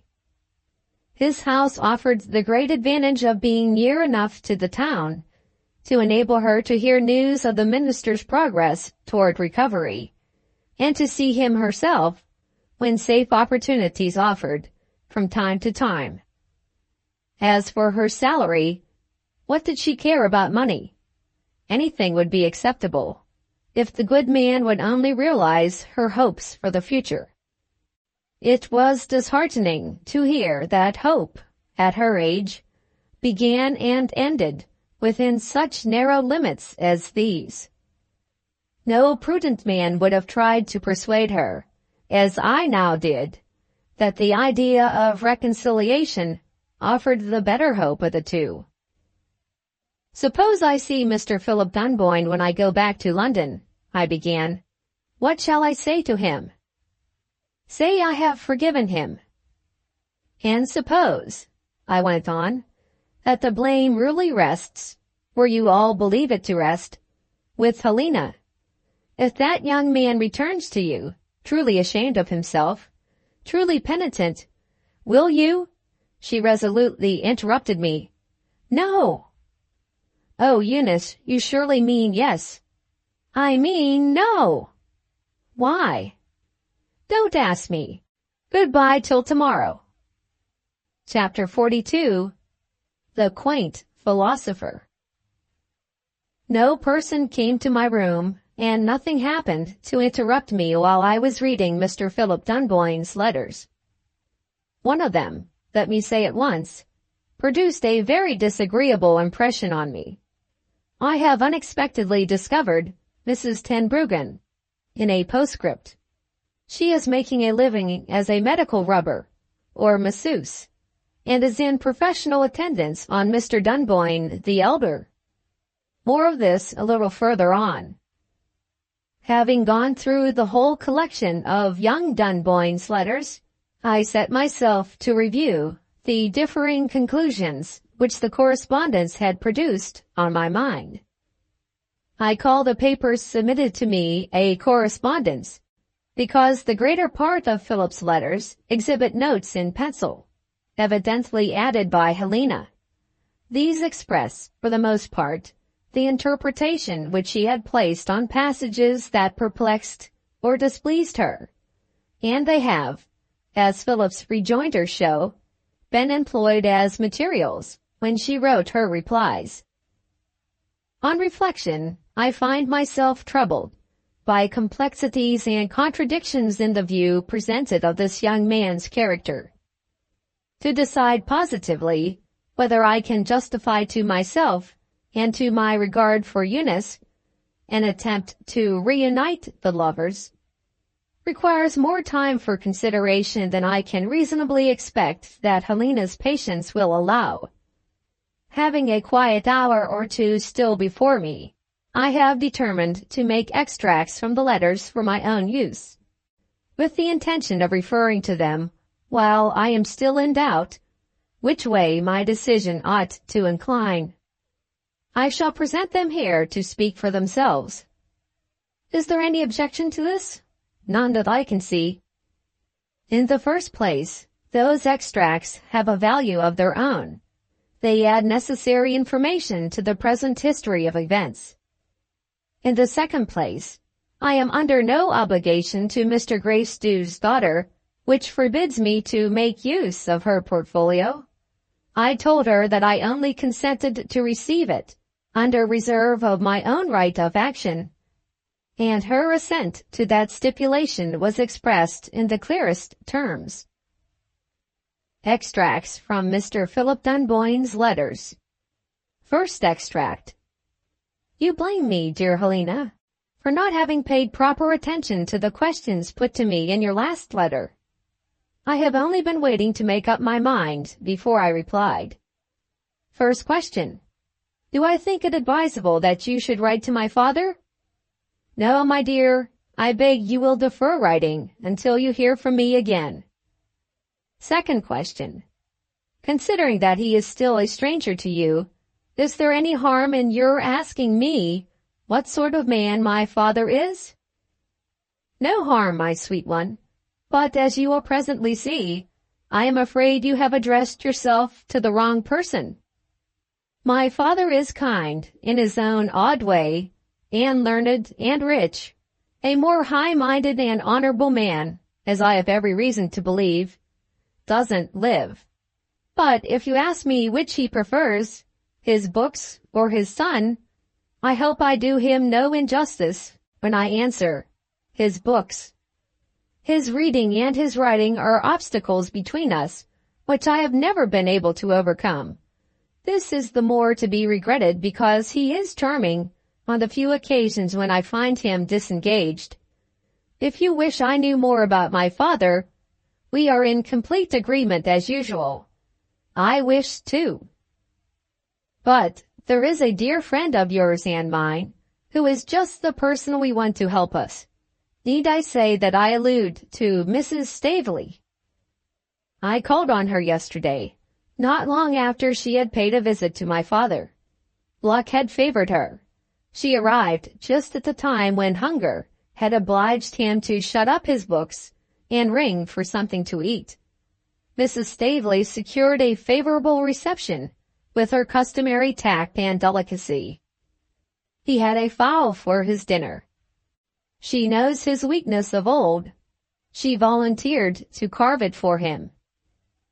If I can only repeat what this clever woman told me of their talk, you will have a portrait of Mr. Dunboyne the elder. Not perhaps a highly finished picture, but, as I hope and believe, a good likeness. Mrs. Staveley began by complaining to him of the conduct of his son. I had promised to write to her, and I had never kept my word. She had reasons for being especially interested in my plans and prospects just then. Knowing me to be attached, please take notice that I am quoting her own language, to a charming friend of hers, whom I had first met at her house. To aggravate the disappointment that I had inflicted, the young lady had neglected her too. No letters, no information. Perhaps my father would kindly enlighten her. Was the affair going on, or was it broken off? My father held out his plate and asked for the other wing of the fowl. It isn't a bad one for London, he said. Won't you have some yourself? I don't seem to have interested you, Mrs. Staveley remarked. What did you expect me to be interested in? My father inquired. I was absorbed in the fowl. Favor me by returning to the subject. Mrs. Staveley admits that she answered this rather sharply.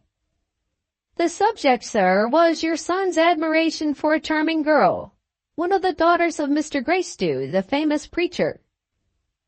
My father is too well bred to speak to a lady while his attention is absorbed by a fowl. He finished the second wing, and then he asked if Philip was engaged to be married. I am not quite sure, Mrs. Staveley confessed. Then, my dear friend, we will wait till we are sure. But, Mr. Dunboyne, there is really no need to wait. I suppose your son comes here, now and then, to see you? My son is most attentive. In course of time he will contrive to hit on the right hour for his visit. At present, poor fellow, he interrupts me every day. Suppose he hits upon the right time tomorrow? Yes. You might ask him if he is engaged. Pardon me, I think I might wait till Philip mentions it, without asking. What an extraordinary man you are. Oh, no, only a philosopher. This tried Mrs. Staveley's temper. You know what a perfectly candid person our friend is. She owned to me that she felt inclined to make herself disagreeable. That's thrown away upon me, she said. I don't know what a philosopher is. Let me pause for a moment, dear Helena. I have inexcusably forgotten to speak of my father's personal appearance. It won't take long. I need only notice one interesting feature which, so to speak, lifts his face out of the common. He has an eloquent nose. Persons possessing this rare advantage are blessed with powers of expression not granted to their ordinary fellow creatures. My father's nose is a mine of information to friends familiarly acquainted with it. It changes color like a modest young lady's cheek. It works flexibly from side to side like the rudder of a ship. On the present occasion, Mrs. Staveley saw it shift toward the left-hand side of his face. A sigh escaped the poor lady. Experience told her that my father was going to hold forth. You don't know what a philosopher is? He repeated. Be so kind as to look at me. I am a philosopher. Mrs. Staveley bowed. And a philosopher, my charming friend, is a man who has discovered a system of life. Some systems assert themselves in volumes. My system asserts itself in 2 words. Never think of anything until you have first asked yourself if there is an absolute necessity for doing it at that particular moment.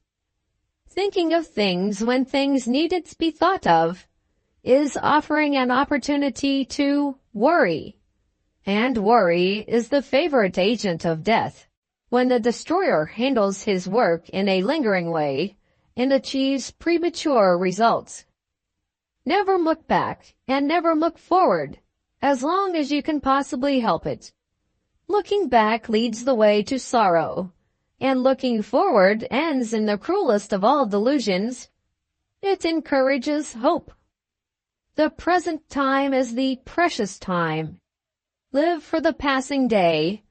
The passing day is all that we can be sure of. You suggested just now that I should ask my son if he was engaged to be married. How do we know what wear and tear of your nervous texture I succeeded in saving when I said, wait till Philip mentions it without asking? There is the personal application of my system. I have explained it in my time to every woman on the list of my acquaintance, including the female servants.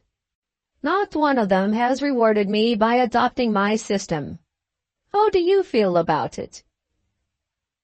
Mrs. Staveley declined to tell me whether she had offered a bright example of gratitude to the rest of the sex. When I asked why, she declared that it was my turn now to tell her what I had been doing. You will anticipate what followed. She objected to the mystery in which my prospects seemed to be involved. In plain English, was I, or was I not, engaged to marry her dear Eunice? I said no. What else could I say? If I had told Mrs. Staveley the truth, when she insisted on my explaining myself, she would have gone back to my father, and would have appealed to his sense of justice to forbid our marriage. Finding me obstinately silent, she has decided on writing to Eunice. So we parted. But don't be disheartened. On my way out of the house, I met Mr. Staveley coming in. and had a little talk with him. He and his wife and his family are going to the seaside next week. Mrs. Staveley, once out of our way, I can tell my father of our engagement without any fear of consequences. If she writes to him, the moment he sees my name mentioned and finds violent language associated with it, he will hand the letter to me. Your business, Philip, don't interrupt me. He will say that and go back to his books. There is my father, painted to the life. Farewell for the present. Remarks by H.G. Philip's grace and gaiety of style might be envied by any professional author. He amuses me, but he rouses my suspicion at the same time.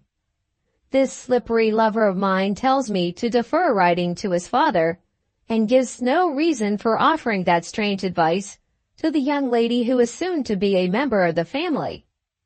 Is this merely one more instance of the weakness of his character? Or, now that he is away from my influence, is he beginning to regret Eunice already? Added by the governor. I too have my doubts. Is the flippant nonsense which Philip has written inspired by the effervescent good spirits of a happy young man? Or is it assumed for a purpose?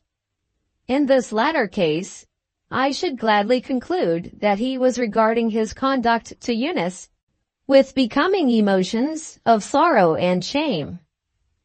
Chapter 43. The Masterful Masseuse. My next quotations will suffer a process of abridgment. I intend them to present the substance of 3 letters, reduced as follows. Second extract. Weak as he may be, Mr. Philip Dunboyne shows, in his second letter, that he can feel resentment, and that he can express his feelings in replying to Miss Helena. He protests against suspicions which he has not deserved. That he does sometimes think of Eunice, he sees no reason to deny. He is conscious of errors and misdeeds which, traceable as they are to Helena's irresistible fascinations, may perhaps be considered rather his misfortune than his fault. Be that as it may, he does indeed feel anxious to hear good accounts of Eunice's health. If this honest avowal excites her sister's jealousy, he will be disappointed in Helena for the first time. His third letter shows that this exhibition of spirit has had its effect. The imperious young lady regrets that she has hurt his feelings, and is rewarded for the apology by receiving news of the most gratifying kind. Faithful Philip has told his father that he is engaged to be married to Miss Helena Gracedieu, daughter of the celebrated Congregational preacher, and so on and so on. Has Mr. Dunboyne the elder expressed any objection to the young lady? Certainly not. He knows nothing of the other engagement to Eunice, and he merely objects on principle to looking forward. How do we know, says the philosopher, what accidents may happen, or what doubts and hesitations may yet turn up? I am not to burden my mind in this matter till I know that I must do it. Let me hear when she is ready to go to church, and I will be ready with the settlements. My compliments to Miss and her papa, and let us wait a little. Dearest Helena, isn't he funny? The next letter has already been mentioned. In this, there occurs the first startling reference to Mrs. Tenbruggen by name. She is in London, finding her way to lucrative celebrity by twisting, turning, and pinching the flesh of credulous persons afflicted with nervous disorders, and she has already paid a few medical visits to old Mr. Dunboyne. He persists in poring over his books while Mrs. Tenbruggen operates, sometimes on his cramped right hand, sometimes, in the fear that his brain may have something to do with it, on the back of his neck. One of them frowns over her rubbing, and the other frowns over his reading. It would be delightfully ridiculous, but for a drawback. Mr. Philip Dunboyne's first impressions of Mrs. Tenbruggen do not incline him to look at that lady from a humorous point of view. Helena's remarks follow, as usual. She has seen Mrs. Tenbruggen's name on the address of a letter written by Miss Jillgall, which is quite enough to condemn Mrs. Tenbruggen. As for Philip himself, she feels not quite sure of him even yet. No more do I. Third extract. The letter that follows must be permitted to speak for itself. I have flown into a passion, dearest Helena, and I am afraid I shall make you fly into a passion too. Blame Mrs. Tenbruggen. Don't blame me. On the first occasion when I found my father under the hands of the medical rubber, she took no notice of me. On the second occasion, when she had been in daily attendance on him for a week, at an exorbitant fee, she said in the coolest manner, "Who is this young gentleman?" My father laid down his book, for a moment only. "Don't interrupt me again, ma'am. The young gentleman is my son, Philip." Mrs. Tenbruggen eyed me with an appearance of interest, which I was at a loss to account for. I hate an impudent woman. My visit came suddenly to an end. The next time I saw my father, he was alone. I asked him how he got on with Mrs. Tenbruggen. As badly as possible, it appeared. "She takes liberties with my neck. She interrupts me in my reading, and she does me no good. I shall end, Philip, in applying a medical rubbing to Mrs. Tenbruggen." A few days later I found the masterful masseuse torturing the poor old gentleman's muscles again. She had the audacity to say to me, "Well, Mr. Philip, when are you going to marry Miss Eunice Gracedieu?" My father looked up. "Eunice," he repeated. "When my son told me he was engaged to Miss Gracedieu, he said Helena. Philip, what does this mean?" Mrs. Tenbruggen was so obliging as to answer for me. "Some mistake, sir. It's Eunice he is engaged to." I confess I forgot myself. "How the devil do you know that?" I burst out. Mrs. Tenbruggen ignored me and my language. "I am sorry to see, sir, that your son's education has been neglected. He seems to be grossly ignorant of the laws of politeness." "Never mind the laws of politeness," says my father. "You appear to be better acquainted with my son's matrimonial prospects than he is himself. How is that?"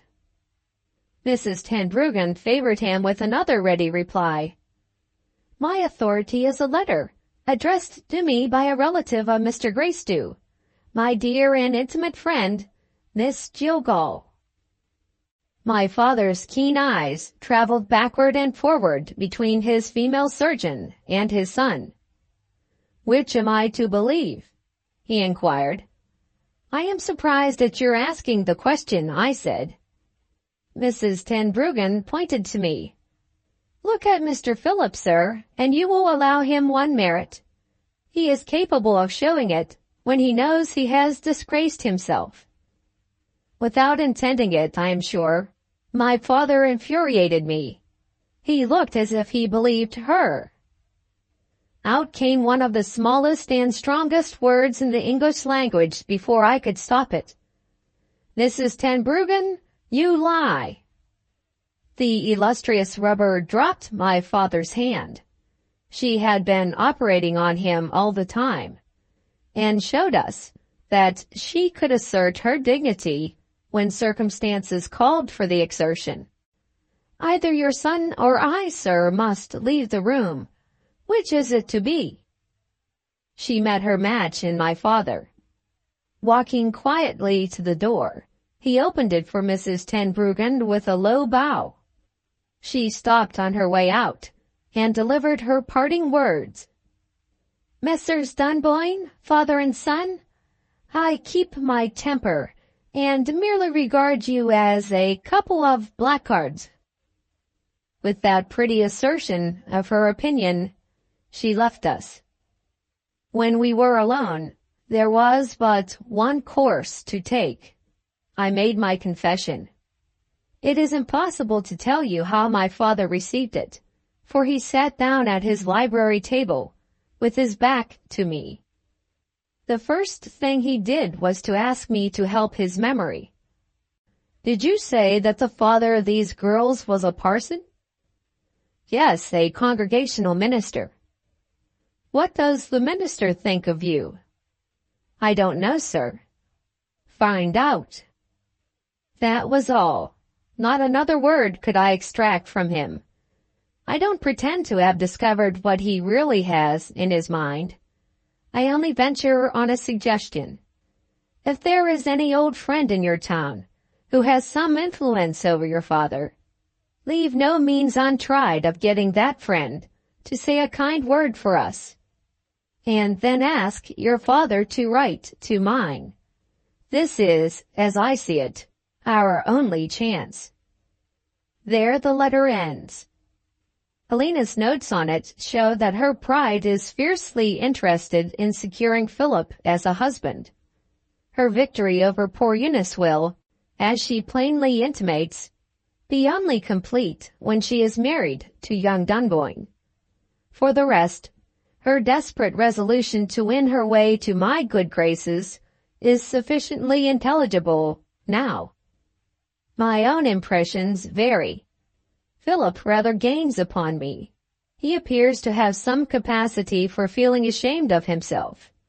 On the other hand, I regard the discovery of an intimate friendship existing between Mrs. Tenbruggen and Miss Jillgall with the gloomiest views.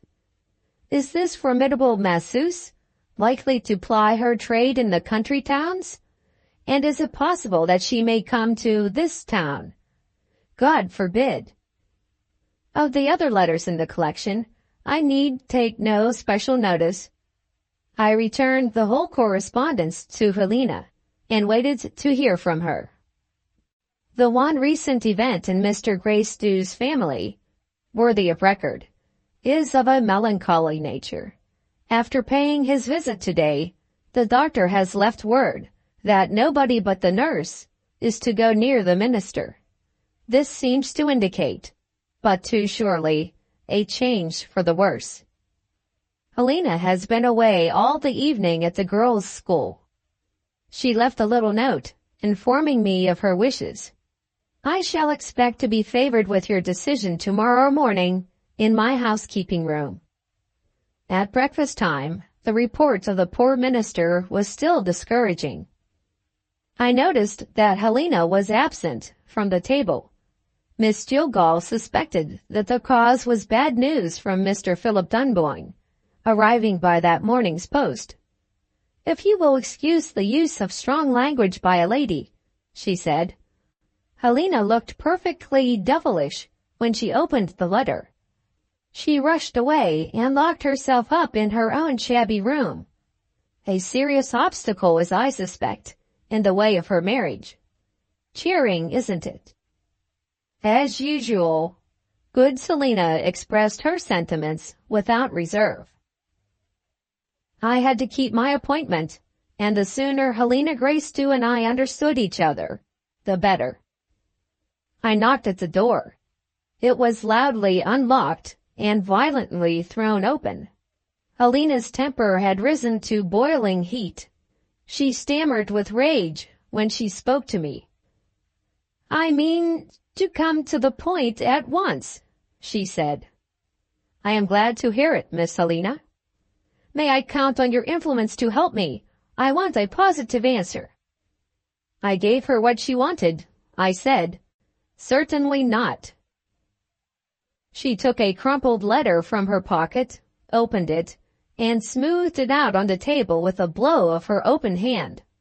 Look at that, she said. I looked. It was the letter addressed to Mr. Dunboyne the elder, which I had written for Mr. Gracedieu, with the one object of preventing Helena's marriage. "Of course I can depend on you to tell me the truth?" she continued. "Without fear or favor," I answered. "You may depend on that." "The signature to the letter, Mr. Governor, is written by my father, but the letter itself is in a different hand. Do you, by any chance, recognize the writing?" "I do." "Whose writing is it?" "Mine." Chapter 44. The Resurrection of the Past. After having identified my handwriting, I waited with some curiosity to see whether Helena would let her anger honestly show itself, or whether she would keep it down. She kept it down. "Allow me to return good for evil." The evil was uppermost, nevertheless, when Miss Gracedieu expressed herself in these self-denying terms. "You are no doubt anxious to know if Philip's father has been won over to serve your purpose. Here is Philip's own account of it, the last of his letters that I shall trouble you to read." I looked it over. The memorandum follows, which I made for my own use. "An eccentric philosopher is as capable as the most commonplace human being in existence of behaving like an honorable man." Mr. Dunboyne read the letter which bore the minister's signature and handed it to his son. "Can you answer that?" was all he said. Philip's silence confessed that he was unable to answer it, and Philip himself, I may add, rose accordingly in my estimation. His father pointed to the writing desk. "I must spare my cramped hand," the philosopher resumed, "and I must answer Mr. Gracedieu's letter. Write, and leave a place for my signature." He began to dictate his reply.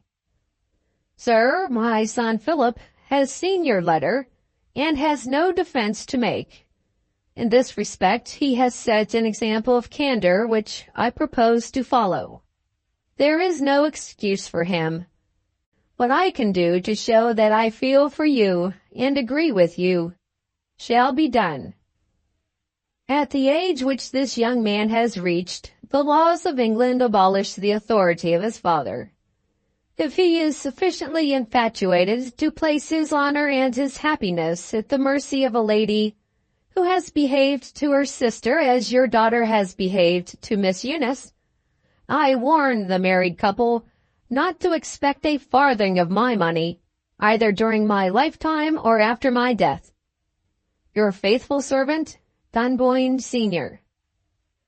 Having performed his duty as secretary, Philip received his dismissal. "You may send my reply to the post," his father said, "and you may keep Mr. Gracedieu's letter. Morally speaking, I regard that last document as a species of mirror, in which a young gentleman like yourself may see how ugly he looks." This, Philip declared, was his father's form of farewell. I handed back the letter to Helena. Not a word passed between us. In sinister silence, she opened the door and left me alone in the room. That Mrs. Gracedieu and I had met in the bygone time, and, this was the only serious part of it, had met in secret, would now be made known to the minister. Was I to blame for having shrunk from distressing my good friend by telling him that his wife had privately consulted me on the means of removing his adopted child from his house? And, even if I had been cruel enough to do this, would he have believed my statement against the positive denial with which the woman whom he loved and trusted would have certainly met it? No. Let the consequences of the coming disclosure be what they might. I failed to see any valid reason for regretting my conduct in the past time. I found Miss Jillgall waiting in the passage to see me come out. Before I could tell her what had happened, there was a ring at the house bell. The visitor proved to be Mr. Wellwood, the doctor. I was anxious to speak to him on the subject of Mr. Greystew's health. Miss Jillgall introduced me as an old and dear friend of the minister, and left us together in the dining room. "What do I think of Mr. Greystew?" he said, repeating the first question that I put. "Well, sir, I think badly of him." Entering into details after that ominous reply, Mr. Wellwood did not hesitate to say that his patient's nerves were completely shattered.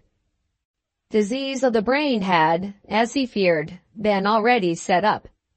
"As to the causes which have produced this lamentable breakdown," the doctor continued, "Mr. Greystew has been in the habit of preaching extempore twice a day on Sundays and sometimes in the week as well, and has uniformly refused to spare himself when he was in the most urgent need of rest. If you have ever attended his chapel, you have seen a man in a state of fiery enthusiasm, feeling intensely every word that he utters. Think of such exhaustion as that implies, going on for years together, and accumulating its wasting influences on a sensitively organized constitution. Add that he is tormented by personal anxieties, which he confesses to no one, not even to his own children, and the sum of it all is that a worse case of its kind, I am grieved to say, has never occurred in my experience." Before the doctor left me to go to his patient, I asked leave to occupy a minute more of his time. My object was, of course, to speak about Eunice. The change of subject seemed to be agreeable to Mr. Wellwood. He smiled good-humoredly. "You need feel no alarm about the health of that interesting girl," he said. "When she complained to me, at her age, of not being able to sleep, I should have taken it more seriously if I had been told that she too had her troubles. Poor little soul. Love troubles, most likely. But don't forget that my professional limits keep me in the dark. Have you heard that she took some composing medicine, which I had prescribed for her father? The effect, certain in any case to be injurious to a young girl, was considerably aggravated by this state of her mind at the time. A dream that frightened her, and something resembling delirium, seems to have followed.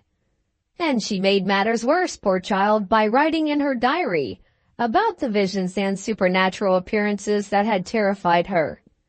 I was afraid of fever on the day when they first sent for me. We escaped that complication, and I was at liberty to try the best of all remedies, quiet and change of air. I have no fears for Miss Eunice." With that cheering reply, he went up to the minister's room. All that I had found perplexing in Eunice was now made clear. I understood how her agony at the loss of her lover, and her keen sense of the wrong that she had suffered, had been strengthened in their disastrous influence by her experiment on the sleeping draught intended for her father. In mind and body, both, the poor girl was in the condition which offered its opportunity to the lurking hereditary taint. It was terrible to think of what might have happened if the all-powerful counter-influence had not been present to save her. Before I had been long alone, the servant-maid came in and said the doctor wanted to see me. Mr. Wellwood was waiting in the passage, outside the minister's bedchamber. He asked if he could speak to me without interruption, and without the fear of being overheard. I led him at once to the room which I occupied as a guest. "At the very time when it is most important to keep Mr. Greystew quiet," he said, "something has happened to excite, I might almost say to infuriate him. He has left his bed, and is walking up and down the room, and, I don't scruple to say, he is on the verge of madness. He insists on seeing you. Being wholly unable to control him in any other way, I have consented to this. But I must not allow you to place yourself in what may be a disagreeable position without a word of warning. Judging by his tones and his looks, He seems to have no very friendly motive for wishing to see you." Knowing perfectly well what had happened, and being one of those impatient people who can never endure suspense, I offered to go at once to Mr. Greystew's room. The doctor asked leave to say one word more. "Pray be careful that you neither say nor do anything to thwart him," Mr. Wellwood resumed. "If he expresses an opinion, agree with him. If he is insolent and overbearing, don't answer him. In the state of his brain, the one hopeful course to take is to let him have his own way. Pray remember that. I will be within call in case of your wanting me." Chapter 45. The Fatal Portrait. I knocked at the bedroom door. "Who's there?" Only 2 words, but the voice that uttered them, hoarse and peremptory, was altered almost beyond recognition. If I had not known whose room it was, I might have doubted whether the minister had really spoken to me. At the instant when I answered him, I was allowed to pass in. Having admitted me, he closed the door and placed himself with his back against it. The customary pallor of his face had darkened to a deep red. There was an expression of ferocious mockery in his eyes. Helena's vengeance had hurt her unhappy father far more severely than it seemed likely to hurt me. The doctor had said he was on the verge of madness. To my thinking, he had already passed the boundary line. He received me with a boisterous affectation of cordiality. "My excellent friend, my admirable, honorable, welcome guest, you don't know how glad I am to see you. Stand a little nearer to the light. I want to admire you." Remembering the doctor's advice, I obeyed him in silence. "Ah, you were a handsome fellow when I first knew you," he said, "and you have some remains of it still left. Do you remember the time when you were a favorite with the ladies? Oh, don't pretend to be modest. Don't turn your back, now you are old, on what you were in the prime of your life. Do you own that I am right?" What his object might be in saying this, if indeed he had an object, it was impossible to guess. The doctor's advice left me no alternative. I hastened to own that he was right. As I made that answer, I observed that he held something in his hand, which was half hidden up the sleeve of his dressing gown. What the nature of the object was, I failed to discover. "And when I happened to speak of you somewhere," he went on, "I forget where, a member of my congregation, I don't recollect who it was, told me you were connected with the aristocracy. How were you connected?" He surprised me, but, however he had got his information, he had not been deceived. I told him that I was connected, through my mother, with the family to which he had alluded. "The aristocracy," he repeated. "A race of people who are rich without earning their money, and noble because their great-grandfathers were noble before them. They live in idleness and luxury. Profligates, who gratify their passions without shame and without remorse. Deny, if you dare, that this is a true description of them." It was really pitiable. Heartily sorry for him, I pacified him again. "And don't suppose I forget that you are one of them. Do you hear me, my noble friend?" There was no help for it. I made another conciliatory reply. "So far," he resumed, "I don't complain of you. You have not attempted to deceive me yet. Absolute silence is what I require next. Though you may not suspect it, my mind is in a ferment. I must try to think." To some extent, at least, his thoughts betrayed themselves in his actions. He put the object that I had half seen in his hand into the pocket of his dressing gown and moved to the toilet table. Opening one of the drawers, he took from it a folded sheet of paper and came back to me. "A minister of the gospel," he said, is a sacred man and has a horror of crime. You are safe so far, provided you obey me. I have a solemn and terrible duty to perform. This is not the right place for it. Follow me downstairs." He led the way out. The doctor, waiting in the passage, was not near the stairs, and so escaped notice. "What is it?" Mr. Wellwood whispered. In the same guarded way, I said, "He has not told me yet. I have been careful not to irritate him." When we descended the stairs, the doctor followed us at a safe distance. He mended his pace when the minister opened the door of the study, and when he saw us both pass in. Before he could follow, the door was closed and locked in his face. Mr. Gracedieu took out the key and threw it through the open window into the garden below. Turning back into the room, he laid the folded sheet of paper on the table. That done, he spoke to me. "I distrust my own weakness," he said. "A dreadful necessity confronts me. I might shrink from the horrid idea, and, if I could open the door, might try to get away. Escape is impossible now. We are prisoners together. But don't suppose that we are alone. There is a third person present who will judge between you and me. Look there." He pointed solemnly to the portrait of his wife. It was a small picture, very simply framed, representing the face in a three-quarter view, and part of the figure only. As a work of art it was contemptible, but as a likeness, it answered its purpose. My unhappy friend stood before it, in an attitude of dejection, covering his face with his hands. In the interval of silence that followed, I was reminded that an unseen friend was keeping watch outside.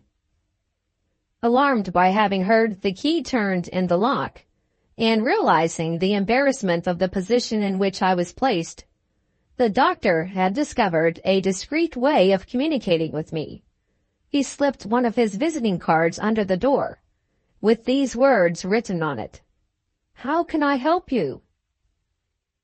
I took the pencil from my pocketbook and wrote on the blank side of the card, "He has thrown the key into the garden. Look for it under the window." A glance at the minister, before I returned my reply, showed that his attitude was unchanged. Without being seen or suspected, I, in my turn, slipped the card under the door. The slow minutes followed each other, and still nothing happened. My anxiety to see how the doctor's search for the key was succeeding tempted me to approach the window. On my way to it, the tail of my coat threw down a little tray containing pens and pencils, which had been left close to the edge of the table. Slight as the noise of the fall was, it disturbed Mr. Gracedieu. He looked round vacantly. "I have been comforted by prayer," he told me. "The weakness of poor humanity has found strength in the Lord." He pointed to the portrait once more. "My hands must not presume to touch it while I am still in doubt. Take it down." I removed the picture and placed it, by his directions, on a chair that stood midway between us. To my surprise, his tones faltered. I saw tears rising in his eyes. "You may think you see a picture there," he said. "You are wrong. You see my wife herself. Stand here and look at my wife with me." We stood together with our eyes fixed on the portrait. Without anything said or done on my part to irritate him, he suddenly turned to me in a state of furious rage. "Not a sign of sorrow," he burst out. "Not a blush of shame. Wretch, you stand condemned by the atrocious composure that I see in your face." A first discovery of the odious suspicion of which I was the object dawned on my mind at that moment. My capacity for restraining myself completely failed me. I spoke to him as if he had been an accountable being. Once for all, I said, tell me what I have a right to know. You suspect me of something. What is it? Instead of directly replying, he seized my arm and led me to the table. Take up that paper, he said. There is writing on it. Read and let her judge between us. Your life depends on how you answer me. Was there a weapon concealed in the room, or had he got it in the pocket of his dressing gown? I listened for the sound of the doctor's returning footsteps in the passage outside, and heard nothing. My life had once depended, years since, on my success in heading the arrest of an escaped prisoner. I was not conscious, then, of feeling my energies weakened by fear. But that man was not mad, and I was younger, in those days, by a good 20 years or more. At my later time of life, I could show my old friend that I was not afraid of him, but I was conscious of an effort in doing it. I opened the paper. Am I to read this myself, I asked, or am I to read it aloud? Read it aloud. In these terms, his daughter addressed him. I have been so unfortunate, dearest father, as to displease you, and I dare not hope that you will consent to receive me. What it is my painful duty to tell you must be told in writing. Grieved as I am to distress you in your present state of health, I must not hesitate to reveal what it has been my misfortune, I may even say my misery, when I think of my mother, to discover. But let me make sure, in such a serious matter as this is, that I am not mistaken. In those happy past days, when I was still dear to my father, you said you thought of writing to invite a dearly valued friend to pay a visit to this house. You had first known him, as I understood, when my mother was still living. Many interesting things you told me about this old friend, but you never mentioned that he knew, or that he had even seen, my mother. I was left to suppose that those two had remained strangers to each other to the day of her death. If there is any misinterpretation here of what you said, or perhaps of what you meant to say, pray destroy what I have written without turning to the next page, and forgive me for having innocently startled you by a false alarm. Mr. Gracedieu interrupted me. Put it down, he cried. I won't wait till you have got to the end. I shall question you now. Give me the paper. It will help me to keep this mystery of iniquity clear in my own mind. I gave him the paper. He hesitated, and looked at the portrait once more. Turn her away from me, he said. I can't face my wife. I placed the picture with its back to him. He consulted the paper, reading it with but little of the confusion and hesitation which my experience of him had induced me to anticipate. Had the mad excitement that possessed him exercised an influence in clearing his mind, resembling in some degree the influence exercised by a storm in clearing the air? Whatever the right explanation may be, I can only report what I saw. I could hardly have mastered what his daughter had written more readily if I had been reading it myself. Helena tells me, he began, that you said you knew her by her likeness to her mother. Is that true? Quite true. And you made an excuse for leaving her. See, here it is written down. You made an excuse and left her when she asked for an explanation. I did. He consulted the paper again. My daughter says, no, I won't be hurried and I won't be interrupted. She says you were confused. Is that so?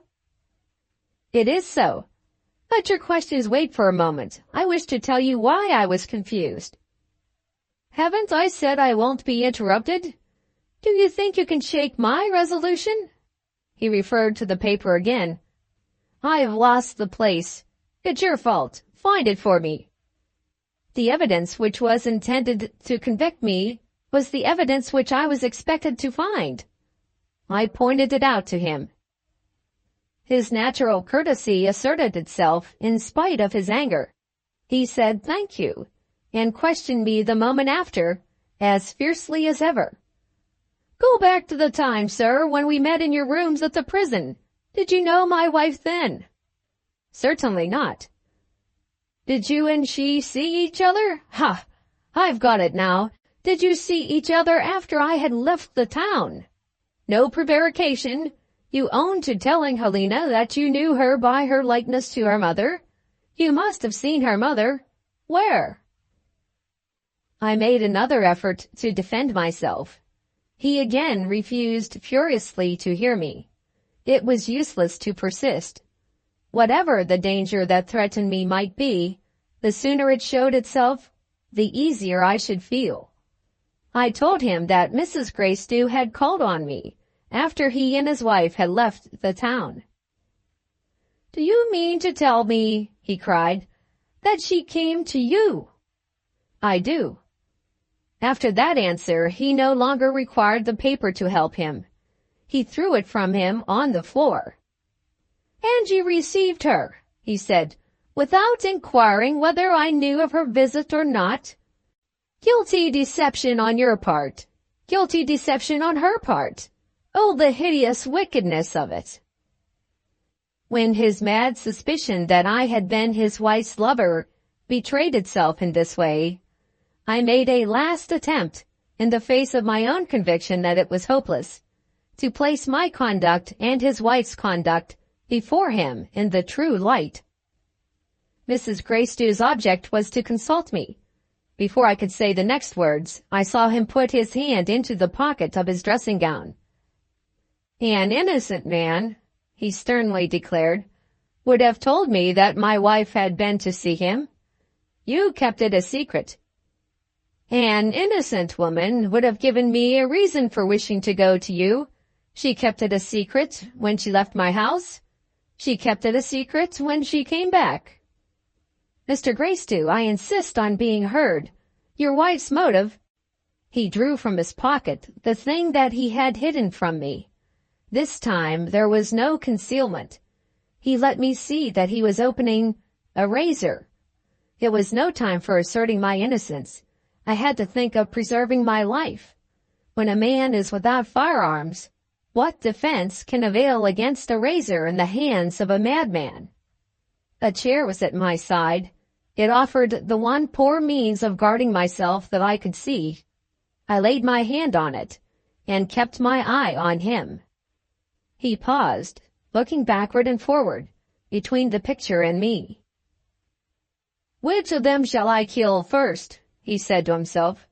"The man who is my trusted friend, or the woman whom I believed to be an angel on earth?" He stopped once more, in a state of fierce self-concentration, debating what he should do. "The woman," he decided. "Wretch! Fiend! Harlot! How I loved her!" With a yell of fury, he pounced on the picture, ripped the canvas out of the frame, and cut it malignantly into fragments. As they dropped from the razor on the floor, he stamped on them, and ground them under his foot. "Go, wife of my bosom," he cried, with a dreadful mockery of voice and look. "Go and burn everlastingly in the place of torment." His eyes glared at me. "Your turn now," he said, and rushed at me with his weapon ready in his hand. I hurled the chair at his right arm. The razor dropped on the floor. I caught him by the wrist. Like a wild animal, he tried to bite me. With my free hand, if I had known how to defend myself in any other way, I would have taken that way. With my free hand, I seized him by the throat, forced him back, and held him against the wall. My grasp on his throat kept him quiet, but the dread of seriously injuring him so completely overcame me that I forgot I was a prisoner in the room, and was on the point of alarming the household by a cry for help. I was still struggling to preserve my self-control when the sound of footsteps broke the silence outside. I heard the key turn in the lock, and saw the doctor at the open door. Chapter 46. the cumbersome ladies. I cannot prevail upon myself to dwell at any length on the events that followed. We secured my unhappy friend and carried him to his bed. It was necessary to have men in attendance who could perform the duty of watching him. The doctor sent for them, while I went downstairs to make the best I could of the miserable news which it was impossible entirely to conceal. All that I could do to spare Miss Jillgall, I did. I was obliged to acknowledge that there had been an outbreak of violence, and that the portrait of the minister's wife had been destroyed by the minister himself. Of Helena's revenge on me, I said nothing. It had led to consequences which even her merciless malice could not have contemplated.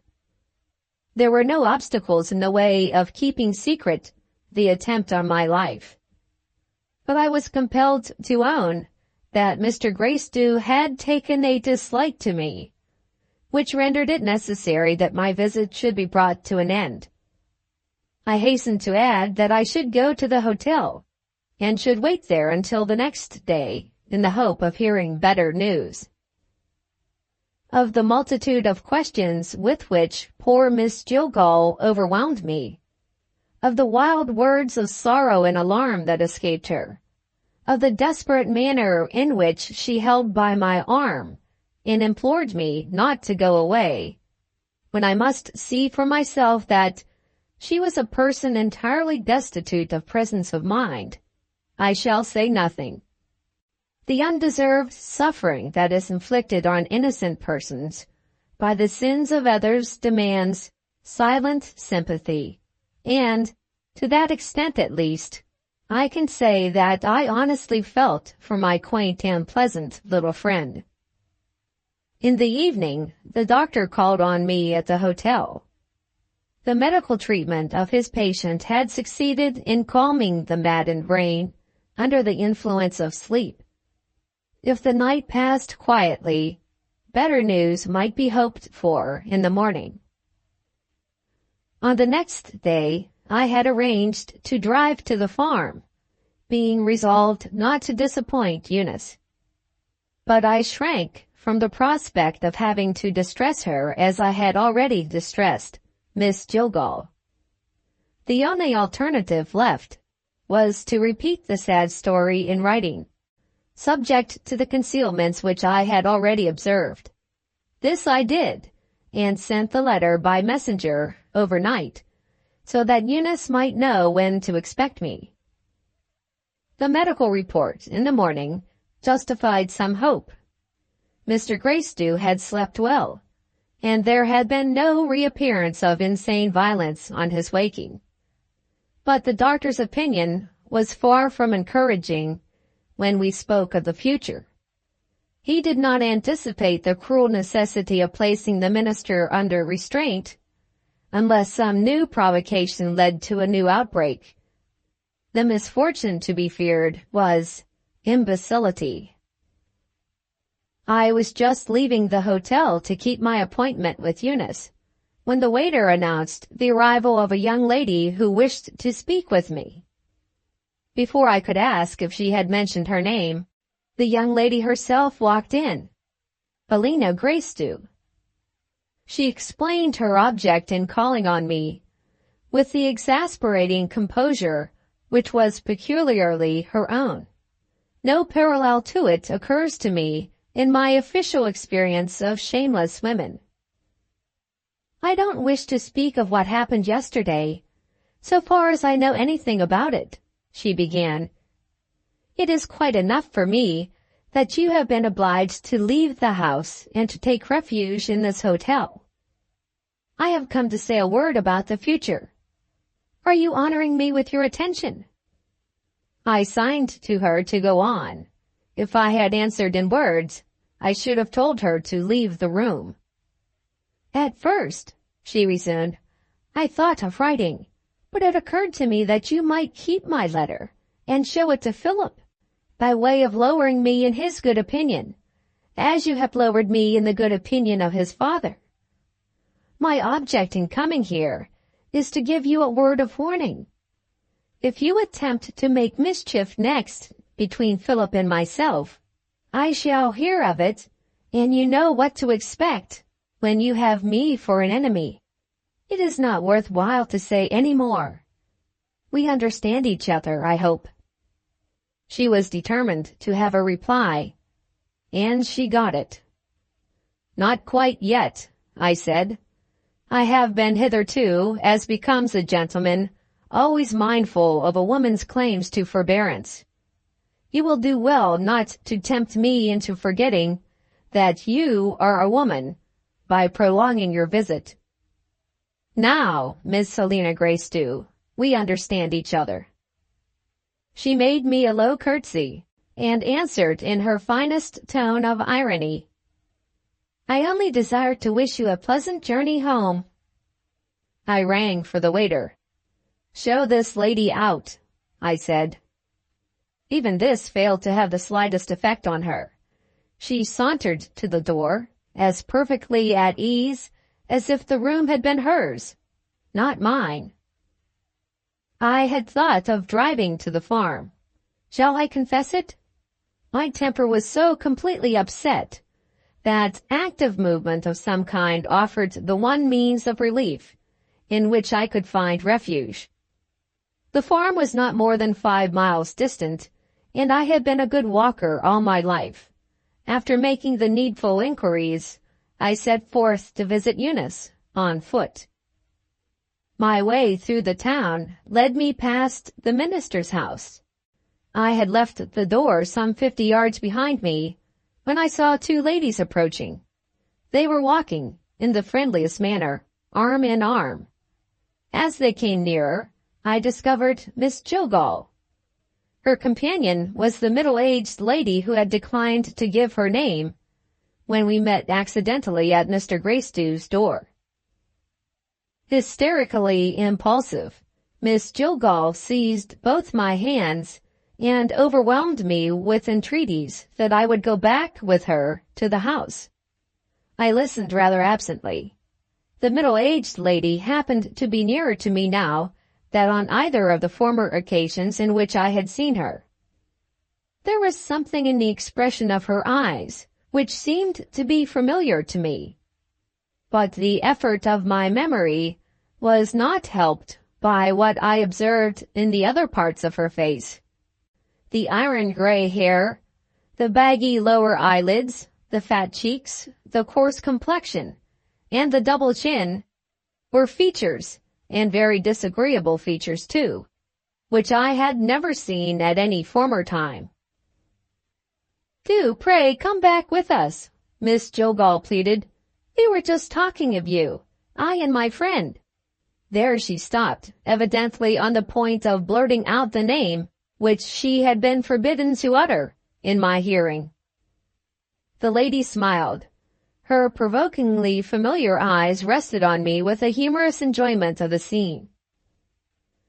"My dear," she said to Miss Jogall, "caution ceases to be a virtue when it ceases to be of any use.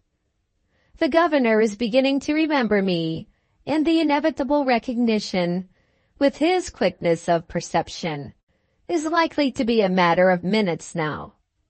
She turned to me. "In more ways than one, sir, women are hardly used by nature. As they advance in years, they lose more in personal appearance than the men do. You are white-haired, and, pray excuse me, you are too fat. And, allow me to take another liberty, you stoop at the shoulders. But you have not entirely lost your good looks. I am no longer recognizable. Allow me to prompt you, as they say on the stage. I am Mrs. Tenbruggen. As a man of the world, I ought to have been capable of concealing my astonishment and dismay. She struck me dumb. Mrs. Tenbruggen in the town, the one woman whose appearance Mr. Greystew had dreaded, and justly dreaded, stood before me, free as a friend of his kinswoman, to enter his house at the very time when he was a helpless man, guarded by watchers at his bedside. My first clear idea was to get away from both the women and consider what was to be done next. I bowed and begged to be excused and said I was in a hurry, all in a breath. Hearing this, the best of genial old maids was unable to restrain her curiosity. "Where are you going?" she asked. Too confused to think of an excuse, I said I was going to the farm. "To see my dear Eunice?" Miss Jillgall burst out. "Oh, we will go with you." Mrs. Tenbruggen's politeness added immediately, "With the greatest pleasure." Chapter 47. The Journey to the Farm. My first ungrateful impulse was to get rid of the two cumbersome ladies who had offered to be my companions. It was needless to call upon my invention for an excuse. The truth, as I gladly perceived, would serve my purpose. I had only to tell them that I had arranged to walk to the farm. Lean, wiry, and impetuous Miss Jillgall received my excuse with the sincerest approval of it as a new idea. "Nothing could be more agreeable to me," she declared. "I have been a wonderful walker all my life." She turned to her friend. "We will go with him, my dear, won't we?" Mrs. Tenbruggen's reception of this proposal inspired me with hope. She asked how far it was to the farm. 5 miles, she repeated, "and 5 miles back again, unless the farmer lends us a cart." "My dear Selina, you might as well ask me to walk to the North Pole. You have got rid of one of us, Mr. Governor," she added pleasantly, "and the other, if you only walk fast enough, you will leave behind you on the road. If I believed in luck, which I don't, I should call you a fortunate man." But companionable Selina would not hear of a separation. She asked in her most irresistible manner if I objected to driving instead of walking. Her heart's dearest wish, she said, was to make her bosom friend and myself better acquainted with each other. To conclude, she reminded me that there was a cab stand in the next street. Perhaps I might have been influenced by my distrust of Mrs. Tenbruggen, or perhaps by my anxiety to protect Eunice. It struck me that I might warn the defenceless girl to be on her guard with Mrs. Tenbruggen to better purpose. If Eunice was in a position to recognize her in any future emergency that might occur. To my mind, this dangerous woman was doubly formidable, and for good reason. She was the bosom friend of that innocent and unwary person, Miss Jillgall. So I amiably consented to forego my walk, yielding to the superior attraction of Mrs. Tenbruggen's company. On that day, the sunshine was tempered by a delightful breeze. If we had been in the biggest and worst governed city on the civilized earth, we would have found no public vehicle open to the air which could offer accommodation to 3 people. Being only in a country town, we had a light 4-wheeled chaise at our disposal as a matter of course. No wise man expects to be mercifully treated when he is shut into a carriage with a mature single lady inflamed by curiosity.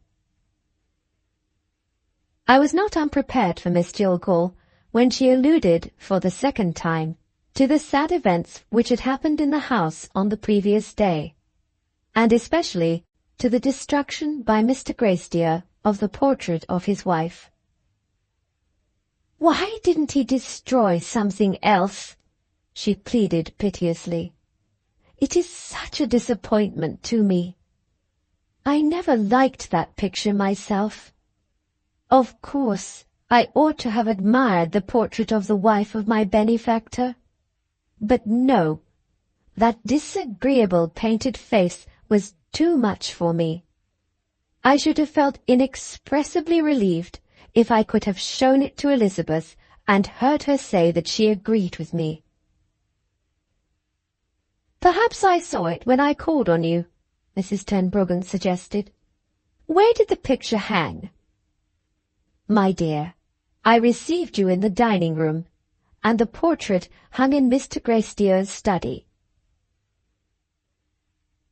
What they said to each other next escaped my attention.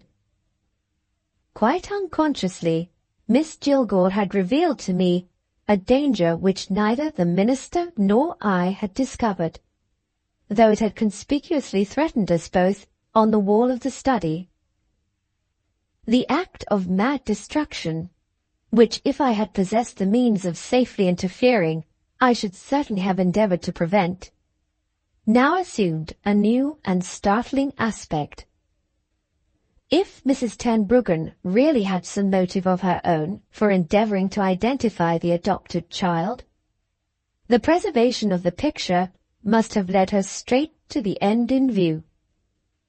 The most casual opportunity of comparing Helena with the portrait of Mrs. Gracedieu would have revealed the likeness between mother and daughter, and that result attained, the identification of Eunice with the infant whom the mischance of those days had brought to the prison, must inevitably have followed. It was perhaps natural that Mr. Gracedieu's infatuated devotion to the memory of his wife should have blinded him to the betrayal of Helena's parentage, which met his eyes every time he entered his study. But that I should have been too stupid to discover what he had failed to see was a wound dealt to my self-esteem, which I was vain enough to feel acutely. Mrs. Tenbruggen's voice, cheery and humorous, broke in on my reflections with an odd question. "Mr. Governor, do you ever condescend to read novels?" "It's not easy to say, Mrs. Tenbruggen, how grateful I am to the writers of novels." "Ah, I read novels too, but I blush to confess, do I blush, that I never thought of feeling grateful till you mentioned it. Selina and I don't complain of you preferring your own reflections to our company. On the contrary, you have reminded us agreeably of the heroes of fiction, when the author describes them as being absorbed in thought. For some minutes, Mr. Governor, you have been a hero, absorbed, as I venture to guess, in unpleasant remembrances of the time when I was a single lady. You have not forgotten how badly I behaved, and what shocking things I said in those bygone days. Am I right?" "You are entirely wrong." It is possible that I may have spoken a little too sharply. Anyway, faithful Selina interceded for her friend. "Oh, dear sir, don't be hard on Elizabeth. She always means well." Mrs. Tenbruggen, as facetious as ever, made a grateful return for a small compliment. She chucked Miss Jillgall under the chin, with the air of an amorous old gentleman expressing his approval of a pretty servant girl. It was impossible to look at the two, in their relative situations, without laughing. But Mrs. Tenbruggen failed to cheat me into altering my opinion of her. Innocent Miss Jillgall clapped her ugly hands and said, "Isn't she good company?" Mrs. Tenbruggen's social resources were not exhausted yet. She suddenly shifted to the serious side of her character. "Perhaps I have improved a little," she said, as I have advanced in years. The sorrows of an unhappy married life may have had a purifying influence on my nature. My husband and I began badly. Mr. Tenbruggen thought I had money, and I thought Mr. Tenbruggen had money. He was taken in by me, and I was taken in by him.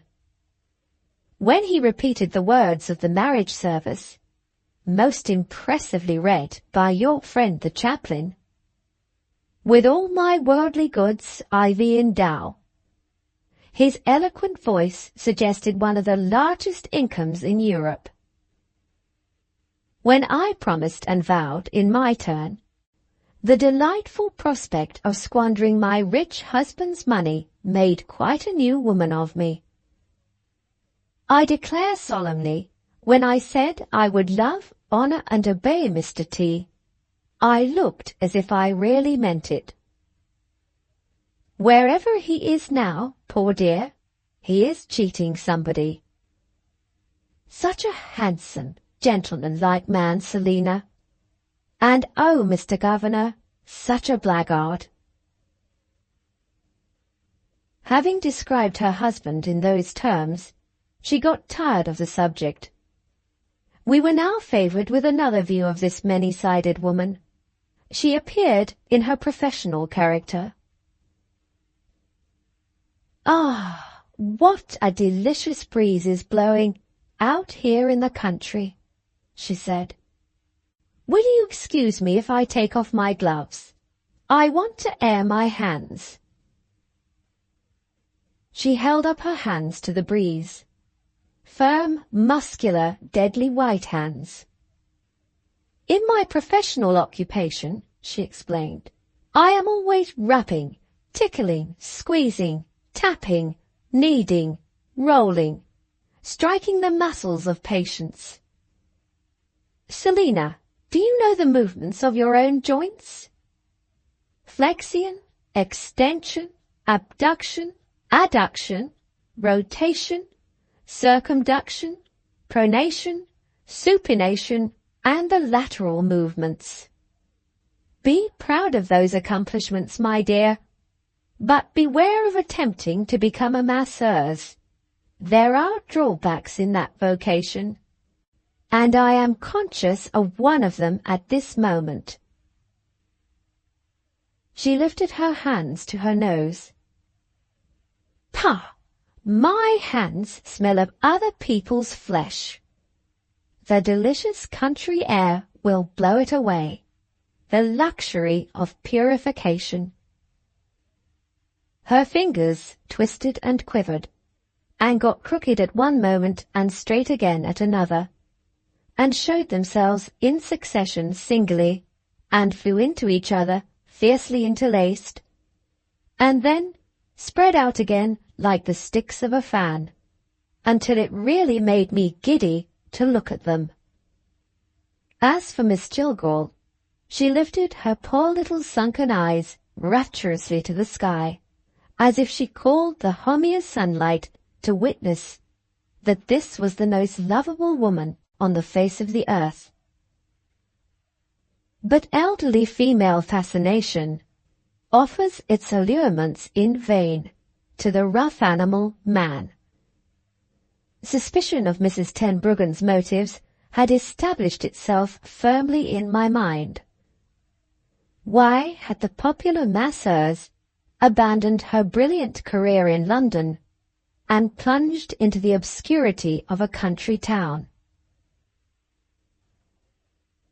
An opportunity of clearing up the doubt thus suggested seemed to have presented itself now. "Is it indiscreet to ask," I said, "if you are here in your professional capacity?" Her cunning seized its advantage and put a sly question to me. "Do you wish to be one of my patients yourself?" "That is, unfortunately, impossible," I replied. "I have arranged to return to London." "Immediately?" "Tomorrow at the latest." Artful as she was, Mrs. Tenbruggen failed to conceal a momentary expression of relief, which betrayed itself partly in her manner, partly in her face. She had ascertained to her own complete satisfaction that my speedy departure was an event which might be relied on. "But I have not yet answered you," she resumed. "To tell the truth, I am eager to try my hands on you. Massage, as I practice it, would lighten your weight and restore your figure. I may even say would lengthen your life. You will think of me one of these days, won't you? In the meanwhile, yes, I am here in my professional capacity, several interesting cases, and one very remarkable person, brought to death's door by the doctors. A rich man, who is liberal in paying his fees.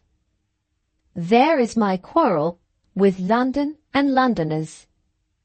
Some of their papers, medical newspapers, of course, declare that my fees are exorbitant. And there is a tendency among the patients, I mean the patients who are rolling in riches, to follow the lead of the newspapers. I am no worm to be trodden on in that way. The London people shall wait for me until they miss me, and when I go back, they will find the fees increased. My fingers and thumbs, Mr. Governor, are not to be insulted with impunity." Miss Jillgall nodded her head at me. It was an eloquent nod. "Admire my spirited friend," was the interpretation I put on it. At the same time, my private sentiments suggested that Mrs. Tenbruggen's reply was too perfectly satisfactory, viewed as an explanation. My suspicions were by no means set at rest, and I was resolved not to let the subject drop yet. "Speaking of Mr. Gracedieu and of the chances of his partial recovery," I said, "do you think the minister would benefit by massage?" "I haven't a doubt of it, if you can get rid of the doctor." "You think he would be an obstacle in the way?" "There are some medical men who are honourable exceptions to the general rule, and he may be one of them." Mrs. Tenbruggen admitted. "Don't be too hopeful. As a doctor, he belongs to the most tyrannical trades union in existence." "May I make a personal remark?" "Certainly." "I find something in your manner, pray don't suppose I am angry, which looks like distrust. I mean, distrust of me."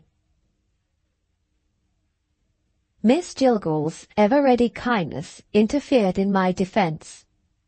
"Oh, no, Elizabeth, you are not often mistaken, but indeed you are wrong now. Look at my distinguished friend. I remember my copybook when I was a small creature learning to write in England. There were first lines that we copied in big letters, and one of them said, 'Distrust is mean.' I know a young person whose name begins with H, who is one mass of meanness. But—" Excellent Selina paused and pointed to me with a gesture of triumph. "No meanness there." Mrs. Tenbruggen waited to hear what I had to say, scornfully insensible to Miss Jillgall's well-meant interruption. "You are not altogether mistaken," I told her. "I can't say that my mind is in a state of distrust, but I own that you puzzle me." "How, if you please?" "May I presume that you remember the occasion when we met at Mr. Gracedieu's house door? You saw that I failed to recognize you, and you refused to give your name when the servant asked for it. A few days afterward, I heard you, quite accidentally, forbid Miss Jillgall to mention your name in my hearing. I am at a loss to understand it. Before she could answer me, the chaise drew up at the gate of the farmhouse. Mrs. Tenbruggen carefully promised to explain what had puzzled me at the first opportunity. "If it escapes my memory," she said, "pray remind me of it." I determined to remind her of it. Whether I could depend on her to tell me the truth might be quite another thing. Chapter 48. The Decision of Eunice.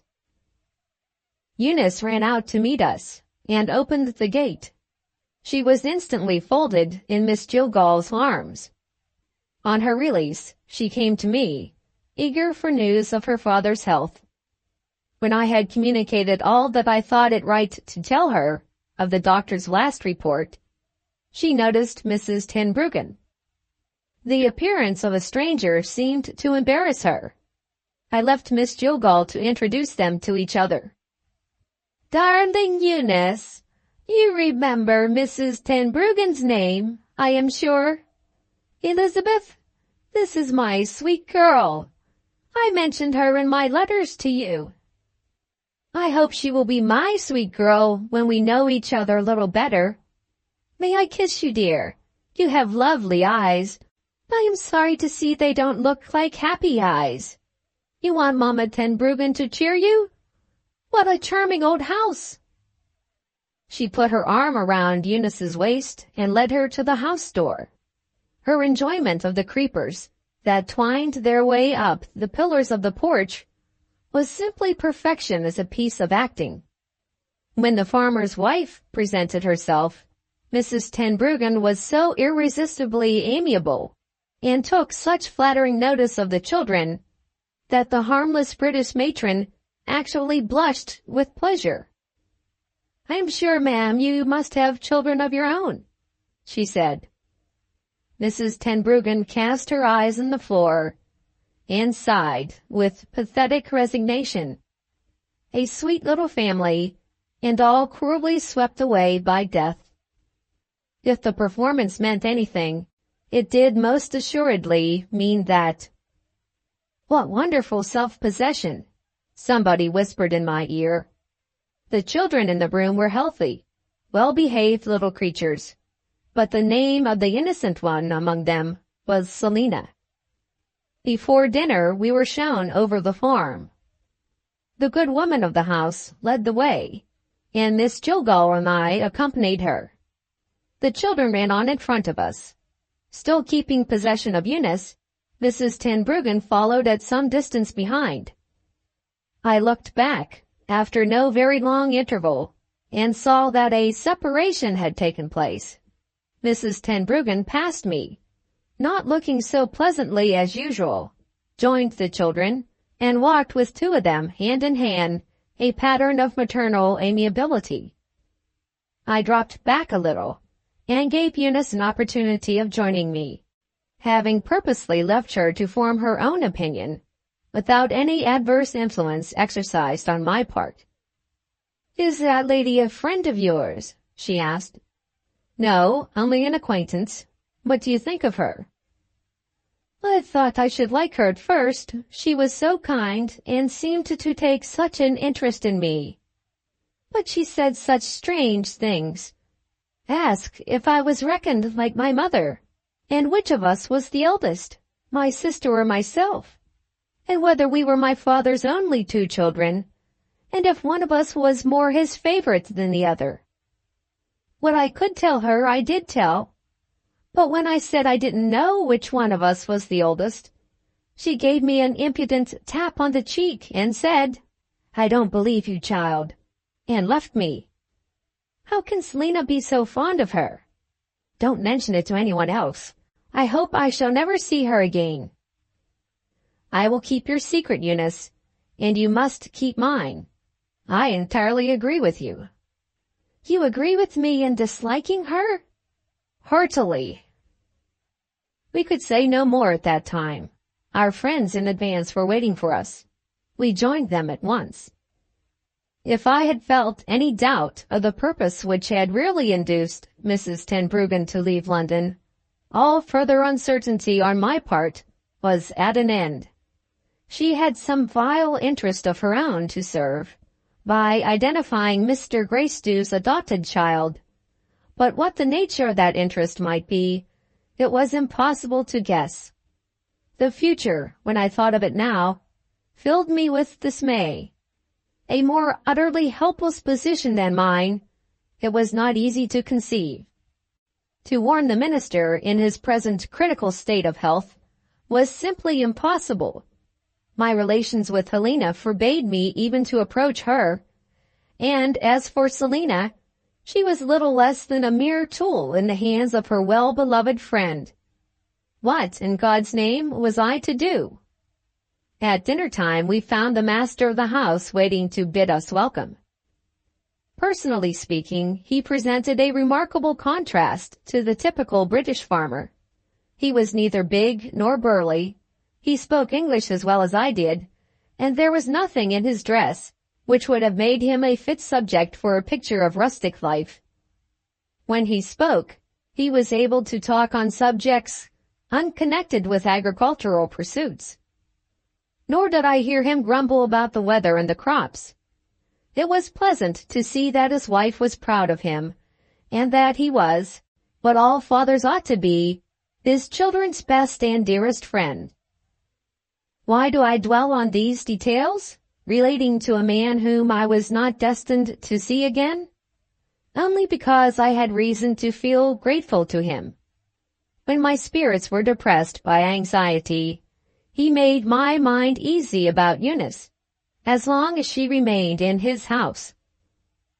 The social arrangements, when our meal was over, fell of themselves into the right train. Miss Jillgall went upstairs, with the mother and the children, to see the nursery and the bedrooms. Mrs. Tenbruggen discovered a bond of union between the farmer and herself. They were both skilled players at backgammon, and they sat down to try conclusions at their favorite game. Without any wearisome necessity for excuses or stratagems, Eunice took my arm and led me to the welcome retirement of her own sitting-room. I could honestly congratulate her when I heard that she was established at the farm as a member of the family. While she was governess to the children, she was safe from dangers that might have threatened her if she had been compelled by circumstances to return to the minister's house. The entry in her journal, which she was anxious that I should read, was placed before me next. I followed the poor child's account of the fearful night that she had passed, with an interest that held me breathless to the end. A terrible dream, which had impressed a sense of its reality on the sleeper by reaching its climax in somnambulism. This was the obvious explanation, no doubt, and a rational mind would not hesitate to accept it. But a rational mind is not a universal gift, even in a country which prides itself on the idle worship of fact.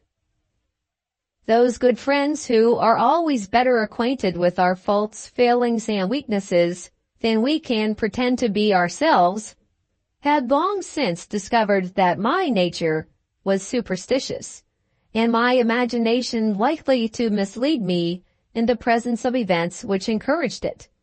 Well, I was weak enough to recoil from the purely rational view of all that Eunice had suffered, and heard, and seen on that fateful night recorded in her journal. Good and evil walk the ways of this unintelligible world on the same free conditions. If we cling, as many of us do, to the comforting belief that departed spirits can minister to earthly creatures for good, can be felt moving in us in a train of thought, and seen as visible manifestations in a dream, with what pretense of reason can we deny that the same freedom of supernatural influence which is conceded to the departed spirit, working for good, is also permitted to the departed spirit, working for evil? If the grave cannot wholly part mother and child when the mother's life has been good, does eternal annihilation separate them when the mother's life has been wicked? No. If the departed spirit can bring with it a blessing, the departed spirit can bring with it a curse. I dared not confess to Eunice that the influence of her murderous mother might, as I thought possible, have been supernaturally present when she heard temptation whispering in her ear, but I dared not deny it to myself. All that I could say to satisfy and sustain her, I did say, and when I declared, with my whole heart declared, that the noble passion which had elevated her whole being and had triumphed over the sorest trials that desertion could inflict, would still triumph to the end, I saw hope in that brave and true heart, showing its bright promise for the future in Eunice's eyes. She closed and locked her journal. By common consent, we sought the relief of changing the subject. Eunice asked me if it was really necessary that I should return to London. I shrank from telling her that I could be of no further use to her father, while he regarded me with an enmity which I had not deserved. But I saw no reason for concealing that it was my purpose to see Philip Dunboyne. You told me yesterday, I reminded her, that I was to say you had forgiven him. Do you still wish me to do that? Indeed I do. Have you thought of it seriously? Are you sure of not having been hurried by a generous impulse into saying more than you mean? I have been thinking of it, she said, through the wakeful hours of last night, and many things are plain to me which I was not sure of in the time when I was so happy. He has caused me the bitterest sorrow of my life, but he can't undo the good that I owe to him. He has made a better girl of me in the time when his love was mine. I don't forget that. Miserably as it has ended, I don't forget that. Her voice trembled. The tears rose in her eyes. It was impossible for me to conceal the distress that I felt. The noble creature saw it. No, she said faintly, I am not going to cry. Don't look so sorry for me. Her hand pressed my hand gently. She pitied me. When I saw how she struggled to control herself, and did control herself, I declared to God I could have gone down on my knees before her. She asked to be allowed to speak of Philip again, and for the last time. When you meet with him in London, he may perhaps ask if you have seen Eunice. My child, he is sure to ask. Break it to him gently, but don't let him deceive himself. In this world, he must never hope to see me again. I tried, very gently, to remonstrate. At your age and at his age, I said, surely there is hope. There is no hope. She pressed her hand on her heart. I know it. I feel it here. Oh, Eunice, it's hard for me to say that. I will try to make it easier for you. Say that I have forgiven him, and say no more. Chapter 49. The Governor on his guard. After leaving Eunice, my one desire was to be alone. I had much to think of, and I wanted an opportunity of recovering myself. On my way out of the house, in search of the first solitary place I could discover, I passed the room in which we had dined. The door was ajar. Before I could get by it, Mrs. Tenbruggen stepped out and stopped me. "Will you come in here for a moment?" she said. "The farmer has been called away, and I want to speak to you." Very unwillingly, but how could I have refused without giving offence? I entered the room. "When you noticed my keeping my name from you, Mrs. Tenbruggen began, while Selina was with us, you placed me in an awkward position. Our little friend is an excellent creature, but her tongue runs away with her sometimes. I am obliged to be careful of taking her too readily into my confidence. For instance, I have never told her what my name was before I married. Won't you sit down? I had purposely remained standing as a hint to her not to prolong the interview. The hint was thrown away. I took a chair. Selina's letters had informed me, she resumed, that Mr. Gracedieu was a nervous invalid. When I came to England, I had hoped to try what massage might do to relieve him.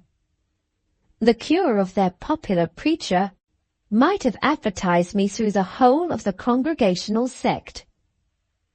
It was essential to my success that I should present myself as a stranger. I could trust time and change and my married name, certainly not known to Mr. Gracedieu, to keep up my incognito. He would have refused to see me if he had known that I was once Miss Chance. I began to be interested.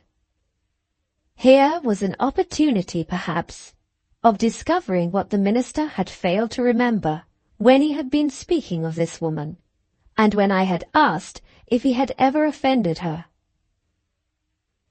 I was especially careful in making my inquiries. I remember how you spoke to Mr. Gracedieu, I said, when you and he met long ago in my rooms. But surely you don't think him capable of vindictively remembering some thoughtless words which escaped you 16 or 17 years since.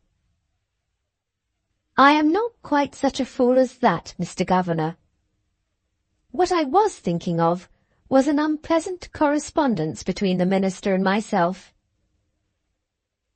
Before I was so unfortunate as to meet with Mr. Tenbruggen, I obtained a chance of employment in a public institution, on condition that I included a clergyman among my references. Knowing nobody else whom I could apply to, I rashly wrote to Mr. Gracedieu, and received one of those cold and cruel refusals which only the strictest religious principle can produce. I was mortally offended at the time, and if your friend the minister had been within my reach— She paused and finished the sentence by a significant gesture. Well, I said, he is within your reach now.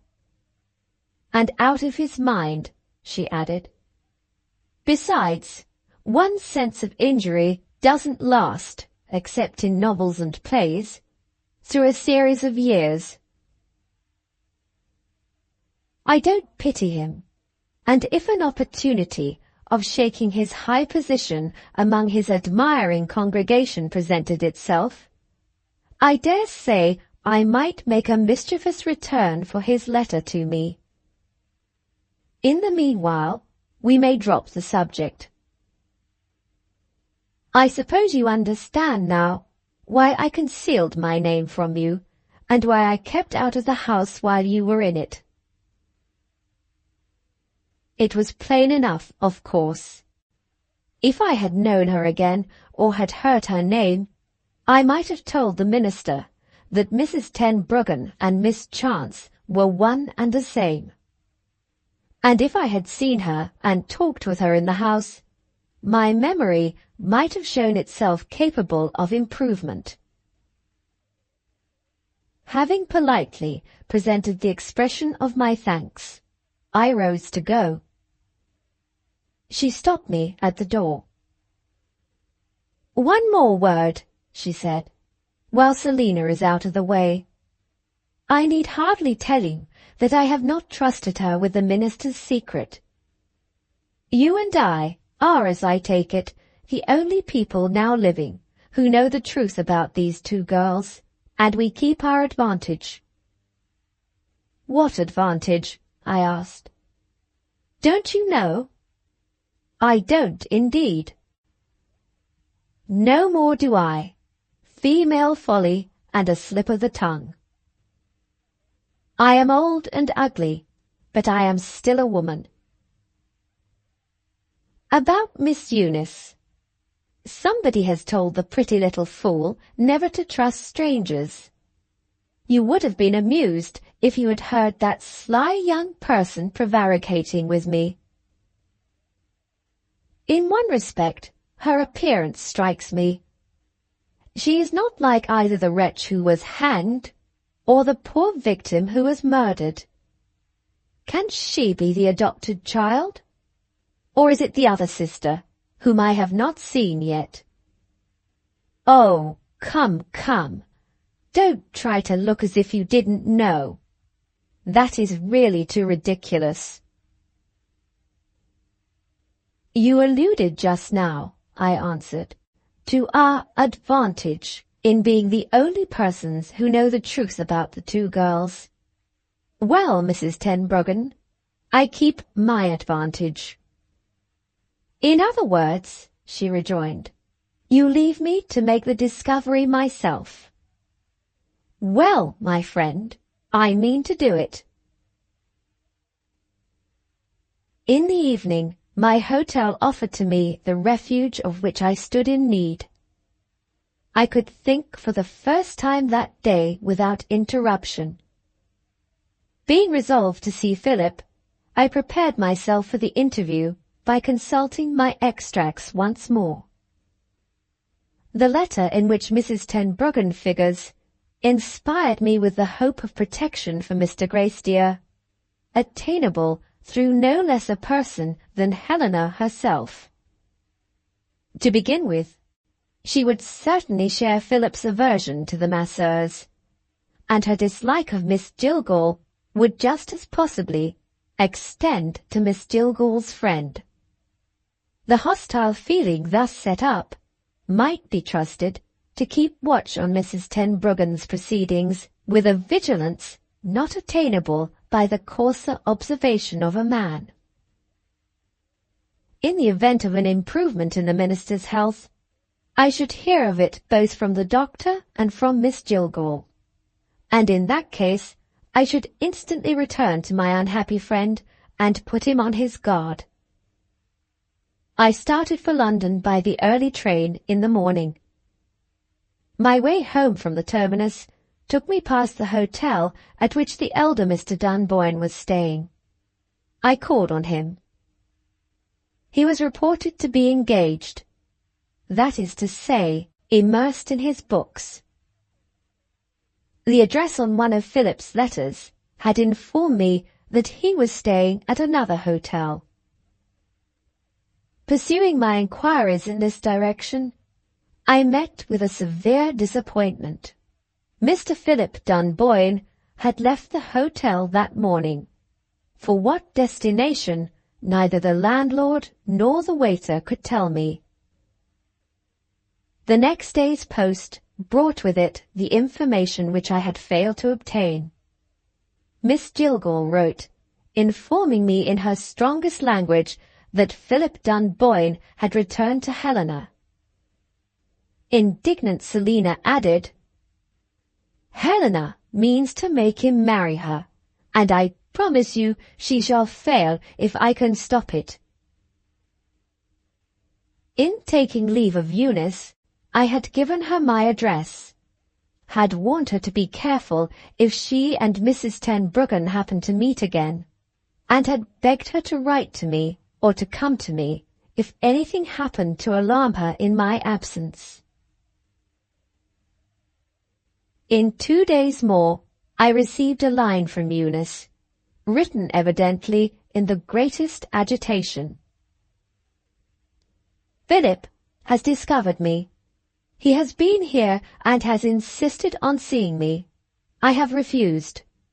The good farmer has so kindly taken my part. I can write no more. Chapter 50. The News from the Farm. When I next heard from Miss Jilgall, the introductory part of her letter merely reminded me that Philip Dunboyne was established in the town, and that Helena was in daily communication with him. I shall do Selina no injustice if my extract begins with the second page. You will sympathize, I am sure, she writes, with the indignation which urged me to call on Philip and tell him the way to the farmhouse. Think of Helena being determined to marry him, whether he wants to or not. I am afraid this is bad grammar, but there are occasions when even a cultivated lady fails in her grammar and almost envies the men their privilege of swearing when they are in a rage. My state of mind is truly indescribable. Grief mingles with anger when I tell you that my sweet Eunice has disappointed me for the first time since I had the happiness of knowing and admiring her. What can have been the motive of her refusal to receive her penitent lover? Is it pride? We're told that Satan fell through pride. Eunice satanic? Impossible. I feel inclined to go and ask her what has hardened her heart against a poor young man who bitterly regrets his own folly. Do you think it was bad advice from the farmer or his wife? In that case, I shall exert my influence and take her away. You would do the same, wouldn't you? I am ashamed to mention the poor dear minister in a postscript. The truth is, I don't very well know what I am about. Mr. Grisiger is quiet, sleeps better than he did, eats with a keener appetite, gives no trouble. But alas, that glorious intellect is in a state of eclipse. Do not suppose, because I write figuratively, that I am not sorry for him. He understands nothing. He remembers nothing. He has my prayers. You might come to us again if you would only be so kind. It would make no difference now. The poor man is so sadly altered, I must add, most reluctantly, that the doctor recommends your staying at home. Between ourselves, he is little better than a coward. Fancy his saying, "No, we must not run that risk yet. I am barely civil to him, and no more." In any other affair, excuse me for troubling you with a second postscript. My sympathy with Eunice would have penetrated her motives. I should have felt with her feelings, but I have never been in love. No gentleman gave me the opportunity when I was young.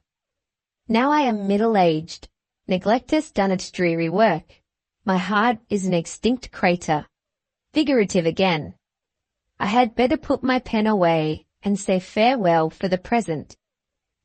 Miss Jilgall may now give place to Eunice. The same day's post brought me both letters. I should be unworthy indeed of the trust which this affectionate girl has placed in me, if I failed to receive her explanation of her conduct toward Philip Dunboyne as a sacred secret confided to my fatherly regard. In those later portions of her letter, which are not addressed to me confidentially, Eunice writes as follows. I get news, and what heartbreaking news, of my father by sending a messenger to Selina. It is more than ever impossible that I can put myself in the way of seeing Helena again. She has written to me about Philip in a tone so shockingly insolent and cruel that I have destroyed her letter. Philip's visit to the farm, discovered I don't know how, seems to have infuriated her. She accuses me of doing all that she might herself have done in my place, and threatens me. No, I am afraid of the wicked whisperings of that second self of mine if I think of it. They were near to tempting me when I read Helena's letter, but I thought of what you said after I had shown you my journal, and your words took my memory back to the days when I was happy with Philip. The trial and the terror passed away. Consolation has come to me from the best of good women. Mrs. Staveley writes as lovingly as my mother might have written, if death had spared her. I have replied with all the gratitude that I really feel, but without taking advantage of the services which she offers. Mrs. Staveley has it in her mind, as you had it in your mind, to bring Philip back to me. Does she forget? Do you forget that Helena claims him?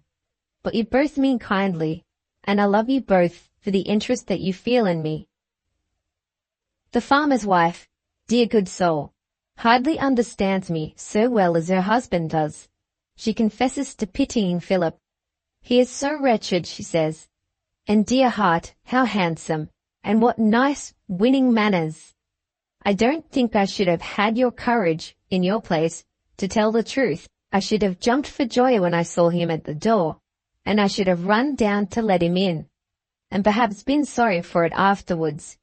If you really wish to forget him, my dear, I will do all I can to help you. These are trifling things to mention, but I am afraid you may think I am unhappy, and I want to prevent that.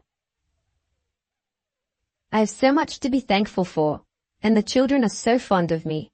Whether I teach them as well as I might have done, if I had been a more learned girl, may perhaps be doubtful.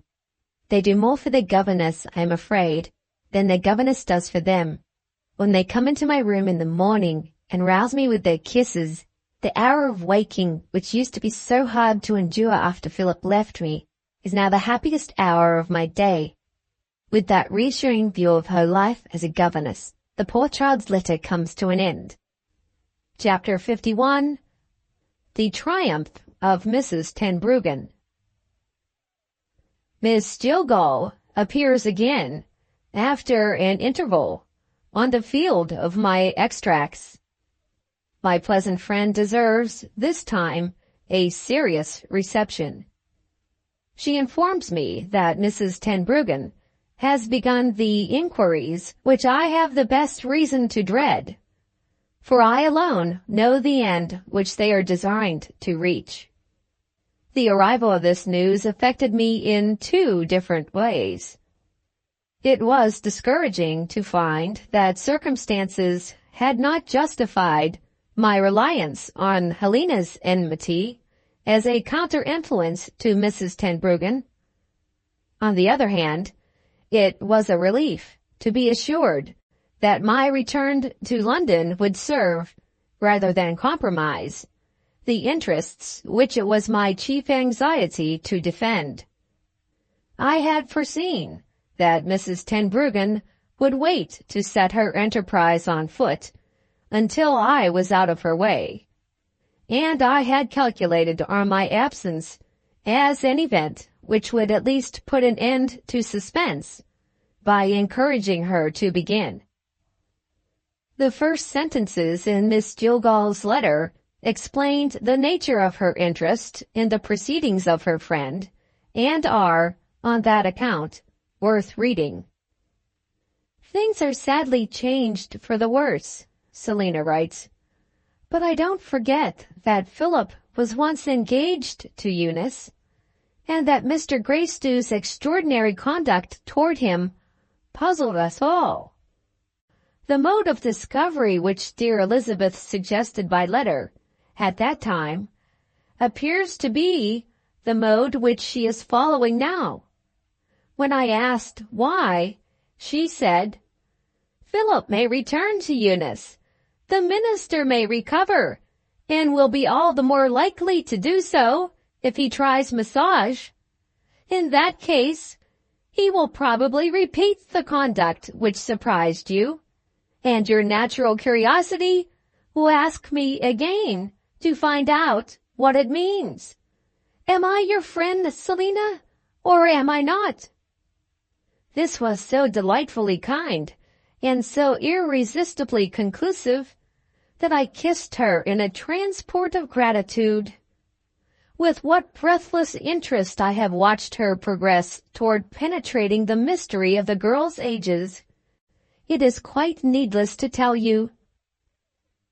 Mrs. Tenbruggen's method of keeping Miss Jillgall in ignorance of what she was really about, and Miss Jillgall's admirable confidence in the integrity of Mrs. Tenbruggen, being now set forth on the best authority, an exact presentation of the state of affairs will be completed if I add a word more, relating to the positions actually occupied toward Mrs. Tenbruggen's enterprise by my correspondent and myself. On her side, Miss Jillgall was entirely ignorant that one of the two girls was not Mr. Greystew's daughter, but his adopted child. On my side, I was entirely ignorant of Mrs. Tenbruggen's purpose in endeavoring to identify the daughter of the murderess. Speaking of myself individually, let me add that I only waited the event to protect the helpless ones, my poor demented friend, and the orphan whom his mercy received into his heart and his home. Miss Jillgall goes on with her curious story as follows. Always desirous of making myself useful, I thought I would give my dear Elizabeth a hint which might save time and trouble. Why not begin, I suggested, by asking the governor to help you? That wonderful woman never forgets anything. She had already applied to you, without success. In my next attempt to be useful, I did violence to my most cherished convictions by presenting the wretch Helena to the admirable Elizabeth. That the former would be cold as ice in her reception of any friend of mine was nothing wonderful. Mrs. Tenbruggen passed it over with the graceful composure of a woman of the world. In the course of conversation with Helena, she slipped in a question. Might I ask if you were older than your sister? The answer was, of course, I don't know. And here, for once, the most deceitful girl in existence spoke the truth. When we were alone again, Elizabeth made a remark. If personal appearance could decide the question, she said, the disagreeable young woman is the oldest of the two. The next thing to be done is to discover if looks are to be trusted in this case. My friend's lawyer received confidential instructions, not shown to me, which seems rather hard, to trace the two Miss Greystew's registers of birth. Elizabeth described this proceeding, not very intelligibly to my mind, as a means of finding out which of the girls could be identified by name as the elder of the two. The report arrived this morning. I was only informed that the result, in one case, had entirely defeated the inquiries. In the other case, Elizabeth had helped her agent by referring him to a birth, advertised in the customary columns of the Times newspaper. Even here, there was a fatal obstacle. The name of the place in which Mr. Greystew's daughter had been born was not added, as usual. I still tried to be useful. Had my friend known the minister's wife? My friend had never even seen the minister's wife. And, as if by a fatality, her portrait was no longer in existence. I could only mention that Helena was like her mother. But Elizabeth seemed to attach very little importance to my evidence, if I may call it by so grand a name. People have such strange ideas about likenesses, she said, and arrive at such contradictory conclusions. One can only trust one's own eyes in a matter of that kind. My friend next asked me about our domestic establishment. We had only a cook and a housemaid. If they were old servants who had known the girls as children, they might be made of some use. Our luck was as steadily against us as ever. They had both been engaged when Mr. Greystew assumed his new pastoral duties, after having resided with his wife at her native place. I asked Elizabeth what she proposed to do next. She deferred her answer until I had first told her whether the visit of the doctor might be expected on that day. I could reply to this in the negative. Elizabeth, thereupon, made a startling request. She begged me to introduce her to Mr. Gracedieu. I said, "Surely you have forgotten the sad state of his mind." No, she knew perfectly well that he was imbecile. "I want to try," she explained, "if I can rouse him for a few minutes." "By massage?" I inquired. She burst out laughing. "Massage, my dear, doesn't act in that way. It is an elaborate process pursued patiently for weeks together. But my hands have more than one accomplishment at their finger ends. Oh, make your mind easy. I shall do no harm if I do no good. Take me, Selina, to the minister." We went to his room. Don't blame me for giving way. I am too fond of Elizabeth to be able to disappoint her. It was a sad sight when we went in. He was quite happy, playing like a child at cup and ball. The attendant retired at my request. I introduced Mrs. Tenbruggen. He smiled and shook hands with her. He said, "Are you a Christian or a pagan? You are very pretty. How many times can you catch the ball in the cup?" The effort to talk to her ended there. He went on with his game and seemed to forget that there was anybody in the room. It made my heart ache to remember what he was and to see him now. Elizabeth whispered, "Leave me alone with him." I don't know why I did such a rude thing. I hesitated. Elizabeth asked me if I had no confidence in her. I was ashamed of myself. I left them together. A long half-hour passed. Feeling a little uneasy, I went upstairs again and looked into the room. He was leaning back in his chair. His plaything was on the floor, and he was looking vacantly at the light that came in through the window. I found Mrs. Tenbruggen at the other end of the room, in the act of ringing the bell. Nothing in the least out of the ordinary way seemed to have happened. When the attendant had answered the bell, we left the room together. Mr. Gracedieu took no notice of us. "Well," I said, "how has it ended?" Quite calmly, my noble Elizabeth answered, "In total failure." "What did you say to him after you sent me away?" "I tried in every possible way to get him to tell me which of his 2 daughters was the oldest." "Did he refuse to answer?" "He was only too ready to answer. First he said Helena was the oldest. Then he corrected himself and declared that Eunice was the oldest. Then he said they were twins. Then he went back to Helena and Eunice. Now one was the oldest and now the other. He rang the changes on those 2 names, I can't tell you how often, and seemed to think it a better game than cup and ball." "What is to be done?" "Nothing is to be done, Selina." "What?" I cried. "You give it up?"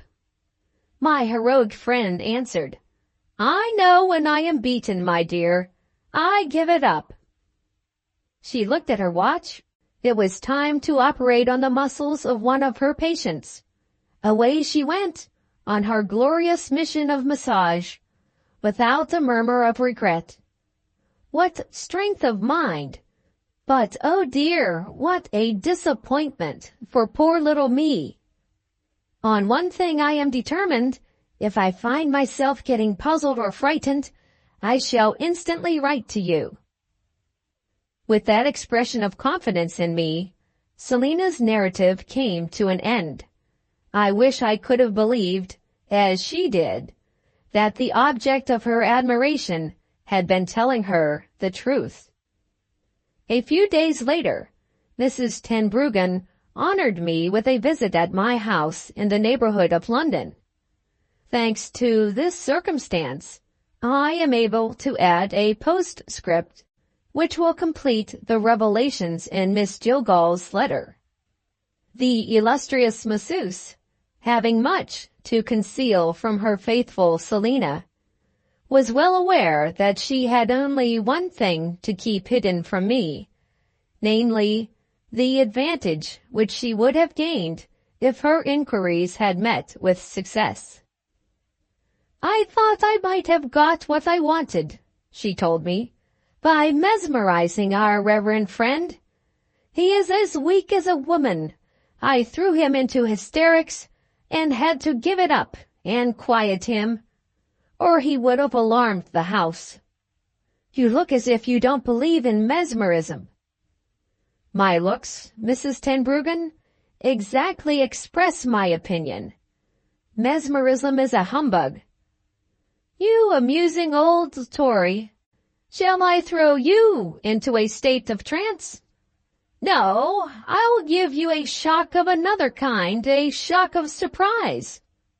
I know as much as you do about Mr. Greystew's daughters. What do you think of that?" "I think I should like to hear you tell me which is the adopted child." "Helena, to be sure." Her manner was defiant. Her tone was positive. I doubted both. Under the surface of her assumed confidence, I saw something which told me that she was trying to read my thoughts in my face. Many other women had tried to do that. They succeeded when I was young. When I reached the wrong side of 50, my face had learned discretion, and they failed. "How did you arrive at your discovery?" I asked. "I know of nobody who could have helped you." "I helped myself, sir. I reasoned it out. A wonderful thing for a woman to do, isn't it? I wonder whether you could follow the process." My reply to this was made by a bow. I was sure of my command over my face, but perfect control of the voice is a rare power. Here and there a great actor or a great criminal possesses it. Mrs. Tenbruggen's vanity took me into her confidence. "In the first place," she said, "Helena is plainly the wicked one of the two. I was not prejudiced by what Selina had told me of her.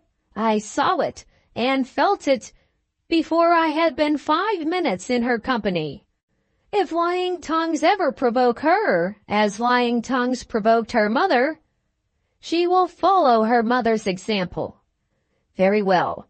Now, in the second place, though it is very slight, there is a certain something in her hair and her complexion which reminds me of the murderess.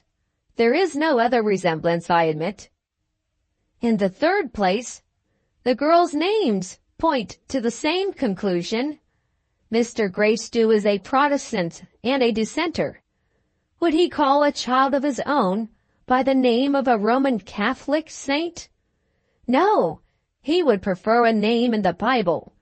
Eunice is his child, and Helena was once the baby whom I carried into the prison. Do you deny that?" "I don't deny it." Only 4 words, but they were deceitfully spoken, and the deceit, practiced in Eunice's interest, it is needless to say, succeeded. Mrs. Tenbruggen's object in visiting me was attained. I had confirmed her belief in the delusion that Helena was the adopted child. She got up to take her leave. I asked if she proposed remaining in London. No, she was returning to her country patients that night. As I attended her to the house door, she turned to me with her mischievous smile. "I have taken some trouble in finding the clue to the minister's mystery," she said. "Don't you wonder why?" "If I did wonder," I answered, "would you tell me why?" She laughed at the bare idea of it. "Another lesson," she said, to assist a helpless man in studying the weaker sex. I have already shown you that a woman can reason. Learn next that a woman can keep a secret. Goodbye. God bless you. Of the events which followed Mrs. Tenbruggen's visit, it is not possible for me, I am thankful to say, to speak from personal experience. Ought I to conclude with an expression of repentance for the act of deception to which I have already pleaded guilty? I don't know. Yes, the force of circumstances does really compel me to say it, and say it seriously. I declare, on my word of honor, I don't know. Chapter 52. Helena's diary resumed. While my father remains in his present helpless condition, somebody must assume a position of command in this house. There cannot be a moment's doubt that I am the person to do it. In my agitated state of mind, sometimes doubtful of Philip, sometimes hopeful of him, I find Mrs. Tenbruggen simply unendurable. A female doctor is, under any circumstances, a creature whom I detest. She is, at her very best, a bad imitation of a man. The medical rubber is worse than this. She is a bad imitation of a mountebank. Her grinning good humor, adopted no doubt to please the fools who are her patients, and her impudent enjoyment of hearing herself talk make me regret for the first time in my life that I am a young lady. If I belonged to the lowest order of the population, I might take the first stick I could find and enjoy the luxury of giving Mrs. Tenbruggen a good beating. She literally haunts the house, encouraged, of course, by her wretched little dupe, Miss Jillgall. Only this morning I tried what a broad hint would do toward suggesting that her visits had better come to an end. Really, Mrs. Tenbruggen, I said, I must request Miss Jillgall to moderate her selfish enjoyment of your company for your own sake. Your time is too valuable, in a professional sense, to be wasted on an idle woman who has no sympathy with your patients, waiting for relief, perhaps, and waiting in vain. She listened to this, all smiles and good humor. My dear, do you know how I might answer you, if I was an ill-natured woman? I have no curiosity to hear it, Mrs. Tenbruggen.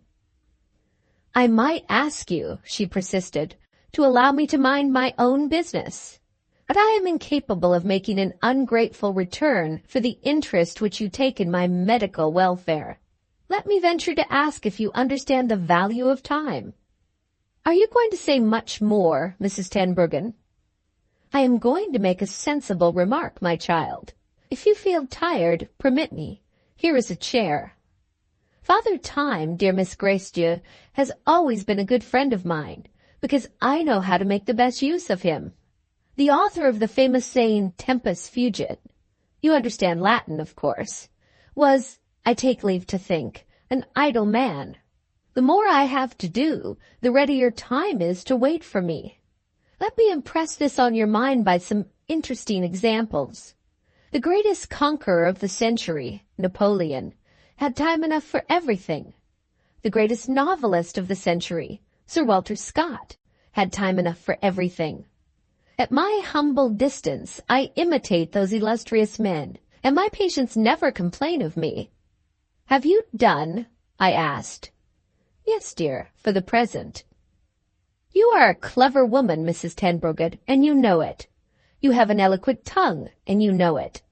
But you are something else which you don't seem to be aware of. You are a bore. She burst out laughing, with the air of a woman who thoroughly enjoyed a good joke. I looked back when I left the room, and I saw the friend of Father Time in the easy-chair opening our newspaper. This is a specimen of the customary encounter of our wits. I place it on record in my journal to excuse myself to myself. When she left us at last, later in the day, I sent a letter after her to the hotel. Not having kept a copy of it, let me present the substance, like a sermon, under 3 heads. I begged to be excused for speaking plainly. I declared that there was a total want of sympathy between us, on my side, and I propose that she should deprive me of future opportunities of receiving her in this house. The letter arrived immediately in these terms. Your letter received, dear girl. I am not in the least angry, partly because I am very fond of you, partly because I know that you will ask me to come back again. P.S. Philip sends his love. This last piece of insolence was unquestionably a lie. Philip detests her. They are both staying at the same hotel, but I happen to know that he won't even look at her if they meet by accident on the stairs. People who can enjoy the melancholy spectacle of human nature in a state of degradation would be at a loss which exhibition to prefer, an ugly old maid in a rage or an ugly old maid in tears. Miss Jillgall presented herself in both characters when she heard what had happened. To my mind, Mrs. Tenbruggen's bosom friend is a creature not fit to be seen or heard when she loses her temper. I only told her to leave the room. To my great amusement, she shook her bony fist at me and expressed a frantic wish. Oh, if I was rich enough to leave this wicked house! I wonder whether there is insanity as well as poverty in Miss Jillgall's family.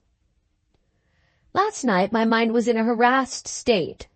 Philip was, as usual, the cause of it. Perhaps I acted indiscreetly when I insisted on his leaving London and returning to this place. But what else could I have done? It was not merely my interest, it was an act of downright necessity to withdraw him from the influence of his hateful father, whom I now regard as the one serious obstacle to my marriage.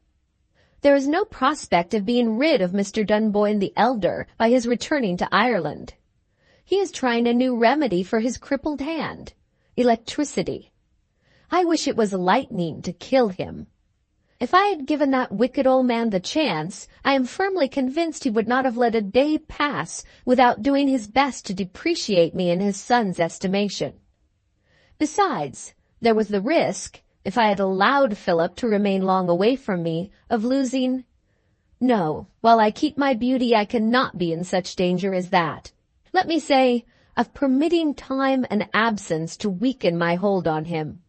However sullen and silent he may be when we meet, and I find him in that condition far too often, I can, sooner or later, recall him to his brighter self.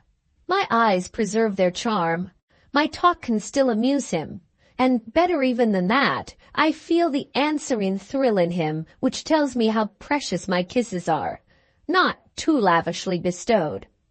But the time when I am obliged to leave him to himself is the time that I dread. How do I know that his thoughts are not wandering away to Eunice? He denies it. He declares that he only went to the farmhouse to express his regret for his thoughtless conduct and to offer her the brotherly regard due to the sister of his promised wife. Can I believe it? Oh, what I would not give to be able to believe it! How can I feel sure that her refusal to see him was not a cunning device to make him long for another interview, and plan, perhaps in private, to go back and try again? Marriage! Nothing will quiet these frightful doubts of mine. Nothing will reward me for all that I have suffered. Nothing will warm my heart with the delightful sense of triumph over Eunice but my marriage to Philip. And what does he say when I urge it on him? Yes, I have fallen as low as that, in the despair which sometimes possesses me. He has his answer always the same and always ready. How are we to live? Where is the money? The maddening part of it is that I cannot accuse him of raising objections that don't exist. We are poorer than ever here since my father's illness, and Philip's allowance is barely enough to suffice him as a single man. Oh, how I hate the rich! It was useless to think of going to bed. How could I hope to sleep, with my head throbbing and my thoughts in this disturbed state? I put on my comfortable dressing gown and sat down to try what reading would do to quiet my mind. I had borrowed the book from the library, to which I have been a subscriber in secret for some time past.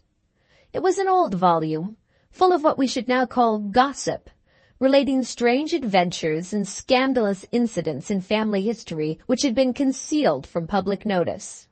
One of these last romances in real life caught a strong hold on my interest. It was a strange case of intended poisoning, which had never been carried out. A young married lady of rank, whose name was concealed under an initial letter, had suffered some unendurable wrong, which was not mentioned, at the hands of her husband's mother. The wife was described as a woman of strong passions, who had determined on a terrible revenge by taking the life of her mother-in-law. There were difficulties in the way of her committing the crime without an accomplice to help her, and she decided on taking her maid, an elderly woman, into her confidence. The poison was secretly obtained by this person, and the safest manner of administering it was under discussion between the mistress and the maid, when the door of the room was suddenly opened. The husband, accompanied by his brother, rushed in and charged his wife with plotting the murder of his mother. The young lady, she was only 23, must have been a person of extraordinary courage and resolution. She saw at once that her maid had betrayed her, and, with astonishing presence of mind, she turned on the traitress and said to her husband, "There is the wretch who has been trying to persuade me to poison your mother." As it happened, the old lady's temper was violent and overbearing, and the maid had complained of being ill-treated by her in the hearing of the other servants. The circumstances made it impossible to decide which of the two was really the guilty woman. The servant was sent away, and the husband and wife separated soon afterward under the excuse of incompatibility of temper. Years passed, and the truth was only discovered by the deathbed confession of the wife. A remarkable story which has made such an impression on me that I have written it in my journal. I am not rich enough to buy the book. For the last 2 days, I have been confined to my room with a bad feverish cold, caught, as I suppose, by sitting at an open window reading my book till nearly 3 o'clock in the morning. I sent a note to Philip, telling him of my illness. On the first day he called to inquire after me. On the second day, no visit and no letter. Here is the third day, and no news of him as yet. I am better, but not fit to go out. Let me wait another hour, and if that exertion of patience meets with no reward, I shall send a note to the hotel. No news of Philip. I have sent to the hotel. The servant has just returned, bringing me back my note. The waiter informed her that Mr. Dunboyne had gone away to London by the morning train. No apology or explanation left for me. Can he have deserted me? I am in such a frenzy of doubt and rage that I can hardly write that horrible question. Is it possible? Oh, I feel it is possible that he has gone away with Eunice. Do I know where to find them? If I did know, what could I do? I feel as if I could kill them both. Chapter 53. Helena's diary resumed. After the heat of my anger had cooled, I made 2 discoveries. One cost me a fee to a messenger, and the other exposed me to the insolence of a servant. I pay willingly in my purse and my pride, when the gain is peace of mind. Through my messenger I ascertained that Eunice had never left the farm. Through my own inquiries, answered by the waiter with an impudent grin, I heard that Philip had left orders to have his room kept for him. What misery our stupid housemaid might have spared me if she had thought of putting that question when I sent her to the hotel. The rest of the day passed in vain speculations on Philip's motive for this sudden departure. What poor weak creatures we are! I persuaded myself to hope that anxiety for our marriage had urged him to make an effort to touch the heart of his mean father. Shall I see him tomorrow? And shall I have reason to be fonder of him than ever? We met again today, as usual. He has behaved infamously. When I asked what had been his object in going to London, I was told that it was a matter of business. He made that idiotic excuse as coolly as if he really thought I should believe it. I submitted in silence, rather than mar his return to me by the disaster of a quarrel. But this was an unlucky day. A harder trial of my self-control was still to come. Without the slightest appearance of shame, Philip informed me that he was charged with a message from Mrs. Tenbruggen. She wanted some Irish lace, and would I be so good as to tell her which was the best shop at which she could buy it? Was he really in earnest? You, I said, who distrusted and detested her, you are on friendly terms with that woman? He remonstrated with me. My dear Helena, don't speak in that way of Mrs. Tenbruggen. We have both been mistaken about her. That good creature has forgiven the brutal manner in which I spoke to her when she was in attendance on my father. She was the first to propose that we should shake hands and forget it. My darling, don't let all the good feeling be on one side. You have no idea how kindly she speaks of you, and how anxious she is to help us to be married. Come, meet her halfway. Write down the name of the shop on my card, and I will take it back to her. Sheer amazement kept me silent. I let him go on. He was a mere child in the hands of Mrs. Tenbruggen. She had only to determine to make a fool of him, and she could do it. But why did she do it?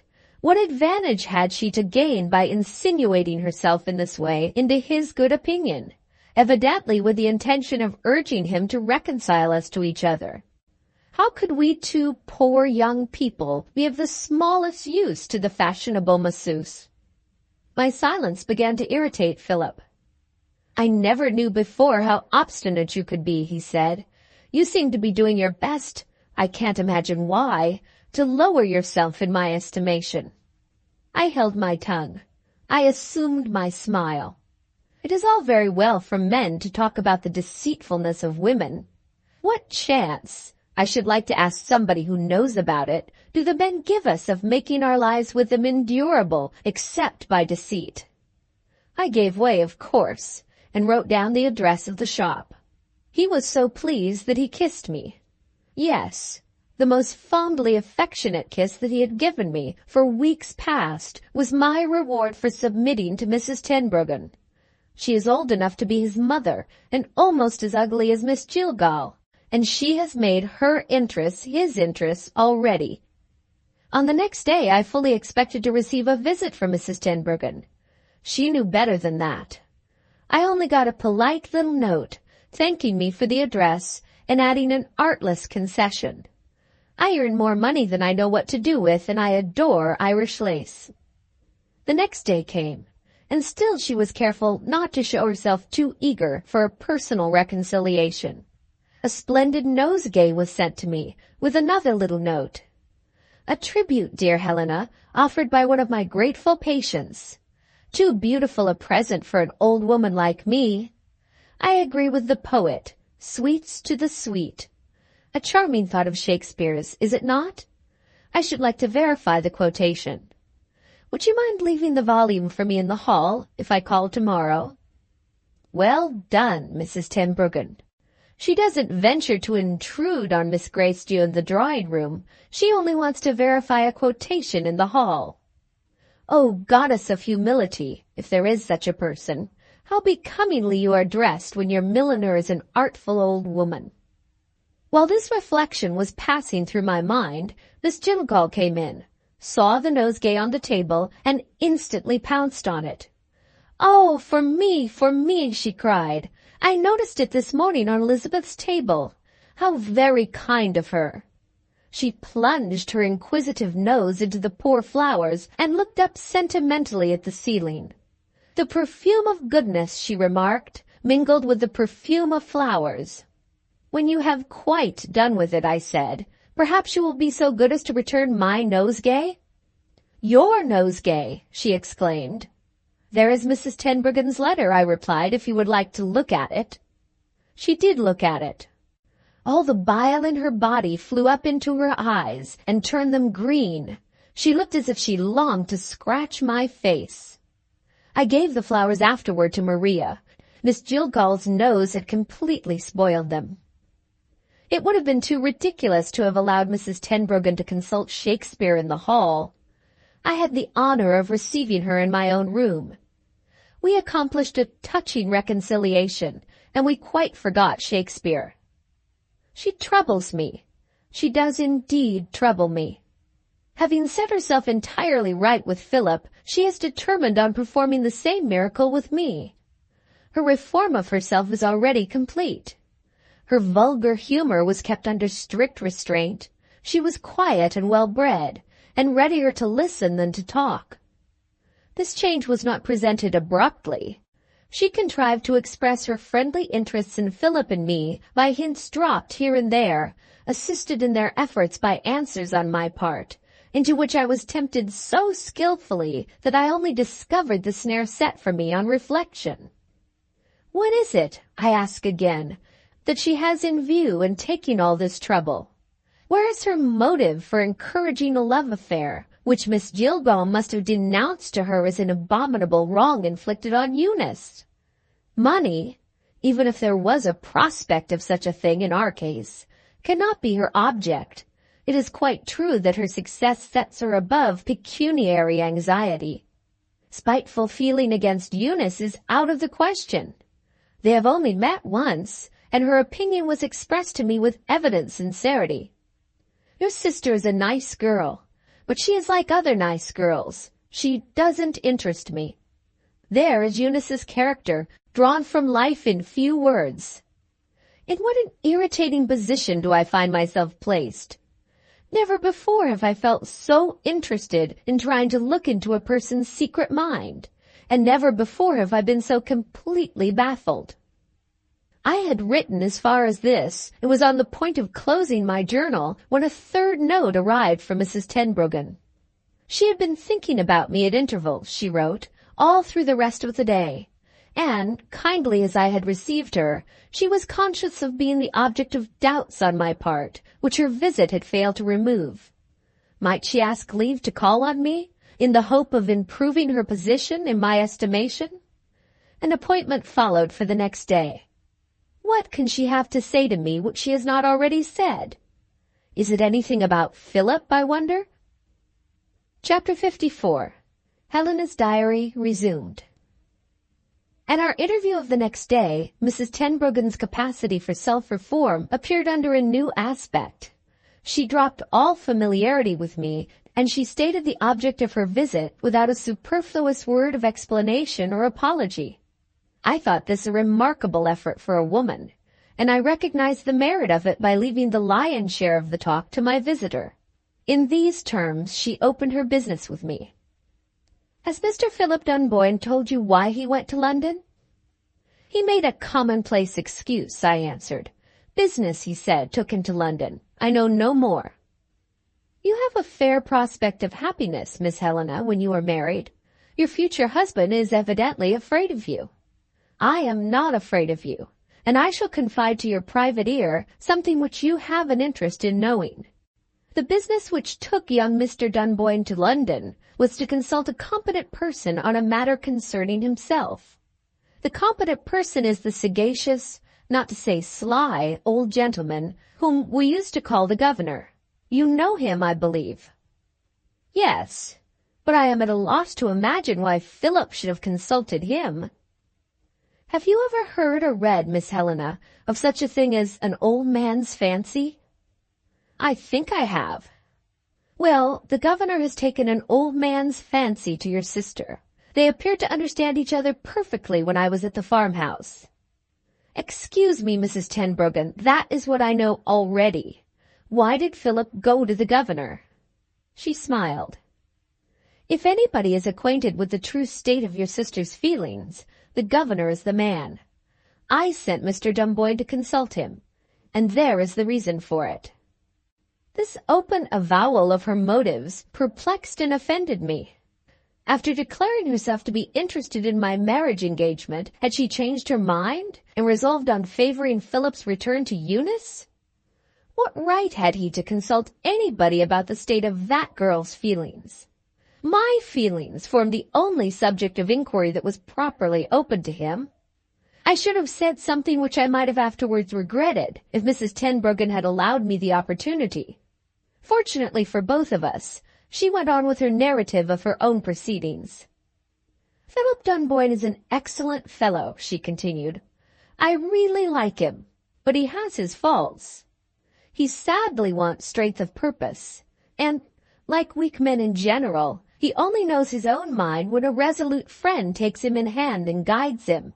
I am his resolute friend. I saw him veering about between you and Eunice, and I decided for his sake, may I say for your sake also, I'm putting an end to that mischievous state of indecision. You have the claim on him. You are the right wife for him. And the governor was, as I thought likely from what I had myself observed, the man to make him see it. I am not in anybody's secrets. It was pure guesswork on my part, and it has succeeded. There is no more doubt now about Miss Eunice's sentiments. The question is settled. In my favor? Certainly in your favor, or I should not have said a word about it. Was Philip's visit kindly received, or did the old wretch laugh at him?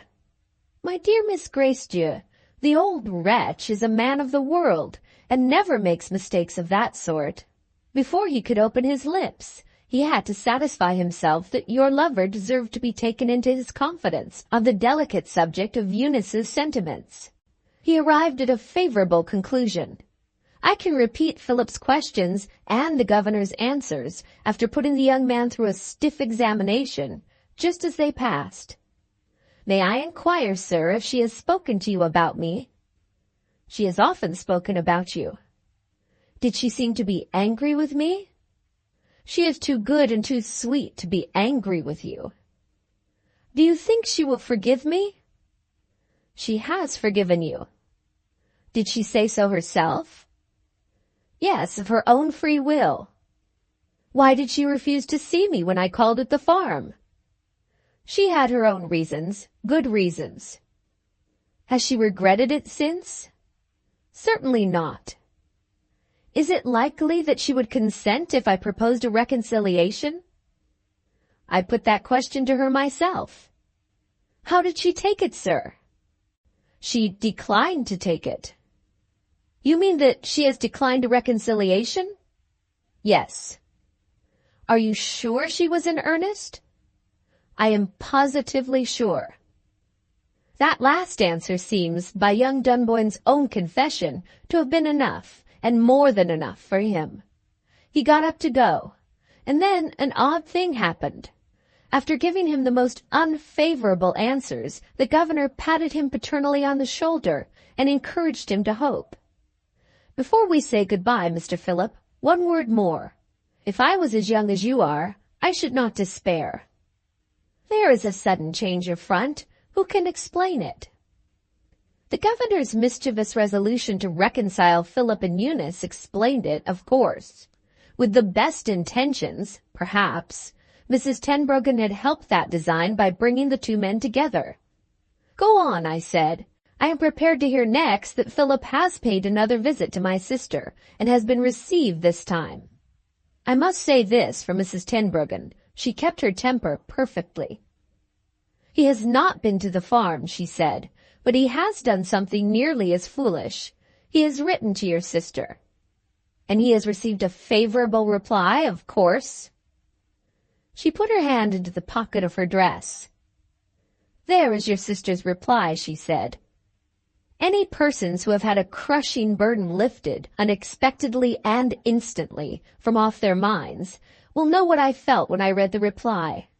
In the most positive language, Eunice refused to correspond with Philip or to speak with him. The concluding words proved that she was in earnest. You are engaged to Helena.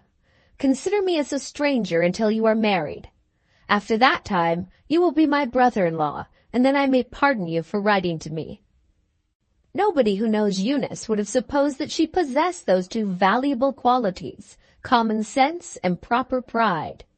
It is pleasant to feel that I can now send cards to my sister when I am Mrs. Philip Dunboyne. I returned the letter to Mrs. Tenbruggen with the sincerest expressions of regret for having doubted her. I have been unworthy of your generous interest in me, I said. I am almost ashamed to offer you my hand. She took my hand and gave it a good, heady shake. Are we friends? She asked, in the simplest and prettiest manner. Then let us be easy and pleasant again, she went on. Will you call me Elizabeth, and shall I call you Helena? Very well. Now, I have got something else to say, another secret which must be kept from Philip. I call him by his name now, you see. for a few days more. Your happiness, my dear, must not depend on his miserly old father. He must have a little income of his own to marry on. Among the hundreds of unfortunate wretches whom I have relieved from torture of mind and body, there is a grateful minority. Small, but there they are. I have influence among powerful people, and I am trying to make Philip private secretary to a member of Parliament. When I have succeeded, you shall tell him the good news. What a vile humor I must have been in at the time not to have appreciated the delightful gaiety of this good creature. I went to the other extreme now, and behaved like a gushing young miss fresh from school. I kissed her. She burst out laughing. "What a sacrifice!" she cried. "A kiss for me which ought to have been kept for Philip. By the by, do you know what I should do, Helena, in your place? I should take our handsome young man away from that hotel." "I will do anything that you advise," I said. "And you will do well, my child. In the first place, the hotel is too expensive for Philip's small means. In the second place, 2 of the chambermaids have audaciously presumed to be charming girls, and the men, my dear, well, I will leave you to find that out for yourself. In the third place, you want to have Philip under your own wing. Domestic familiarity will make him fonder of you than ever. Keep him out of the sort of company that he meets with in the billiard-room and the smoking-room. You have got a spare bed here, I know, and your poor father is in no condition to use his authority. Make Philip one of the family." This last piece of advice staggered me. I mentioned the proprieties. Mrs. Tenbruggen laughed at the proprieties. "Make Selina of some use," she suggested. "While you have got her in the house, propriety is rampant. Why condemn poor helpless Philip to cheap lodgings? Time enough to cast him out to the feather-bed and the fleas on the night before your marriage. Besides, I shall be in and out constantly, for I mean to cure your father. The tongue of scandal is silent in my awful presence. An atmosphere of virtue surrounds Mamma Tenbruggen. Think of it." Chapter 55. Helena's Diary resumed. I did think of it. Philip came to us and lived in our house. Let me hasten to add that the protest of propriety was duly entered on the day before my promised husband arrived. Standing in the doorway, nothing would induce her to take a chair or even to enter the room, Miss Jillgall delivered her opinion on Philip's approaching visit. Mrs. Tenbruggen reported it in her pocketbook, as if she was representing a newspaper at a public meeting. Here it is, copied from her notes. "Miss Helena Gracedieu, my first impulse under the present disgusting circumstances was to leave the house and earn a bare crust in the cheapest garret I could find in the town. But my grateful heart remembers Mr. Gracedieu. My poor afflicted cousin was good to me when I was helpless. I cannot forsake him when he is helpless. At whatever sacrifice of my own self-respect, I remain under this roof, so dear to me for the minister's sake. I notice, miss, that you smile. I see my once dear Elizabeth, the friend who has so bitterly disappointed me." She stopped and put her handkerchief to her eyes and went on again. "My friend who has so bitterly disappointed me, taking satirical notes of what I say. I am not ashamed of what I say. The virtue which will not stretch a little, where motive is good, is feeble virtue indeed. I shall stay in the house and witness horrors and rise superior to them. Good morning, Miss Gracedieu. Good morning, Elizabeth." She performed a magnificent curtsy and, as Mrs. Tenbruggen's experience of the stage informed me, made a very creditable exit. A week has passed and I have not opened my diary. My days have glided away in one delicious flow of happiness. Philip has been delightfully devoted to me. His fervent courtship, far exceeding any similar attentions which he may once have paid to Eunice, have shown such variety and such steadfastness of worship that I despair of describing it. My enjoyment of my new life is to be felt, not to be coldly considered and reduced to an imperfect statement in words. For the first time I feel capable, if the circumstances encouraged me, of acts of exalted virtue. For instance, I could save my country, if my country was worth it. I could die a martyr to religion, if I had a religion. In one word, I am exceedingly well satisfied with myself. The little disappointments of life pass over me harmless. I do not even regret the failure of good Mrs. Tenbruggen's efforts to find an employment for Philip worthy of his abilities and accomplishments. The member of Parliament to whom she had applied has chosen a secretary possessed of political influence. That is the excuse put forward in his letter to Mrs. Tenbruggen. Wretched, corrupt creature. If he was worth a thought, I should pity him. He has lost Philip's services. 3 days more have slipped by. The aspect of my heaven on earth is beginning to alter. Perhaps the author of that wonderful French novel, L'amour damné, is right when he tells us that human happiness is misery in masquerade. It would be wrong to say that I am miserable, but I may be on my way to it. I am anxious. Today, when he did not know that I was observing him, I discovered a preoccupied look in Philip's eyes. He laughed when I asked if anything had happened to vex him. Was it a natural laugh? He put his arm round me and kissed me. Was it done mechanically? I dare say I am out of humor myself. I think I had a little headache. Morbid, probably. I won't think of it any more. It has occurred to me this morning that he may dislike being left by himself while I am engaged in my household affairs. If this is the case, intensely as I hate her, utterly as I loathe the idea of putting her in command over my domestic dominions, I shall ask Miss Jillgall to take my place as housekeeper. I was away today in the kitchen regions rather longer than usual. When I had done with my worries, Philip was not to be found. Maria, looking out of one of the bedroom windows instead of doing her work, had seen Mr. Dunboyne leave the house. It was possible that he had charged Miss Jillgall with a message for me. I asked if she was in her room. No, she too had gone out. It was a fine day, and Philip had no doubt taken a stroll, but he might have waited till I could join him. There were some orders to be given to the butcher and the greengrocer. I too left the house, hoping to get rid of some little discontent caused by thinking of what had happened. Returning by way of High Street, I declare I can hardly believe it even now, I did positively see Miss Jillgall coming out of a pawnbroker's shop. The direction in which she turned prevented her from seeing me. She was quite unaware that I had discovered her, and I have said nothing about it since. But I noticed something unusual in the manner in which her watch chain was hanging, and I asked her what o'clock it was. She said, "You have got your own watch." I told her my watch had stopped. "So is mine," she said. "There's no doubt about it now. She has pawned her watch." "What for?" "She lives here for nothing, and she has not had a new dress since I have known her." "Why does she want money?" Philip had not returned when I got home. Another mysterious journey to London? No. After an absence of more than 2 hours, he came back. Naturally enough, I asked what he had been about. He had been taking a long walk. For his health's sake? No, to think. To think of what?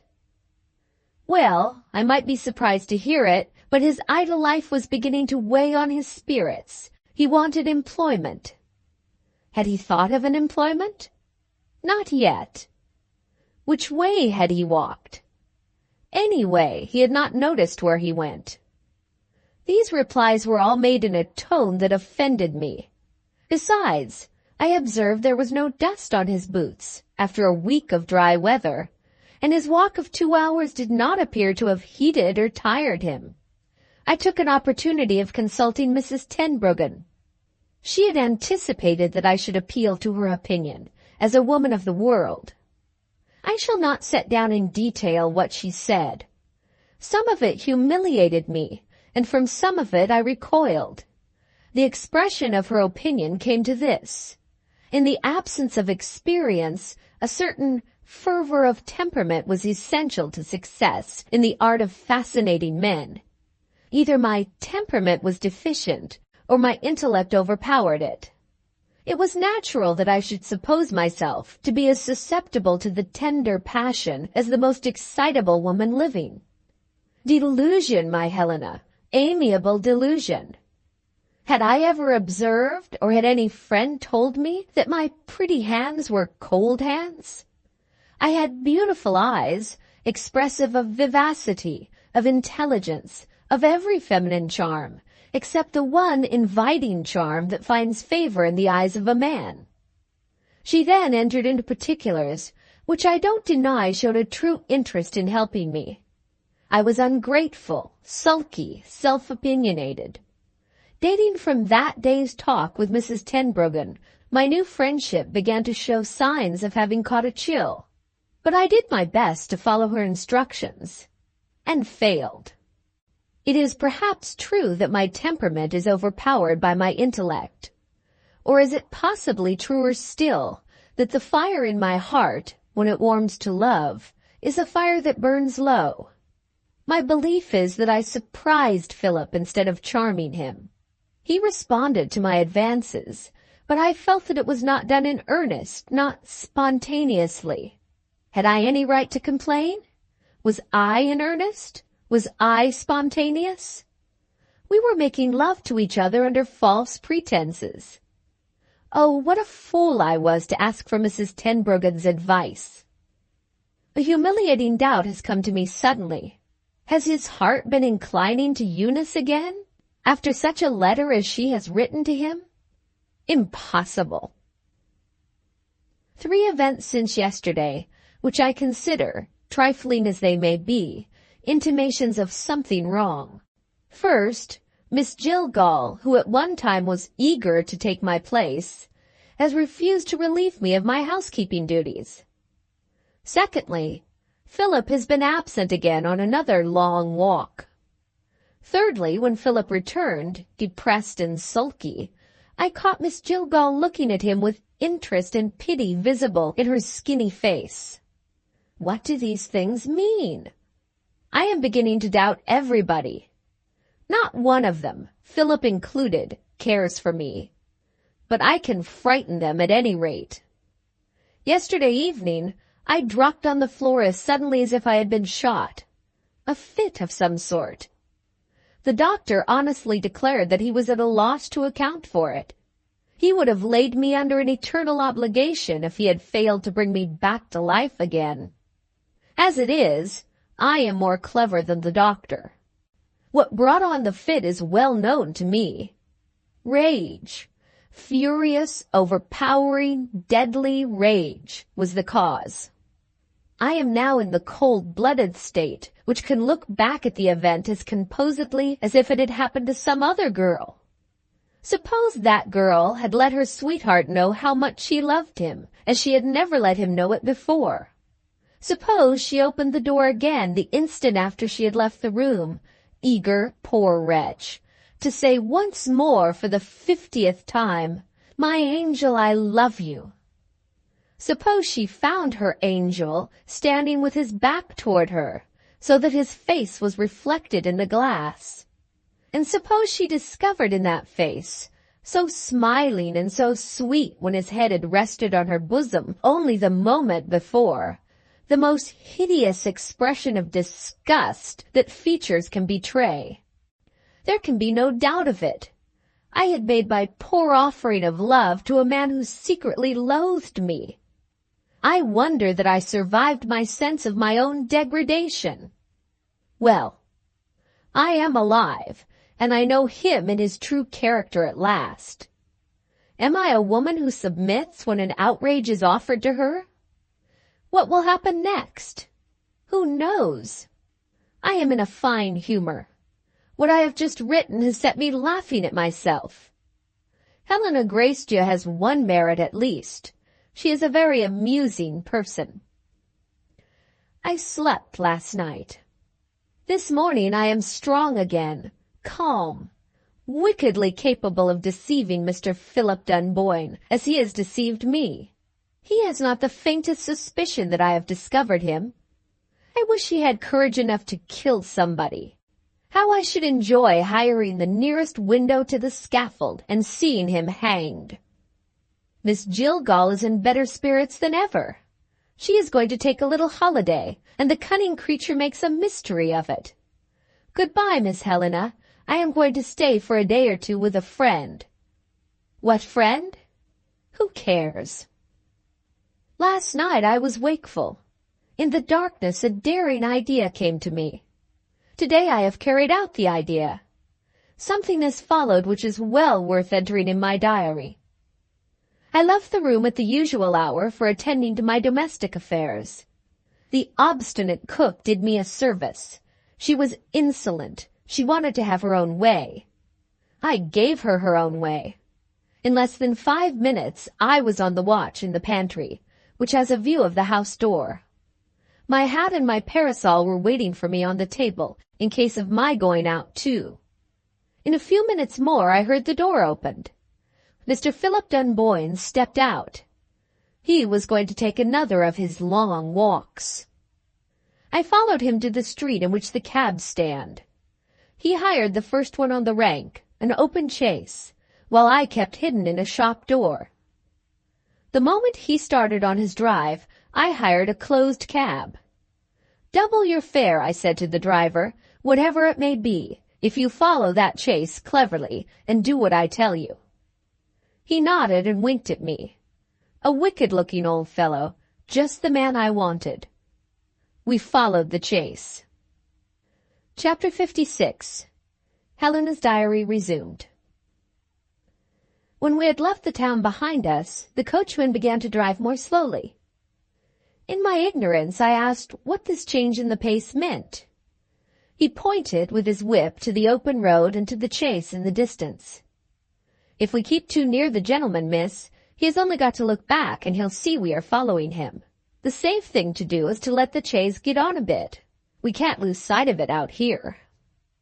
I had felt inclined to trust in the driver's experience, and he had already justified my confidence in him. This encouraged me to consult his opinion on a matter of some importance to my present interests. I could see the necessity of avoiding discovery when we had followed the chaise to its destination, but I was totally at a loss to know how it could be done. My wily old man was ready with his advice the moment I asked for it. "Wherever the chaise stops, miss, we must drive past it as if we are going somewhere else. I shall notice the place while we go by, and you will please sit back in the corner of the cab so that the gentleman can't see you." "Well," I said, "and what next?" "Next, miss, I shall pull up, wherever it may be, out of sight of the driver of the chaise. He bears an excellent character, I don't deny it, but I've known him for years, and we had better not trust him. I shall tell you where the gentleman stopped, and you will go back to the place, on foot of course, and see for yourself what's to be done, especially if there happens to be a lady in the case. No offense, miss, it's in my experience that there's generally a lady in the case. Anyhow, you could judge for yourself, and you'll know where to find me waiting when you want me again." "Suppose something happens," I suggested, "that we don't expect." "I shan't lose my head, miss, whatever happens." "All very well, coachman, but I have only your word for it." In the irritable state of my mind, the man's confident way of thinking annoyed me. "Begging your pardon, my young lady, you've got, if I may say so, what they call a guarantee. When I was a young man, I drove a cab in London for 10 years. Will that do?" "I suppose you mean," I answered, "that you have learned deceit in the wicked ways of the great city." He took this as a compliment. "Thank you, miss, that's it exactly." After a long drive, or so it seemed to my impatience, we passed the chaise drawn up at a lonely house, separated by a front garden from the road. In 2 or 3 minutes more we stopped where the road took a turn, and descended to lower ground. The farmhouse which we had left behind us was known to the driver. He led the way to a gate at the side of the road and opened it for me.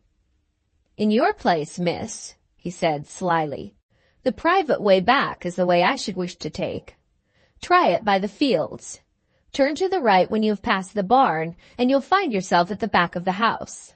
He stopped and looked at his big silver watch. 12:30, he said. "The the farmhouse servants, miss, will be at their dinner. All in your favor so far. If the dog happens to be loose, don't forget that his name's Grinder. Call him by his name and pat him before he has time enough to think, and he'll let you be. When you want me, here you'll find me waiting for orders." I looked back as I crossed the field. The driver was sitting on the gate smoking his pipe, and the horse was nibbling the grass at the roadside. Two happy animals without a burden on their minds. After passing the barn, I saw nothing of the dog. Far or near, no living creature appeared. The servants must have been at dinner, as the coachman had foreseen. Arriving at a wooden fence, I opened a gate in it, and found myself on a bit of waste ground. On my left there was a large duck pond. On my right I saw the fowl house and the pigsties. Before me was a high, impenetrable hedge, and at some distance behind it, an orchard or a garden, as I supposed, filling the intermediate space, rose the back of the house. I made for the shelter of the hedge, in the fear that someone might approach a window and see me. Once sheltered from observation, I might consider what I should do next. It was impossible to doubt that this was the house in which Eunice was living. Neither could I fail to conclude that Philip had tried to persuade her to see him on those former occasions when he told me he had taken a long walk. As I crouched behind the hedge, I heard voices approaching on the other side of it. At last, fortune had befriended me. The person speaking at the moment was Miss Jillgall, and the person who answered her was Philip. "I am afraid, dear Mr. Philip, you don't quite understand my sweet Eunice. Honorable, high-minded, delicate in her feelings, and oh so unselfish. I don't want to alarm you, but when she hears you have been deceiving Helena—" "Upon my word, Miss Jillgall, you are so provoking. I have not been deceiving Helena. Haven't I told you what discouraging answers I got when I went to see the governor? Haven't I shown you Eunice's reply to my letter? You can't have forgotten it already." "Oh, yes, I have. Why should I remember it? Don't I know poor Eunice was in your mind all the time?" "You're wrong again. Eunice was not in my mind all the time. I was hurt.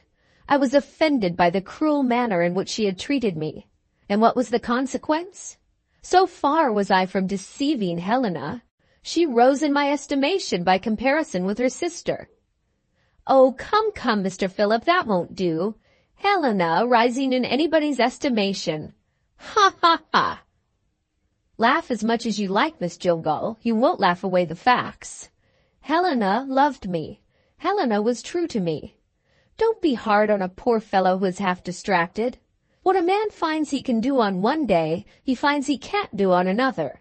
Try to understand that a change does sometimes come over one's feelings." "Bless my soul, Mr. Philip, that's just what I have been understanding all the time. I know your mind as well as you know it yourself. You can't forget my sweet Eunice." "I tell you I tried to forget her. On my word of honor as a gentleman, I tried to forget her, in justice to Helena. Is it my fault that I failed? Eunice was in my mind, as you said just now. Oh, my friend, for you are my friend, I am sure, persuade her to see me if it's only for a minute." Was there ever a man's mind in such a state of confusion as this? First I rise in his precious estimation, and Eunice drops. Then Eunice rises and I drop. Idiot! Mischievous idiot! Even Selina seemed to be disgusted with him when she spoke next. "Mr. Philip, you are hard and unreasonable. I have tried to persuade her, and I have made my darling cry. Nothing you can say will induce me to distress her again. Go back, you very undetermined man. Go back to your Helena." "Too late." "Nonsense." "I say too late. If I could have married Helena when I first went to stay in the house, I might have faced the sacrifice. As it is, I can't endure her. And, I tell you this in confidence, she has herself to thank for what has happened." "Is that really true?" quite true. Tell me what she did. Oh, don't talk of her. Persuade Eunice to see me. I shall come back again and again and again till you bring her to me. Please don't talk nonsense. If she changes her mind, I will bring her with pleasure. If she still shrinks from it, I regard Eunice's feelings as sacred. Take my advice, don't press her. Leave her time to think of you and to pity you, and that true heart may be yours again if you are worthy of it. Worthy of it? What do you mean? Are you quite sure, my young friend, that you won't go back to Helena? Go back to her? I would cut my throat if I thought myself capable of doing it. How did she set you against her? Did the wretch quarrel with you?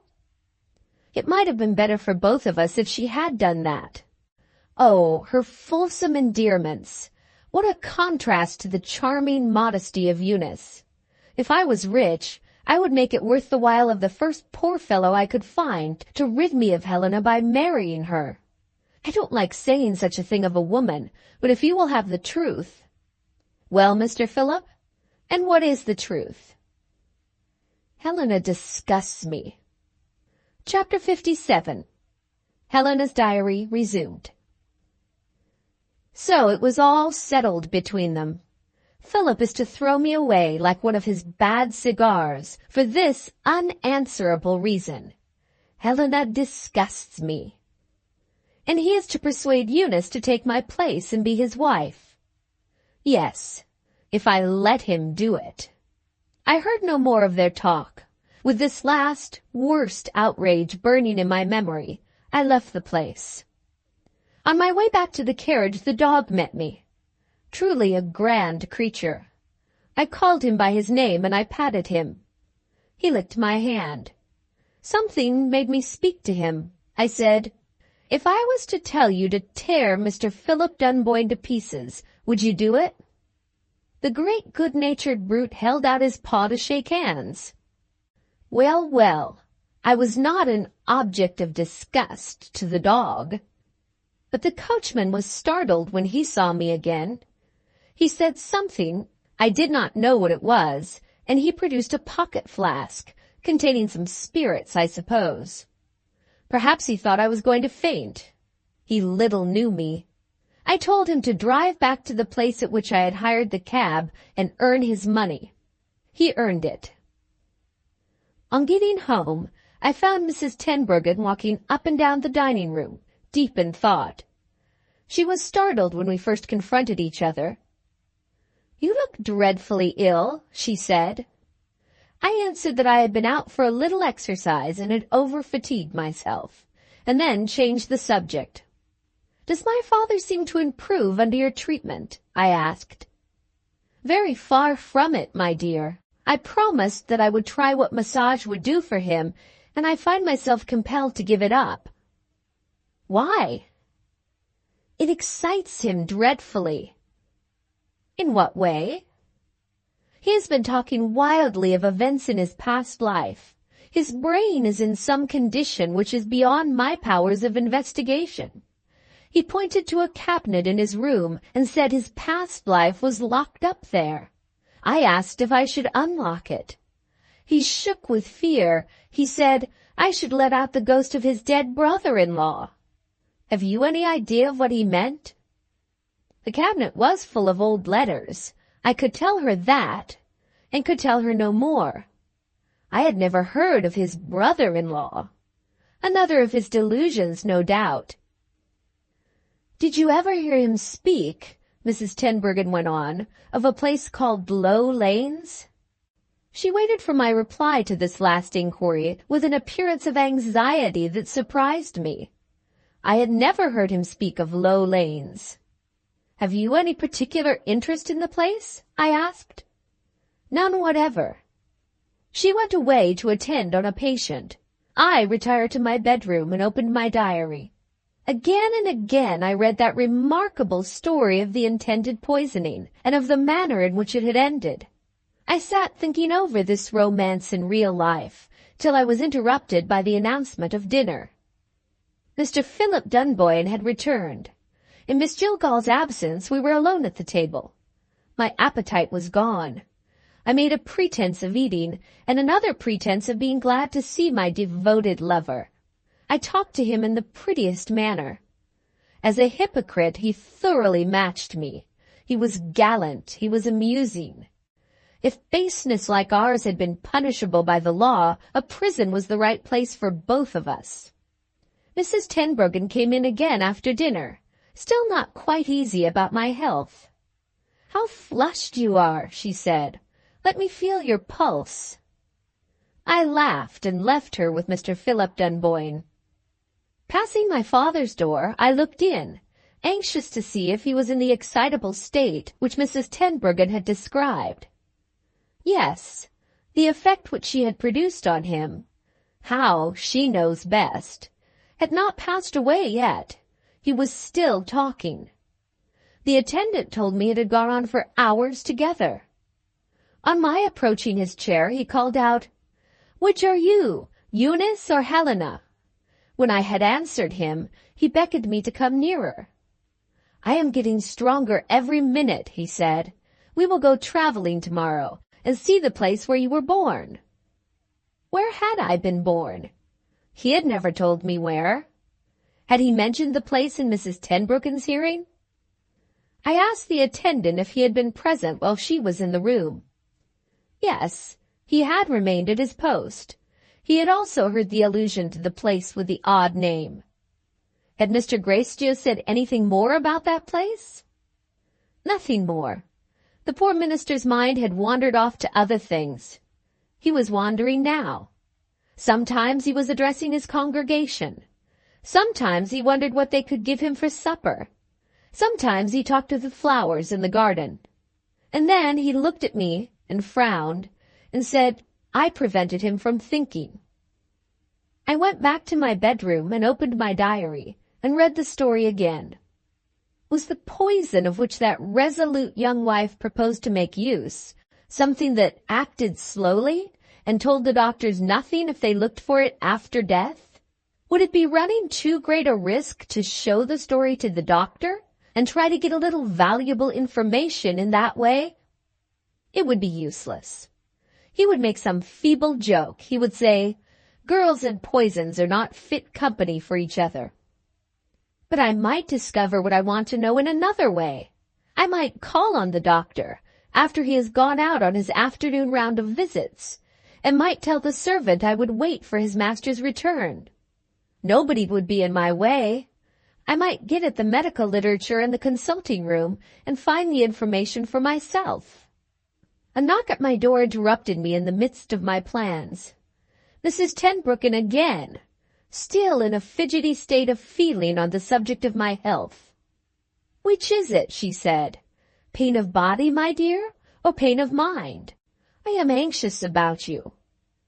"My dear Elizabeth, your sympathy is thrown away on me. As I have told you already, I am overtired, nothing more." She was relieved to hear that I had no mental troubles to complain of. "Fatigue," she remarked, "sets itself right with rest." "Did you take a very long walk?" "Yes." "Beyond the limits of the town, of course?" "Philip has been taking a walk in the country, too. He doesn't say that he met you." These clever people sometimes overreach themselves. How she suggested it to me, I cannot pretend to have discovered. But I did certainly suspect that she had led Philip, while they were together downstairs, into saying to her what he had already said to Miss Jillgall. I was so angry that I tried to pump my excellent friend, as she had been trying to pump me. A vulgar expression, but vulgar writing is such a convenient way of writing sometimes. My first attempt to entrap the masseuse failed completely. She coolly changed the subject. "Have I interrupted you in writing?" she asked, pointing to my diary. "No, I was idling over what I had written already, an extraordinary story which I copied from a book." "May I look at it?" I pushed the open diary across the table. If I was the object of any suspicions which she wanted to confirm, it would be curious to see if the poisoning story helped her. "It's a piece of family history," I said. "I think you will agree with me that it is really interesting." She began to read. As she went on, not all her power of controlling herself could prevent her from turning pale. This change of color in such a woman a little alarmed me. When a girl is devoured by deadly hatred of a man, does the feeling show itself to other persons in her face? I must practice before the glass and train my face into a trustworthy state of discipline. Coarse melodrama, Mrs. Tenbruggen declared. Mere sensation. No analysis of character. A made-up story. Well made up, surely, I answered. I don't agree with you. Her voice was not quite so steady as usual. She asked suddenly if my clock was right, and declared that she should be late for an appointment. On taking leave, she pressed my hand strongly, eyed me with distrustful attention, and said, very emphatically, "Take care of yourself, Helena. Pray take care of yourself." I am afraid I did a very foolish thing when I showed her the poisoning story. Has it helped the wily old creature to look into my inmost thoughts? Impossible. Today Miss Jillgall returned, looking hideously healthy and spitefully cheerful.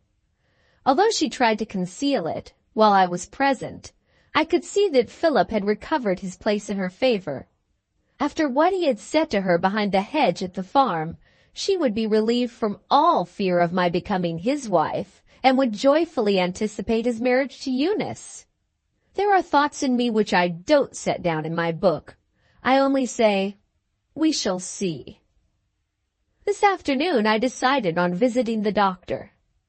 The servant was quite sorry for me when he answered the door.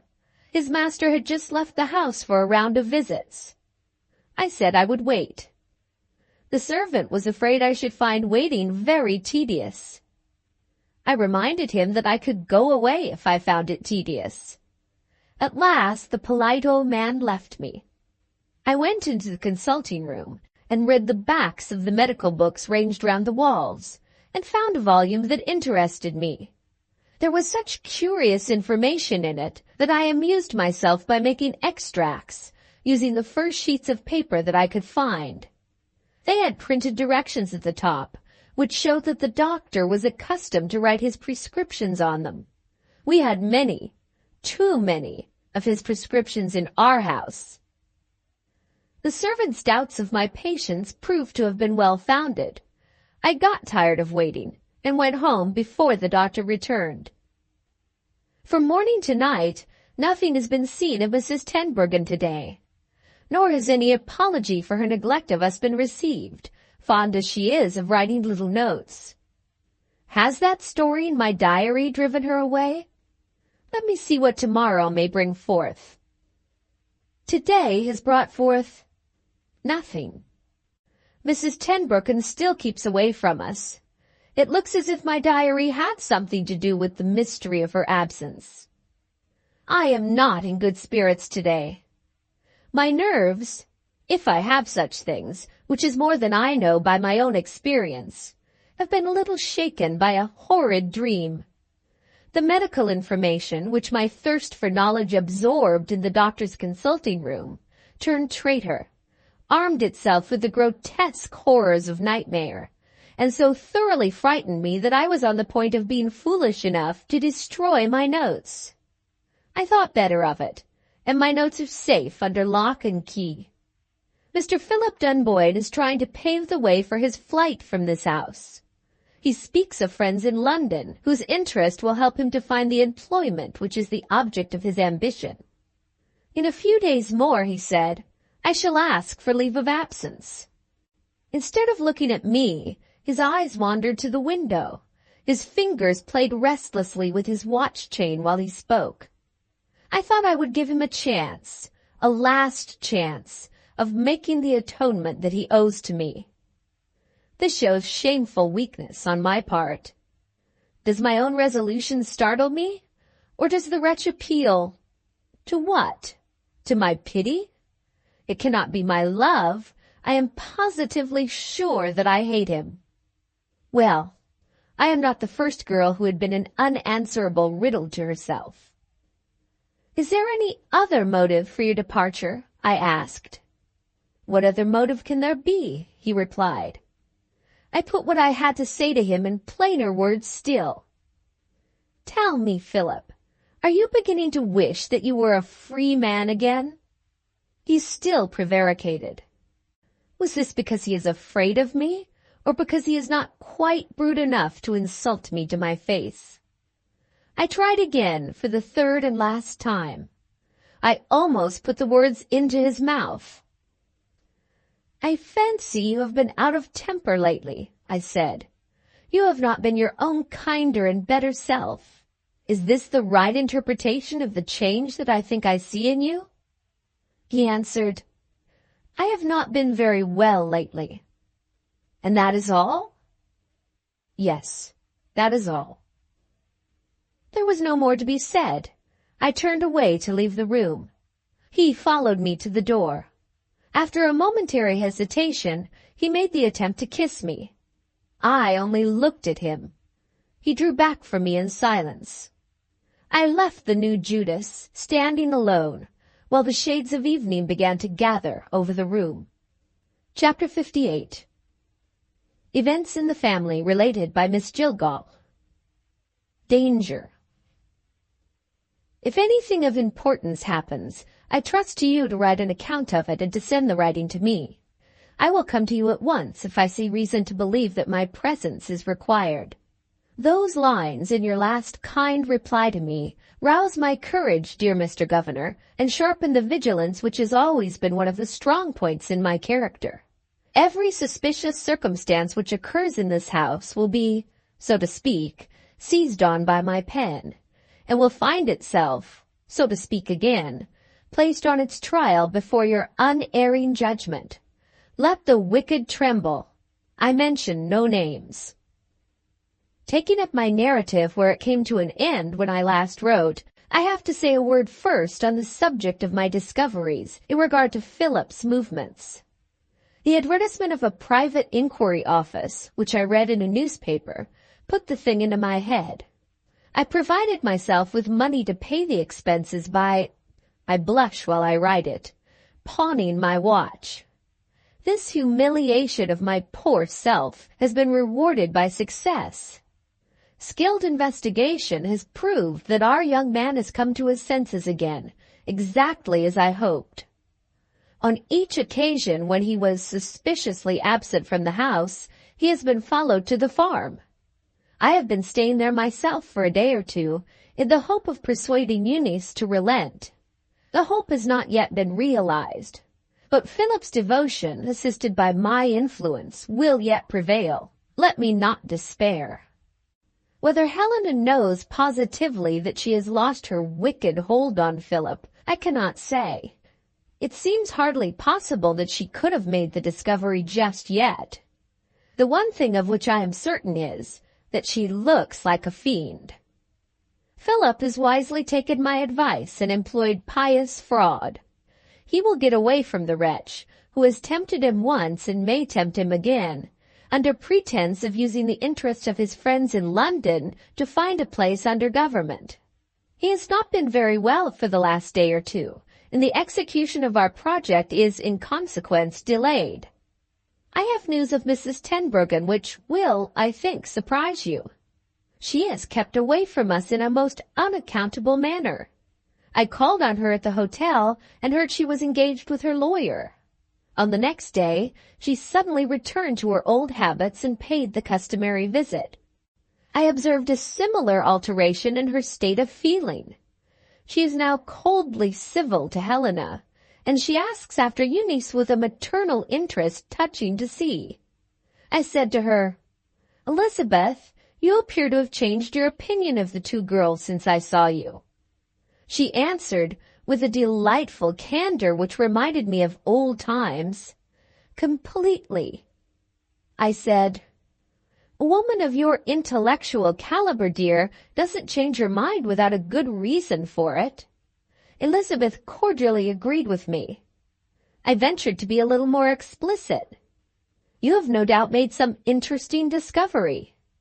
Elizabeth agreed again, and I ventured again. I suppose I may not ask what the discovery is? No, Selina, you may not ask. This is curious, but it is nothing to what I have got to tell you next.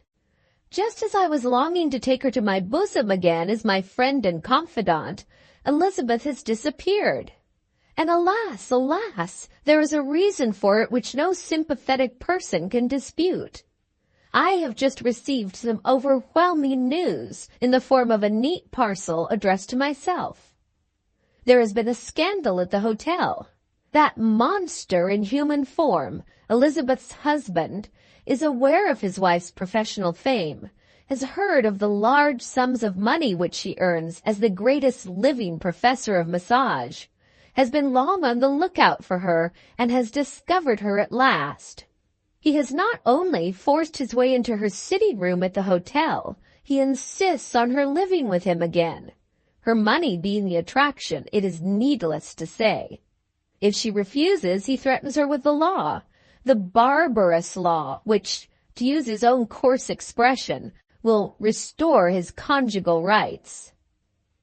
All this I gather from the narrative of my unhappy friend, which forms one of the 2 enclosures in her parcel. She has already made her escape. Ha! The man doesn't live who can circumvent Elizabeth. The English court of law isn't built which can catch her when she roams the free and glorious continent. The vastness of this amazing woman's mind is what I must pause to admire. In the frightful catastrophe that has befallen her, she can still think of Philip and Eunice. She is eager to hear of their marriage, and renounces Helena with her whole heart. I, too, was deceived by that cunning young woman, she writes. Beware of her, Selina. Unless I am much mistaken, she is going to end badly. Take care of Philip. Take care of Eunice. If you want help, apply at once to my favorite hero in real life, the governor. I don't presume to correct Elizabeth's language. I should have called you the idol of the women. The second enclosure contains, as I suppose, a wedding present. It is carefully sealed. It feels no bigger than an ordinary letter, and it contains an inscription which your highly cultivated intelligence may be able to explain. I copy it as follows. To be enclosed in another envelope, addressed to Mr. Dunboyne the elder, at Percy's Private Hotel, London, and delivered by a trustworthy messenger on the day when Mr. Philip Dunboyne is married to Miss Eunice Gracedieu, placed meanwhile under the care of Miss Selina Gilgal. Why is this mysterious letter to be sent to Philip's father? I wonder whether that circumstance will puzzle you as it has puzzled me. I have kept my report back, so as to send you the last news relating to Philip's state of health. To my great regret, his illness seems to have made a serious advance since yesterday. When I ask if he is in pain, he says, "It isn't exactly pain. I feel as if I was sinking. Sometimes I am giddy, and sometimes I find myself feeling thirsty and sick. I have no opportunity of looking after him as I could wish, for Helena insists on nursing him, assisted by the housemaid. Maria is a very good girl in her way, but too stupid to be of much use. If he is not better tomorrow, I shall insist on sending for the doctor. He is no better, and he wishes to have medical help. Helena doesn't seem to understand his illness. It was not until Philip had insisted on seeing him that she consented to send for the doctor. You had some talk with this experienced physician when you were here, and you know what a clever man he is. When I tell you that he hesitates to say what is the matter with Philip, you will feel as much alarmed as I do. I will wait to send this to the post until I can write in a more definite way. 2 more days have passed. The doctor has put 2 very strange questions to me. He asked first if there was anybody staying with us besides the regular members of the household. I said we had no visitor. He wanted to know next if Mr. Philip Dunboyne had made any enemies since he has been living in our town. I said none that I knew of, and I took the liberty of asking what he meant. He answered to this that he has a few more inquiries to make, and that he will tell me what he means tomorrow. For God's sake, come here as soon as you possibly can. The whole burden is thrown on me, and I am quite unequal to it. I received the doctor today in the drawing-room. To my amazement, he begged leave to speak with me in the garden. When I asked why, he answered, "I don't want to have a listener at the door. Come out on the lawn where we can be sure that we are alone." When we were in the garden, he noticed that I was trembling. "Rouse your courage, Miss Gilgal," he said. "In the minister's helpless state, there is nobody whom I can speak to but yourself." I ventured to remind him that he might speak to Helena as well as to myself. He looked as black as thunder when I mentioned her name. All he said was, "No." But oh, if you had heard his voice! And he so gentle and sweet-tempered at other times, you would have felt as I did that he had Helena in his mind. "Now listen to this," he went on. "Everything that my art can do for Mr. Philip Dunboyne while I am at his bedside is undone while I am away by some other person. He is worse today than I have seen him yet." "Oh, sir, do you think he will die?" "He will certainly die, unless the right means are taken to save him, and taken at once. It is my duty not to flinch from telling you the truth. I have made a discovery since yesterday which satisfies me that I am right. Somebody is trying to poison Mr. Dunboyne, and somebody will succeed unless he is removed from this house. I am a poor, feeble creature. The doctor caught me, or I should have dropped on the grass. It was not a fainting fit. I only shook and shivered so that I was too weak to stand up. Encouraged by the doctor, I recovered sufficiently to be able to ask him where Philip was to be taken to. He said, "To the hospital. No poisoner can follow my patient there. Persuade him to let me take him away when I call again in an hour's time." As soon as I could hold a pen, I sent a telegram to you. Pray come by the earliest train. I also telegraphed to old Mr. Dunboyne at the hotel in London. It was impossible for me to face Helena. I own I was afraid. The cook kindly went upstairs to see who was in Philip's room. It was the housemaid's turn to look after him for a while. I went instantly to his bedside. There was no persuading him to allow himself to be taken to the hospital. "I am dying," he said. "If you have any pity for me, send for Eunice. Let me see her once more. Let me hear her say that she forgives me before I die." I hesitated. It was too terrible to think of Eunice in the same house with her sister. Her life might be in danger. Philip gave me a look, a dreadful, ghastly look.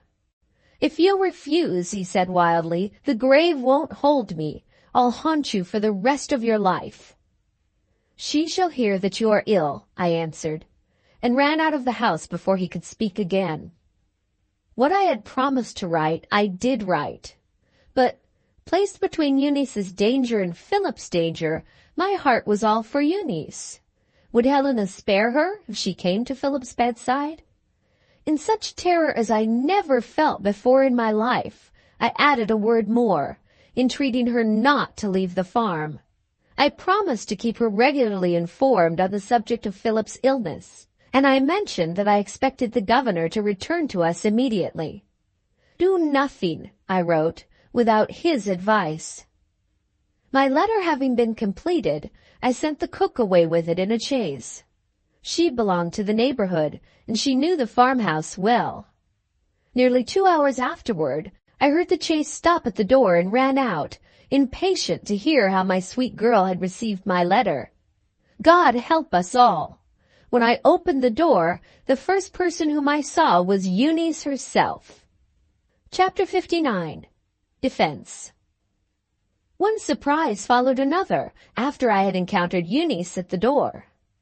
When my fondness had excused her for setting the well-meant advice in my letter at defiance, I was conscious of expecting to see her in tears, eager, distressingly eager, to hear what hope there might be of Philip's recovery.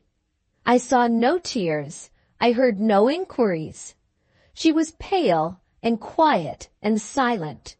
Not a word fell from her when we met, Not a word when she kissed me. Not a word when she led the way into the nearest room, the dining room. It was only when we were shut in together that she spoke. "Which is Philip's room?" she asked. Instead of wanting to know how he was, she desired to know where he was. I pointed toward the back dining room, which had been made into a bedroom for Philip. He had chosen it himself when he first came to stay with us, because the window opened into the garden, and he could slip out and smoke at any hour of the day or night when he pleased. "Who is with him now?" was the next strange thing this sadly changed girl said to me. "Maria is taking her turn," I answered. "She assists in nursing Philip." "Where is—" Eunice got no further than that. Her breath quickened, her color faded away. I had seen people look as she was looking now when they suffered under some sudden pain. Before I could offer to help her, she rallied and went on. "Where," she began again, "is the other nurse?" "You mean Helena," I said. "I mean the poisoner. When I remind you, dear Mr. Governor, that my letter had carefully concealed from her the horrible discovery made by the doctor, your imagination will picture my state of mind. She saw that I was overpowered. Her sweet nature, so strangely frozen up thus far, melted at last. 'You don't know what I have heard,' she said. 'You don't know what thoughts have been roused in me.' She left her chair and sat on my knee with the familiarity of the dear old times, and took the letter that I had written to her from her pocket. 'Look at it yourself,' she said, 'and tell me if anybody could read it and not see that you were concealing something. My dear, I have driven round by the doctor's house. I have seen him. I have persuaded him, or perhaps I ought to say surprised him, into telling me the truth. But the kind old man is obstinate. He wouldn't believe me when I told him I was on my way here to save Philip's life. He said, 'My child, you will only put your own life in jeopardy.' If I had not seen that danger, I should never have told you of the dreadful state of things at home. Go back to the good people at the farm, and leave the saving of Philip to me." "He was right, Eunice, entirely right." "No, dear, he was wrong. I begged him to come here and judge for himself, and I ask you to do the same." I was obstinate. "Go back," I persisted. "Go back to the farm." "Can I see Philip?" she asked. I have heard some insolent men say that women are like cats. If they mean that we do, figuratively speaking, scratch at times, I am afraid they are not altogether wrong. An irresistible impulse made me say to poor Eunice, "This is a change indeed since you refused to receive Philip." "Is there no change in the circumstances?" she asked sadly. "Isn't he ill and in danger?" I begged her to forgive me. I said I meant no harm. "I gave him up to my sister," she continued, "when I believed that his happiness depended not on me but on her. I take him back to myself when he is at the mercy of a demon who threatens his life. Come, Selina, let us go to Philip." She put her arm round me and made me get up from my chair. I was so easily persuaded by her that the fear of what Helena's jealousy and Helena's anger might do was scarcely present in my thoughts. The door of communication was locked on the side of the bedchamber. I went into the hall to enter Philip's room by the other door. She followed, waiting behind me. I heard what passed between them when Maria went out to her. "Where is Miss Gracedieu?" "Resting upstairs, miss, in her room." "Look at the clock and tell me when you expect her to come down here." "I am to call her, miss, in 10 minutes more." "Wait in the dining room, Maria, till I come back to you." She joined me. I held the door open for her to go into Philip's room. It was not out of curiosity. The feeling that urged me was sympathy when I waited a moment to see their first meeting. She bent over the poor, pallid, trembling, suffering man, and raised him in her arms and laid his head on her bosom. "My Philip!" She murmured those words in a kiss. I closed the door. I had a good cry, and oh, how it comforted me.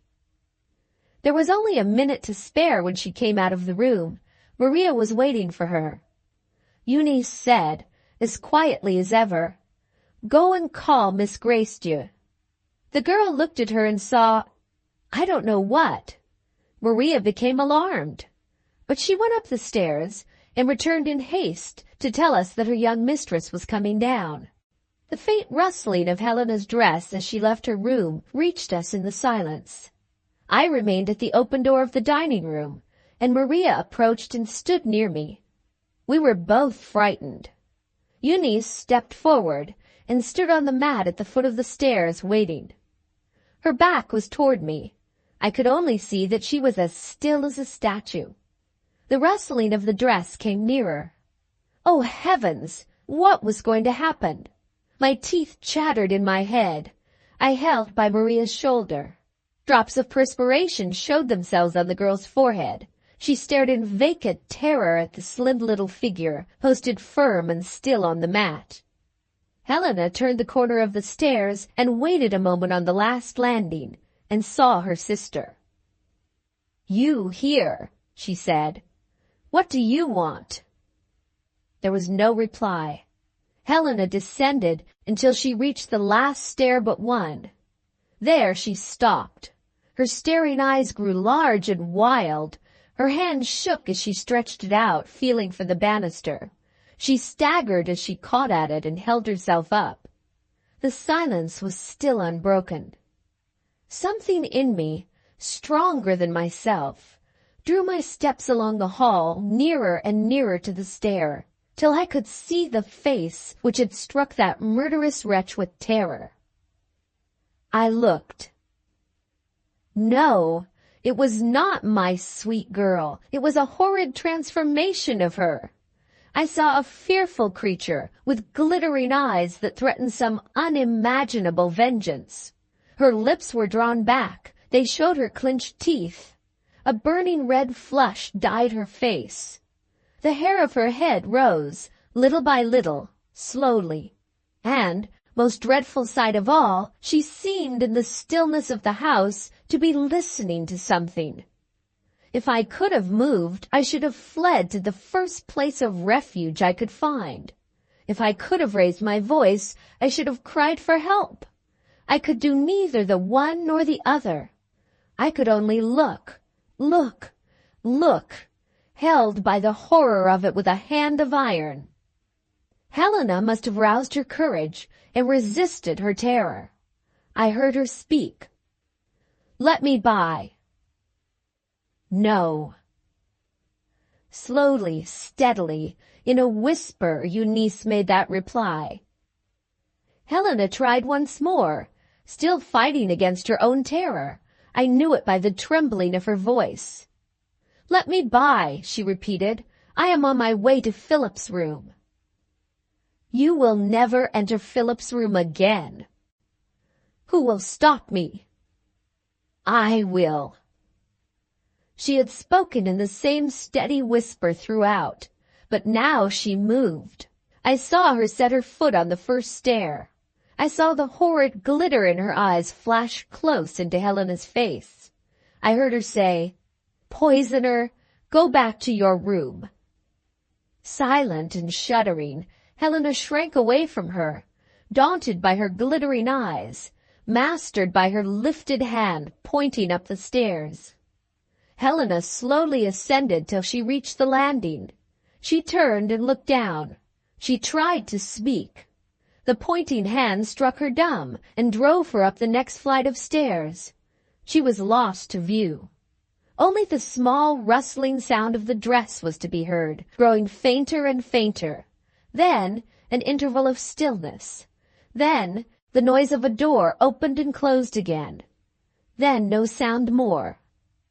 But a change to be seen. The transformed creature was crouching on her knees, still and silent, her face covered by her hands. I was afraid to approach her. I was afraid to speak to her. After a time, she rose. Suddenly, swiftly, with her head turned away from me, she opened the door of Philip's room and was gone. I looked round. There was only Maria in the lonely hall. Shall I try to tell you what my sensations were? It may sound strangely, but it is true. I felt like a sleeper who was half awakened from a dream. Chapter 60. Discovery. A little later on that eventful day, when I was most in need of all that your wisdom and kindness could do to guide me, came the telegram which announced that you were helpless under an attack of gout. As soon as I had in some degree got over my disappointment, I remembered having told Eunice in my letter that I expected her kind old friend to come to us. With the telegram in my hand, I knocked softly at Philip's door. The voice that bade me come in was the gentle voice I knew so well. Philip was sleeping. There, by his bedside, with his hand resting in her hand, was Eunice, so completely restored to her own sweet self that I could hardly believe what I had seen not an hour since. She talked of you, when I showed her your message, with affectionate interest and regret. Look back, my admirable friend, at what I have written on the 2 or 3 pages which precede this, and explain the astounding contrast if you can. I was left alone to watch by Philip, while Eunice went away to see her father. Soon afterwards, Maria took my place. I had been sent for to the next room to receive the doctor. He looked careworn and grieved. I said I was afraid that he brought bad news with him. "The worst possible news," he answered. "A terrible exposure threatens this family, and I am powerless to prevent it." He then asked me to remember the day when I had been surprised by the singular questions which he had put to me, and when he had engaged to explain himself after he had made some inquiries. Why and how he had set those inquiries on foot was what he had now to tell. I will repeat what he said in his own words as nearly as I can remember them. While he was in attendance on Philip, he had observed symptoms which made him suspect that digitalis had been given to the young man, in doses often repeated. Cases of attempted poisoning by this medicine were so rare that he felt bound to put his suspicions to the test by going round among the chemist shops, excepting, of course, the shop at which his own prescriptions were made up, and asking if they had lately dispensed any preparation of digitalis, ordered perhaps in a larger quantity than usual. At the second shop he visited, the chemist laughed. "Why, doctor," he said, "have you forgotten your own prescription?" After this, the prescription was asked for and produced. It was on the paper used by the doctor, paper which had his address printed at the top, and a notice added, telling patients who came to consult him for the second time to bring their prescriptions with them. Then there followed in writing, "Tincture of digitalis, 1 ounce," with his signature at the end. Not badly imitated, but a forgery nevertheless. The chemist noticed the effect which this discovery had produced on the doctor, and asked if that was his signature. He could hardly, as an honest man, have asserted that a forgery was a signature of his own writing. So he made the true reply, and asked who had presented the prescription. The chemist asked his assistant to come forward. "Did you tell me that you knew, by sight, the young lady who brought this prescription?" The assistant admitted it. "Did you tell me she was Miss Helen Gracedieu?" "I did." "Were you sure of not having made any mistake?" "Quite sure." The chemist then said, "I myself supplied the tincture of digitalis, and the young lady paid for it and took it away with her. You have had all the information that I can give you, sir, and may I now ask if you can throw any light on the matter?" Our good friend thought of the poor minister, so sorely afflicted, and of the famous name so sincerely respected in the town and on the country round, and said he could not undertake to give an immediate answer. The chemist was excessively angry. "You know as well as I do," he said, "that digitalis, given in certain doses, is a poison, and you cannot deny that I honestly believed myself to be dispensing your prescription. While you are hesitating to give me an answer, my character may suffer. I may be suspected myself." He ended in declaring he should consult his lawyer. The doctor went home and questioned his servant. The man remembered the day of Miss Helena's visit in the afternoon, and the intention that she expressed of waiting for his master's return. He had shown her into the parlor which opened into the consulting room. No other visitor was in the house at that time, or had arrived during the rest of the day. The doctor's own experience when he got home led him to conclude that Helena had gone into the consulting room. He had entered that room for the purpose of writing some prescriptions and had found the leaves of paper which he used diminished in number. After what he had heard and what he had discovered, to say nothing of what he suspected, it occurred to him to look along the shelves of his medical library. He found a volume, treating of poisons, with a slip of paper left between the leaves. The poison described at the place so marked being digitalis, and the paper used being one of his own prescription papers. If, as I fear, a legal investigation into Helena's conduct is a possible event, the doctor concluded, there is the evidence that I shall be obliged to give when I am called as witness. It is my belief that I could have felt no greater dismay if the long arm of the law had laid its hold on me while he was speaking. I asked what was to be done. If she leaves the house at once, the doctor replied, she may escape the infamy of being charged with an attempt at murder by poison. And in her absence, I can answer for Philip's life. I don't urge you to warn her, because that might be a dangerous thing to do. It is for you to decide, as a member of the family, whether you will run the risk. I tried to speak to him of Eunice, and to tell him what I had already related to yourself. He was in no humor to listen to me. Keep it for a fitter time, he answered, and think of what I have just said to you. With that, he left me on his way to Philip's room.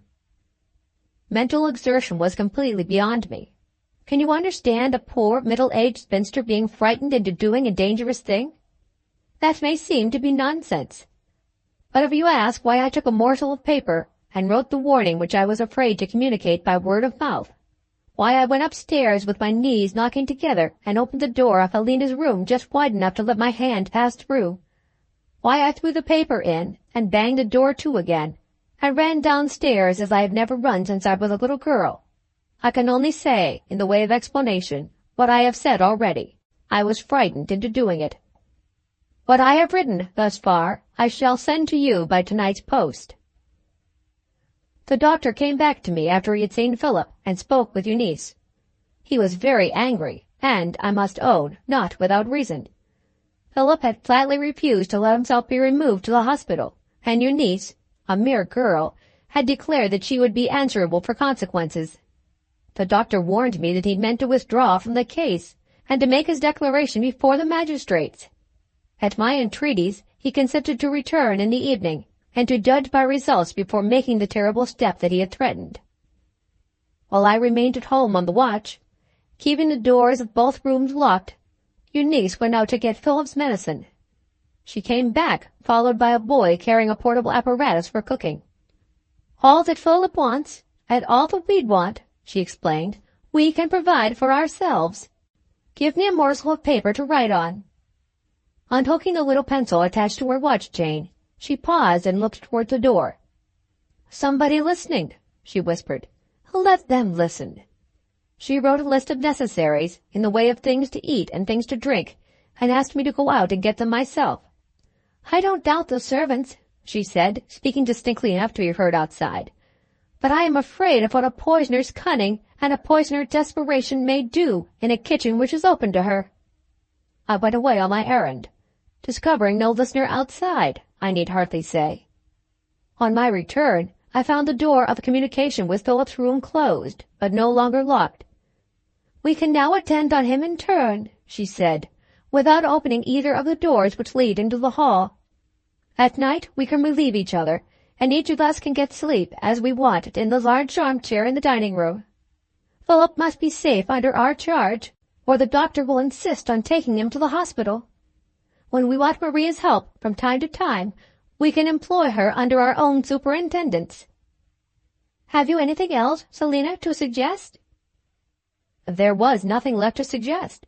Young and inexperienced as she was, how, I asked, had she contrived to think of all this?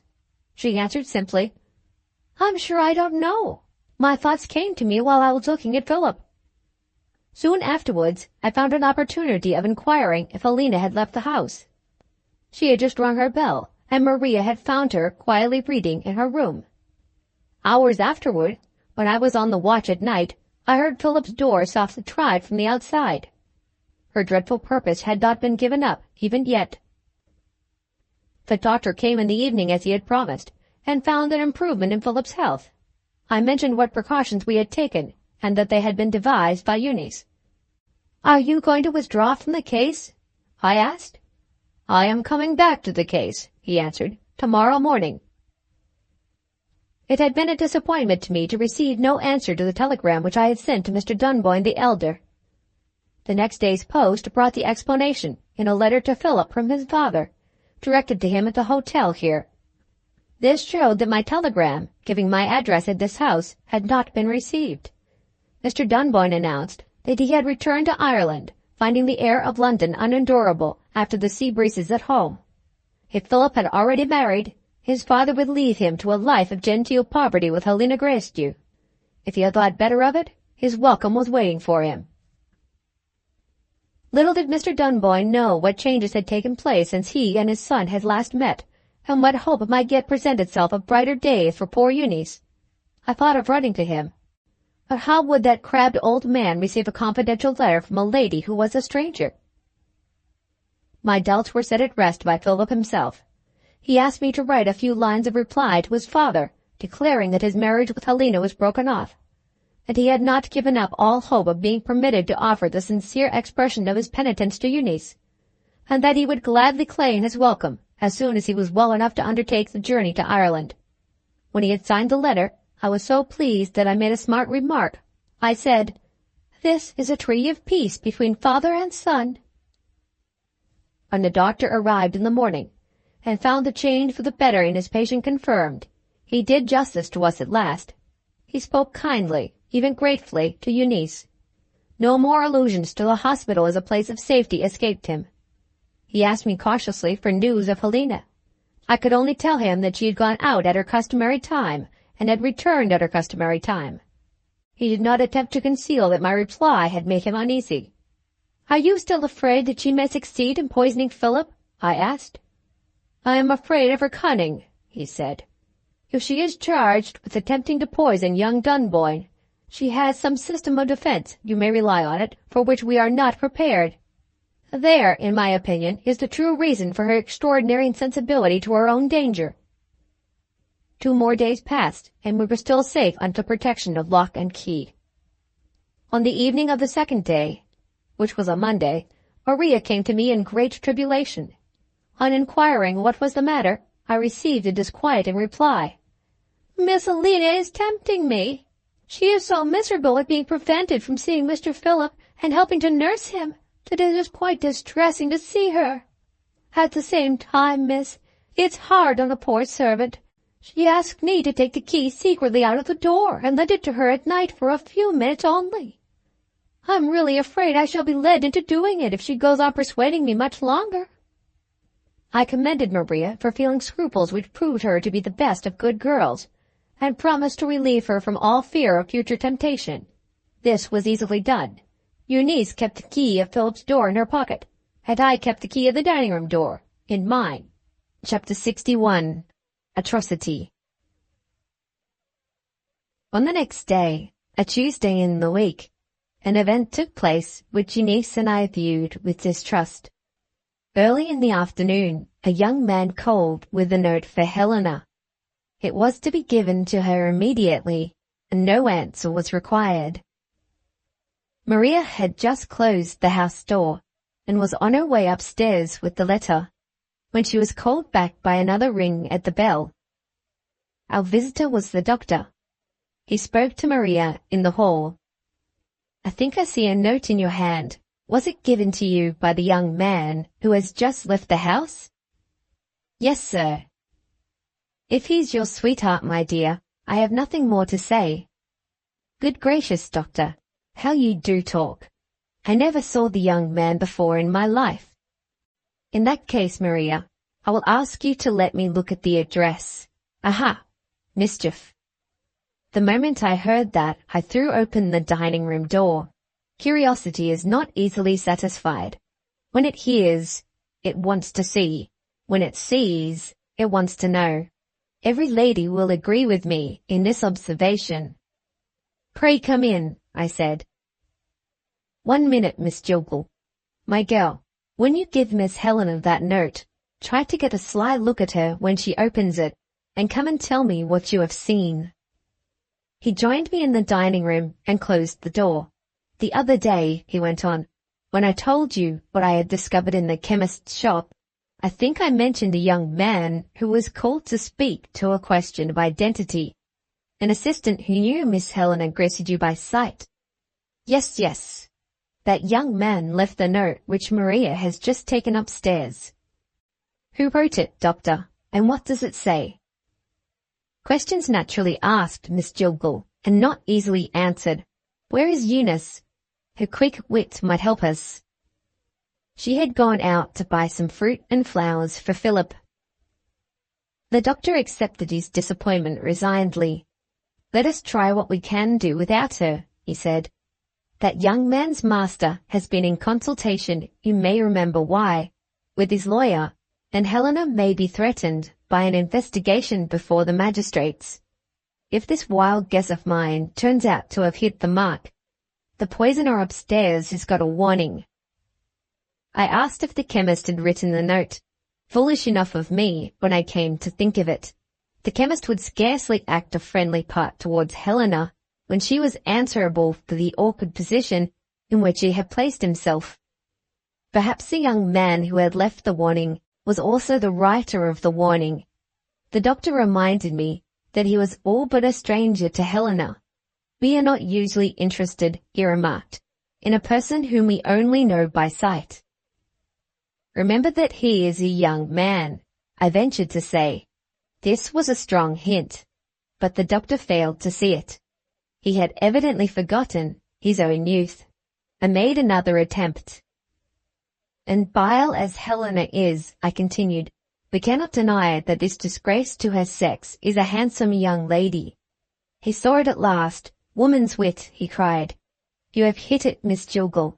The young fool is smitten with her, and has given her a chance of making her escape. Do you think she will take the chance? For all our sakes, I pray God she may. But I don't feel sure about it." "Why?" "Recollect what you and Eunice have done. You have shown your suspicion of her without an attempt to conceal it. If you had put her in prison, you could not have more completely defeated her infernal design. Do you think she is a likely person to submit to that without an effort to be even with you?" Just as he said those terrifying words, Maria came back to us. He asked at once what had kept her so long upstairs. The girl had evidently something to say, which had inflated her, if I may use such an expression, with a sense of her own importance. "Please to let me tell it, sir," she answered, "in my own way. Miss Helena turned as pale as ashes when she opened the letter, and then she took a turn in the room, and then she looked at me with a smile. Well, miss, I can only say that I felt that smile in the small of my back. I tried to get to the door. She stopped me. She says, 'Where's Miss Eunice?' I says, 'Gone out.' She says, 'Is there anybody in the drawing room?' I says, 'No, miss.' She says, 'Tell Miss Jilgall I want to speak to her, and say I am waiting in the drawing room.' It's every word of it true. And if a poor servant may give an opinion, I don't like the look of it." The doctor dismissed Maria. "Whatever it is," he said to me, "you must go and hear it." I am not a courageous woman. I expressed myself as being willing to go to her if the doctor went with me. He said that was impossible. She would probably refuse to speak before any witness, and certainly before him. But he promised to look after Philip in my absence, and to wait below if it really so happened that I wanted him. I need only ring the bell, and he would come to me the moment he heard it. Such kindness as this roused my courage, I suppose. At any rate, I went upstairs. She was standing by the fireplace, with her elbow on the chimney-piece, and her head resting on her hand. I stopped just inside the door, waiting to hear what she had to say. In this position, her side face only was presented to me. It was a ghastly face. The eye that I could see turned wickedly on me when I came in, then turned away again. Otherwise, she never moved. I confess I trembled, but I did my best to disguise it. She broke out suddenly with what she had to say. I won't allow this state of things to go on any longer. My horror of an exposure, which will disgrace the family, has kept me silent, wrongly silent, so far. Philip's life is in danger. I am forgetting my duty to my affianced husband if I allow myself to be kept away from him any longer. Open those locked doors and relieve me from the sight of you. Open the doors, I say, or you will both of you, you the accomplice, she the wretch who directs you, repent it to the end of your lives. In my own mind, I asked myself if she had gone mad, but I only answered, I don't understand you. She said again, you are Eunice's accomplice. Accomplice in what? I asked. She turned her head slowly and faced me. I shrank from looking at her. All the circumstances prove it, she went on. I have supplanted Eunice in Philip's affection. She was once engaged to marry him. I am engaged to marry him now. She is resolved that he shall never make me his wife. He will die if I delay any longer. He will die if I don't crush her. Like the reptile she is, she comes here, and what does she do? Keeps him prisoner under her own superintendence. Who gets his medicine? She gets it. Who cooks his food? She cooks it. The doors are locked. I might be a witness of what goes on, and I am kept out. The servants who ought to wait on him are kept out. She can do what she likes with his medicine. She can do what she likes with his food.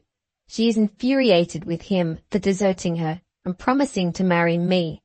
Give him back to my care, or dreadful as it is to denounce my own sister, I shall claim protection from the magistrates. I lost all fear of her. I stepped close up to the place at which she was standing. I cried out, of what, in God's name, do you accuse your sister? She answered, I accuse her of poisoning Philip Dunboyne. I ran out of the room. I rushed headlong down the stairs. The doctor heard me and came running into the hall. I caught hold of him like a madwoman. Eunice! My breath was gone. I could only say, Eunice! He dragged me into the dining room. There was wine on the sideboard, which he had ordered medically for Philip. He forced me to drink some of it. It ran through me like fire. It helped me to speak. Now tell me, he said, what has she done to Eunice? She brings a horrible accusation against her, I answered. What is the accusation? I told him. He looked me through and through. Take care, he said. No hysterics, no exaggeration. It may lead to dreadful consequences if you are not sure of yourself. If it's really true, say it again. I said it again, quietly this time. His face startled me. It was white with rage. He snatched his hat off the hall table. What are you going to do? I asked. My duty. He was out of the house before I could speak to him again. Third period concluded. Troubles and triumphs of the family. Related by the governor. Chapter 62. The sentence pronounced.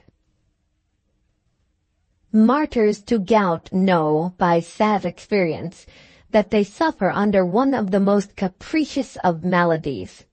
An attack of this disease will shift in the most unaccountable manner from one part of the body to another, or it will release the victim when there is every reason to fear that it is about to strengthen its hold on him, or, having shown the fairest promise of submitting to medical treatment, it will cruelly lay the patient prostrate again in a state of relapse. Adverse fortune in my case subjected me to this last and worst trial of endurance. 2 months passed, months of pain aggravated by anxiety, before I was able to help Eunice and Miss Gilgal personally with my sympathy and advice. During this interval, I heard regularly from the friendly and faithful Selina. Terror and suspense, courageously endured day after day, seemed to have broken down her resistance, poor soul, when Eunice's good name and Eunice's tranquillity were threatened by the most infamous of false accusations. From that time, Miss Gilgal's method of expressing herself betrayed a gradual deterioration. I shall avoid presenting at a disadvantage a correspondent who has claims on my gratitude, if I give the substance only of what she wrote, assisted by the newspaper which she sent to me while the legal proceedings were in progress. Honest indignation does sometimes counsel us wisely. When the doctor left Miss Gilgal in anger and in haste, he had determined on taking the course from which, as a humane man and a faithful friend, he had hitherto recoiled. It was no time now to shrink from the prospect of an exposure. The one hope of successfully encountering the vindictive wickedness of Helena lay in the resolution to be beforehand with her in the appeal to the magistrates with which she had threatened Eunice and Miss Gilgal. The doctor's sworn information stated the whole terrible case of the poisoning, ranging from his first suspicions and their confirmation to Helena's atrocious attempt to accuse her innocent sister of her own guilt. So firmly were the magistrates convinced of the serious nature of the case thus stated, that they did not hesitate to issue their warrant. Among the witnesses whose attendance was immediately secured by the legal adviser to whom the doctor applied were the farmer and his wife. Helena was arrested while she was dressing to go out. Her composure was not for a moment disturbed. "I was on my way," she said coolly, "to make a statement before the justices. The sooner they hear what I have to say, the better." The attempt of this shameless wretch to turn the tables on poor Eunice suggested, as I afterward discovered, by the record of the family history which she had quoted in her journal, was defeated with ease. The farmer and his wife proved the date at which Eunice had left her place of residence under their roof.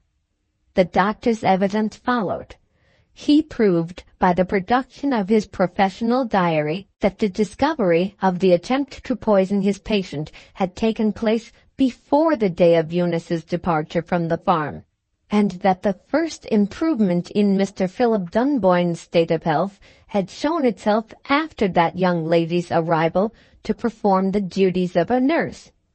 To the wise precautions which he had taken, perverted by Helena to the purpose of a false accusation, the doctor attributed the preservation of the young man's life. Having produced the worst possible impression on the minds of the magistrates, Helena was remanded.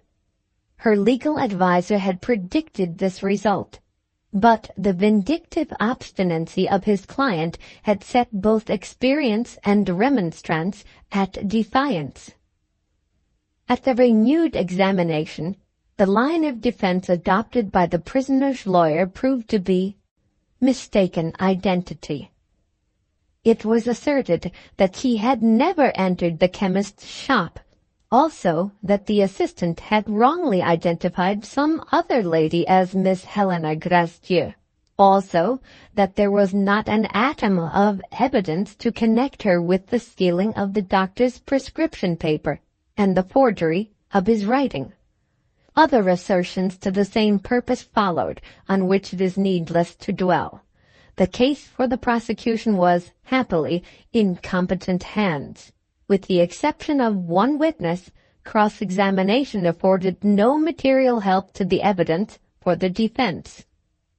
The chemist swore positively to the personal appearance of Helena as being the personal appearance of the lady who had presented the prescription. His assistant, pressed under the question of identity, broke down under cross-examination, purposely, as it was whispered, serving the interests of the prisoner. But the victory, so far gained by the defense, was successfully contested by the statement of the next witness, a respectable tradesman in the town. He had seen the newspaper report of the first examination, and had volunteered to present himself as a witness. A member of Mr. Gracedieu's congregation, his pew in the chapel was so situated as to give him a view of the minister's daughters occupying their pew. He had seen the prisoner on every Sunday for years past, and he swore that he was passing the door of the chemist's shop at the moment when she stepped out into the street, having a bottle covered with the customary white paper in her hand. The doctor and his servant were the next witnesses called. They were severely cross-examined. Some of their statements, questioned technically with success, received unexpected and powerful support due to the discovery and production of the prisoner's diary. The entries, guardedly as some of them were written, revealed her motive for attempting to poison Philip Dunboyne, proved that she had purposely called on the doctor when she knew that he would be out, that she had entered the consulting room and examined the medical books, had found, to use her own written words, a volume that interested her, and had used the prescription papers for the purpose of making notes.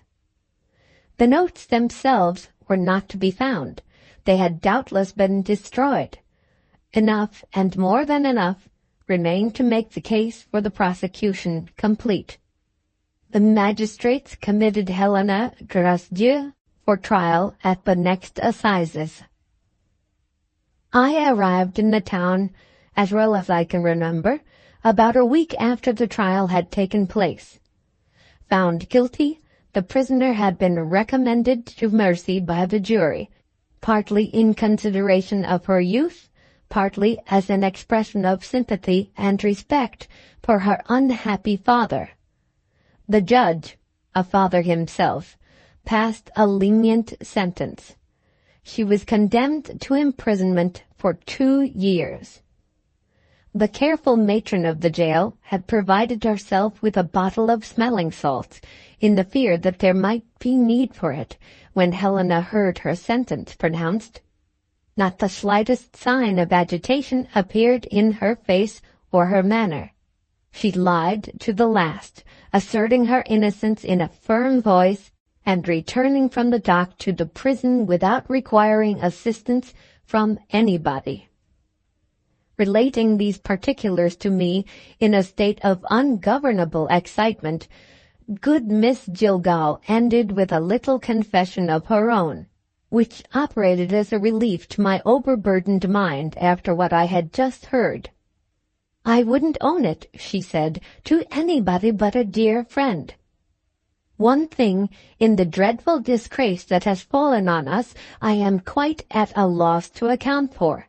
Think of Mr. Gracedieu's daughter being one of those criminal creatures on whom it was once your terrible duty to turn the key.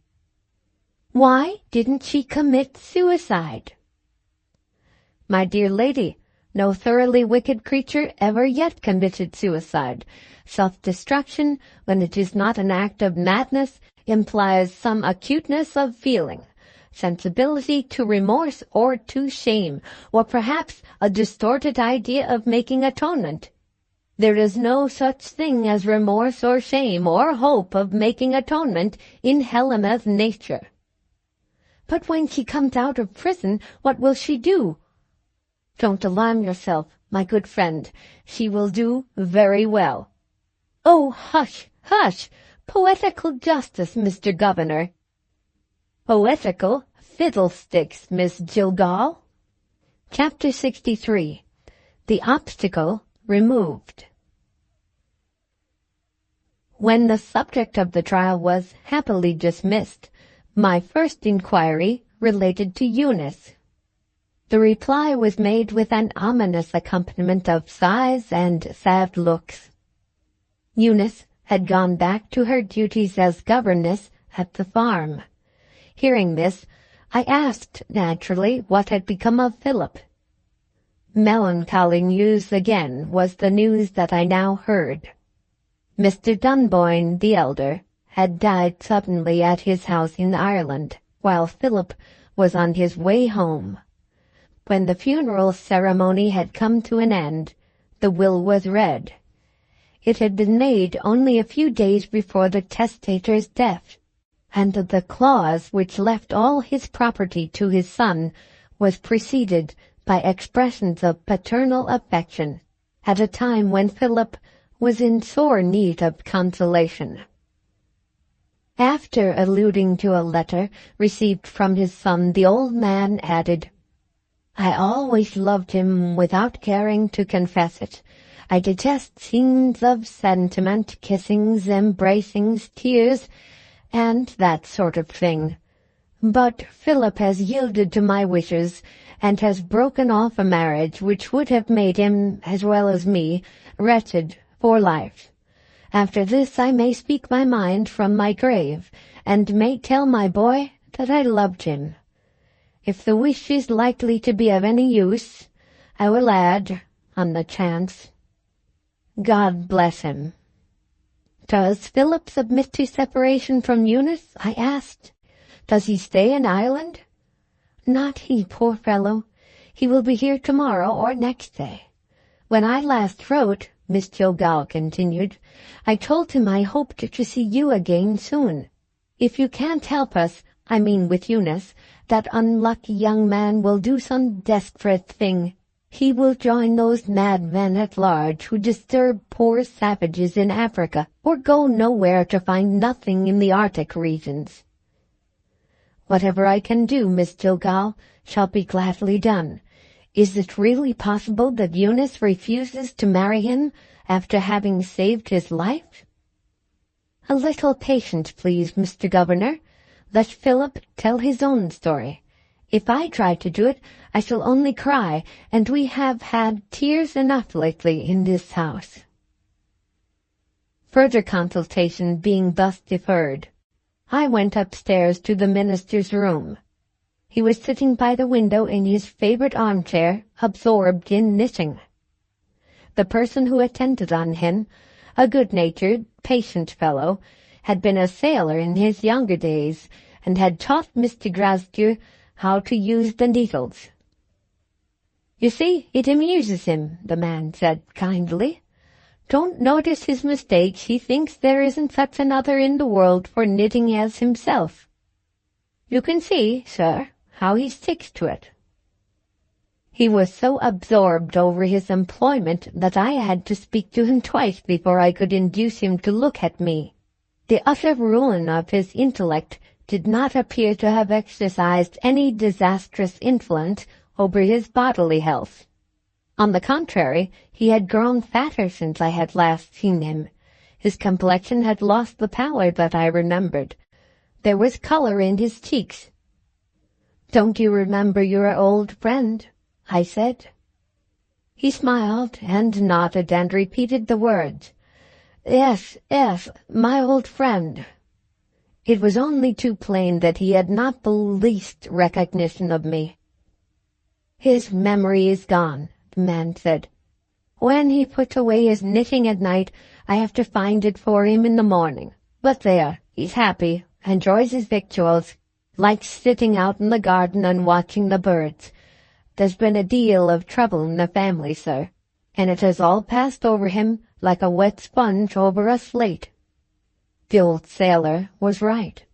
If that wreck of a man had been capable of feeding and thinking, his daughter's disgrace would have broken his heart. In a world of sin and sorrow, is peaceable imbecility always to be pitied?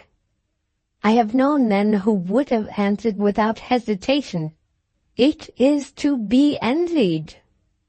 And where, some persons might say, was the poor minister's reward for the act of mercy which had saved Eunice in her infancy? Where it ought to be. A man who worthily performs a good action finds his reward in the action itself. At breakfast on the next day, the talk touched on those passages in Helena's diary which had been produced in court as evidence against her. I expressed a wish to see what revelation of a depraved nature the entries in the diary might present, and my curiosity was gratified. At a fitter time, I may find an opportunity of alluding to the impression produced on me by the diary. In the meanwhile, the event of Philip's return claims notice in the first place. The poor fellow was so glad to see me that he shook hands as heartily as if we had known each other from the time when he was a boy. "Do you remember how kindly you spoke to me when I called on you in London?" he asked. "If I have repeated those words once, but perhaps you don't remember them, you said, 'If I was as young as you are, I should not despair.' Well, I have said that to myself over and over again, for 100 times at least. Eunice will listen to you, sir, when she will listen to nobody else. This is the first happy moment I have had for weeks past." I suppose I must have looked glad to hear that. Anyway, Philip shook hands with me again. Miss Jillgall was present. The genial-hearted old maid was so touched by our meeting that she abandoned herself to the genial impulse of the moment, and gave Philip a kiss. The outraged claims of propriety instantly seized on her. She blushed as if the long-lost days of her girlhood had been found again, and ran out of the room. "Now, Mr. Philip," I said, "I have been waiting at Miss Jillgall's suggestion to get my information from you. There is something wrong between Eunice and yourself. What is it, and who is to blame?" "Her vile sister is to blame," he answered. "That reptile was determined to sting us, and she has done it," he cried, starting to his feet and walking up and down the room, urged into action by his own unendurable sense of wrong. "I say she has done it, after Eunice has saved me, done it, when Eunice was ready to be my wife." "How has she done it?" Between grief and indignation, his reply was involved in a confusion of vehemently spoken words, which I shall not attempt to reproduce. Eunice had reminded him that her sister had been publicly convicted of an infamous crime, and publicly punished for it by imprisonment. "If I consent to marry you," she said, "I stain you with my disgrace. That shall never be." With this resolution she had left him. "I have tried to convince her," Philip said, "that she will not be associated with her sister's disgrace when she bears my name. I have promised to take her far away from England, among people who have never even heard of her sister. Miss Jillgall has used her influence to help me. All in vain. There is no hope for us but in you. I am not thinking selfishly only of myself. She tries to conceal it, but oh, she is broken-hearted. Ask the farmer's wife if you don't believe me. Judge for yourself. Go, for God's sake. Go to the farm." I made him sit down and compose himself. "You may depend on my going to the farm," I answered. "I shall write to Eunice today, and follow my letter tomorrow." He tried to thank me, but I would not allow it. "Before I consent to accept the expression of your gratitude," I said, "I must know a little more of you than I know now. This is only the second occasion on which we have met.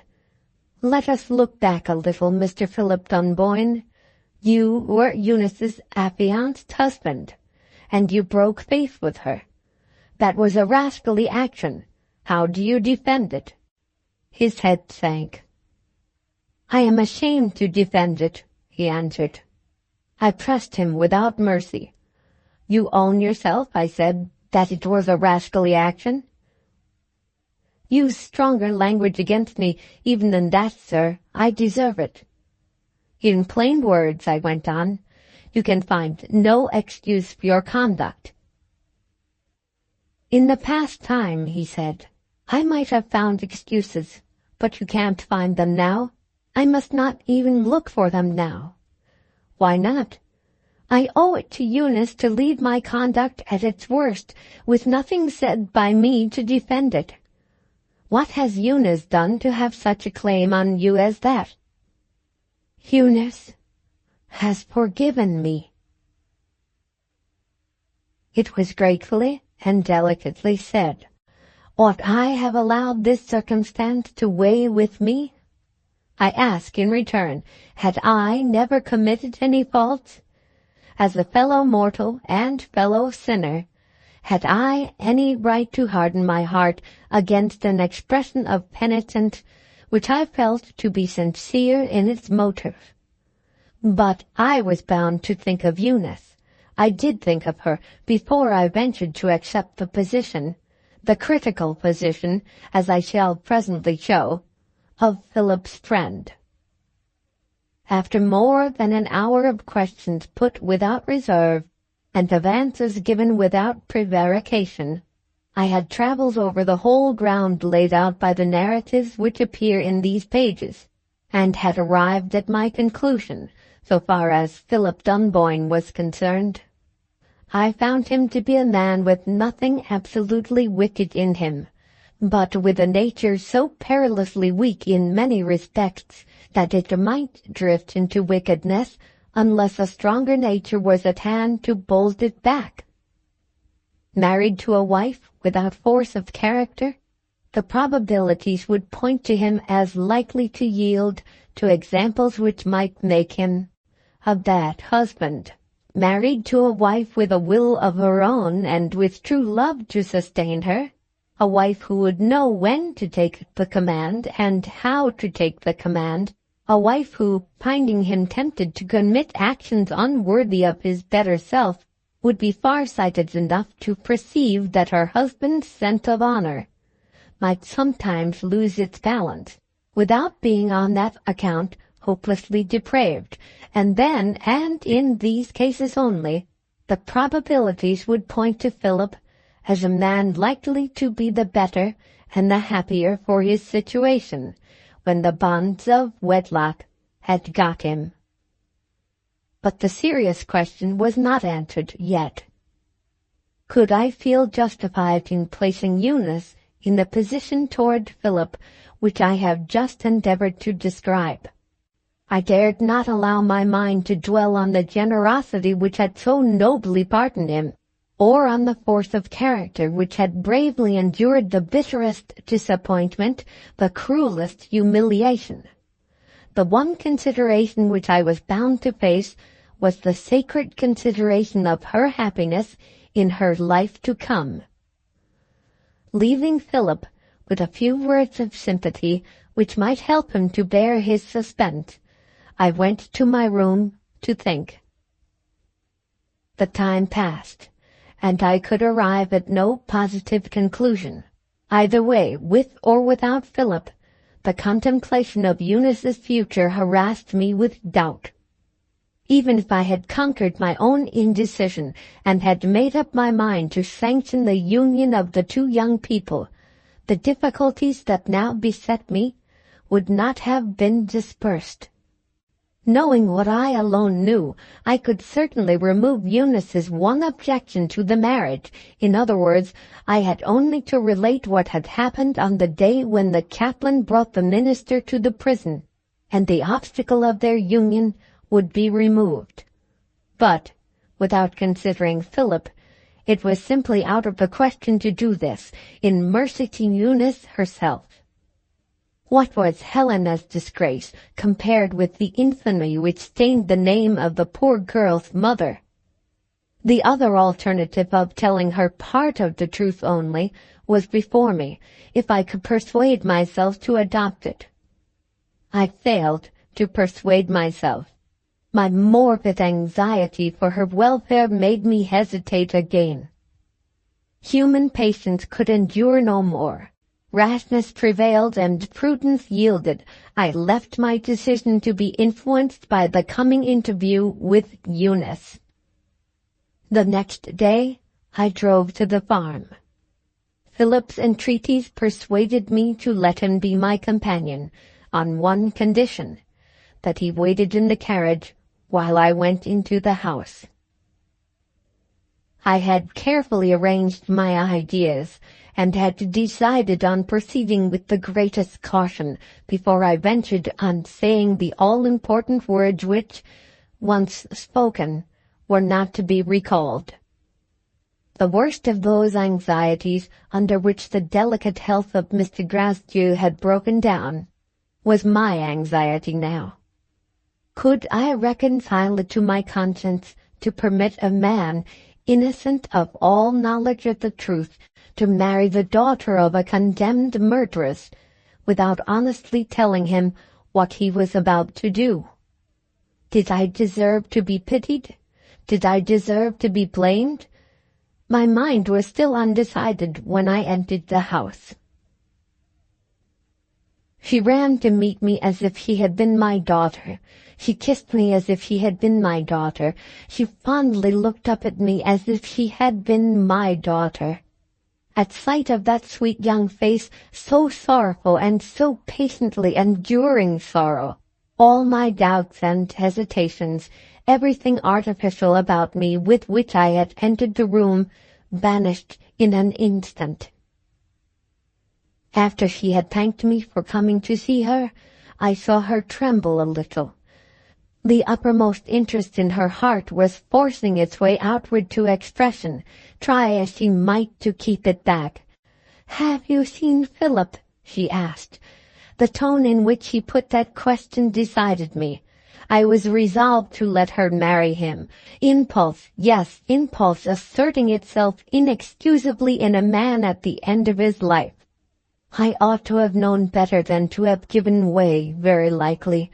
But am I the only mortal who ought to have known better, and did not? When Eunice asked if I had seen Philip, I owned that he was outside in the carriage. Before she could reproach me, I went on with what I had to say. "My child, I know what a sacrifice you have made, and I should honor your scruples if you had any reason for feeling them." "Any reason for feeling them?" She turned pale as she repeated the words. An idea came to me. I rang for the servant and sent her to the carriage to tell Philip to come in. "My dear, I am not putting you to any unfair trial," I assured her. "I am going to prove that I love you as truly as if you were my own child." When they were both present, I resolved that they should not suffer a moment of needless suspense.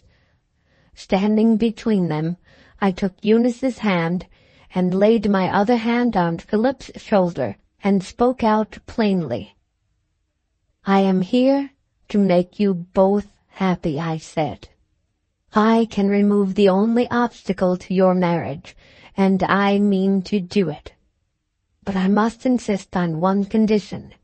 Give me your promise, Philip, that you will ask for no explanations and that you will be satisfied with the one true statement which is all that I can offer to you."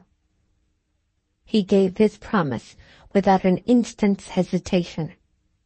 "Philip grants what I ask," I said to Eunice. "Do you grant it too?" Her hand turned cold in mine, but she spoke firmly when she said, "Yes." I gave her into Philip's care.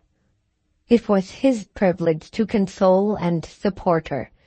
It was my duty to say the decisive words. "Rouse your courage, dear Eunice. You are no more affected by Helena's disgrace than I am. You are not her sister.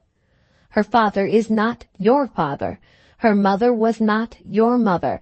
I was present in the time of your infancy, when Mr. Grasdew's fatherly kindness received you as his adopted child.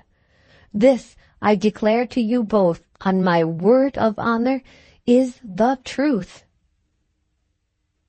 How she bore it, I am not able to say. My foolish old eyes were filling with tears. I could just see plainly enough to find my way to the door and leave them together. In my reckless state of mind, I never asked myself if time would be my accomplice and keep the part of the secret which I had not revealed, or be my enemy and betray me. The chances, either way, were perhaps equal. The deed was done. Chapter 64. The Truth Triumphant. The marriage was deferred at Eunice's request, as an expression of respect to the memory of Philip's father.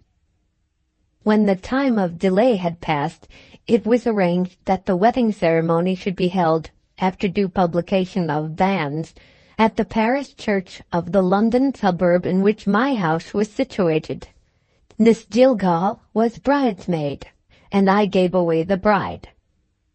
Before we set out for the church, Eunice asked leave to speak with me for a moment in private. "Don't think," she said, "that I am forgetting my promise to be content with what you have told me about myself. I am not so ungrateful as that, but I do want, before I consent to be Philip's wife, to feel sure that I am not quite unworthy of him. Is it because I am of mean birth that you told me I was Mr. Gracedieu's adopted child, and told me no more?" I could honestly satisfy her so far. "Certainly not," I said. She put her arms round my neck. "Do you say that," she asked, "to make my mind easy, or do you say it on your word of honor?" "On my word of honor." We arrived at the church. Let Miss Jillgall describe the marriage in her own inimitable way. "No wedding breakfast when you don't want to eat it. No wedding speeches when nobody wants to make them, and nobody wants to hear them, and no false sentiment. Shedding tears and reddening noses on the happiest day in the whole year. A model marriage. I could desire nothing better if I had any prospect of being a bride myself." They went away for the honeymoon to a quiet place by the seaside, not very far from the town in which Eunice had passed some of the happiest and the wretchedest days in her life.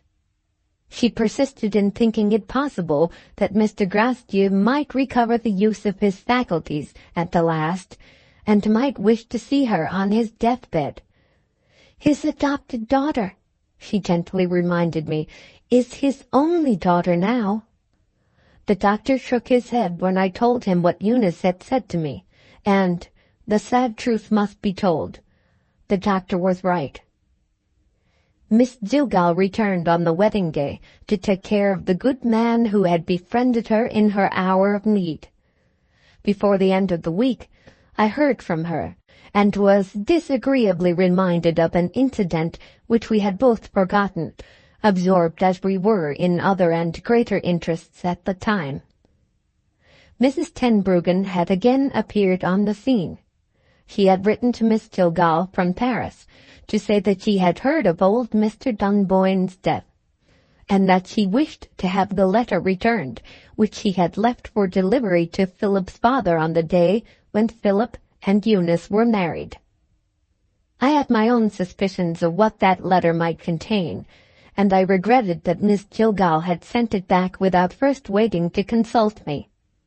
My misgivings, thus excited, were increased by more news of no very welcome kind. Mrs. Tenbruggen had decided on returning to her professional pursuits in England. Massage, now the fashion everywhere, had put money into her pocket among the foreigners, and her husband, finding that she persisted in keeping out of his reach, had consented to a compromise. He was ready to submit to a judicial separation, in consideration of a little income which his wife had consented to settle on him under the advice of her lawyer. Some days later, I received a delightful letter from Philip and Eunice, reminding me that I had engaged to pay them a visit at the seaside. My room was ready for me, and I was left to choose my own day. I had just begun to write my reply, gladly accepting the invitation, when an ominous circumstance occurred. My servant announced, "A lady," and I found myself face to face with Mrs. Tenbruggen. She was as cheerful as ever, and as eminently agreeable as ever. "I have heard it all from Selina," she said. "Philip's marriage to Eunice, I shall go and congratulate them, of course, and the catastrophe, how dramatic, of Helena Gracedieu. I warned Selina that Miss Helena would end badly. To tell the truth, She frightened me.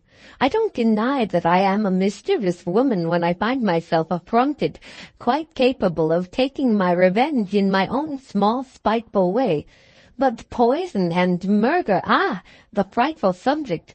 Let us drop it, and talk of something that doesn't make my hair, it's really my own hair, stand on end. Has Selina told you that I have got rid of my charming husband on easy pecuniary terms? Oh, you know that. Very well. I will tell you something that you don't know. Mr. Governor, I have found you out. May I venture to ask how? When I guessed which was which of those two girls, she answered, and guessed wrong, you deliberately encouraged the mistake. Very clever, but you overdid it. From that moment, though I kept it to myself, I began to fear I might be wrong. Do you remember Low Lanes, my dear sir, a charming old church? I have had another consultation with my lawyer. His questions led me into mentioning how it happened that I heard of Low Lanes.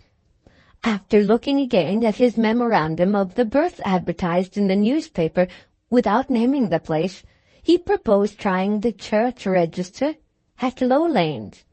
Need I tell you the result? I know as well as you do that Philip has married the adopted child. He has had a mother-in-law who was hanged, and, what is more, he has the honor, through his late father, of being otherwise connected with the murderess by marriage. Has his aunt? Bewilderment and dismay deprived me of my presence of mind. How did you discover that? I was foolish enough to ask. Do you remember when I brought the baby to the prison? She said. The father, as I mentioned at the time, had been a dear and valued friend of mine. No person could be better qualified to tell me who had married his wife's sister. If that lady had been living, I should never have been troubled with the charge of the child. Any more questions? Only one. Is Philip to hear of this? Oh, for shame! I don't deny that Philip insulted me grossly in one way, and that Philip's late father insulted me grossly in another way. But Mama Ten Bruggen is a Christian. He returns good for evil, and wouldn't for the world disturb the connubial felicity of Mr. and Mrs. Philip Dunboyne. The moment the woman was out of my house, I sent a telegram to Philip to say that he might expect to see me that night. I caught the last train in the evening, and I sat down to supper with those two harmless young creatures, knowing I must prepare the husband for what threatened them, and weakly deferring it when I found myself in their presence until the next day. Eunice was, in some degree, answerable for this hesitation on my part. No one could look at her husband and fail to see that he was a supremely happy man, but I detected signs of care in the wife's face. Before breakfast the next morning, I was out on the beach, trying to decide how the inevitable disclosure might be made. Eunice joined me. Now, when we were alone, I asked if she was really and completely happy. Quietly and sadly, she answered, "Not yet." I hardly knew what to say. My face must have expressed disappointment and surprise. "I shall never be quite happy," she resumed, "till I know what it is that you kept from me on that memorable day. I don't like having a secret from my husband, though it is not my secret." "Remember your promise," I said. "I don't forget it," she answered. "I can only wish that my promise would keep back the thoughts that come to me in spite of myself." "What thoughts?" "There is something, as I fear, in the story of my parents, which you are afraid to confide to me. Why did Mr. Gracedieu allow me to believe, and leave everybody to believe, that I was his own child?" "My dear, I relieved your mind of those doubts on the morning of your marriage."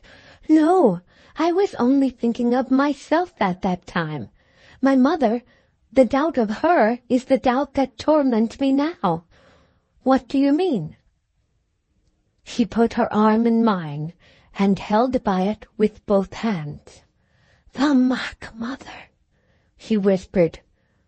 "Do you remember that dreadful vision, that horrid whispering temptation in the dead of night? Was it a mock mother? Oh, pity me, I don't know who my mother was. One horrid thought about her is a burden on my mind. If she was a good woman, you, who love me, would surely have made me happy by speaking of her." Those words decided me at last. Could she suffer more than she had suffered already, if I trusted her with the truth? I ran the risk. There was a time of silence that filled me with terror. The interval passed. She took my hand and put it to her heart. "Does it beat as if I was frightened?" she asked. No, it was beating calmly. "Does it relieve your anxiety?" It told me that I had not surprised her. That unforgotten vision of the night had prepared her for the worst, after the time when I had told her that she was an adopted child. "I know," I said, "that those whispered temptations overpowered you again when you and Helena met on the stairs and you forbade her to enter Philip's room. And I know that love had conquered once more when you were next seen sitting by Philip's bedside. Tell me, have you any misgivings now? Is there fear in your heart of the return of that tempting spirit in you in the time to come?" "Not while Philip lives." There, where her love was, there her safety was. And she knew it. She suddenly left me. I asked where she was going. "To tell Philip," was the reply. She was waiting for me at the door when I followed her to the house. "Is it done?" I said.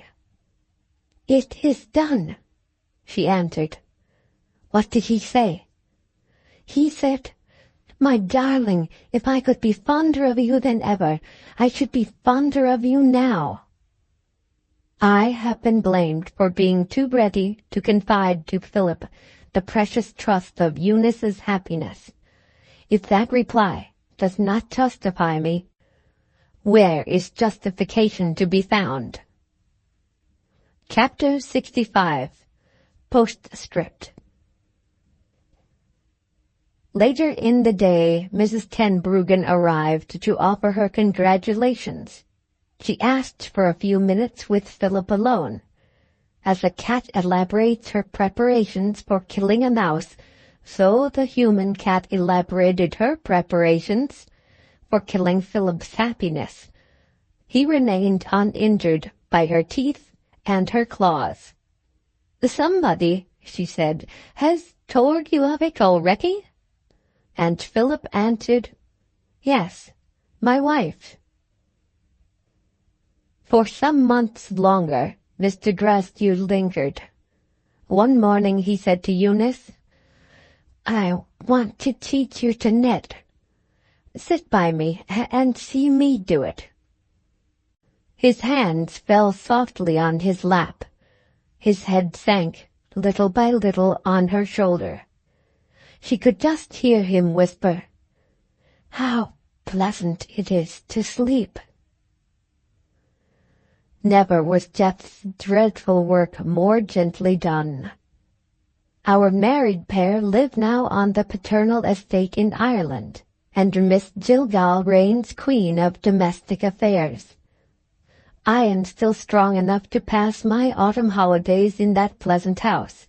At times, my memory reverts to Helena Grasdew and to what I discovered when I had seen her diary. How little I knew of that terrible creature when I first met with her, and fancied that she had inherited her mother's character. It was weak indeed to compare the mean vices of Mrs. Grasdew with the diabolical depravity of her daughter. Here the doctrine of hereditary transmission of moral qualities must own that it has overlooked the fertility, for growth of good and for growth of evil equally, which is inherent in human nature. There are virtues that exalt us and vices that degrade us, whose mysterious origin is not in our parents, but in ourselves. When I think of Helena, I ask myself, where is the trace which reveals that the first murder in the world was the product of inherited crime? The criminal left the prison on the expiration of her sentence so secretly that it was impossible to trace her. Some months later, Miss Jillgall received an illustrated newspaper published in the United States. She showed me one of the portraits in it. "Do you recognize the illustrious original?" she asked with indignant emphasis on the last two words. I recognized Helena. "Now read her new title," Miss Jillgall continued. I read, quote, "The Reverend Miss Grastier," close quote. The biographical notice followed. Here is an extract. Quote, "This eminent lady, the victim of a shocking miscarriage of justice in England, is now the distinguished leader of a new community in the United States. We hail in her the great intellect which asserts the superiority of woman over man. In the first French Revolution, the attempt made by men to found a rational religion met with only temporary success. It was reserved for the mightier spirit of woman to lay the foundations more firmly and to dedicate one of the noblest edifices in this city to the worship of pure reason." Readers who wish for further information will do well to provide themselves with the Reverend Miss Grastier's orations, the 10th edition of which is advertised in our columns. Close quote. "I once asked you," Miss Jillgall reminded me, "what Helena would do when she came out of prison, and you said she would do very well. Oh, Mr. Governor, Solomon was nothing to you."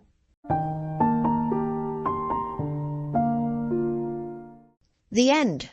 Thank you very much for watching. Please don't forget to subscribe our channel for more stories.